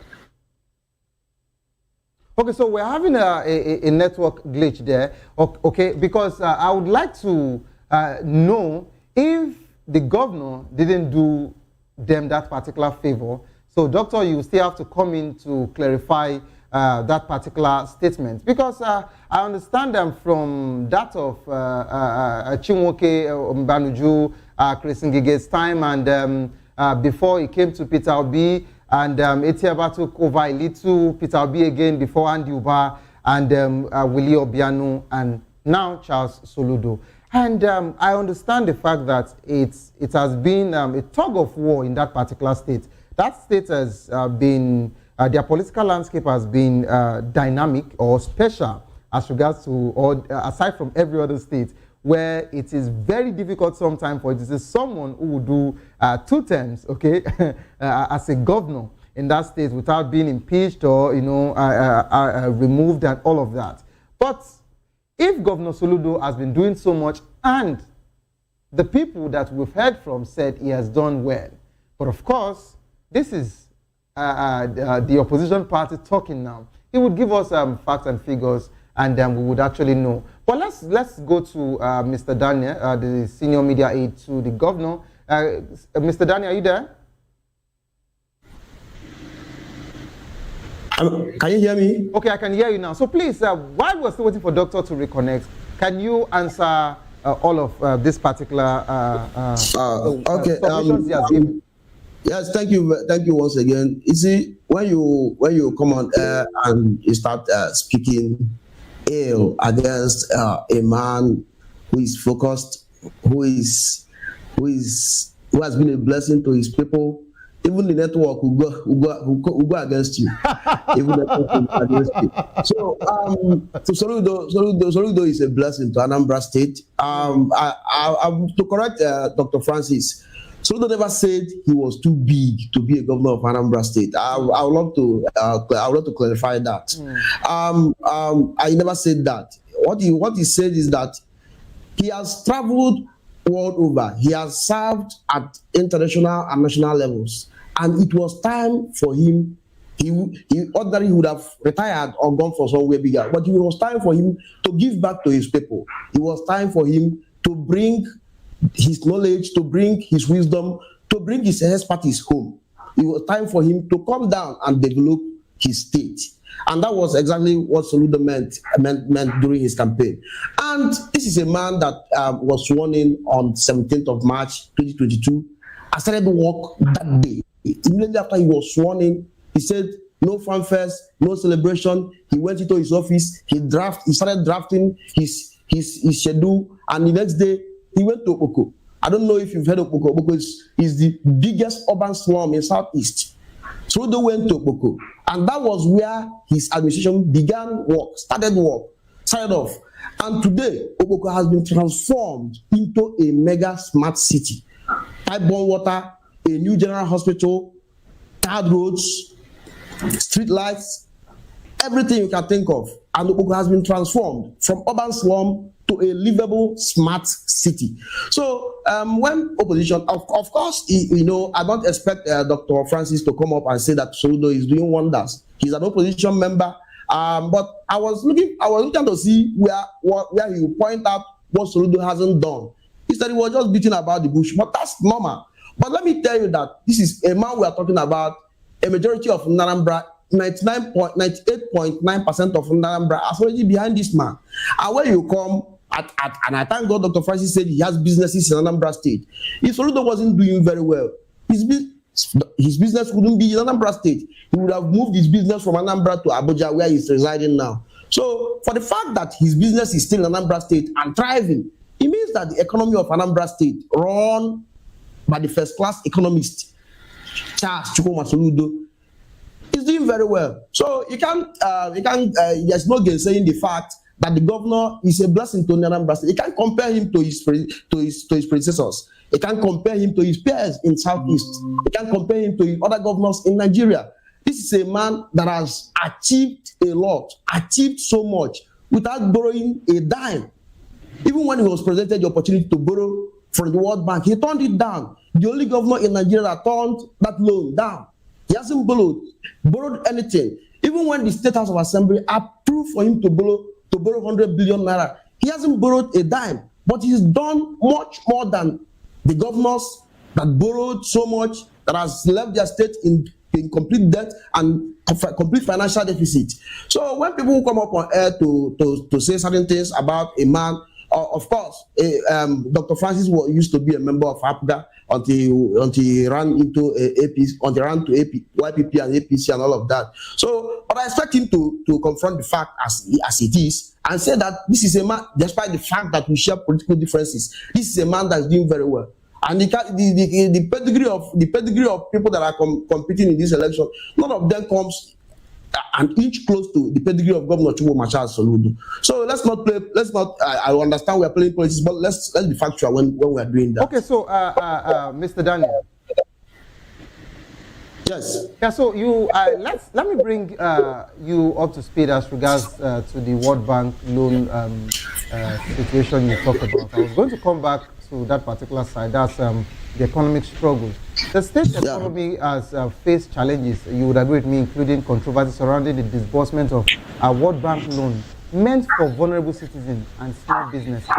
So I don't know if this particular controversy is just a controversy, it's a rumor, or because it was said that this World Bank loan was released to Governor Soludo. I don't know if when we do this, you should be presenting your facts. Your facts should be on your table, not on hearsay or what you see on social media. Governor Soludo never took any loan from World Bank. As a matter of fact, he has never taken loan from any financial institution. He has never taken loan from the federal government. Neither has he taken loan from anybody. Okay. Everything over 870 kilometers of road awarded, 642 completed and now being used. Free education, complete free education, free antenatal and delivery services, including cesarean section, renovating all the primary healthcare centers, 326 of them in all the wards in Anambra State. Okay. Okay. All right. He hasn't done anything doing all of that. Okay. So let's see if just like, let me use your statement, just like you said, let's see if the network is not against the opposition party. Doctor, are you in? Are you there? I'm here. Okay. So, Doctor, you were saying you were still giving your submissions when the network glitch happened, and I would like you to still reply what Mr. Daniel has said. Yes, Daniel, I heard everything that Daniel said. Please go ahead. I don't think the network went off. I don't think at all, because every single thing he said, I heard it. Yeah, while you were talking, there was a glitch, so we weren't hearing you. Okay, That's what we're saying. Okay, Please go ahead. Respond to that. No problem. Let me start from the last statement he made. Please go ahead. He said that Soludo has constructed 800 and something kilometers of road. This is a blatant lie. This is a lie from graveside. Lie in the sense that this is Anambra that we all are living in. This is Anambra that we all are witnessing in. Is it not just April or is it May this year that Mr. President visited Anambra State? If Soludo had commissioned or constructed over 800 kilometers of road, like Daniel is saying on this studio, why did Mr. President not even commission even one road? One road. Tinubu was in Anambra State, stayed for more than 6 hours, and he didn't commission not even a single road. The governor, if actually the governor has constructed 800 and something kilometers of road as claimed by Daniel, Soludo that I know would have shown Mr. President more than 10 roads to commission. In fact, the president will be tired of commissioning roads and will run away from Anambra because of series of projects to commission. But the president didn't. Rather, what the president did was to commission the residential house of the governor, governor's lodge, and the government house that is not bringing any economic value to Anambra. That is the only thing that brought the president to Anambra. That is number one. Then on the issue of education he's talking about, the other day, statistics was brought out about Anambra State coming down on the list of the table among education advantaged states in Nigeria. Having rated Anambra State first when Peter Obi was governor, even second and first when Obiano was governor. Soludo, as a professor of economics, as a lecturer, as a teacher, came in, and Anambra State is going down in terms of education. That was the last rating, last 3 days. Then just yesterday again, another rating came out on fiscal responsibility, where Anambra State came 29th among the 36 states of the Federation. 29th on fiscal responsibility. Meanwhile, this is Soludo, who during his inaugural speech was telling in Anambra that everything will be shown on the table, that he will be transparent in all his economic dealings. He will be transparent as much as he can. But up to today, no transparency. Look at local government allocations that are coming to all the local government areas in Anambra State, all the 21 local government areas in Anambra State. The governor promulgated a law through the State House of Assembly where 70% of all the money accruing to local government councils in Anambra State will be deposited into an account where the governor is managing. Is that how to run a state to show transparency? Tinubu, as Mr. President, gave us this independence of the local government system, financial autonomy at the local government level. That financial autonomy was torpedoed by the governor, the so-called governor that is telling us that he's transparent. How could he manage a state like that, where the elected, so-called elected, the local government chairman that he handpicked in form of an election or so-called selection, we are not allowed or are not being allowed till today to manage all the allocation coming directly into all the various local governments. Okay, I come from Onyediika local government area. My local government receives between 450 to 500 million on a monthly basis. Go to my local government, the local government chairman cannot account for the money because he's not the one managing it. The money is being managed by the governor. What do we talk about Soludo's administration, that he's coming here to lay claim that Soludo has performed well? Soludo to me has not done well. There is a what we call a pull up the flyover that is in the local cited in the local government of Soludo. Akwata local government. That the pull up the flyover was started 2 years ago by the governor. He is there to complete it. Meanwhile, that flyover is not a modern flyover. Because it is just one lane, no double lane on it. If these lorries fly on that road, they will jam themselves. Okay, doctor, of course, I am doctor. Just hello, doctor. Most of them have been washed away. Okay, doctor, just hold your thoughts. I'm done for now. Please, just hold your thoughts. Of course, I am enjoying the fact that this is head to head. Okay, where you can actually give us whatsoever fact check you need to say, and as the senior media aide who would actually speak on behalf of the present administration would actually reply you. So he is not dead, he's alive. Mr. Daniel, please, the floor is yours. Would like you to actually my brother, Dr. Francis, I want to understand your sentiments, but because this doesn't apply in all cases. President Tinubu came to Anambra State. As a matter of fact, before Soludo came, previous governors, past governors, were staying in a makeshift building where they call the governor's lodge, and a house used by construction workers where they call the government house. And when the man came in, the man said that that particular stuff must change. That particular idea must change. That particular action must change. That Anambra is a state of elites. Anambra is a state known for being the first, for always coming up to be the first. That we must have a befitting government house and governor's lodge. And this is something we've not had in 33 years. And the governor embarked on that project and completed it. The most eco-friendly government house and governor's lodge in Nigeria, the biggest and the smartest governor's house, governor's lodge and government house in Nigeria. And it was worth the president's coming. It was worth the president commissioning. It was worth the president's site. And the president came to commission that big project. And one thing you must know is that Soludo doesn't build road and come to advertise it, or come to tell people, come to advertise it to people like people like Dr. Francis and his likes. Soludo does his stuff and allow the people to call the results.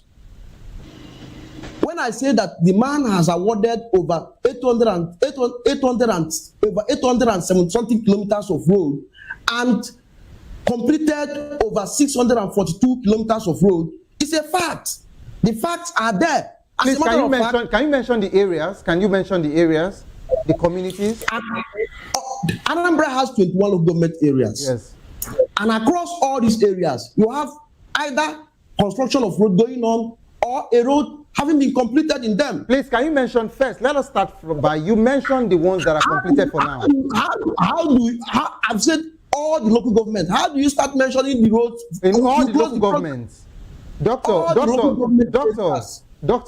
and the one. I'm not done. I'm not done. Wait. Okay, please go ahead. Go ahead, Mr. Daniel. He said something about Anambra. I don't know where the statistics is talking about, whether it was published by APC. Anambra has always led in terms of education in Nigeria, in Southeast, in the health. And as a matter of fact, Anambra won the best in terms of in the health sector in Nigeria, win over $1.2 million. So when he comes up and say that Anambra is now 33rd, that's a figment of his imagination. Anambra has always been the first. And when you talk about financial prudence, who is more financially prudent than Governor Soludo? A man who runs by transparency, a man who has cut down the cost of governance. And Anambra has been able to save up a lot because of the man who is there, because of the man who knows how to control the resources of the state. So when he comes up and say that the Soludo administration isn't transparent, maybe he was looking for Soludo to follow the old pattern of sharing the state's resources around a few individuals. Okay, you know what? Mr. Daniel, please. Mr. Daniel. Soludo is about. Mr. Daniel, please hold your thoughts. Mr. Daniel. Soludo is about service. Mr. Daniel, please hold your thoughts. Soludo is about transparency. Mr. Daniel. Soludo is about accountability. Okay. Soludo is about good governance. Soludo is about financial prudence. Okay, Mr. Soludo. Now you see that I'm calling you Mr. Soludo already. Mr. Daniel, please hold your thoughts. To accomplish this project without borrowing a dime. Mr. Daniel, please hold your thoughts. Okay, just hold your thoughts. Now, before I would allow Doctor reply to all of this, I want you to quickly talk about how is this administration tackling the issue of insecurity in that particular state? And what step is Governor Soludo taking to improve infrastructure development in Anambra State? When you are done answering this, because of our time, then we would allow Doctor reply to everything you've said and including this particular one simultaneously. Please go ahead. About 8 local government areas were under the complete control of non-state actors. 8 of them. It was difficult to campaign at that period. Even during the period of the campaign in 2021, there were a lot of violences. People were kidnapped, people were killed, and all of that. But now we are still hearing that there are so many insecurity in that particular state. You hear that? No, I'm coming. You hear that on Facebook? No, hold on. Courtesy of Dr. Francis. No, this is not about opposition party. Make up numbers. Mr. Daniel, please hold on. Mr. Daniel, please hold on. No, listen to me. You asked the question. You asked the question. I need to answer. Please, you asked the question. I know, but please hold on. Thank you very much for adhering. All right, so this is it. I read in the news, which I came here, I read that particular news as regards to the Agone chamber.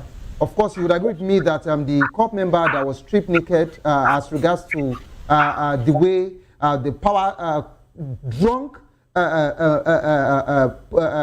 state police outfits of that particular state actually carried out whatsoever power that they feel that they can actually do to the people of Anambra. Several news, videos, pictures, okay, were sent to different media houses as regards to that particular situation. So this is not about Facebook. But all I'm trying to say now is, I am asking you, please, is Anambra safe? Then you go ahead. Please go ahead. One swallow does not, they say one swallow does not make a summer. Out of the whole, every accomplishment of the Agone chamber, security architecture, out of everything they've been able to achieve, and you just come out to mention some people are already calling for a reform already. They said that they also terrorize the community. So some people are already calling for reforms. I think you have the right to go on. I should invite you to Anambra State to see things yourself. When would that be? Anytime you want. At least it will help you to understand. It will help you to understand the nature of the argument that I'm putting up. When they come up and tell that Anambra is not safe, but they are campaigning. They've been campaigning. They are enjoying the peaceful atmosphere. When they come and tell you that Agone chamber has done that, but Agone chamber has been the one protecting them. So when an issue, just a distant issue, 1 out of 100 happens, they try to exaggerate it, come on social media, tell you all kind of stuff, add the legs, add the hands, extra legs, so just to demarket the state.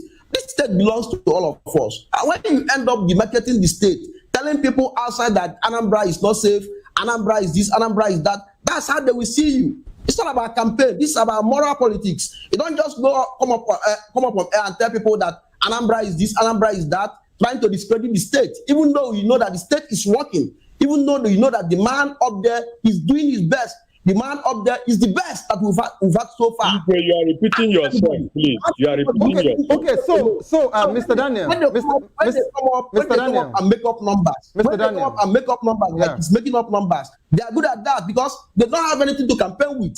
They don't have a thing to campaign with. So Mr. Daniel, please, I want you to give us a final thought. Please give us a final thought as regards to what step is the governor taking to improve infrastructure development in Anambra State. Please be very fast in just 1 minute because of our time. I don't know if you've already forgotten that this is a governor that won the best governor in Nigeria for infrastructure and rural development. This is the first time that we're having such happening in Anambra State. Okay. Listen to me.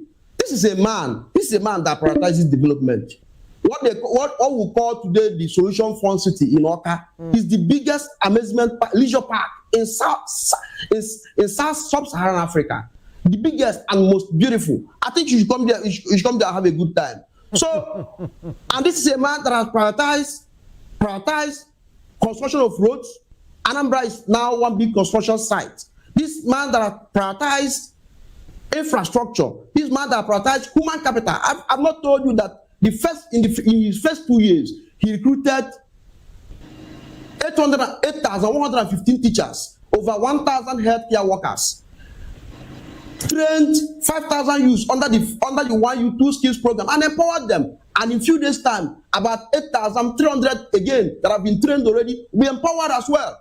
Okay, all right. So thank you, Mr. Daniel. Thank you because of our time. I'd like Doctor to respond to everything you've said and for it to also be his own closing. Doctor, please, you have the floor. The floor is yours now. Go ahead.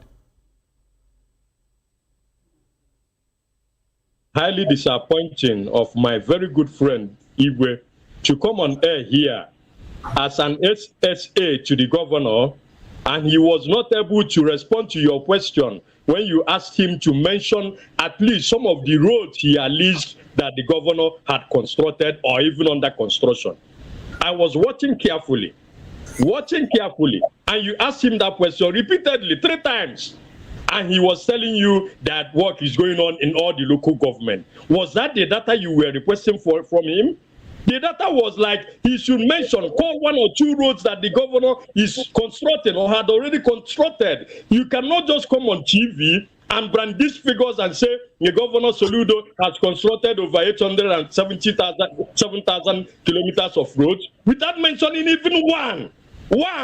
As an SA media to the governor, this is the height of disappointment, my good friend. That is number 1. And in other words, it is telling us he's telling us conclusively that the governor has not constructed any road. If an SA media that should have off heart the data of all the roads constructed or ongoing in Anambra, even me as an opposition member, when I was speaking earlier, I mentioned about bridge, and I mentioned the town, Epulobia. So why can't he mention 1 or 2 towns where those so-called roads are being constructed? He didn't say it. Even on 3 times you asked him the question. That is the level of fake media they are doing in Anambra. That is number 1. I hope he will allow me to respond because I didn't talk when he was talking earlier. So allow me to enter number 2. Then number 2. Please go ahead, but you have to be very fast. Please go on. Yes. I'm watching the time. I'm time conscious. Number 2, he talked about security, that the governor has improved on security in Anambra State. It is under Governor Soludo, in the history of Anambra State's past governors, that 2 sitting members of Anambra State House of Assembly were killed, kidnapped, maimed and killed in broad daylight in Anambra State. That was under Governor Soludo. In fact, one of the people killed, is representing the governor at the State House of Assembly, Agwata 1 constituency. So if 2 members of Anambra State House of Assembly can be kidnapped and killed under the watch of the governor, is it Igwe, myself, and other commoners in Anambra that are safe? Governor Soludo parades the highest number of security details in the whole of sub-Saharan Africa. If Soludo is passing here, the number of security cars, vehicle patrol teams that are following him, 3 armored cars. Soludo has 3 armored cars in his convoy. The number of security men that are following Soludo, if he passes here as a governor, can be equated with that securing the number 1 president in the world, Trump. It has never happened in our state before, where a governor is going about with such security details. Then he's here saying that we opposition people are enjoying Anambra. How are we enjoying Anambra? When this time I want to travel Anambra, or my boss, Kachuku Nicolas, or Uche Punife, anytime we want to travel Anambra, we will have to hire many DSS, army, security, police people to guide us. Is that the Anambra we all pray for? Is that the Anambra State that P2B handed over to us? No. What I'm saying in essence is that Soludo has failed in all areas of development. Economic-wise, he has failed. Security-wise, he has failed woefully. That one is 0 over 100. Infrastructure-wise, all the few roads that we can accept that he has constructed, all of them have been walked away. So on your final note, one of the best roads, I'm coming, give me 1 minute. One of the best roads that should have been the best roads in Anambra that is being constructed or ongoing under Soludo is the road taking us from Amobia to Nanka and to Epulobia. That road is still under construction. I went to that road 2 months ago to inspect the work on the road. The one part of the road that has already been tarred has already washed away. I'm coming. Hold on. I didn't interrupt you, please. Hold on. I didn't interrupt you. Mr. Daniel, please hold on. It's about to run off now. Hold on. So that road, one part of the road that has already been tarred has been washed away by rainfall because of the shady work done on that road. I am now the one telling him the road his government constructed.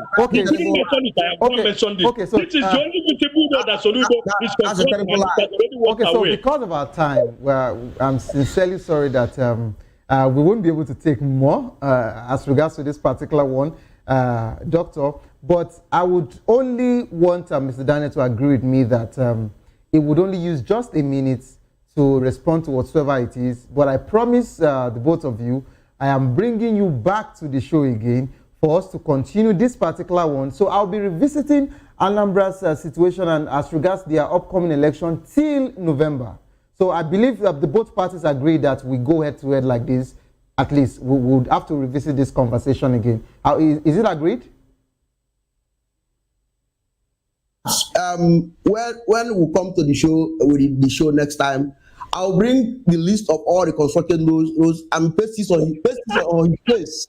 Okay. Paste this on his face. Okay. And he said you gave me 1 minute. You push your please go ahead. Please use your 1 minute. Use your 1 minute. Go ahead. Yes. The immediate past governor of Anambra State comes from Anambra North, Aguleri to precise, Chief Obiano. Last week, Soludo went to Anambra West, Nzam. That's a neighboring town to Aguleri, and commissioned the first ever tarred road in that local government. In history, the first ever tarred road. The Amansi Ubene Ebenebe Obofemili Road was the first ever tarred road that the people of that area have seen. It is not true. Doctor, allow him to talk. He has just 1 minute. Doctor, he even has less than 1 minute now, please. And these guys have been going to their campaigns, plying on the roads that Soludo has constructed. The trunk roads that he's dualizing. All the trunk roads in Anambra State are currently being dualized. And they are going on campaigns, driving smoothly on even his candidate, Nicholas Ukachukwu. Soludo has gone to his town to construct a road for him. So, and they are driving safely on those roads, enjoying the roads. And when they come up on national television, they will come and lie. That's their own type of politics. And at the end of the day, I want to assure him. Yeah. At the end of the day, Anambra, our people will come out in their numbers, in their millions, and still vote for the man who has come to rescue them, the man who has shown them the light, the man who has shown them what good governance is all about. Thank you so much. Thank you so much, Mr. Daniel. Thank you so much. Okay, so this is how far we can actually go on the show as regards to this wonderful gentleman. Thank you so much, gentlemen, Mr. Daniel Ezeigwe, senior media aide to the governor of Anambra State, and also Dr. Francis Okoye, a political scientist, public affairs analyst, a member APC National Campaign Council for Anambra Governorship Election 2025. Okay, thank you so much, gentlemen, for coming on the show. Of course, just like I said, and I've given my promise, I am bringing the both of you back to the show again for us to continue. So this is just what I would mention now. So whatsoever facts, track records that you have, I would like you to come with it. For the next time we would come back to this particular head-to-head conversation, we would like to present it to the public for them to also see it. But of course, the comments I am getting here on our YouTube page says that Soludo is one of the best governors so far. And someone else also said Soludo is doing great as the governor of Anambra State. This one no be meme. So I don't know, but of course, people are still talking. Some people are saying you are talking based on hatred. Soludo is constructing road and is doing better. This is what is going on YouTube. You can also go and confirm to verify this particular comment I just read presently. But this is how far I can actually go on the show this evening. Thank you so much for joining the program. It is People's Voice on VOP TV. Don't forget, whatsoever our guest analyst has actually given us their submission, it does not reflect that of the station as VOP. Of course, we are all entitled to our opinions, but of course, we need to actually let you all know this particular one on time. Don't give up because it is not over. Tough time doesn't last, but tough people do last. Whatsoever you face will soon be over, and you will definitely smile again. My name remains Savior Udo. Have a good evening rest.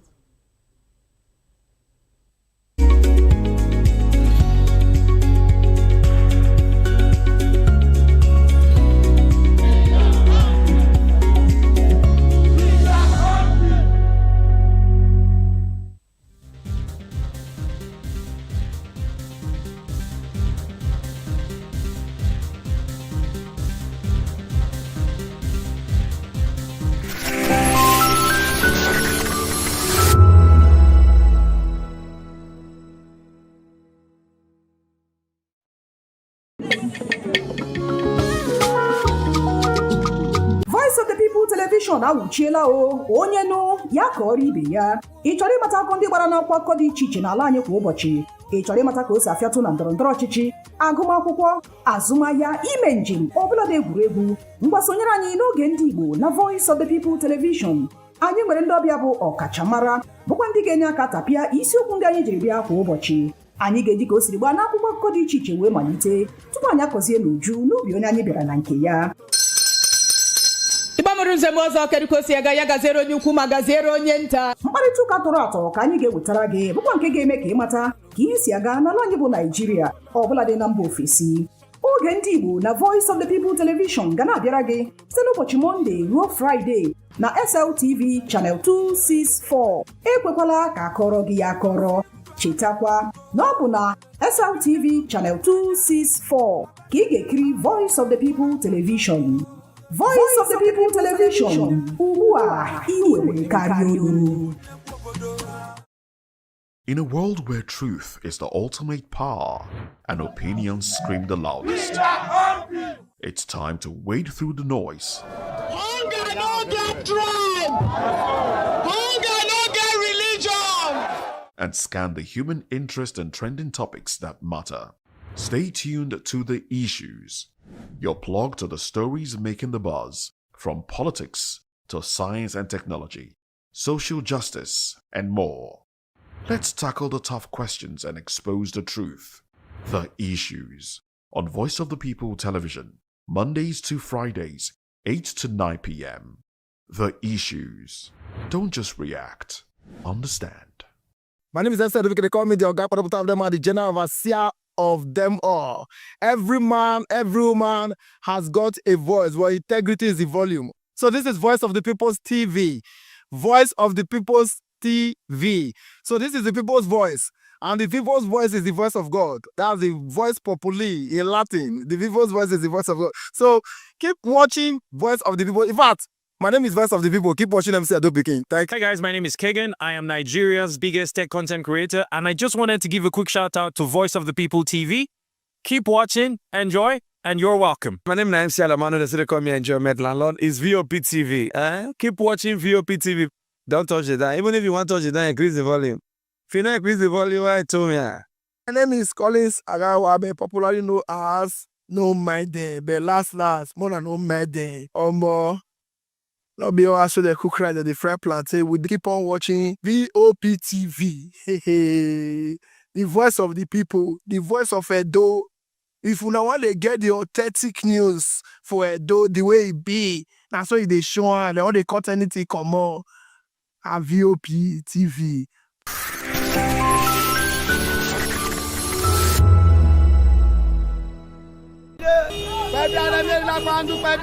Good morning! It's the start of a beautiful day. Well, start your day right with a healthy dose of news, fun, and inspiration. Join us on VOP this morning for the latest news, trending topics, and uplifting stories to set your day on the right vibe. From news and current events to lifestyle and entertainment, you are covered. VOP this morning, 8 a.m., Monday through Friday.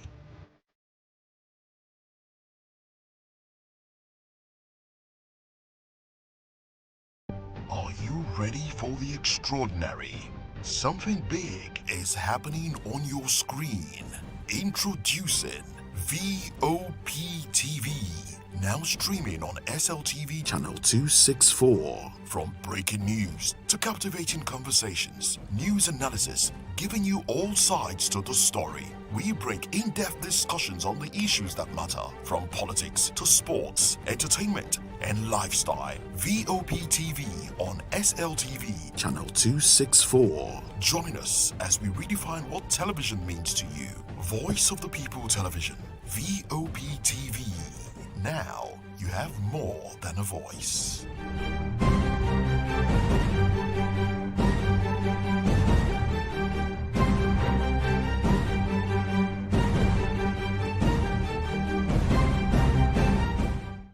On Edge Dialogue, we bring you fresh ideas and conversations shaping the future of learning in Nigeria and beyond.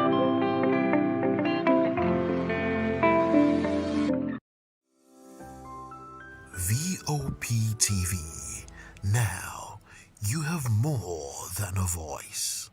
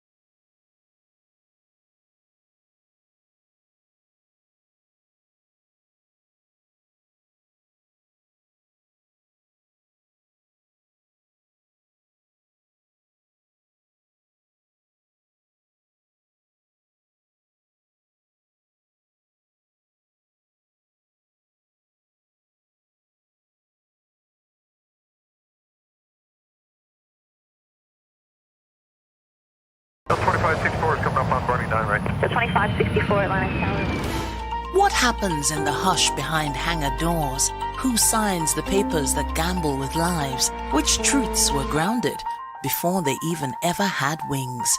If you've ever buckled a seatbelt at 30,000 feet, if you've ever stared out of that tiny window and wondered who's really in control of the skies, it isn't just flight, it's power, it's politics, it's pressure sealed in steel.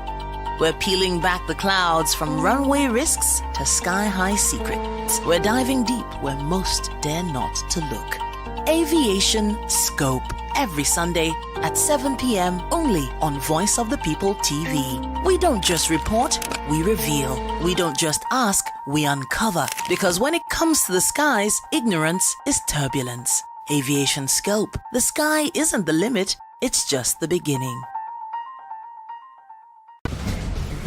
Join us as we drive into the world of politics through insightful interviews with prominent political figures, both serving and former governors, ministers, senators, legislators, party chieftains, activists, and analysts. Get first-hand information into the decision-making processes that affect our daily lives. Highly engaging one-hour program that brings political discourse into focus. I am Chukwuma Okoro. Political Lens, Monday through Friday. VOP TV. Now, you have more than a voice.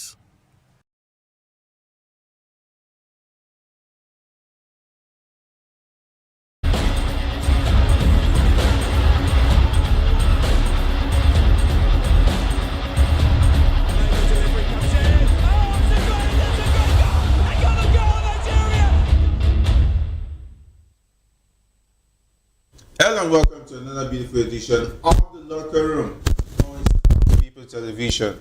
I am Jerry Alpelioi, and we've got a thrilling show for you today. As it promises to be exciting. It's a full house, talking about the usual suspects. Joining us today, there's an action on the football world. Because we also have a feast as well as Ike Chukwu. We'll take a quick breather. When we'll come back, we'll hit you with all the juicy details. Please.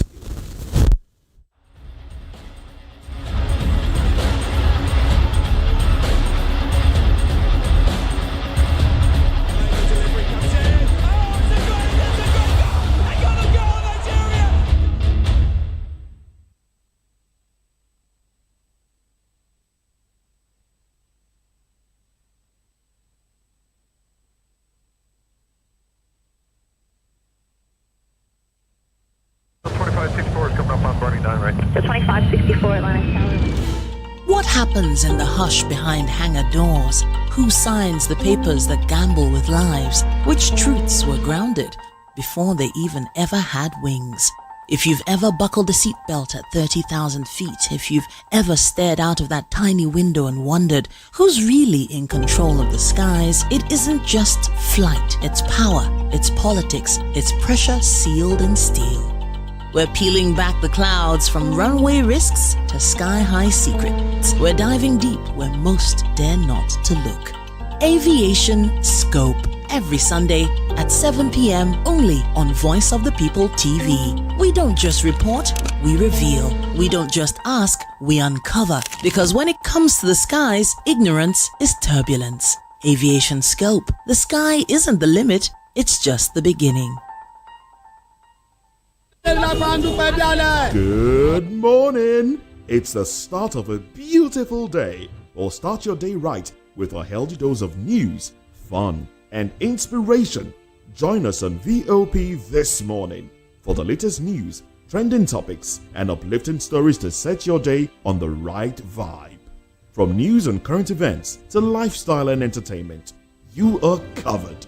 VOP This Morning, 8 a.m., Monday through Friday.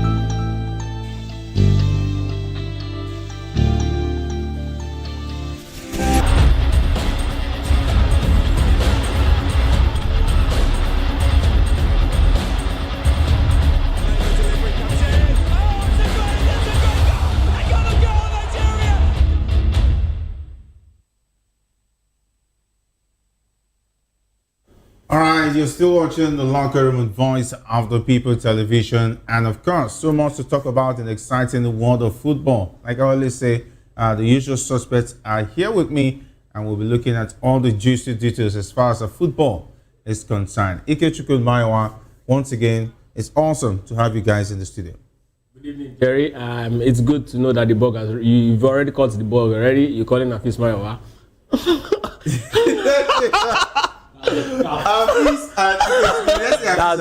Yeah, it's good. It's good. You caught the bug. Don't worry.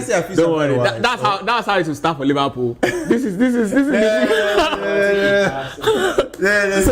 It will happen to us. Arsenal is only second. Leave that. Then, but yeah, the Liverpool fan here now. You just gaffed like a kitty. You just gaffed like a kitty. That's unnecessary card. But good evening to our viewers. It's so good to be here again. To talk football, and Afis, I didn't call you my wife today. It's so good to be here. Wow. Thank you. I did call you my wife. It's right. Good evening. Good evening to our viewers. I mean, a lot happened, in the football world last night, especially the Europa League, the Carabao Cup games. Did you see Rayo Vallecano's equalizer, their first equalizer against Atletico Madrid? Wow. One of the contenders of the goal of the season in La Liga, and Julian Alvarez making Pep Guardiola ask that why did I sell this guy? Yeah. Scored another hat-trick for an Atletico Madrid side that is not really doing too well. So a lot of Messi doing good things also I know he's MLS, but then 2 goals and an assist for the good things. A lot happened in the football world, and we are here to dissect everything. I almost thought Liverpool was going to sign Julian Alvarez during the it would have been a steal of the century, because fantastic. I mean, he just showed why he's too good to be on the bench. Absolutely, he's just too good to be on the bench. So good. The hat-trick. I mean, the third goal from Julian was, I don't know how he made that happen. Left foot from that range, Come on. He's good on both legs. I know, left foot from that range. But the left foot is like the weak, the less fancied foot. I mean, his power leg is right. Yes. He did that. He moved from this. That's a classic Messi goal. From that range, absolutely. top bin. Come on. Fantastic. The guy is just so huge. It worth every penny. I mean, I think the last 2 games he wasn't available, and they struggled. Even in the UEFA Champions League, Simeone kept complaining about his absence, and I mean he came back with a bang. That's what that's the hallmark of a top striker and a top player. It's so good to have him. I mean he's still quite young, so definitely we'll still have him in a couple of years still doing this. I know that he's not going to retire at Atletico Madrid. No, Barcelona already talking. I want to believe that he's definitely going to make that move to one of the top teams, either in La Liga or coming back to Premier League someday. Can give them a KTK. They'll give us someone is already scoring 5. They scored 5, right? Yeah. They scored 5 goals for you. Are you comparing KTK and Alvarez right now? No, I know Alvarez is better, but I'm just saying that you already have somebody of 90 million. No, KTK. If Alvarez is arguably one of the top 5 best strikers in the world now, and underrated too. They hardly talk about him. I think the club side also makes it difficult for him to be recognized in the Ballon d'Or ratings. Yes, he's giving such performance. Exactly. For Real Madrid. Jerry, again. To buttress what you just said, the truth is, Atletico Madrid is not a very creative side. Yep. Yeah. So we know them for a striker to be turning up that number shows how huge that player is. Absolutely. If he moves to a team where he's going to be really serviced, come on, trust me, man. I remember he scored last season in the Champions League. I'm trying to remember the game or the match. Real Madrid. It was against Real Madrid when he got the ball from that same corner, and that out was too much. Brilliant Argentine. And anyway, let's go to the home front where Nigeria's under-17 team kicked off their Wafubi tournament campaign with a 4-1 win over Benin Republic. And George Aga scored a hat-trick, including 2 penalties, while David Ede added a free kick goal. And the team's victory marked a stronger start to the tournament, which serves as a qualifier for the African under-17 AFCON. Of course, the new Penandes of the under-17, talking about the Golden Eagles. But it is what it is. It should be well celebrated, and hopefully this form will go on to spur him into other games. Yeah, absolutely. And what I actually want to take, from that game was, it was against Benin Republic, and it's called a hat-trick. So I hope our senior national team that's talking about Super Eagles can do the same thing. This time. If Osimhen will be available anyway. If it's going to be available, to be very nice. But if it's not going to be available, then a certain Tolu Arokodare too, who at least has gotten his first club goal, he can spur him on and he can come and do the business. I mean, I know a lot of Nigerians are looking forward to the qualifiers against Lesotho and Benin Republic, and I hope we get the job done. But good one for the under-17 boys. I mean, for the boys scoring the hat-trick as well. Hopefully he can spur him on, and he can emerge the highest goal scorer of the competition at the end of the day. But good one. I hope, another thing is, I just hope that after he does what he does, if we come out victorious, I hope they keep these boys, because we know how age-grade tournaments can be. Nigeria, we won't just see them again anymore. I remember 2007, those under-17 boys that were victorious, with their late coach Emitela, the likes of Akishola. I think it was Rabi Aziz that was like the one that had like the bigger career. I think when he played for Granada at some point, I think that was like the biggest to come out. Haruna Lukman also played. Yeah, Haruna Lukman. Sorry about that. Haruna Lukman too. But I mean, from that Spanish team, I can remember the likes of Bojan, David De Gea, who is still playing. He's there. Germany also has Toni Kroos. So I hope these boys can be spurred on. I think one of the things we really need to look at also for that under-17 is many of them are actually not under-17. I mean, many of them are way, way older than 17. And that's exactly why... Was it Little Messi era? No. This Messi was 2009. 2 years after the... Do you know there are a lot of players I can mention from that Little Messi? So, Neymar, Alisson, I mean... So the players are actually moved. Even the life of Haruna Lukman, how many years did they give when they actually moved from that particular age? Chrysanthus. Right. I think the best we've had over the under-17, I think it's the Kelechi Iheanacho's era, the Victor Osimhen era. These are the ones that, we can look back and say, okay, it's been 10 years Iheanacho actually played in the under-17 and still very much, in the Super Eagles. Yeah. Victor Osimhen is almost 10 years exactly now. 2015 was when they actually played theirs. Yes. So yes, you can say, okay, they Mwakali and Co, they're part of the. I think EDD also played. Ndidi actually played under 20. Under 20. Under 20 okay. with Kelechi and Nacho. Yeah. So he joined them in under 20. So if you look at them, you'll be able to say, okay, fine, these guys still have, these guys still played for at least 10 years. But the Aaron Olukman's generation didn't play for 10 years. We didn't get to see them. The likes of Ajiboye, who was the goalkeeper at the point. I mean, I don't think after 3 years after that tournament, there was anything about him again. You know. So I think it's more of the players themselves, not the the federation or the country. Again, we also know that even teams that go age grade teams that go for tournaments across the world, not even Nigeria or Africa, when they go like that, you already see 4 persons actually graduate into the national team. It's very difficult. You don't get to see. Yes. Oh, but there are some that we can see. I mean, I mentioned Neymar. In a particular pool. Yes. Oh, yeah. I mentioned Neymar. There was Neymar, there was Casemiro, there was Alisson, and there was Philippe Coutinho. People played for Brazil. They played under 17 in 2009. Now that's a very and I'm sure there's still other names I didn't call. No, that's a very special case. Okay. Oh yeah, you look at other teams. Spain won the under 20 World Cup. I mean under 17, under 20 Euros. Spain also won the under 17 in 2003 in Finland. Fabregas and David Silva was the start of the tournament. These are the only 2 players that graduated. In fact, Cinema Pongo era in 2000. How many of them actually graduated? But okay, how about Argentina?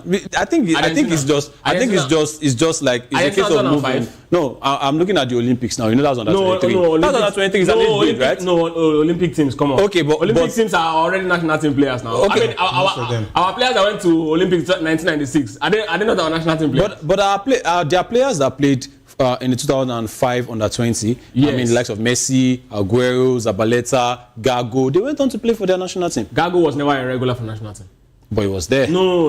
When we talk about people, there, right? Okay, you're talking about regulars when now. When we talk about people, the likes of Gago never broke into the national team of Argentina. Let's look at this. 2005, they went to the World Cup. They won it. In 2006, Argentina went to the World Cup. How many of them made it to the World Cup? I think it was just Messi, yes. In 2010, they went to the World Cup. Gago wasn't there. No, it wasn't. Right. No. So Zabaleta was at that World Cup. Aguero was at that World Cup. So these are the only 3 persons that actually made it. Then the likes of Di Maria joined.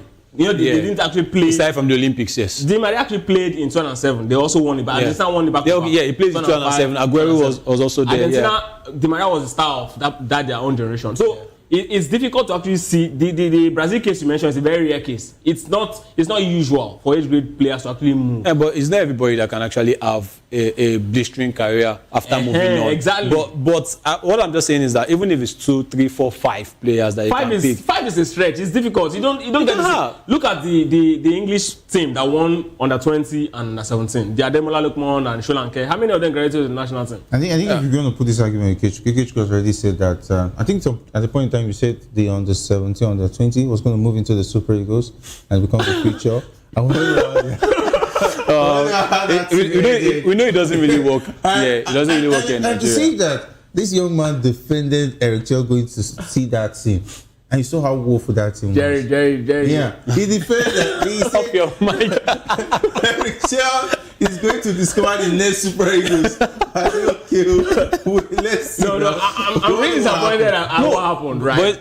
But it looked bright. It looked bright, so I won't blame it. It was initial. No, Jerry. It was one of those moments where you got excited. What? No. Sincerely, right? It was difficult. It was difficult to watch. But the way Eric actually started and the way the boss actually also started gave a lot of reasons to believe they are the best. That they are the next best thing to actually graduate into. Of course, I wasn't expecting all of them to actually make that move. I was expecting few number of them to actually, fill in that position that we actually really need. Eventually, what happened? Jerry, these guys are still young now. We're looking at. If you look at the microscope, which of them will make the Super Eagles? Harcourt should. The goalkeeper. Who else? Areri, the attacker. Who is Areri? Come on, man. No, he's still young now. Who is Areri? Jerry. At. I thought we were even going to mention the captain. No, Jerry. Wait, no, Jerry. At under 17 level. Okay. The likes of Onyediika, we saw that these guys have quality. We saw Victor Osimhen. We say, okay, this boy can score goals. He will be there. But then when after the under-17 tournaments, they went to Europe and they fizzled out. Victor Osimhen was bleated with injury. Actually, no fault of it. I mean, a lot of players would have disappeared. Afterwards. But they came back. Victor Osimhen came back, right? And he picked it. Some persons don't even get it right at the under-17 level. It's really difficult. One of the special cases, Chukwueze. He was part of the under-17 with Kelechi Iheanacho. But today, I mean, nobody saw him at the under-17 level. Wow. I think we still saw pretty much of Chukwueze. But even Iheanacho was the biggest. Jerry. Chukwueze was not even a regular. It was not regular. It wasn't starting. It wasn't even, that's why I said I was trying to wonder. Yes, he was there himself and one very young midfielder, Obasi. These guys are the ones that come in once in a while. But come on. But today we know Chukwueze is the next big thing in that particular group, age grade, as after Kelechi Iheanacho. And there's a certain Taiwo Awoni too, who was bigger than Chukwueze at that level. I think I stumbled upon the video of Paris Ikedia recently when he scored. Was it 2 goals was it a friendly game? Was it against Denmark? I can't remember. I remember the days of Ikedia. Ikedia was also part of the Nigerian 99 team. Yes. Don't forget. Ikedia, Joseph Yobo, and he was Frank Karanka, the speedster. He was trying to Eddie Dombraye. I think we used to have speedsters then coming from the wings. Tijani Babangida, Paris Ikedia coming to replace him. Julius Agawa. We have. But now we don't have speedsters from the wings who run like that. No, we only have people that can't even cross the ball. It's a tradition, right? The way we play. I mean, the man who actually set the blueprint for Nigerian football in recent time, in person of Westerhoff, the idea of, the way the Dutch play is they have high-flying wingers. The Dutch are known to have that high-flying wingers. You have Robben, you have Marco Vermaas. They have these people who can take you on the flank. That's why back then we are spoiled for wingers. There's a Finidi, there's a Tijani Babangida, there's a Paris Ikedia, there's a Emmanuel Amunike, even John Saka at some point. Passing the ball back. So footballers who pass ball. Jerry, every single generation. That's the way footballers dipped. To be very honest. Jerry, every single generation watching people, they will definitely narrow their game around those people's game. That's exactly how nation. That's why if you look at the country, you say this is how they play. Yeah, but now like that structure has been dismantled. So we now have wingers who just want to, dance with the ball, move and then both come a back. bit and just pass. We don't have that thing again. I think the likes of Yamal are giving us hope. No, we're talking about the Super Eagles. Okay, the Super Eagles. Yeah, we don't have those. We don't have those high flying wingers. It's an unfortunate situation. But let's talk about what man looks like. He has risen from the ashes, but I'm not celebrating yet because he will have to do this for a long spell. If I want to say yes, he's back. I'm talking about Kelechi Iheanacho and the coach of the side, talking about Celtics head coach Brendan Rodgers praises Nigerian forward Kelechi Iheanacho's impact since joining the club from Sevilla. Iheanacho scored Celtics' lone goal in their 1-1 Europa League draw against talking about Zvezda. And they used to be called Resta Belgrade at some point in time, marking his 3rd game with a goal contribution. I think Brendan Rodgers has found a way to bring the best out of Iheanacho. I saw him doing some very hard-working training sessions during the off-season, trying to keep himself fit and ready. That's the way to go. If not, normally you see Iheanacho in Lagos going wide, dirty December, dirty Lagos and all those stuff. But this time already decided to take his life serious because things were already going wrong. He got pushed out by Middlesbrough. Sevilla terminated your contract. It was looking like the world was against him. Anyway, it was all his own doing because if he had taken his football more seriously, I think even moving to Leicester, I've always said was one of the, was not a good move for me. I don't think it was left with much of a choice at that time. I think Pep just made it clear, when it was at Manchester City that you are a gem, but then, there won't be space for you. There was a certain Aguero and the likes. So he went to Leicester, hoping to become the main man. It didn't work out for him because there was a Jamie Vardy there as well. Onyediika came too, so I think it swept him down the pecking order. But still, he did his bit for Leicester. He got to win the FA Cup. I think he won the FA Cup with them. Right? Yeah. So and Rodgers was the coach. So I think now when Celtic striker, I think that was talking about. I'm trying to look for his name now. Adam Ida, when he left during the summer. I think Rogers was not really sport for choice. So he said, okay, this is a player that I've managed before. I can use him again. And since he has joined Celtic, after that game where they had his shirt number, his name when it was spelled wrong, he scored a goal in that game. He dropped an assist, and now also scoring last night for Celtic. So good start to life at Celtic for him. I don't think he has a good number of years left in his career at the top. So I think this is just the perfect opportunity to just make us to remember that senior man is still there. Will this warrant a call-up to the national team? Time will tell, but I don't think so. It's too early. Senior man Chaos, is he back? Well, I mean, I just, it's one of those players that I look at and I say, okay, I wish that he actually, was as consistent as he actually started. Because Kelechi Iheanacho is, one player you look at, you know that he's got quality. He's one of those players that you can, look out, and say, okay, I need someone who is creative, and I also need a goal scorer.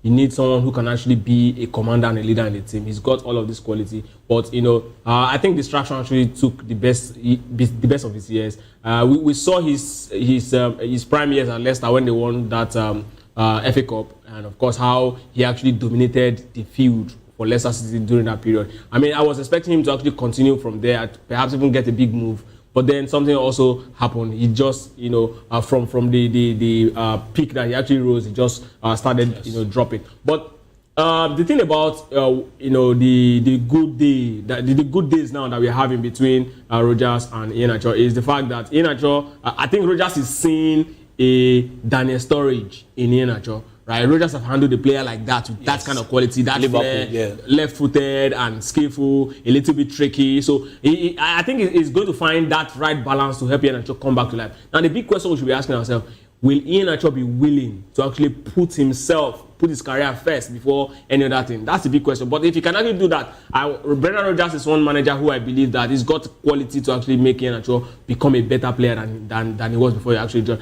Again, Celtic that he joined is another team that is going to really help his career, because one thing that players really enjoy or relish is, championship. He's definitely bound to win championship with Celtic. They're the biggest in Scotland, so definitely he's going to win trophies. And if he wins trophies there, it's going to really help his career. It's going to really help his confidence. So I just hope he can actually stay focused and become, the player that we actually saw in the 8th grade category. All right, we hope that things turn around for the best for senior man Counts, because it's for his own good. Because when he collects his weekly wages, I definitely don't get his share of it. Why are you mentioning this state now? I don't get his share of it. Why are you mentioning all those other mosquitoes? I want to ask Ikechukwu. Like, I think he somewhat dodged that last question. Do you think he's going to come back to the Super Eagles? At this point, no. If he gets it right, if he continues this way, I want to see him in the Nations Cup. We don't really have. Iheanacho is way more experienced, so I would naturally fancy him first before a Christian Suche, who is going to be, if I have a choice to play second striker. Yeah, I would definitely fancy Iheanacho. I think he's the one. He's the best at the moment. So he's the best at the moment. He's got the experience. It's tricky. He knows how to actually handle big moments. So yes, it's just about him being focused and stay on form. Stay on form. Yes. Not on the other form. Stay away from mosquitoes. Anyway, then we can talk about him coming back to the national team. Anyway, you're smiling because of experience. You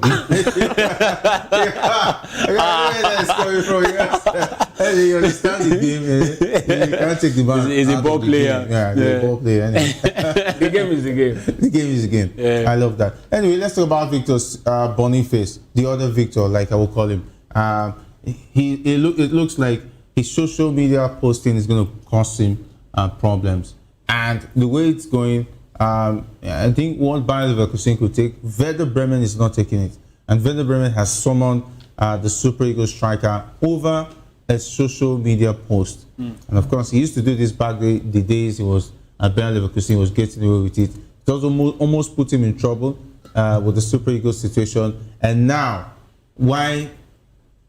Maybe it's hard time Victor Boniface stays off social media. Well, this is a topic that has been lingering on for a very, very long time. I remember I spoke to Ikechukwu also about it. I said, you can't be replying social media all the time.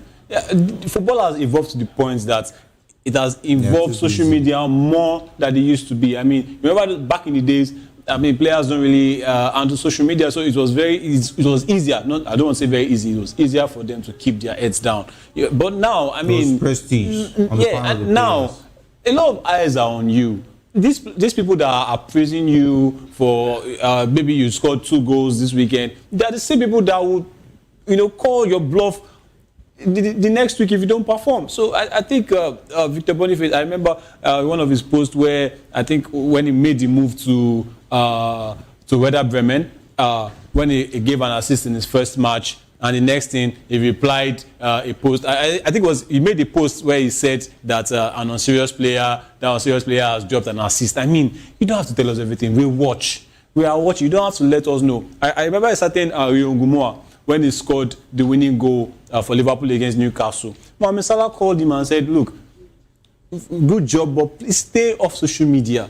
Because these players are well aware of what social media can do to a footballer's career. But then, a lot of people, they have a lot of things to say. You can't be so boring. Let us laugh. Let us share it. Come on. Football is not going to go that way for me. So good. He has started well at Werder Bremen. But I'm just trying to say that that's not where his level is. I mean, we saw what he did at Union Saint-Gilloise. Got him that big move to Leverkusen. And just 2 years in, he's already at Werder Bremen. That's like a downward spiral for me, to be honest. So I think he needs to stay off social media so that he can get that come up back to where it belongs. I bet maybe he doesn't know. Maybe little did he know, but this move to Werder Bremen that's kept him off the national team. This was a player that couldn't score, I think, in 12 games. He didn't get a goal for the Super Eagles. And his replacement, Tolu Agodaye, has scored 2 in like 3 or 4 games. So, I mean, and this is the same Tolu is also on social media. So what are we saying now? I think you don't have to reply to everything. I mean, look at that post. Come on. I think, come on. If you take a look let's look at the post correctly for the benefit of our viewers to understand where we are coming from. He says, and I quote, "Disrespecting your body and wasting your money with different girls won't get you anywhere in life." He was making sense. Then he went on to say, "I don't know when y'all will be wise. Find yourself 1 girl or 2 girls and settle down. Highest 3 girls. Or if you are going through a lot, 4 is okay." This guy is a comedian. Just choose one, man. The guy said to settle for 1, 2, 3, went for 4. Is that a good advice? He said be wise. Is a real OG. Is a real OG. A real OG. Wow, you have to go for at least 3 girls, okay? If you can and settle down highest 3 girls, but if you are going through a lot. What does it mean? What's a lot? What do you mean a lot? You are going through a lot. 4 is okay. 4 if your mental health is going through a lot, wow, 4 is okay. But the thing is, the coach of the side actually, if you remember the last game against Freiburg, which they actually lost at home. Of course, this weekend they'll be traveling to the Allianz Arena. I don't know if they're going to actually survive that, but they lost 3-0 right at home to Freiburg, and the coach actually was very angry at him, saying that he was expecting him to stay at the place, but he was just everywhere on the pitch. I mean, he was actually obviously the coach statement simply means that he isn't tactically sensible, available, or ready at that point. But now you're having these issues, and then you come up to post stuff like this. Even the of course, Nigerians see it, and a lot of us can actually relate that he's being sarcastic and all of that. Even Drake also responded to this particular post. But the big issue here is that some of the fans, how you can actually make a certain comments here, and people in Europe might not really understand that you're just being humor. You're just trying to be sarcastic. And some of the fans got angry, and it raised a level of concern among the fan base. And there were reports that the CEO of the club and top hierarchies in management actually called him for questioning to actually explain that, even though that has been dismissed. But I mean, the focal point here is that Victor Boniface, just like Onyediika that we just talked about, is expected to actually face his career, right? And I think yes, we know that you're one person who you're confident about yourself, you like to actually talk, and no one can actually decide how or what to say for you. But then at this point, you face a lot in your national team. Even at club level, you're going down the hill. The best you can do for yourself is to be focused and then come back to be that player that Nigerians started seeing and expecting, okay, this guy is supposed to give Victor Osimhen a run for his money. Exactly. Now you're going down the hill. We don't expect you to actually be. This should not be your priority at this point. Focus and come back to your best, and then you can always do this. Zlatan Ibrahimovic, I don't think there's any player in this world, right, dead or alive, that can match Zlatan Ibrahimovic's presence on social media. Absolutely. But when it comes to the game, it does the talking also on the pitch. Absolutely. So when your reality, when you do more of the talking off the field, it questions your ability as a player. It begs the question: are you really a footballer or a content creator? Now, if you're a content creator, fine, we will know that, okay, this is what you do. But if you're a footballer, let us see 100% of you on the field. Give your best on the field, and then you can go back and be him. I mean, there are a lot of players who can also do these things, but you have to actually match and create a balance for the large. And the truth is, football is the reason why people know you, right? So you have to give everything for football, 10% or 20% for social media if you want to be there. Okay, I can bet you on something. I won't be surprised if it happens. If Victor Boniface sees or hears what you are saying, and he goes to the Allianz Arena and he scores 2 goals, he's going to reply you. I'll be very glad. I want to see him reply me when he scores, and I'll tell him, please keep scoring, and that's exactly what I want to see, because I'm one of those persons who actually rooted for Victor Boniface in Super Eagles. I liked the way he played. Yeah. It's not even about replying you; it's about how he replies you. Because no, it doesn't matter, right? Because the truth is, the way he played is quite different from Victor. He knows how to use the ball. I really like the way he plays. I'm a fan of a player who likes to get the ball on their feet, right? So if that's this thing I just said is going to make him, it's going to make him do the job and give his best on the field, leave his best on the field always. Come on, be my guest. I just hope he doesn't reply you in the wrong way, to be very honest. And I'll reply him again. So you want to create that Obi Mikel and Jackson vibe. Jerry, on this altar of locker room, we all know bars. I mean, there's no bias. We have to say the way it is. Absolutely. Right? I'm not saying it because I don't like Victor Boniface. I'm saying it because I want the best for him. I hope that he can actually give his best. He's not 24 or 25. He's still young. Give his best for the Super Social media is not the next thing. Honestly, you can be humorous. Yeah, we all know you to be very, very humorous. You have a lot of stories we've seen on social media. We all know you, but then just focus on your career. You really need it at this point. Werder Bremen is not the way to go. And much respect to Werder Bremen, but with the levels you've shown. So look at Florian Wirtz. He moved from I mean, that same thing. Even though he's on his 007 at least, but he made the move. You get what I'm saying, right? What do you mean? The thing is that as far as Florian Wirtz is concerned, I'm good. Yeah, cool. He's doing well. You don't have a choice. Well. He doesn't need to score goals to prove that he's giving his contribution. Wow. But you bought him because he scored goals and gave assists. No, it's not because of goals. We needed 150 million plus? 10. We needed someone in that 10 who could give assists. The assist, that's what we are waiting for. And he's pressing the right buttons. And of course, he's showing prospect. What buttons? The right buttons meaning that he's showing that he has... Is it dropping the pre-assist? You know football now has pre-assist. Is it dropping the pre-assist? He's doing that. He's giving shots on target too now. In the Arsenal game, so you bought him for 150 million for him to give shots on target. It's still quite early though. It's still quite early. I mean, we've just started. You know how banter can be, Kechuku. You know how banter can be. Okay, did you suffer a lot with Manchester United for you to not be a Chelsea? You see? When we come to when you want to address it was under extreme measures.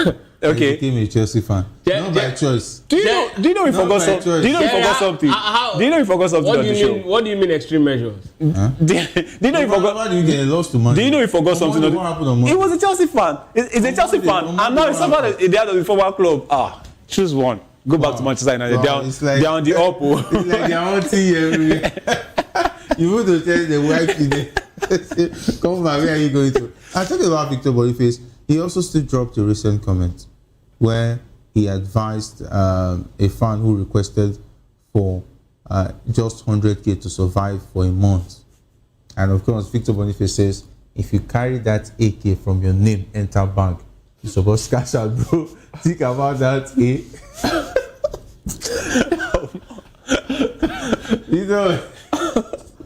It's hilarious. Very he should just be a content creator. He should choose one at this point. It will be. It will be very successful like that. He has something. He's a cruise lord. Everybody. Absolutely. If you come, you collect. He has a lot in him. Anyway, hopefully, if clubs come on the pitch, maybe they will collect from his goals too.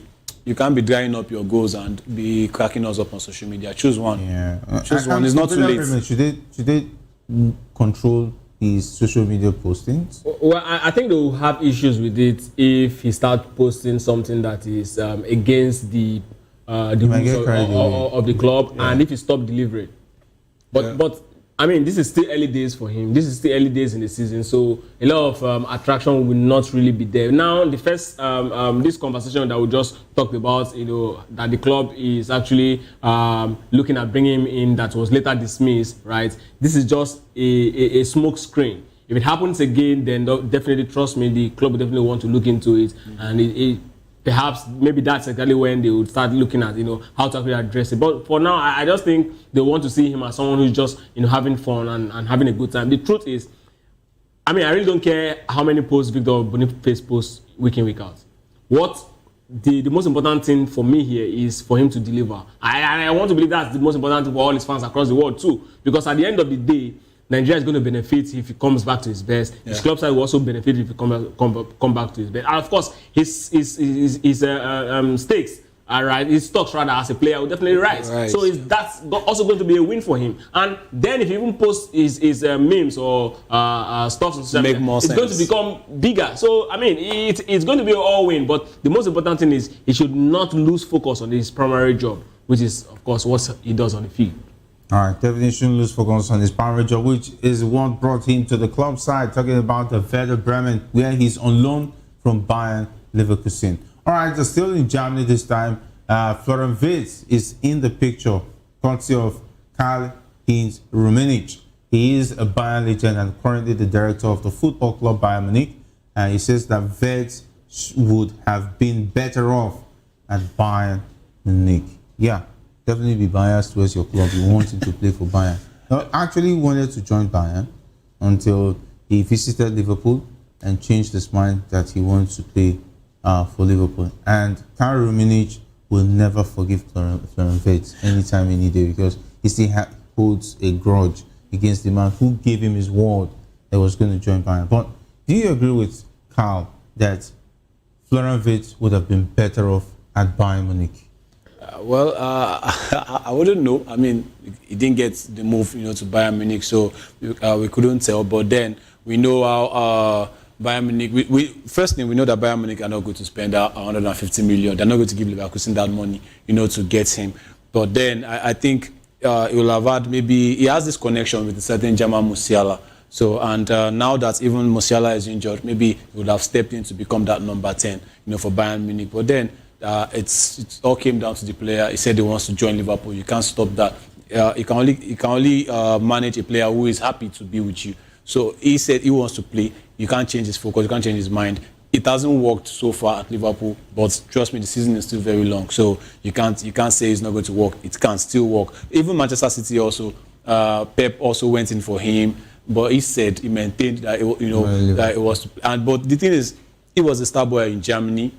Yeah. He did very well. I mean, this was a young player that came from a very, very big ACL injury. People thought his career was over at that young age, or he came back, put in numbers, was the player of the year. I think at that time when they did the Invincible. So Florian Wirtz is a fantastic player, but I don't think Rummenigge really owes that bad blood. It just feels like, hey, if this thing that you're going through at Liverpool wouldn't be happening at Bayern Munich. So, John's ready for he was not even the only one. He also took a shot at Nick Votamade and Newcastle. Come on, Bayern were not going to pay Stuttgart 90 million. You know that. We both know that. So I think maybe later, if he starts working in the boys' career at Liverpool, I think he'll take 5 million for Luis Diaz.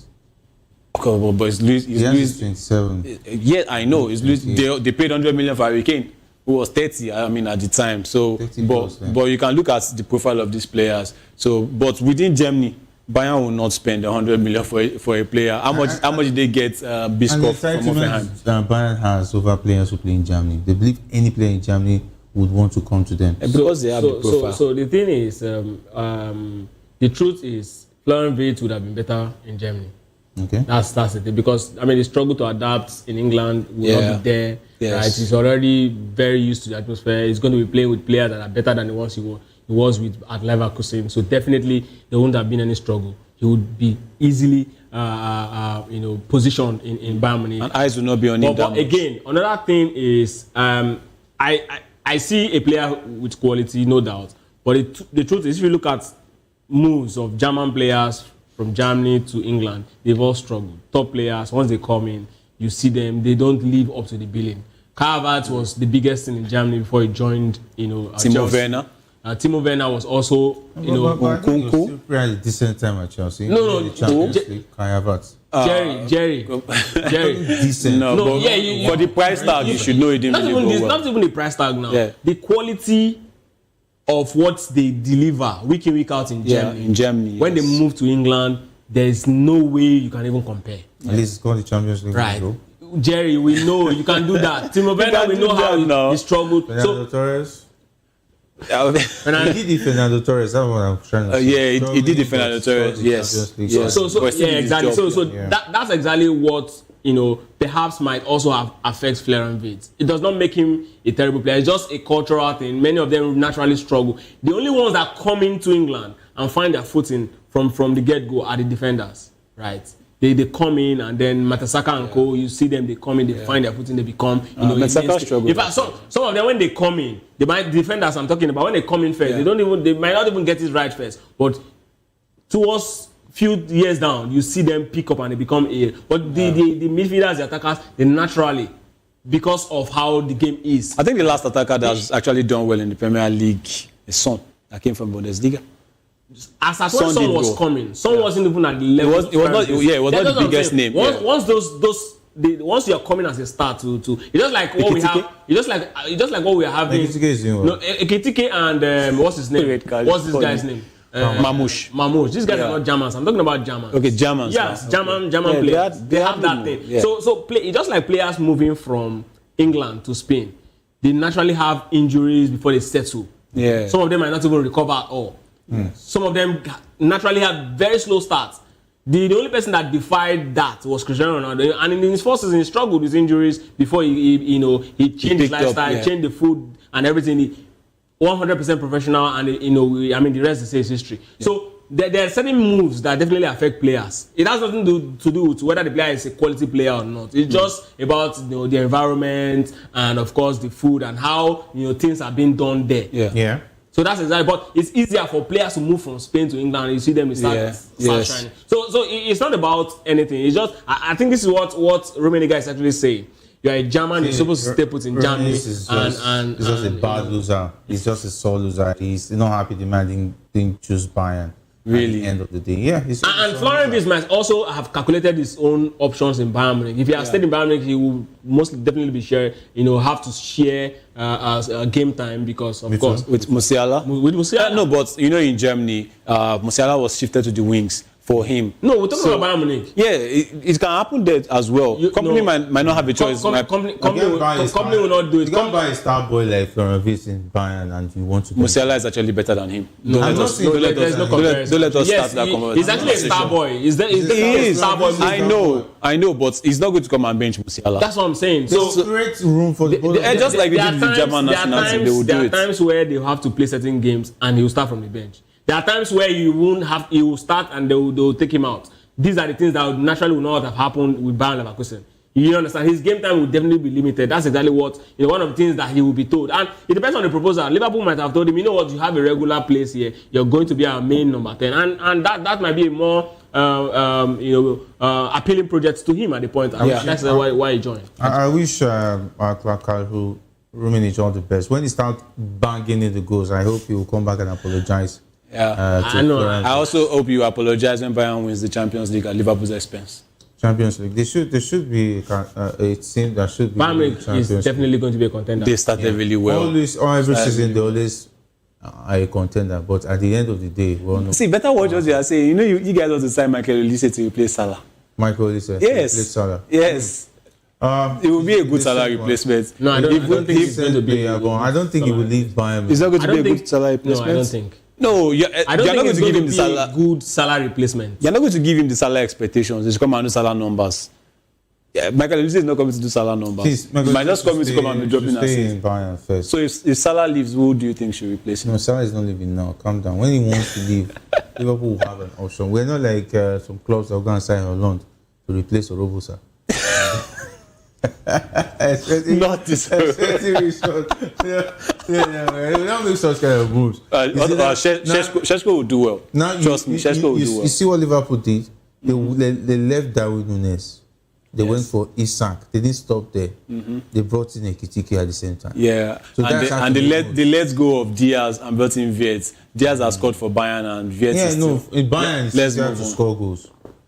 As far as Bayern Munich is concerned, it's easier to score goals, unlike the Prem. Is Onyediika not proving that it's easier to score? You can agree with me. The Premier League is much more difficult than the Bundesliga. Oh, absolutely. Mostly for a team like Bayern. If a team like Bayern comes to England, he will still at least enjoy itself because they have array of stars from every part of the team. But it is what it is. Let's see how that pans out. But time really fast spent. Congratulations to the Arsenal fans. Saliba is going to stay till 2030. I'm a football fan. That is when, unless Real Madrid comes in, he might change his mind. When Real Madrid gets serious, he might change his mind. 5-year contract extension.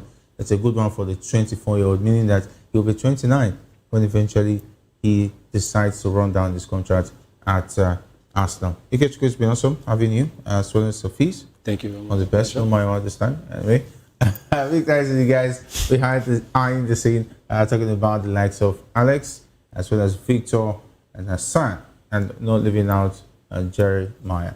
My name is Jerry Apelahai, saying thanks for being a part of the locker room. Up next is Political Lens with Chukwuma Okoro. Stay tuned.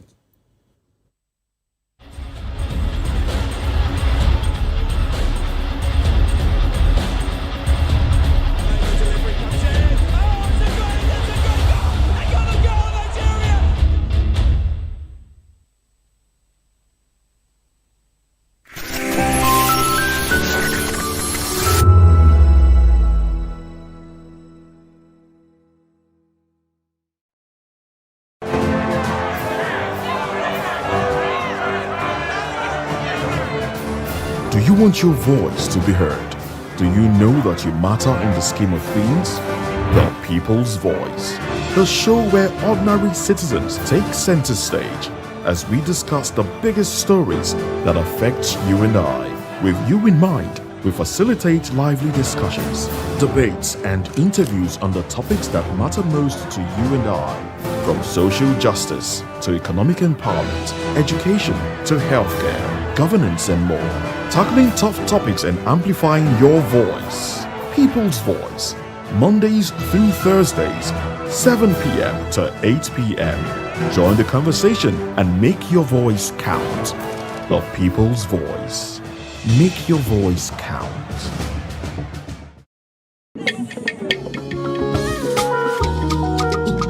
Voice of the People Television awuchiela onye nụ ya ka ọrụ ibe ya. Ị chọrọ ịmata akụkọ ndị gbara n'akwụkwọ akụkọ dị iche iche n'ala anyị kwa ụbọchị. Ị chọrọ ịmata ka o si afịatụ na ndọrọndọrọ ọchịchị, agụmakwụkwọ, azụmahịa, ime njem, ọbụla dị egwuregwu. Mgbasonyere anyị n'oge ndị Igbo na Voice of the People Television.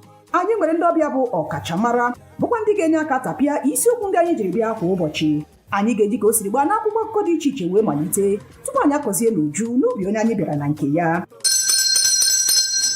Nze m ọzọ kerikosi ya gaziere onye ukwu ma gaziere onye nta. Mkparịta ụka tọrọ atọ ka anyị ga-ewetara gị bụkwa nke ga-eme ka ị mata ka ihe si aga n'ala anyị bụ Naịjirịa, ọbụla dị na mba ofesi.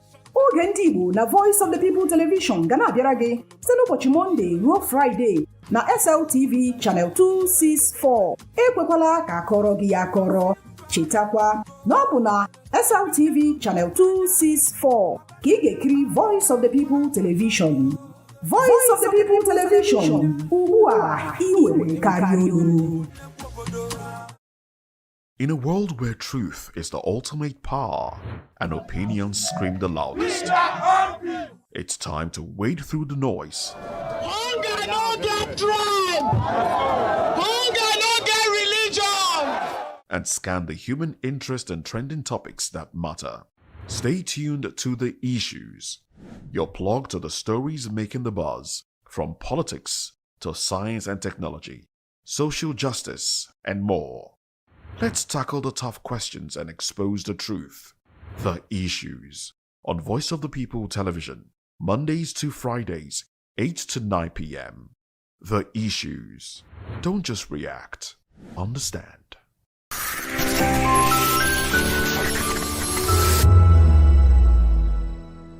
The world unites to observe World Patient Safety Day today, an initiative of the United Nations and the World Health Organization.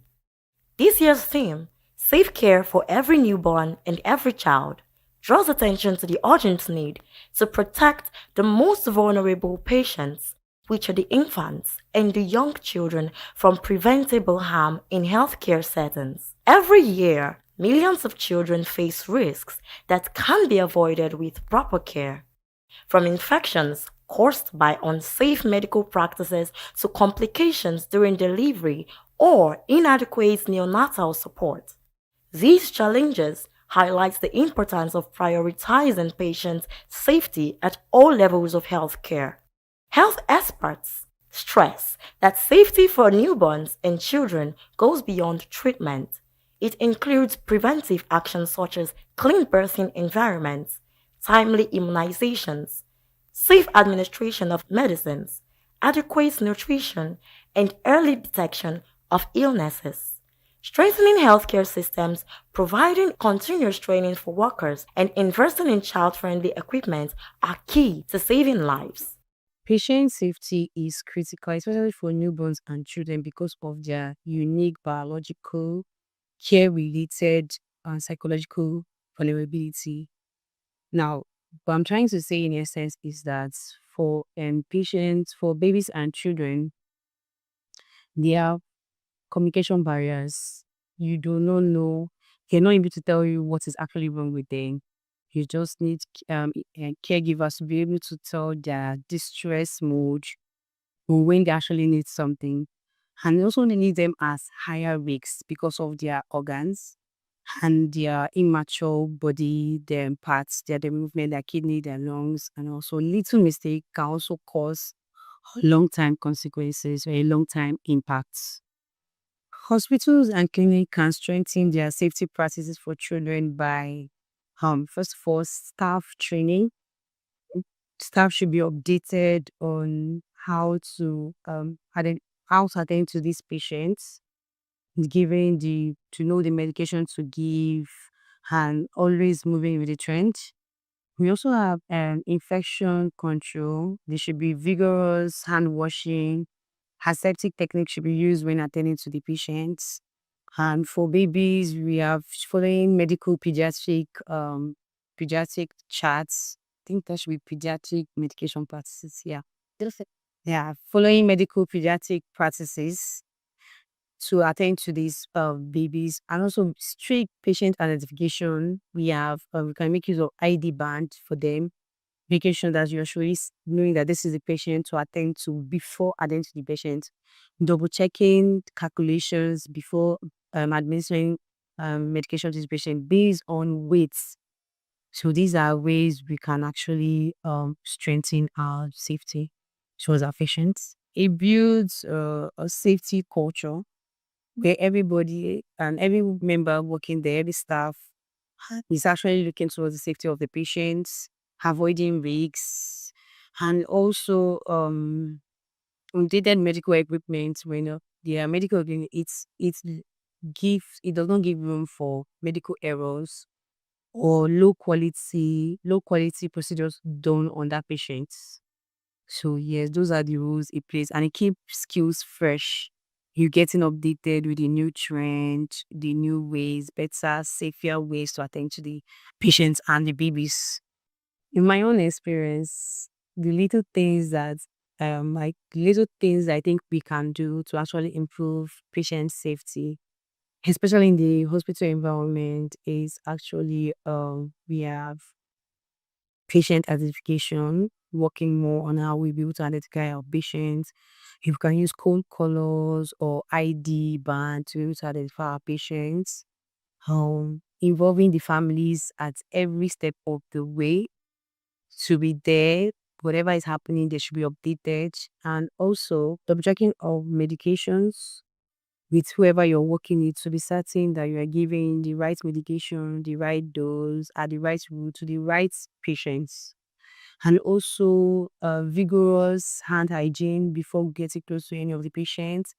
And I think for babies, they're basically supposed to have their own things like stethoscope, thermometer, whose things should just be for them to avoid cross infection. The advice I will give to my colleague and policymaker on World Patient Safety Day is for us to work together to commit to delivering safe care through vigilant practices, proper training, and a system that prevents harm. As the world marks this day, healthcare professionals, from doctors and nurses to midwives and pediatric specialists, are being called upon to reaffirm their role as guardians of safety for children. Praise Peters for Voice of the People TV. VOP TV. Now, you have more than a voice.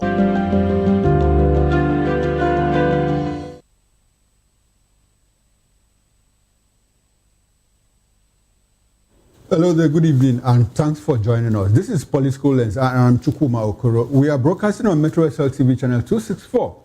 On YouTube, we are Voice of the People Television, and on other social media platforms, we are at VOP TV Live. On the show today, Nigeria reinstates demand for UN permanent seat at the ongoing United Nations General Assembly 2025 in New York. We've been joined in the studio here by Barrister Darlington Agomo. Agomo is a political affairs analyst. Good evening, Barrister Darlington Agomo, and thanks for coming to Political Lens. We appreciate your presence as always.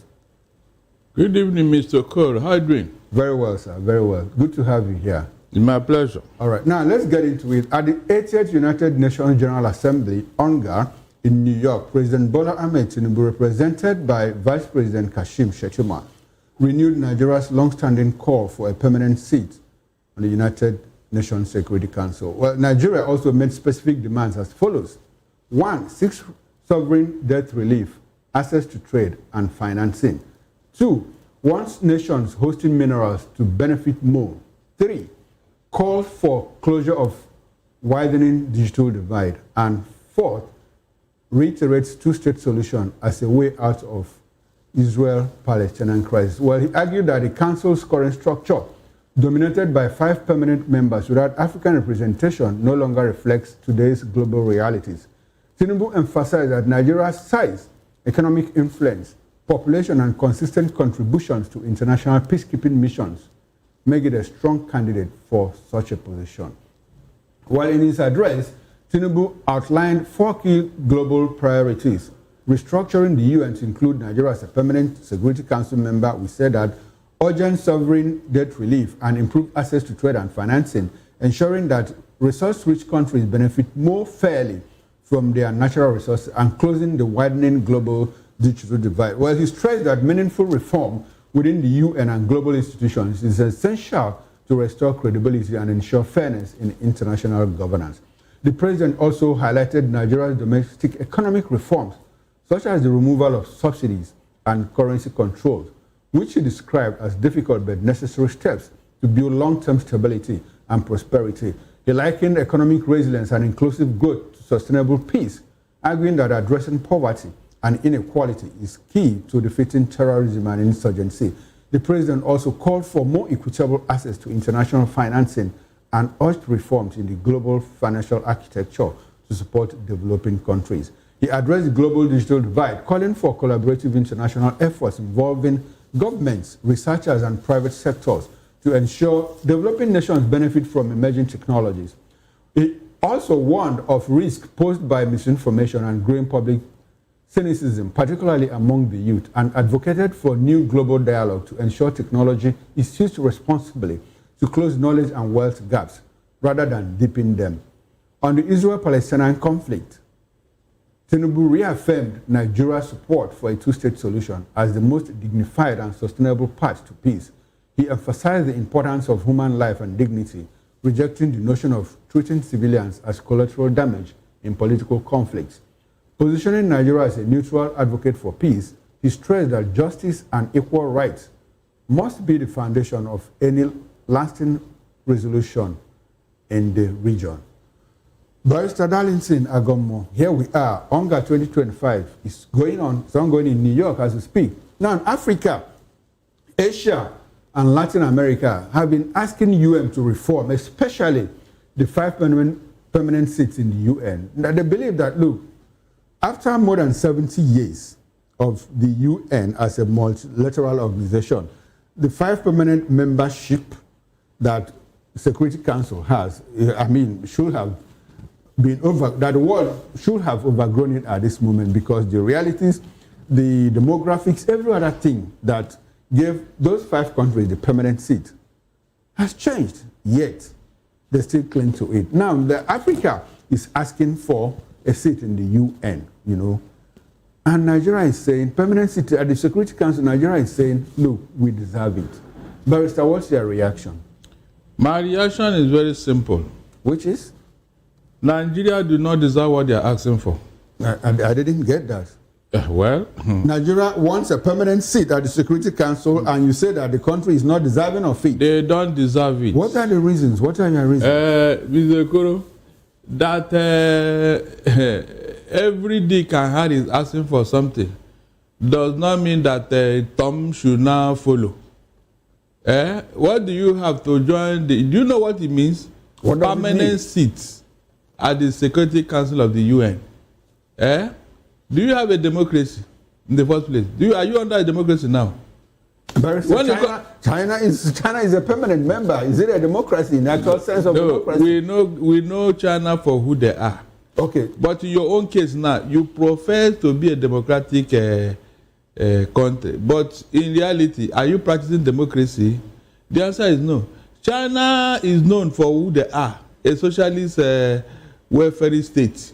In your own case, you claim to be a democratic government. China also claims to be a democracy. Ghana, China, I mean. Yes, to be a democracy. No, in their own, oh my God, in their own setting, China is known for what they are. Barrister, why shouldn't we be known for what we are? No, your own is deceit here. You claim to be a democratic government, but you are not. In fact, you are like a military administration. All the facts are there. Then two, the financial model, do you have it? The answer is no. You don't have it. Then when it comes to rule of law and all that, you are far behind. So on what basis will you be a member? I'm sorry, Barrister. I hate for us to get into this argument. But for all the issues, all the points that you listed now, the indicators that you listed for membership, I think China only qualifies for one, which is financial capability. In terms of rule of law... Military. Okay, military. In terms of financial and military, in terms of rule of law, in terms of democracy, China is clearly not one. But they remain a member of the permanent of the United Nations Security Council. Because they have something to bring to the table. Okay, you think that Nigeria we don't have anything to bring to the table? Tell me what you bring to the table. You can see. Tell me that you can bring to the table that will even outshine the other members. Nothing. When it comes to global affairs, are you there? You are not even a regional power. Barrister, what we are looking at? You are not even a regional power. You are where? You are in not Africa? You are not in West Africa? In West Africa, you are not. In Africa, you are not. So, I mean, where you? If you are a regional power, why would your ECOWAS disintegrate under your watch? You don't even have any influence in your domain, and you want to go to the UN to be what? First, would that be a measure? Would that be a good measure? Because we also see countries in Europe disintegrate under the watch of EU. So does that mean that EU is not a continent of power? They came together and agreed that this is the way to go. After all, Britain, I think, is the economic withdrawal from Europe. But the Alliance of Sahel States also came together and agreed to exit ECOWAS. So what's the difference? No. They did not. It was through a military coup. And those countries exited. Barrister, let's dwell. I want us to concentrate on Nigeria, and you say that Nigeria doesn't qualify to have a permanent seat in the UN because, according to you, they don't have the financial power, they don't have the military strength, they are not even a regional power, and probably not a democracy that we pretend to be a democracy. Which country in Africa qualifies for that seat? None for now. Until you people go to that your AU building and say things that will guarantee good governance, rule of law, corruption-free nation. I mean, look at it yourself. These are issues that the Western world look at. They will be making mockery of all of us. Especially that of corruption and good governance. These are things that you must bring to the table. But you can't bring any of this into the table in the UN. You can't. You are not there. You are not there. So let us not deceive ourselves. Let's solve our internal problem first. They will even beg us to come and be a member. I'm not joking. Okay, Barrister, they will beg us to come and be a member. Yeah, when okay, let's go to Latin America now. Which country in Latin America qualifies for UN permanent seat? Brazil, Argentina, which one? The issue of Latin American nations can separate themselves from drug peddling. A better chance than Latin America, because they are in fact, they are almost a drug-ridden economy. Is that what you want to bring to the table? They are not even qualified again. So these other countries that are clamoring for this thing, have they looked inwards and see whether they have the templates? What are those things that will guarantee them a seat in the UN? There is none. That's the truth. All of them, they are all reading one corruption case or the other. You sound as one that believes that the 5 permanent members of the UN Security Council, that they are all saints. I want us to go back in history. You recall how they became membership, how they acquired membership of the UN Security Council. They defeated Hitler, yes. They defeated the Allied powers, Germany, Italy, and all of that, Japan. Now, if you look at that time, they were the world powers, but clearly, you see some countries in Asia doing better than countries like France. You know, these are second-rate world powers, France, Britain, and all of that. But they continue to maintain, their position in the UN Security Council with the veto power with which they used to decide. Look at Russia itself. Russia is even struggling with the war that is ongoing with the economy and all of that, and the problems within that region. Yet, no Asian country, even the ones that are doing very well, has a permanent seat. Is there any justification for all of that? So at this point, do you think that the UN shouldn't reform in terms of membership of the UN Security Council? If they want to reform, that does not mean that they should bring you into their fold. You are not qualified to be there. Okay. Yes, you are not. With what is happening with these countries you are mentioning? Barrister, let's look at South Africa. Is South Africa not qualified? They are not. Why? Because it is the white that are dominating that economy. In fact, South Africa is not truly independent as of today. Their economy is controlled by the minority whites. So no, Barrister, those white people are South Africans. It doesn't matter. Their race doesn't matter. Well, it matters, because go and ask Donald Trump. When they were threatened or whatever, didn't you see the reaction of Donald Trump? Because they are their brothers. Okay. Didn't you see that reaction? That will tell you that sanguinity or affinity is still there. They can't forget. Are you aware that South Africa is a nuclear power? Are you aware? All those things are minor issue. So which one is the major? What are the major considerations? The major is your economy and your military power. South Africa is number 1 in Africa. And number what in the world?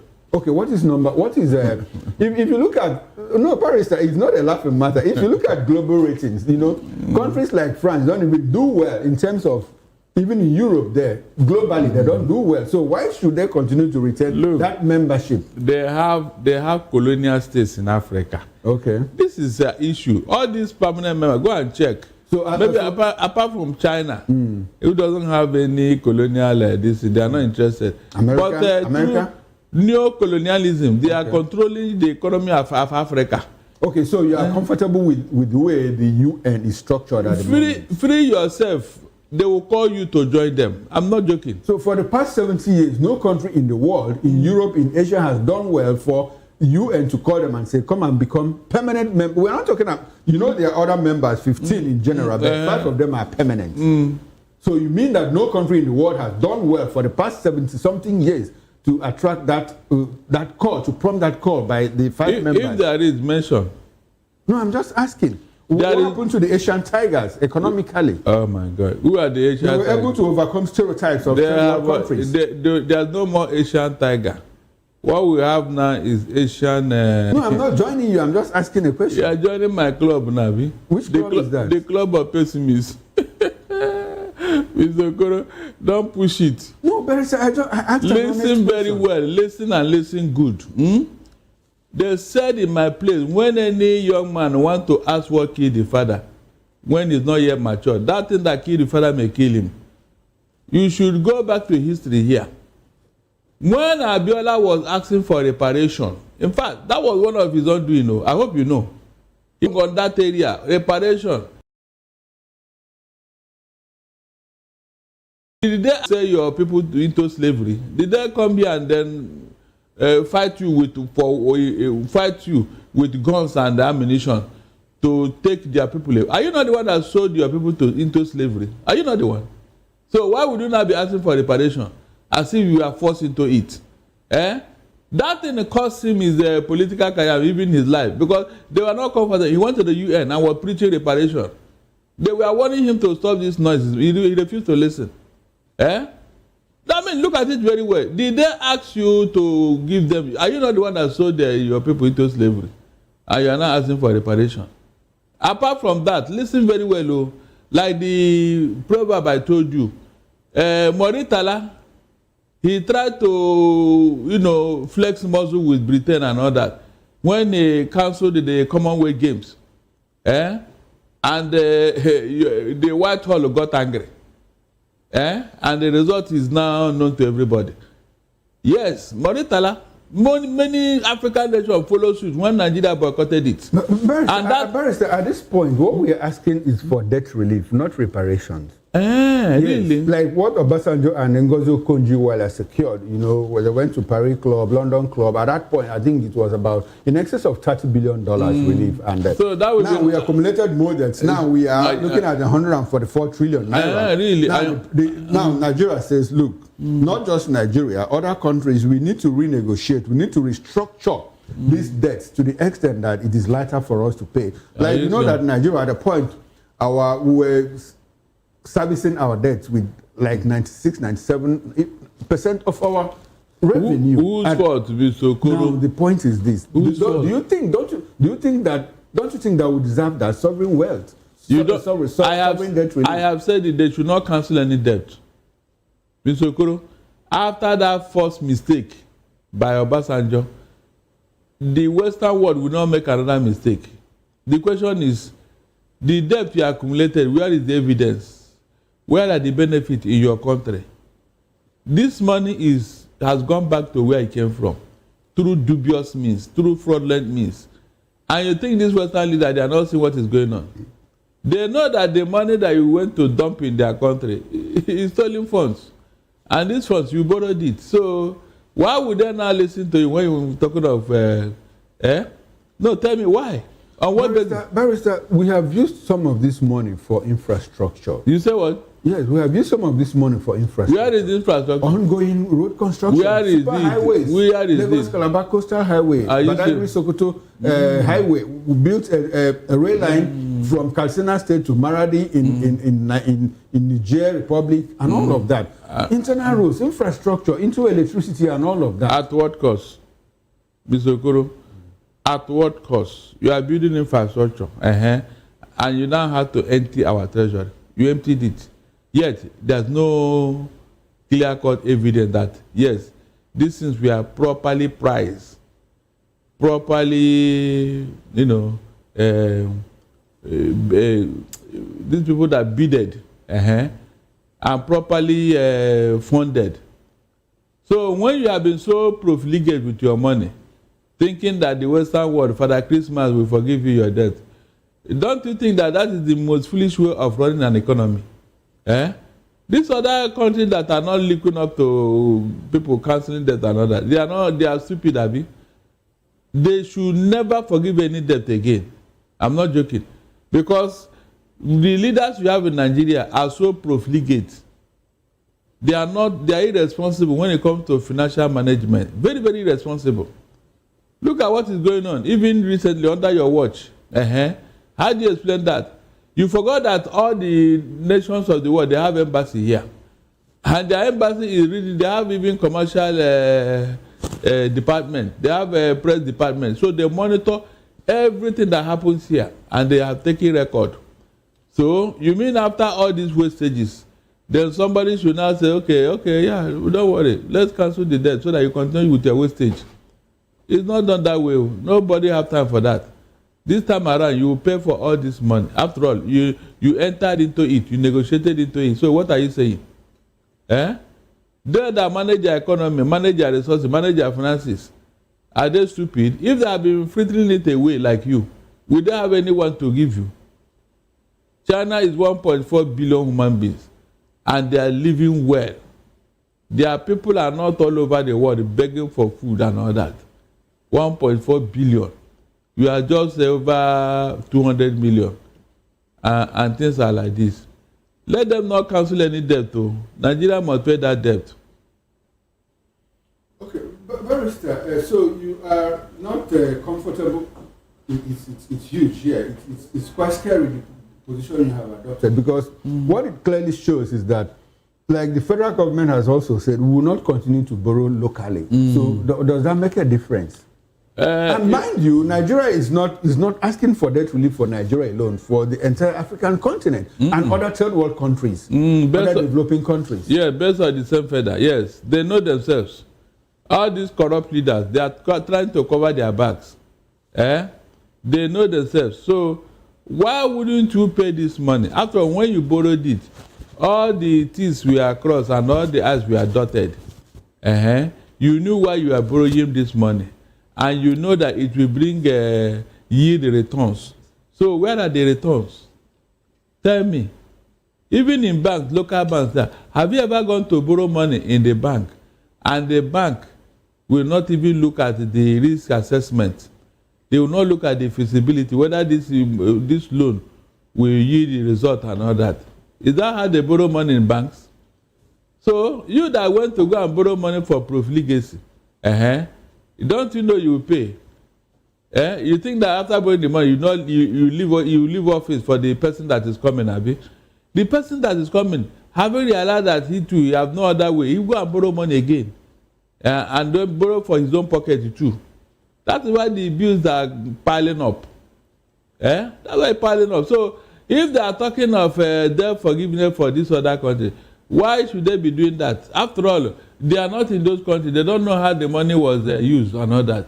But because they are birds of the same feather, they know what each of them have done to their countries. And so they want to cover their backs.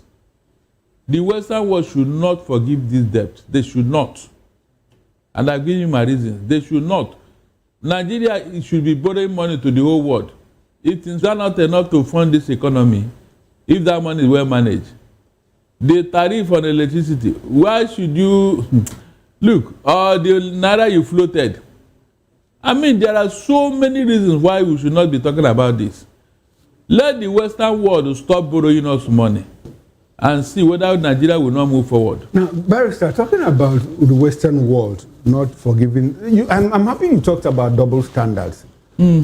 How much responsibility should the Western world take for also warehousing these monies for corrupt African leaders? Until you tell them that this money is a stolen property, they will know. But you think there's no way they will not know. So why don't they return it? I mean, we have seen the former head of state, money is brought back in his name. So why is the West? How much responsibility should the West take for warehousing those monies? If you convince them that, yes, this money is so, they will return it to you after they have been returning money. Okay. They will return money.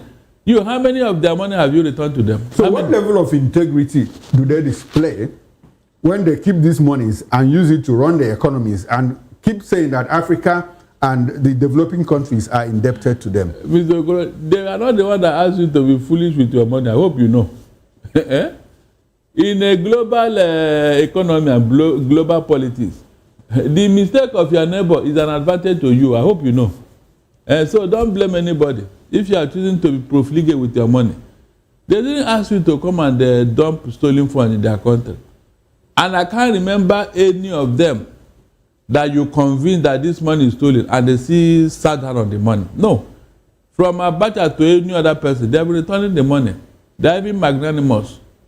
Yes. If you want to stretch the argument, they will ask you, did we ask your leader to bring money to us? Until you even tell them that this money, so they won't know. After they will think that the man is just a businessman, he came to invest in their country.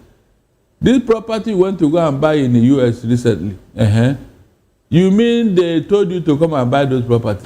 So does it look like they don't know that money is stolen money? How would they know? How would they not know? That man is not. They conduct due diligence in their home countries. Look, until you raise alarm like somebody wrote them and told them before they now said okay, they will see it as a normal, any businessman who want to help the ministry of their country. That man is not the only one that bought houses there now. He's not the only one. He's not the only one. So until you raise the alarm and say, look, we suspect that this house this man bought is from stolen funds. Then they will not go. Someone has raised the alarm. So let's see how far. They have already taken action. They have already, yes, they have already reacted. You heard what they said. You heard what they said. But you, how many of the reactions have you had here concerning Western leaders? How many? No, be sincere to yourself. How many? It can never happen. It can never happen. That is why this UN seat, they won't even listen to you because you don't have what it takes. You don't. It's not just your whatever, your population. There are so many things. Integrity of your leaders, very important. Very important because that place, a wrong decision can plunge this world into another third world war. Don't you know? They are there to stabilize the world. That's the truth. So you, with your background and your principles and all that, when you go there, won't you carry this Nigerian mentality to the UN? No, tell me. Won't you carry it to the UN? Selfish interest, nepotism. You will display it there. You display it there. So what are you saying? All the other UN organs that are giving you opportunity to go, have you done so well? What is going on in the Security Council? Is there any nepotism that is worse than that? When United States takes a resolution, that affects France and Russia adversely in terms of the economic sense, but benefits a part of the world, Russia and France say no. Yeah. Is that not nepotism? It is not. It is the veto power they have. They have their reason. So how have they used the veto power? Protecting their own interests at the interest of their allies. The other parts of the world. No. Yeah, what are you saying? It is the veto power conferred on them. You can't change it.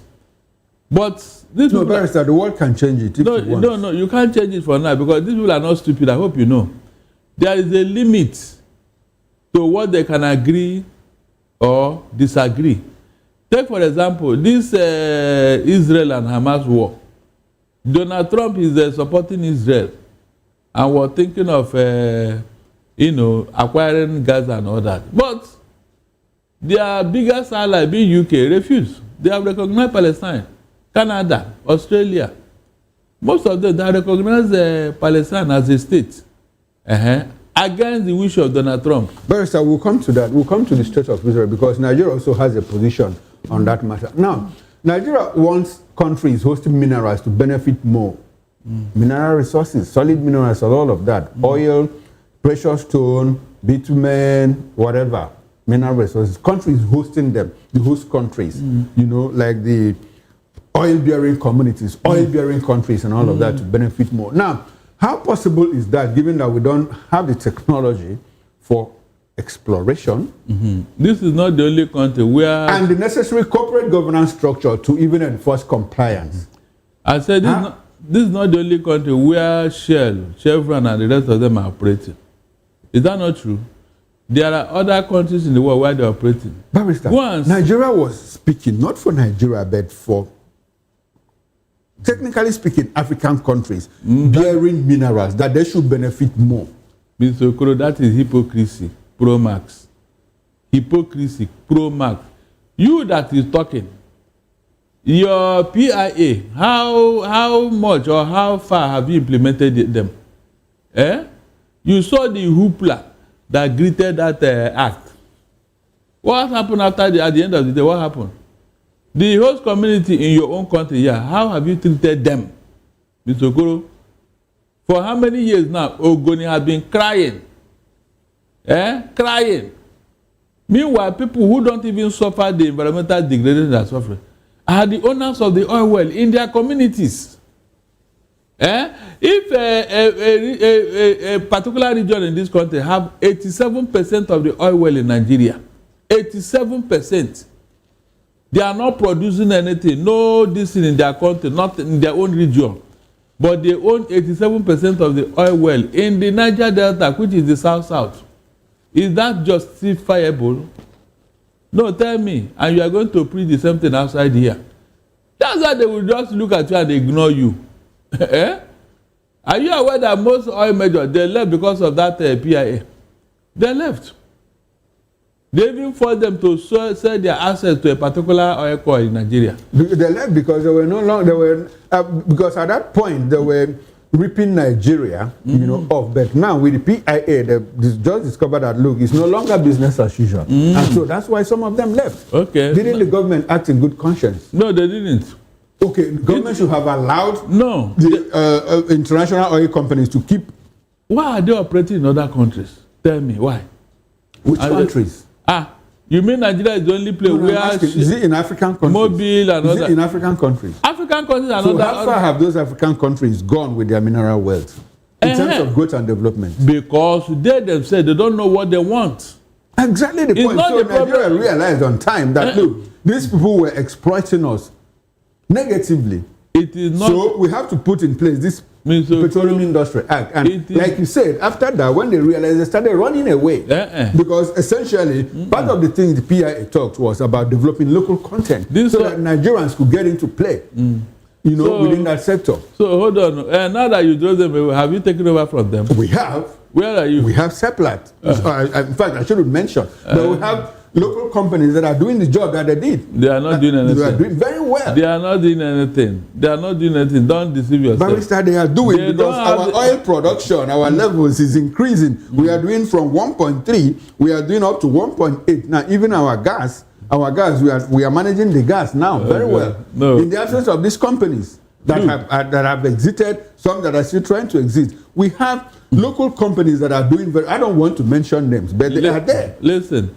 These other non-oil companies that are leaving Nigeria. No, Barrister, we are discussing mineral resources. Really? Yes, mineral resources. That's the only one. Let's stay on that. Yes. I am telling you that your PIA is not a good document. It cannot promote business both for the local or the foreign. No, it's promoting for the local companies, local content. Oh my God! If it is, why are you having all this problem with your local refineries and Dangote? Dangote refinery is working. Because others are coming up. Oh, are you not aware that this man is importing crude? It doesn't matter. You see now. It doesn't matter. The raw material that came from your own soil, you left it and you're importing from outside. Okay, now that is the point. So you think that the Nigerian government should first, like they say, charity begins at home, should solve their own problems before talking about exactly what I'm talking about. In fact, if you have a good PIA in place, foreign companies will queue into it. That's the truth. Go and read that PIA. Okay, I'm happy that you talked about Ogoni land. Now, I want us to talk about Ogoni now. The federal government has given posthumous awards of CON, Commander of the Niger, can you imagine? The 9 people. Now, does that offer some form of closure for the families that lost their loved ones? In fact, if I'm a member of those, when they bring those, I will tear it in their faces. Posthumous award for what? You are reminding them of what they want to forget. So I should now be celebrating a useless document for a man who died for a just cause. How do you just suppose it? When they were fighting for that thing, didn't somebody know that it was a good cause? Why are you not trying to? Maybe the people in government then didn't know. Government is a continuum. The federal government should explain to the whole world why they killed those people. Those people that even serve in that government, Abacha government, I don't know the one holding this thing today. Was Buhari not a member of Abacha's government? Was holding a very big position, even PTF and all that. So, did you see him make any comment or not? So no, but this particular government has made a comment. No, it took Angela Merkel to apologize to the world for the sins of Hitler. Now Germany. Of course. Good. So I believe that government is a continuum. Now, if Buhari didn't do that, the current government has done that. No, this one is for political reasons. Like what? It's for electoral reasons. Electoral? Yes. Or electoral. you think that the government wants to go back to oil exploration? Of course, they promised them a university, and I understand that they are working towards that. Of course, that's what they say. That's the game plan. Okay, they say they want to resume after 30 years. Some form of closure, to the families. The Ogoni people in general. Look, the government has recognized our sons that died in the course of war, for a good environment for our people. Now the government says enough of all of that. Commander of the Order of the Niger, go home. Rest in peace. Isn't that a good one? It is not because it is being exploited. What they did now is for political reasons. They want to win the heart of Niger. There will always be a reason for every action of man. And when you want to do things like this, let it not be that you want to exploit the situation. Okay. That's what we are saying. Yes. You want to exploit to your own advantage. Now, you said that if you're a member of the family, one of those families, that you will tear the certificate. I will tear, yes. You don't think that the government sounded them out before coming out to make this award? Most times they don't. Okay. I don't think they did. They're only using it as a bait so that they can win their heart to go back to plunder their environment. After all, the cleanup have not been done up to today. So what are you now going there to continue to exploit an already battered environment? They have not cleaned up Ogoni, and you want to go back there and continue exploration. How? It doesn't work that way. The money that the oil company Shell brought for cleaning of the place, where did it go to? They brought money, and their money entered into private pockets. So why didn't the government do the needful? They will come and tell me that Ogoni elders or Ogoni leaders had the money. Niger Delta leaders had the money. That is what they want. That is what they will always do when they don't want to do anything. They will look for a criminal and hand over money to him, and you expect him to do what? Perform magic with the money. No, they deliberately selected those who will not work for Niger Delta and handed over the money to them, and they squandered it. But are you telling me that there are no responsible people in Niger Delta who can manage the resources and do something for the people? They know the people that will work, people who have a patriotic spirit in them, but they will never look their way whenever they want to give appointment. So what are you saying? Look at all the people that are in the helm of affairs today. You mean up to today, Nigerian government doesn't know the people that will do the work, people with conscience, people who don't have this profligate mentality. Because there are things you acquire, you may not even use it until you die. I'm not joking.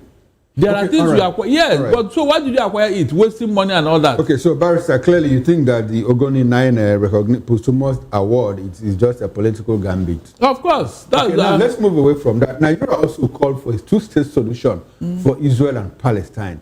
Have we become like Nero that was chasing rats when Rome was burning? I mean, we have internal problems here, and the government has not weighed in on them, and the government is going out at the international level to talk about the Palestine-Israel crisis. How about the agitation here, local agitation by some sections of the country, southeast, angling to leave? Some people are saying, we don't want to stay again. In the southwest, we have people that are saying, look, we don't want to be part of this union anymore. In some parts of the country, everybody seems aggrieved at one point or the other. But the government doesn't seem to look in that direction. But they are going to the Middle East to talk about Israel-Palestine. What would you call that? That is, again, they are trying to be politically correct. They want to exploit the situation to please certain people in the north. Because religion has come in here. The Palestinians are mostly Muslims. Okay. And they have a very strong Muslim adherent in the north. So by the time he's speaking like this, they will say, Yowa, Yowa, Yowa, Yowa. But that one is like pouring water on a stone. It will not penetrate. You cannot even have any influence in your own country, not to talk of Middle East. The people that will solve that problem, they know themselves. It's the Western powers, not no other person. The Western powers, if they decide today to reign in Israel, they will have no choice than to surrender. So not you. After all, this thing has been said before, but it didn't work. If you think you can do it, then go there, go and challenge America and Israel. Abi? And go and challenge them and see what will happen. Okay, now, Barrister, talking about the political angle to it, you brought us into local politics now. Yesterday, Atiku Abubakar said, look, Southwest, you people are my in-laws. I'm going to take care of your interests if I become the president of the Federal Republic of Nigeria. I married your daughter. I see everybody in the Southwest. In fact, I see Southwest as my in-laws. Barrister, what kind of political statement is that? I mean, so he has guaranteed the Southwest of good positions in government, that he's going to treat them well. So does it look like, is that some form of ethnicizing our politics, which we already know? But does it deepen the ethnic politics we are talking about? Instead of promising Nigerians, look, Nigerians, I'm going to take care of you, everybody, wealth, resources will be equally distributed or redistributed. He's now singling out the Southwest to say, Southwest, don't worry, you are my in-laws, I'm going to take care of you. What's your reaction to that? Atiku made a mistake by making that statement. What I expected him to say, or any other person, is to tell the Southwest that I am going to deliver you from godfatherism and selfish politics. Just mention that thing, they will align with you. That you are going to deliver them from what? Politics of godfatherism, which everybody knows. If you say that, fine. But for you to tell us because you married a Titi, therefore you have become... Look, let me tell Atiku. When it comes to politics, the Southwest does not recognize any law. They don't. I'm telling you the truth. If you are that team, go and ask Rufai. Just because the mother is from Imo State, go and see what they are doing to that young man. They have not even agreed that he's a Yoruba man, no. Even though his father is the real Lagosian, the son of the soil. They have discountenanced all those ones just because the mother is from Imo State. You can imagine. So is it you now that married? They will even tell Titi. They don't know what he's doing with that Malamo, that it doesn't concern them. They will not listen to her. As long as she married the Malam, it could not hold water. So Atiku should look for something to tell the Yoruba, because for people who have enjoyed under Tinubu, what else are they lacking from Tinubu that they've not gotten? And for you to come and tell them that you're going to take care of them, are you serious? 80% of key appointments went to the Southwest. And now you are telling them that when you now become president, you now take care of them again. Who will believe such a story? Is Nigeria meant for them? You should be talking of those who have not even benefited anything at all. And that is the Southeast. And you are telling them you promise them. What are you going to promise them now that they've not gotten from Tinubu? Mention that thing. Mention. So that your trick will not work. Barrister, in 2023, Atiku Abubakar chose after his spar, his part with Nyesom Wike. He left the Southeast and went to South and took a running mate in the person of Ato Ifanyu Kowa. What do you think he will do in 2027? Do you think he will come to the Southeast? Of course, because that is the only place he can look up to. And my fear now is that will divide the P2B's vote. Because from all indication, P2B may not be going to ADC now. Okay. But I'm looking at Labour Party. And if he's going to choose that platform, that means the votes are divided. Whether you like it or not. Yes, you come to the Southeast. Don't you think it will depend on the person from the Southeast that he chooses? Anybody he chooses in the Southeast may not be a match to P2B. He may not, but he may collect some votes. That is a fact, especially from the state where the man comes from. Okay. He will collect some votes. Okay, some sympathy votes for the person. Yeah, exactly. They may collect some votes. So that leaves a P2B struggling to cover the entire Southeast and even South. With this thing they are promising the people of the South, this going to clean up and all that, and the oil exploration. You mean they will discount? They may not, because people act in a certain funny way. When it comes to political alliance, just because I greeted you good morning, in the morning, you now believe that I love you so much, that's why I greeted you. And so you can give me anything I ask from you. That is not how it works. Your friendship must be deep-rooted for you to believe that this man loves us. Not when they were coming to exploit the resources in your own land and you believe that they love you. Are you serious? If they love you, they should have done it before now, not for political reasons. All right, Barrister, we are coasting home. Now, you understand what has been going on, the back and forth between the Rivers House of Assembly and the sole administrator, Ebok. Now, yesterday, the president invited him alongside the EFCC helmsman, Olukoyede, and the National Security Advisor, Nuhu Ribadu. Barrister, what's happening? Can you hazard a guess? They want to settle out of court. They never went to court in the first place. Which court are you talking about? You may not know. They want to, yes, now, because the matter was already heading to that area. But when they now asked the man to come and account for the man, and he did not, what do you think EFCC will do? EFCC is there for a reason. Okay. Yes, I'm sure they have collected all the information they needed to go to court. And that was why the man had to summon them and say, come. Now, Barrister, do you think that as at the time the House of Assembly invited Abbas, that Abbas on his own could simply say, I'm not coming. You are a fool's errand. Don't you think that he might have reached out to the president and said, Mr. President, look at what's going on, and the president gave him a response? No, the president called for that meeting because he has seen what is going on. Okay. Apparently, EFCC is handed out to the president. Okay. Yes. But have you asked yourself why all matter relating to River State is always settled in Aso Rock? Have you asked yourself that? Because it's the president of the Federal Republic of Nigeria. Are you serious? That is the seat of the president. Where else should it be settled? Good. So, what happened to the... If two of your children have a problem, who did they run to? Is it not to you? Listen, the anti-graft agencies you set up, what is their work? If you are going to collect the matter from their hand, if that man is corrupt or embezzled money, let him go and answer for it before EFCC. And not you, somebody now, under this condition, do you think that he will still honor the invitation by the Rivers House? No, I don't think so. That was the essence now. The matter is over. That matter is dead. As long as they are going to Aso Rock, and of course, there will be sweeping order.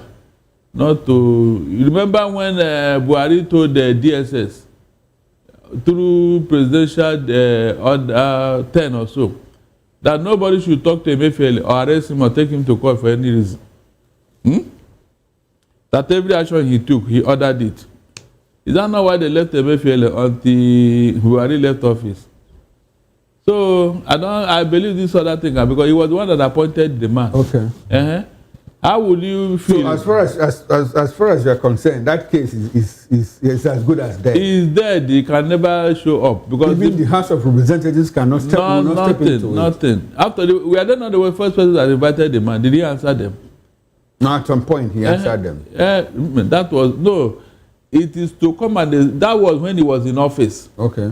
When they asked him not to come and answer for his tenure, he didn't answer anybody, including River State House of Assembly. He didn't until the matter got to the president and he wanted to do something. Okay. Did they tell you the outcome of the meeting? The answer is no. I'm sure those two... They met behind closed doors. Of course, because the doors were closed, so nobody heard what they said. Exactly. These two people that went there with him tells me that, yes, it has to be financial infraction. EFCC and... do you think it borders on national security? For the NSA to be there? I don't think so. It's just that most of the time, these people, they always overlap their responsibility. Because EFCC is the best person to, look into any financial infraction by any government official. Okay, Barrister, we are out of time. Can we have your concluding thoughts generally on what we talked about this evening? Like in 1 minute. Yes, my concluding thought is that please remove the log of food in your own eye before you talk about ordinary speck in another. This idea of trying to show yourself before the UN and before the world, they will be making mockery of you because they know you, who you are and what you are, and your strengths. So your statement cannot influence anything. They will not even bother or listen to you. So if they want the Security Council member, who will be the person? You, Abi? No, you mean the United Nations will allow you to come into their midst with all the baggages, Mr. Okoro? Is it possible? Okay. So whenever you want to champion some of these causes, please make sure that when you are going to equity, you go with clean hands. That's the only way you can get beautiful. Those are the words of Barrister Darlington Agomo, lawyer and political affairs analyst. I must say a very big thank you to you, Barrister Darlington Agomo, for coming to Political Lens. We always appreciate your presence. My pleasure. Now, on behalf of the backroom staff, talking about the technical director, the bus manager, sound engineer, and the ingest manager, I am Chukwu Okoro. Up next is Issues with Jerry Apollo. Stay with us and don't go away. I'll see you tomorrow on the morning show by 8 o'clock. Bye for now.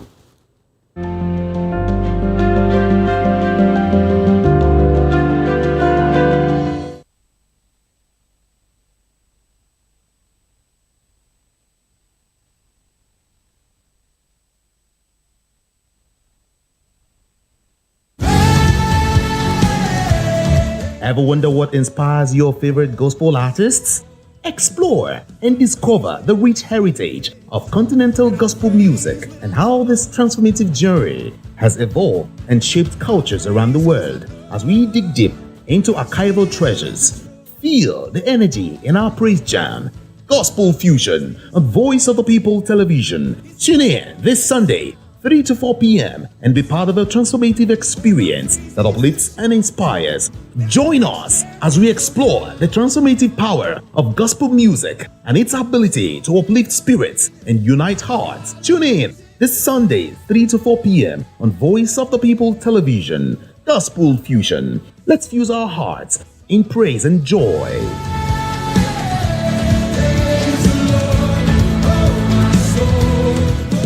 Voice of the people, you can hear me now. My name is Patrick Doyle, and I wish that you continue to echo the voices of the people. Big up VOP TV.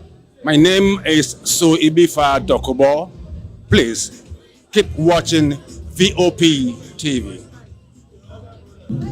Hi, my name is Kwekumali Ikenda Onyekwena, and I am with the Voice of the People TV. Now, if you're looking for the veritable channel for information, politics, robust discussions, you don't need to go far. VOP has you. VOP will always have you. Thank you. Hi, my name is Patrick Diabwa, aka Ibani Chuka. I'm an about the Eagle King, and you are watching VOP TV. Stay with us. 2564 is coming up on Barney 9 right. The 2564 Atlantic Tower. What happens in the hush behind hangar doors? Who signs the papers that gamble with lives? Which truths were grounded before they even ever had wings? If you've ever buckled a seatbelt at 30,000 feet, if you've ever stared out of that tiny window and wondered who's really in control of the skies, it isn't just flight, it's power, it's politics, it's pressure sealed in steel. We're peeling back the clouds from runway risks to sky-high secrets. We're diving deep where most dare not to look. Aviation Scope, every Sunday at 7 p.m. only on Voice of the People TV. We don't just report, we reveal. We don't just ask, we uncover. Because when it comes to the skies, ignorance is turbulence. Aviation Scope, the sky isn't the limit, it's just the beginning. Good morning. It's the start of a beautiful day. Or start your day right with a healthy dose of news, fun, and inspiration. Join us on VOP this morning for the latest news, trending topics, and uplifting stories to set your day on the right vibe. From news and current events to lifestyle and entertainment, you are covered. VOP This Morning, 8 a.m., Monday through Friday.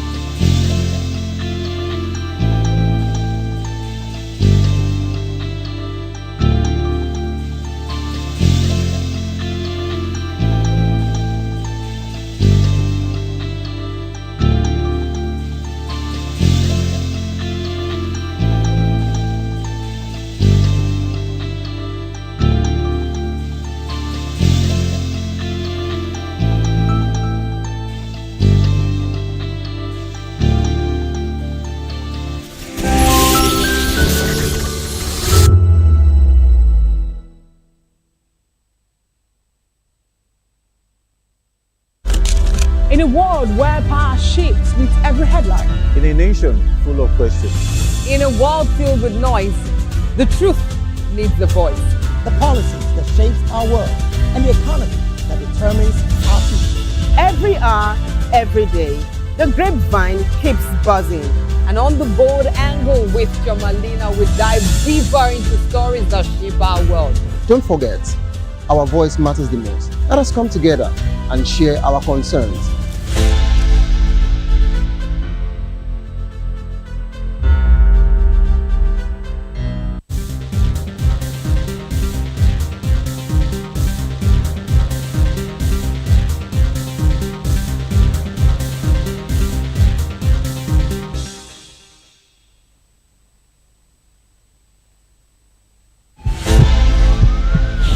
This is Health Check, your weekly guide to better living, smarter choices, and trusted answers. From everyday wellness to urgent health issues, we've got you covered. Health Check, only on Voice of the People television, where your health has a voice.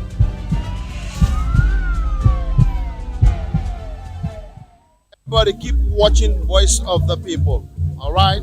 Love you all. Hello, sweetie. What's going on? My name is Kiki. Keep watching VOP TV. Thanks. Hey guys, what's going on? Olumide Oru, the Fresh Prince of Lagos here, and this is VOP TV, guys. Hello guys, I want you to please keep on watching VOP TV. Ladies and gentlemen, my name is Hafiz Oyetoro. Please keep watching VOP TV. Shout out to VOP TV. Very big shout out to the fans and lovers of VOP TV. My name is Tayo Fanuro. I'm an actor that you are going to live to love. Keep watching. Cheers. Hi everyone, so shout out to VOP TV. Hi, my name is Tosin Mohammed. I'm a gospel artist. Keep watching VOP TV. Almighty Father, you are the mighty Redeemer. We've come to worship at your feet, oh Lord. This is Ayotunde Adejimo, chilling with you on the Voice of the People TV. Don't touch that remote. You are where God wants you to be. Listening to the Voice of the People TV. The Bible says we should give thanks in all circumstances. And all circumstances include the good times and the bad, the high times and the low, the times when everything look as if they are going well, and those times when Enugbe, the ground is dry like the sand in the desert. Those times when you feel like giving up, you should give thanks still.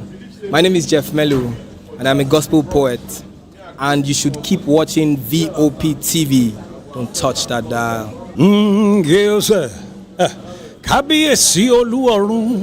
We were born to give you twale, to give you worship.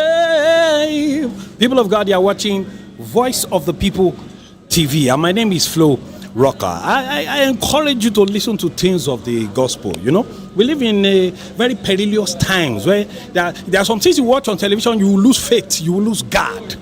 Keep your eyes on Voice of the People TV and remain blessed. Flo Rocker says so. Kuzoshi. Ever wonder what inspires your favorite gospel artists? Explore and discover the rich heritage of continental gospel music and how this transformative journey has evolved and shaped cultures around the world. As we dig deep into archival treasures, feel the energy in our praise jam, Gospel Fusion on Voice of the People television. Tune in this Sunday, 3 to 4 p.m. and be part of a transformative experience that uplifts and inspires. Join us as we explore the transformative power of gospel music and its ability to uplift spirits and unite hearts. Tune in this Sunday, 3 to 4 p.m. on Voice of the People television. Gospel Fusion. Let's fuse our hearts in praise and joy.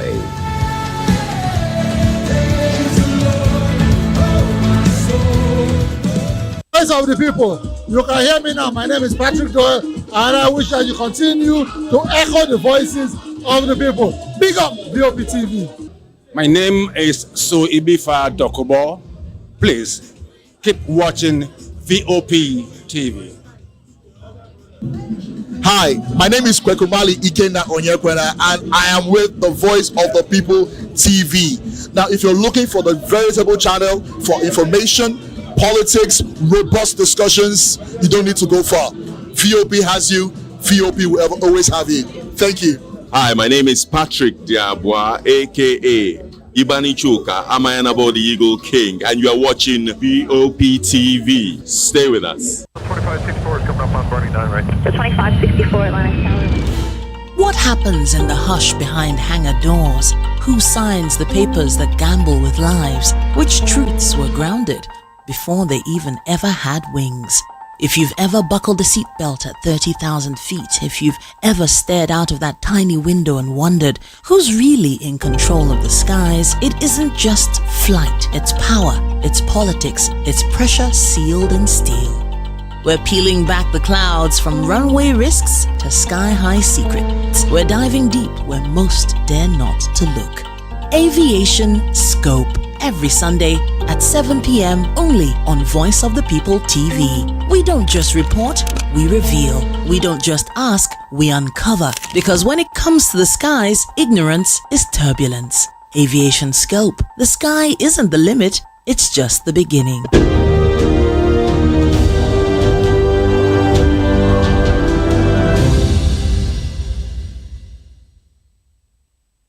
Hello Nigeria, it's another exciting episode of the Issues on Voice of the People television, where we bring you the most important and pressing issues shaping our nation today. I am your host, Jerry Apeleohai. Today on the issues, we're examining the state of Nigerians' politics and governance, from Samson Itodo's call for a non-partisan INEC chairman to improve the electoral process, to Atiku Abubakar's pledge to protect Yoruba interests if elected president in 2027, and the controversy surrounding the Adamawa local government chairman's wife's trip to Turkey for leadership training. We'll delve into the implications of these stories on Nigeria's political landscape. Join us as we break down the facts and provide context to help you stay informed. Stay tuned. After this short break, we'll dig deeper into these topics and more. Don't go away.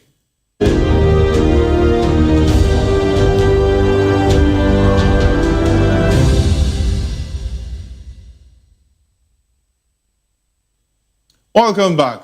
Let's dive straight into today's discussion. Samson Itodo, Executive Director of Yaga Africa, has called for a non-partisan INEC chairman with impeccable character to improve Nigeria's electoral process. Itodo emphasized the need for a leader who is courageous, impartial, and committed to doing what is lawful. He made this statement to journalists, highlighting the importance of INEC's independence and integrity. Itodo noted that despite remarkable reforms by INEC, electoral fraud has undermined the progress made. He stressed that the next INEC chairman should have no political affiliations and be committed to upholding the law. This, he believes, will help restore Nigerians' trust in the electoral process.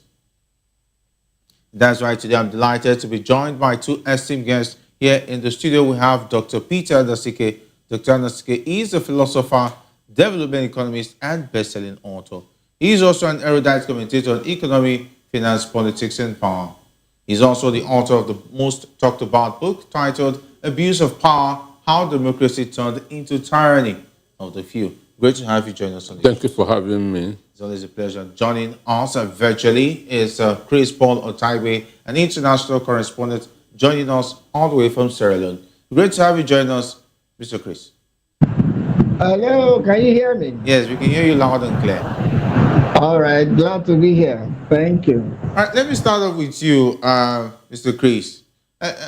Looking at the situation of INEC, we already know that there's already talk about the replacement of Mahmoud, who's going to leave office very soon. But now, let's be honest. Has Nigeria ever had a truly non-partisan INEC chairman? Or are we chasing an ideal that the political class will never allow to exist? Tell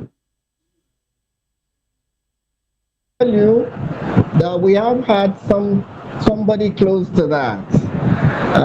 Many Nigerians may not know that now, but the man who I always give the credits for June 12 was the INEC chairman at the time. His name was Humphrey Nwosu. Is it Humphrey? Yeah, Professor Humphrey Nwosu. It was his announcement of the scores, despite threats from the military quarters and all of that, that gave us an inkling of the fact that Abiola had actually won. But after him, every other person has been, bought over, it has been bought over and it's been bought over, to give it to the man with the deepest pocket or with the highest mind who was in power. But the truth of the matter is, it's not. They will tell you, yeah, it's the system, and of course it's the system, but the system was artificially created. Democracy as we have it, as I always say, it has been exposed these days, for those who know international politics deeper, as a scam.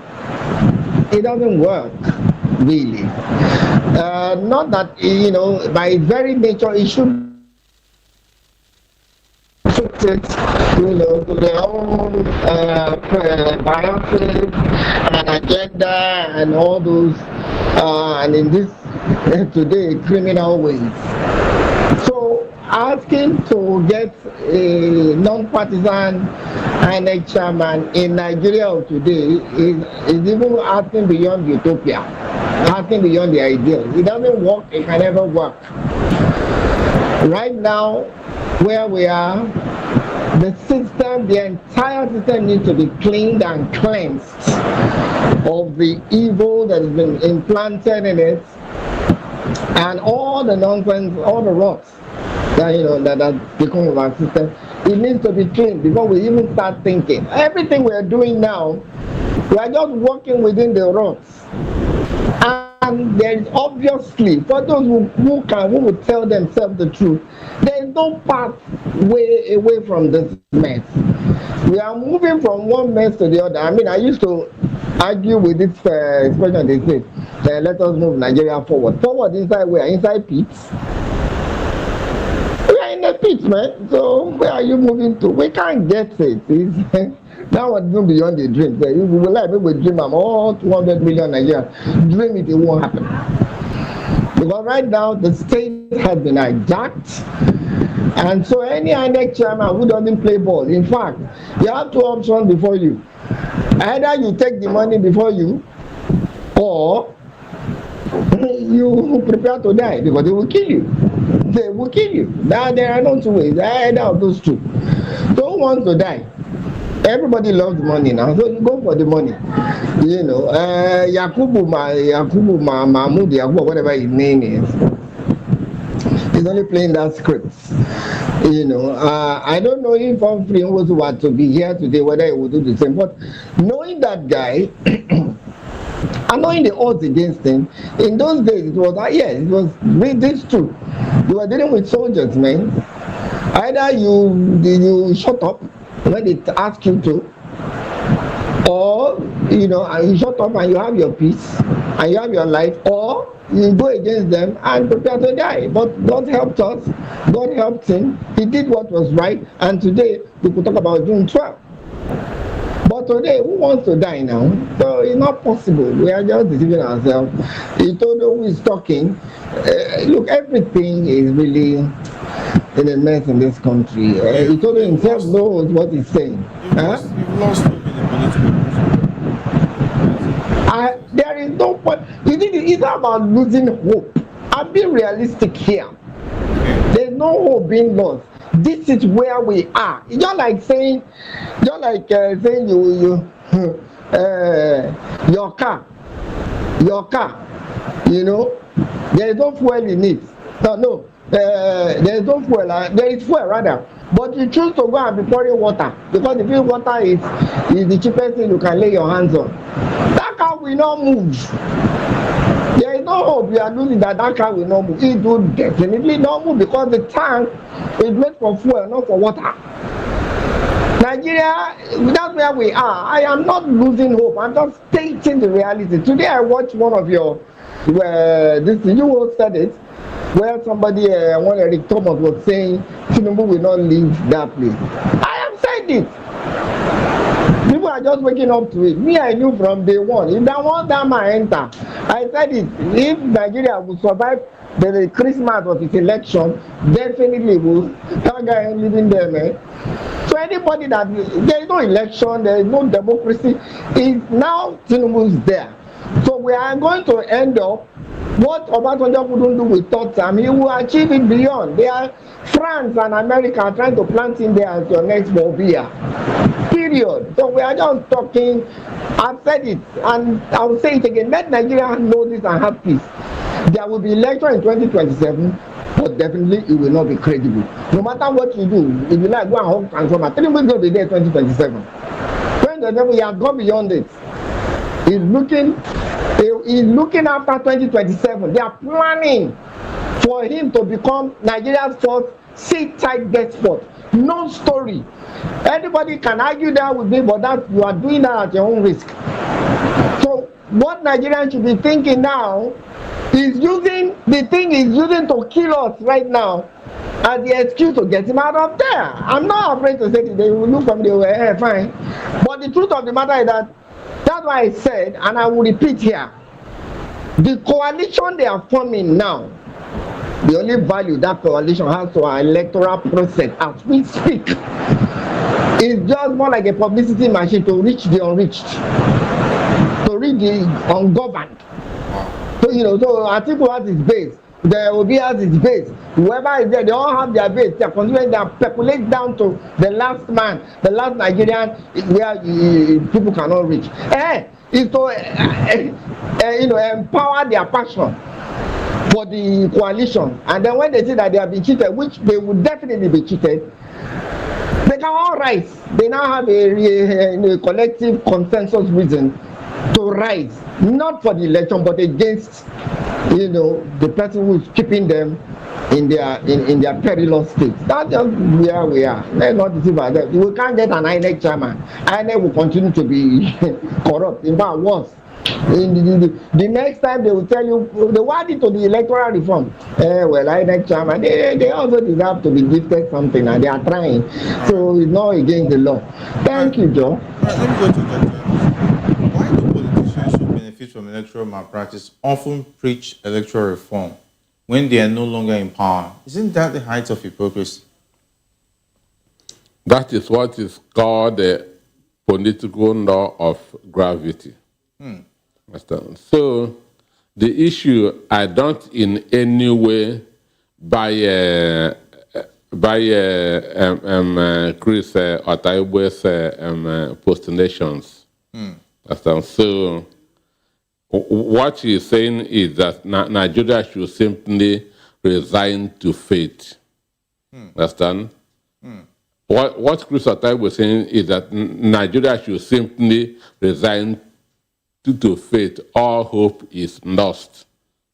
But Nigeria is more complex than those countries that he is mentioning. Nigeria is more complex than Cameroon.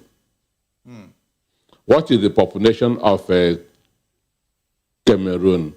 Assuming that Tinubu is from the north, I will have a kind of reason there with him. But he is from the south, or the vote comes from the north, and the north are always power conscious. The north are always power conscious, and the colonial masters handed over Nigeria to them.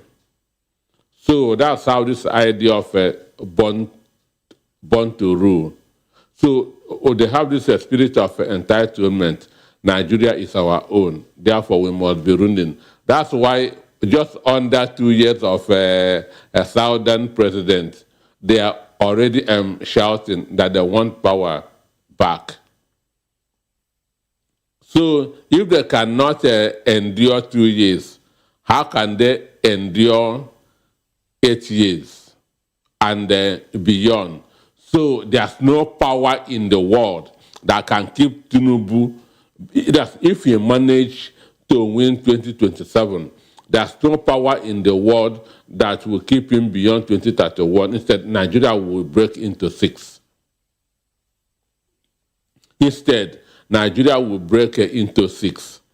And there are two things that is already working against Tinubu: old age and health. So no power can keep him in Aso Rock beyond 2031. That's if he manage to win in 2027, which to me is still doubt. So, but what Itodo said to me is just an utopian. Understand? It is just what Bob Marley called a fleeting illusion that can only be pursued but never attained. So why Humphrey Nwosu become credible is that he was appointed by the military. There was no political power. There was no political party. Understand? It was the military that appointed him, and not a presidential and not a civilian president. Yes. So he has no loyalty to anybody. This is what qualifies that every appointee in Nigeria respects two things, or goes for two things.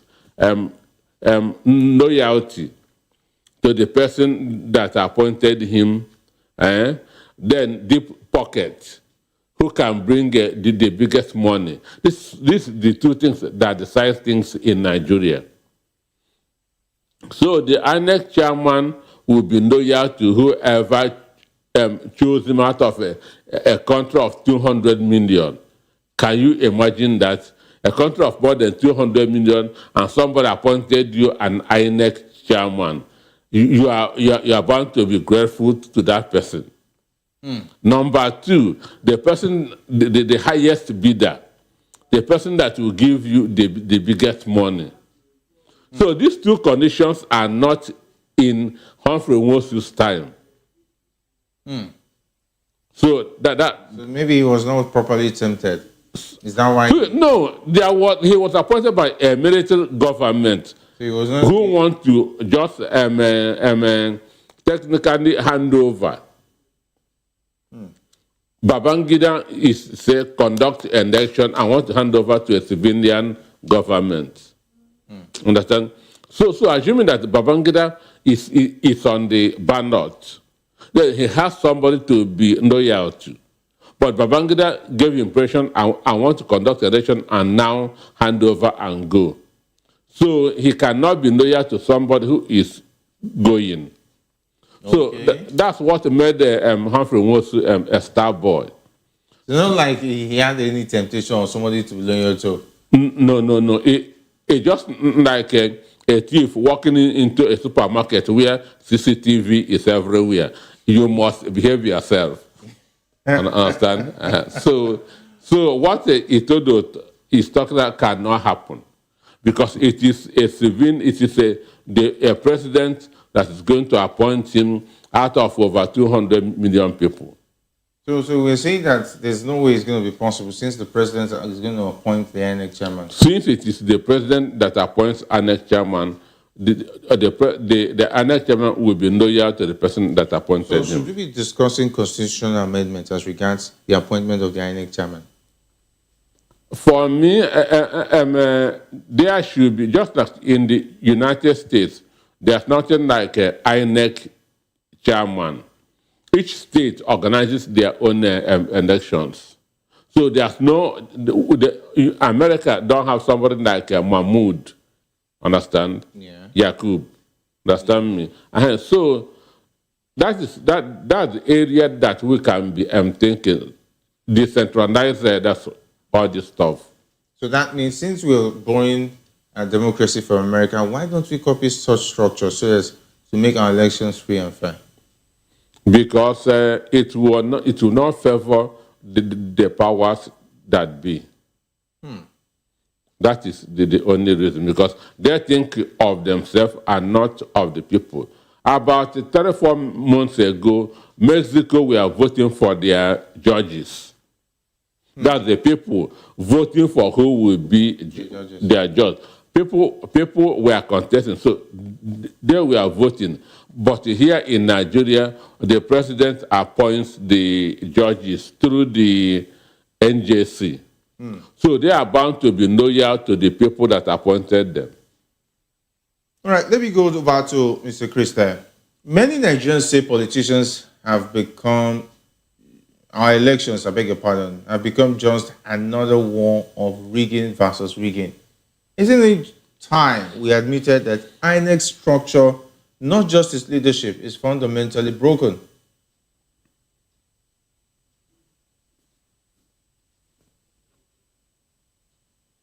Hello, Mr. Chris. Are you still with us?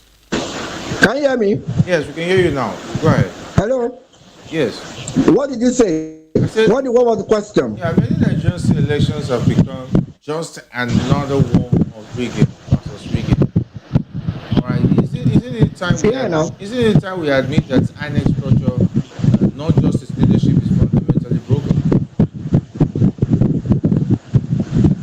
Well, we all know now. Everybody knows this thing. We are just, just like my brother, Onyediika is hoping that Nigerians this and that. We all know what's going on. We have even gone beyond rigging. This one is no longer rigging now. Rigging is, people vote. You allow them to vote. Then it is at the back end that the rigging takes place. But here, in your face, the policeman who is watching the election becomes ballot snatcher and ballot scatterer. You saw it on video. So right there in your faces, there it's been done. So rigging, we have gone beyond rigging. We are on the grab it, snatch it, and run with it. So as far as I'm concerned, we all know what's going on. We are just like we are playing the odds with burying our heads in the sand, hoping that things will change. Nothing will change. In fact, the bad things are upscaling. That's where we are, man. So I don't think Nigerians are ignorant of what's going on. Everybody knows what's going on, but we are just believing. We are still believing a system that have lost integrity. Because we believe it's just an institution, right? And a system. So that's where we are deluding ourselves. That's my take on this, my brother. Is this focus on institutionality distracting us from institutional failure? Because even if we have an angel as the chairman of INEC, can INEC deliver free and fair elections under this current political climate? The issue is this: for what Chris Otaiwo said that we've gone beyond rigging. Remember, in 1959, election was announced while votes were still being counted. The colonial masters announced the result of the election while votes was being counted. This is Britain, no? So for you to know that we are just an apprentice in this rigging business, UK has gone far higher than us. At least in Nigeria, we wait until vote is counted before manipulation starts.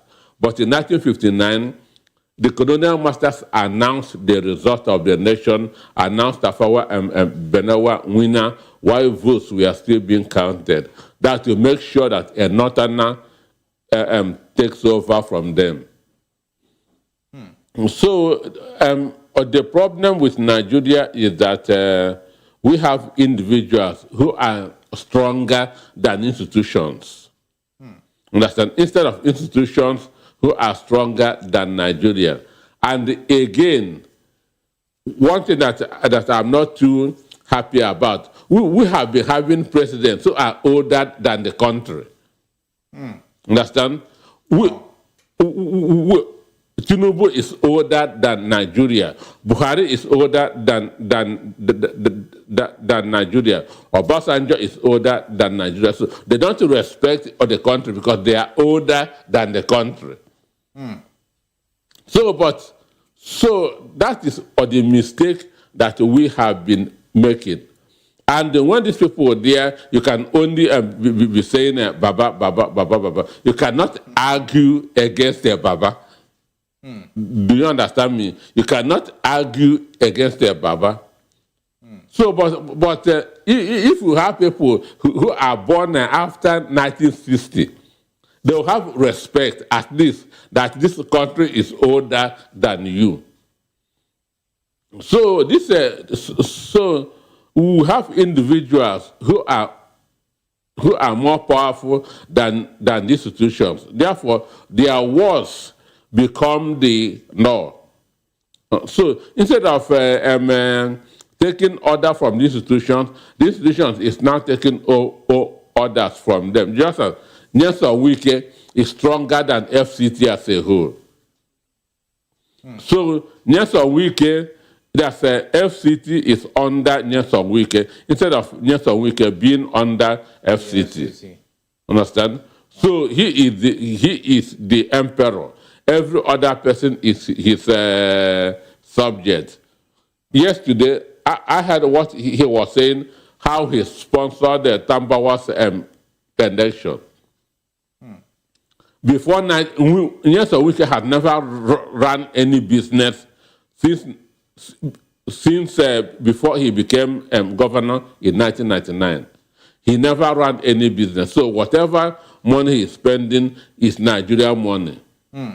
The people's money, and nobody can call him to order because he is bigger than the institution.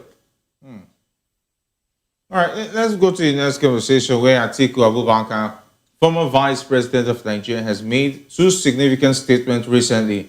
In one, he pledged to prioritize Yoruba interests if elected president in 2027, citing his marital ties to the Yoruba community through his wife, Titi. Atiku emphasized that the Yoruba would occupy a special place in his policy making and governance.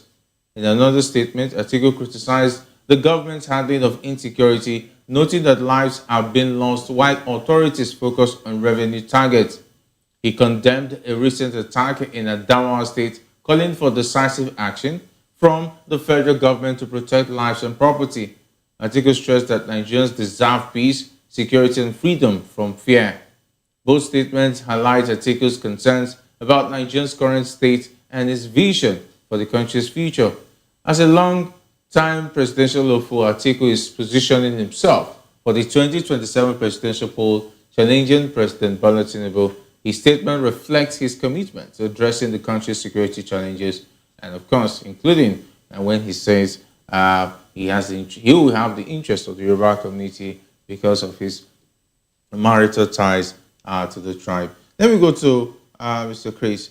Atiku says he will protect Yoruba interests, but doesn't this kind of ethnic politicking betray the idea of national unity? Why not talk about Nigerian interests?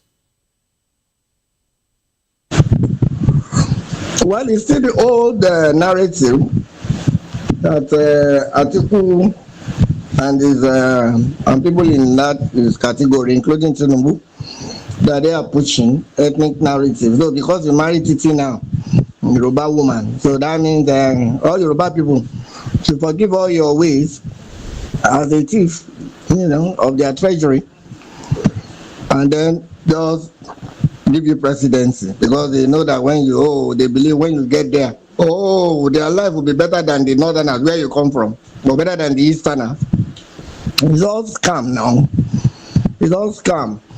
I don't know those ones. I don't believe it. I think it's just what you might call, in quotes, a seasoned politician, and of course, a seasoned presidential loser, or a seasoned, at best, a seasoned presidential hopeful. But I like the one you said about security, that government should face security. But what did not say in it, he knows better than everybody that the security goes beyond the government. There was a time, I can't remember the year now, or under whose watch that happened. The terrorism grew so bad. They entered Adamawa. Kidnapping, everything. They will go to school and kidnap children and all that. But I think we'll get university for that place. I never hear they enter that place. So what did happen? So I mean, they let anybody read this way they can, but the message is very clear. Insecurity in Nigeria is stage managed. No matter what anybody is saying. In fact, I was enlightening a friend today about Sambisa Forest. Have you ever had Sambisa Forest since? Nobody's talking to Sambisa Forest, but Sambisa Forest is alive, man. Doing what it's doing. People are pillaging our minerals in Sambisa Forest. Let me tell Nigerians, Gaddafi, God bless his soul, carried out the research, on minerals, the distribution across the continent, because he was having big dreams at the time. And then he checked West African region, and then Nigeria came up. And he saw what we had. And he told Mustafa then, because that was the one, who was rating with more or something like that. But at least he told Mustafa that, and I'm quoting him. He said, the minerals you have in Sambisa Forest is enough to build 10 Dubais. 10 Dubai, not 1 or 10.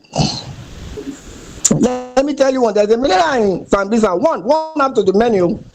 It's called Californium. Check it when I say it now. A gram of California is over $10 million. I hope I'm not exaggerating. A gram. You have tons of that in that forest. So you ask, if we had that, why is nobody going there?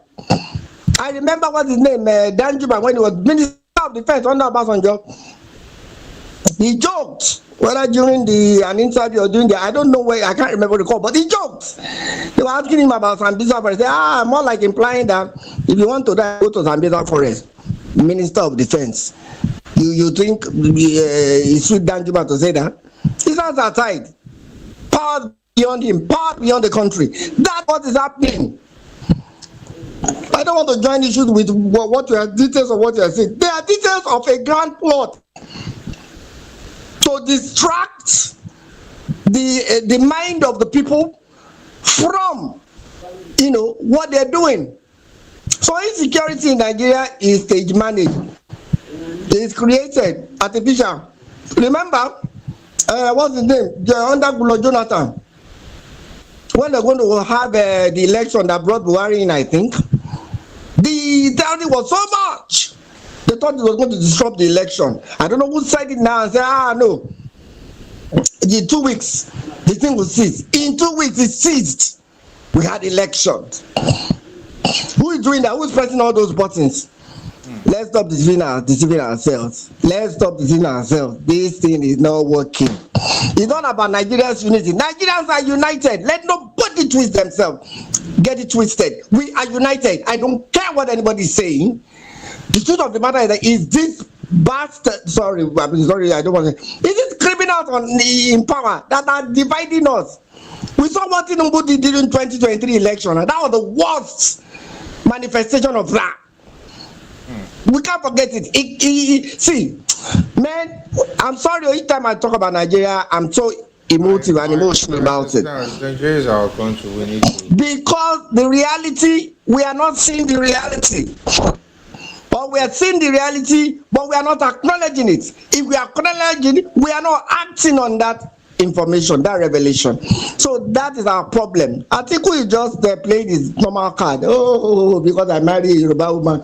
Oh, Yoruba people should love me. Oh, this is your time to vote for me. All scam. He will not even get anywhere. Wow. We're not priming him to come and be leader of a coalition. We have to be standing. I've said it. Before I close, let me say it. Peter Obi had better get out of that coalition. If he loves himself, Because if you want to enter that coalition manifests the nonsense they normally manifest during their all those shortcut to answer kind of strange bedfellow kind of equation. When that thing crumbles, Peter Obi's mandate dies. I'm saying it on air. Let Nigerians know Peter Obi should get out of that place because the signs are all over the place that they may not want to give it to him. That's my thought, Jerry. Thank you. All right, let me even bring in Peter Obi into the conversation. But Dr. Onyediika, shouldn't we be worried that politicians are now leveraging their spouse's ethnicity for vote? What does that say about the state of our democracy? Well, for me, I'm highly disappointed that Atiku should make that statement, assuming it is what he said, because he is also marrying an Igbo woman from Mbise. Yeah, that means he's also going to consider them, since his wife is also from Mbise in Igbo. So now saying you are going to prioritize the Yoruba ethnic group. It's an unguarded statement. And that was the reason why Major Gideon Okaku failed. Okay. Because he said, look, that 7 states from the country had been expelled from Nigeria. That was Major Oka's broadcast on air. That 7 states have been expelled from Nigeria. And there are indigenes of those 7 states in the army. I still hope that they will support you. So, or there are things that you may have in your mind, but you don't say it out. So now saying that he's going to prioritize Yoruba people. Now, how do you expect the Igbo people to feel? How do you expect the people from the South to feel? He said that his cabinet will not be filled by the Fulanese. How will he expect all the Fulanese to feel? So for me, it is a very stupid statement that he made, a very stupid one. Wow. So whoever told him that to make that statement did not advise him well. What he should have said is that his government should make use of a federal character. Understand? That he will not run the nepotistic government of Tinubu and Buhari, that he will make use of federal character in his appointment, that every section of the country will be carried along in his government. So for me, that's a very bad statement that he made. All right. He also made mention of the fact that the tempo at which the government is using to tax the people and look for revenue, they should use that same tempo in fighting insecurity. Well, the issue for me, I have said it before. It seems that Tinubu has a committee on tax. Yeah, sure. Understand? Sure, yeah. It seems he has a committee on tax, and these people, their duty is to just investigate what they can tax. Yes. Understand? Investigate what they can, because that is the only committee that is functioning in his government. Taxes and taxes. That tax committee. Every other one is sleeping. And that's what he did when he was the governor of Lagos State. And at the end of the day, he left Lagos in huge debt, which means those taxes were not used for investment. So for me, I think you made a very stupid statement. All right, I think the Turner's case is not pleased with Atiku's comments, and of course, those are the his own views. But let's go back to the next conversation, which is rather interesting, where 21 wives of Adamawa State's local government chairman have sparked outrage by attending a week-long leadership training program in Istanbul, Turkey.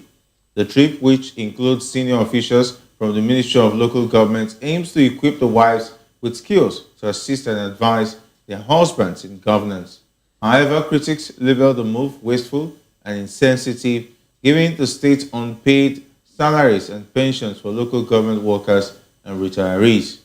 The decision has drawn sharp criticism from workers' unions, pensioners, and social media users who question the necessity of foreign training for the chairman's wives. And some note that even the state governor's wife hasn't undertaken similar programs. One local government chairman from Northern Adamawa has distanced himself from the decision, stating he wasn't consulted about his wife's inclusion. Calls are mounting for anti-corruption probes into the funding suspected to come from local government budgets. Critics argue that the trip showcases misplaced priorities, particularly when many staff and pensioners are still awaiting their gratuities. The Adamawa State Government and Local Government Association have yet to issue an official statement addressing the backlash. Let me take this over to you.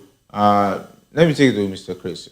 How do you explain this madness, if you want to look at it? Because 21 wives of local government chairmen flown to Turkey for leadership training when workers and pensioners in the same state haven't been paid in months. You know, we were all happy when the local government, to give their autonomy there, they were allowed now to get their money first charge or whatever they call it. What you're seeing is just what the senior people are doing, the governors and the president.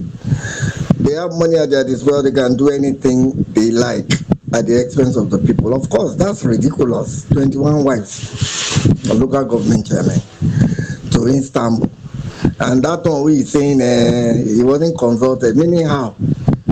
Till they put your wife's name on the list, the visa preparation and everything, you were not consulted. You couldn't put a stop to it. Who is that one deceiving? See, the truth of the matter is that let's not, it's all part of it, The man, for the guy to have the audacity to do that, definitely, that no consequence will come out of it now. And he's doing it at the time. They are not doing this thing with sense anymore. No longer with sense. I told you at some point that the greediest set in capital letters, greediest set of politicians yet in the history of any country is the characters we have right now. They are not there to rule, they are there to steal.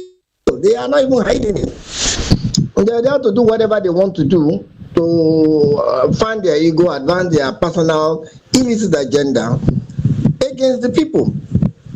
So what you are seeing is just, that's even one small now. Maybe another day you will hear another one from local government. Now it's their turn to start sharing money, chopping money, eating money, and at the expense, to the detriment of the people. So that's where we are. Of course, everybody knows that it doesn't make sense. But what you ask is, you should examine the head of that chairman, of that man who made that decision.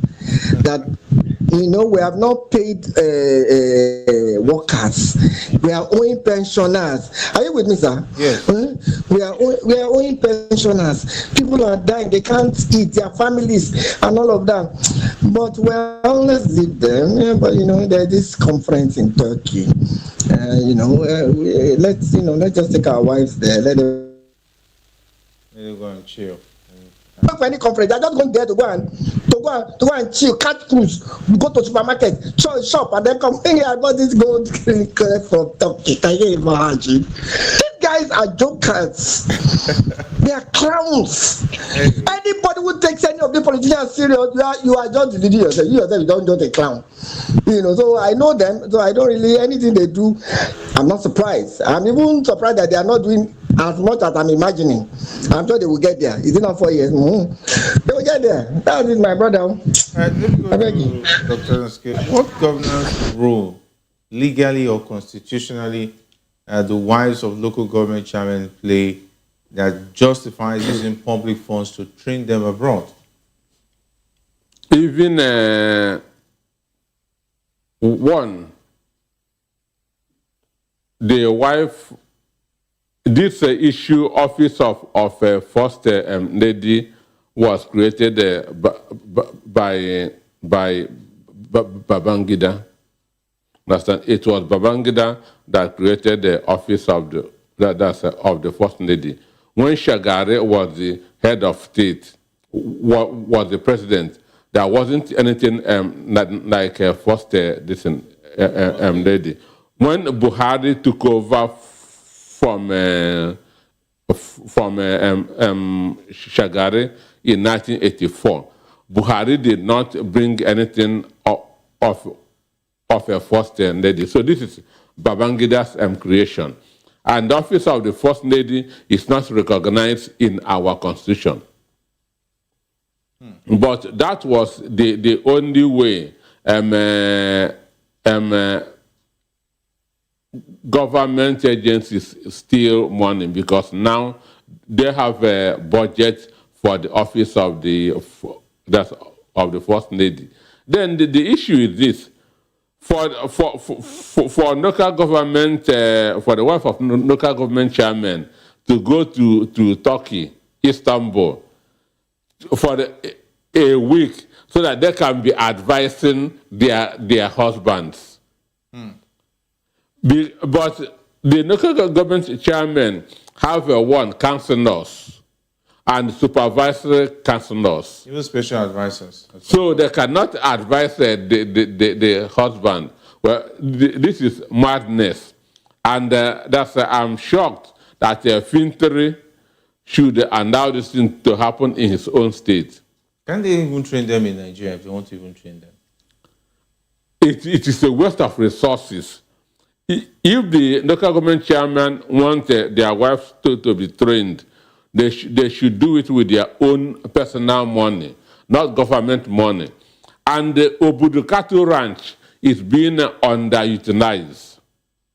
They can even use that. Tourism side. Obudukatu Ranch is being underutilized.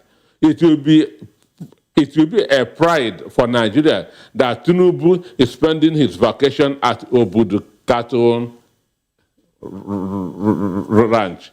Instead of going to France, UK, why even a secretary in UK doesn't come to Nigeria for his vacation? So that is the complex problem. For me, assuming that EFCC is working, they should have arrested those women at the airport and sent them to Kuje prison.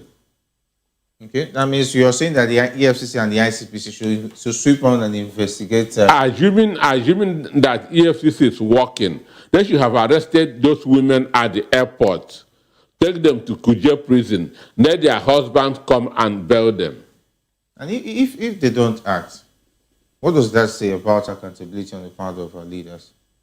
Well, for me, most of them bought their way into the different offices that they are holding. Okay. Most of them rigged their way into those offices, so they are not accountable to the people. It is not your vote that put them there. Wow. So they are not accountable to the people. That's why they can do all these things and they get away with it. All right, we are pressed for time. We just have to anchor the program here. I want to say big thanks, Mr. Chris, for being a part of the issues. Thank you very much. Have a good night. Big thanks, Dr. Onyediika, for being awesome on the issues. Thank you for having me. All right, that's all for today's episode of the issues. We explored the challenges facing Nigeria's electoral processes and, of course, the promises and prospects of political leadership and the controversies surrounding government officials' expenditure. Thank you for joining us. Don't forget to tune in next time for more in-depth analysis and discussion. Follow us on social media to stay up to date on the latest news and insights. Until next time, stay informed, stay engaged. I am Jerry Alpelehai. This has been the Issues on Voice of the People Television, where the future faces forward. Up next is hashtag. Stay tuned.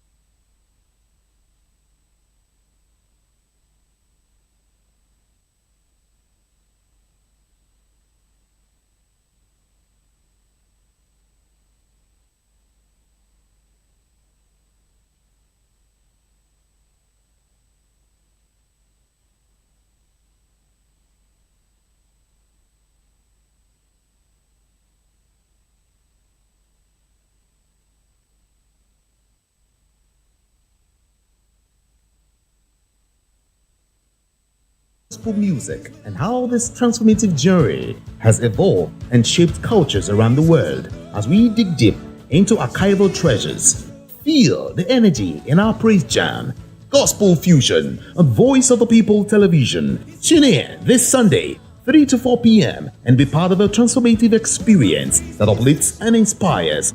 Join us as we explore the transformative power of gospel music and its ability to uplift spirits and unite hearts. Tune in this Sunday, 3 to 4 p.m. on Voice of the People Television. Gospel Fusion. Let's fuse our hearts in praise and joy.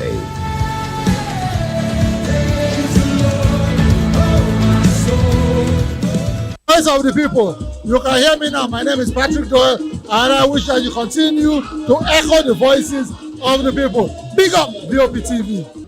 My name is Onyediika Dokubo. Please keep watching VOP TV. Hi, my name is Onyediika, and I am with the Voice of the People TV. Now, if you're looking for the veritable channel for information, politics, robust discussions, you don't need to go far. VOP has you. VOP will always have you. Thank you. Hi, my name is Patrick Diabwa, aka Onyediika, the Eagle King.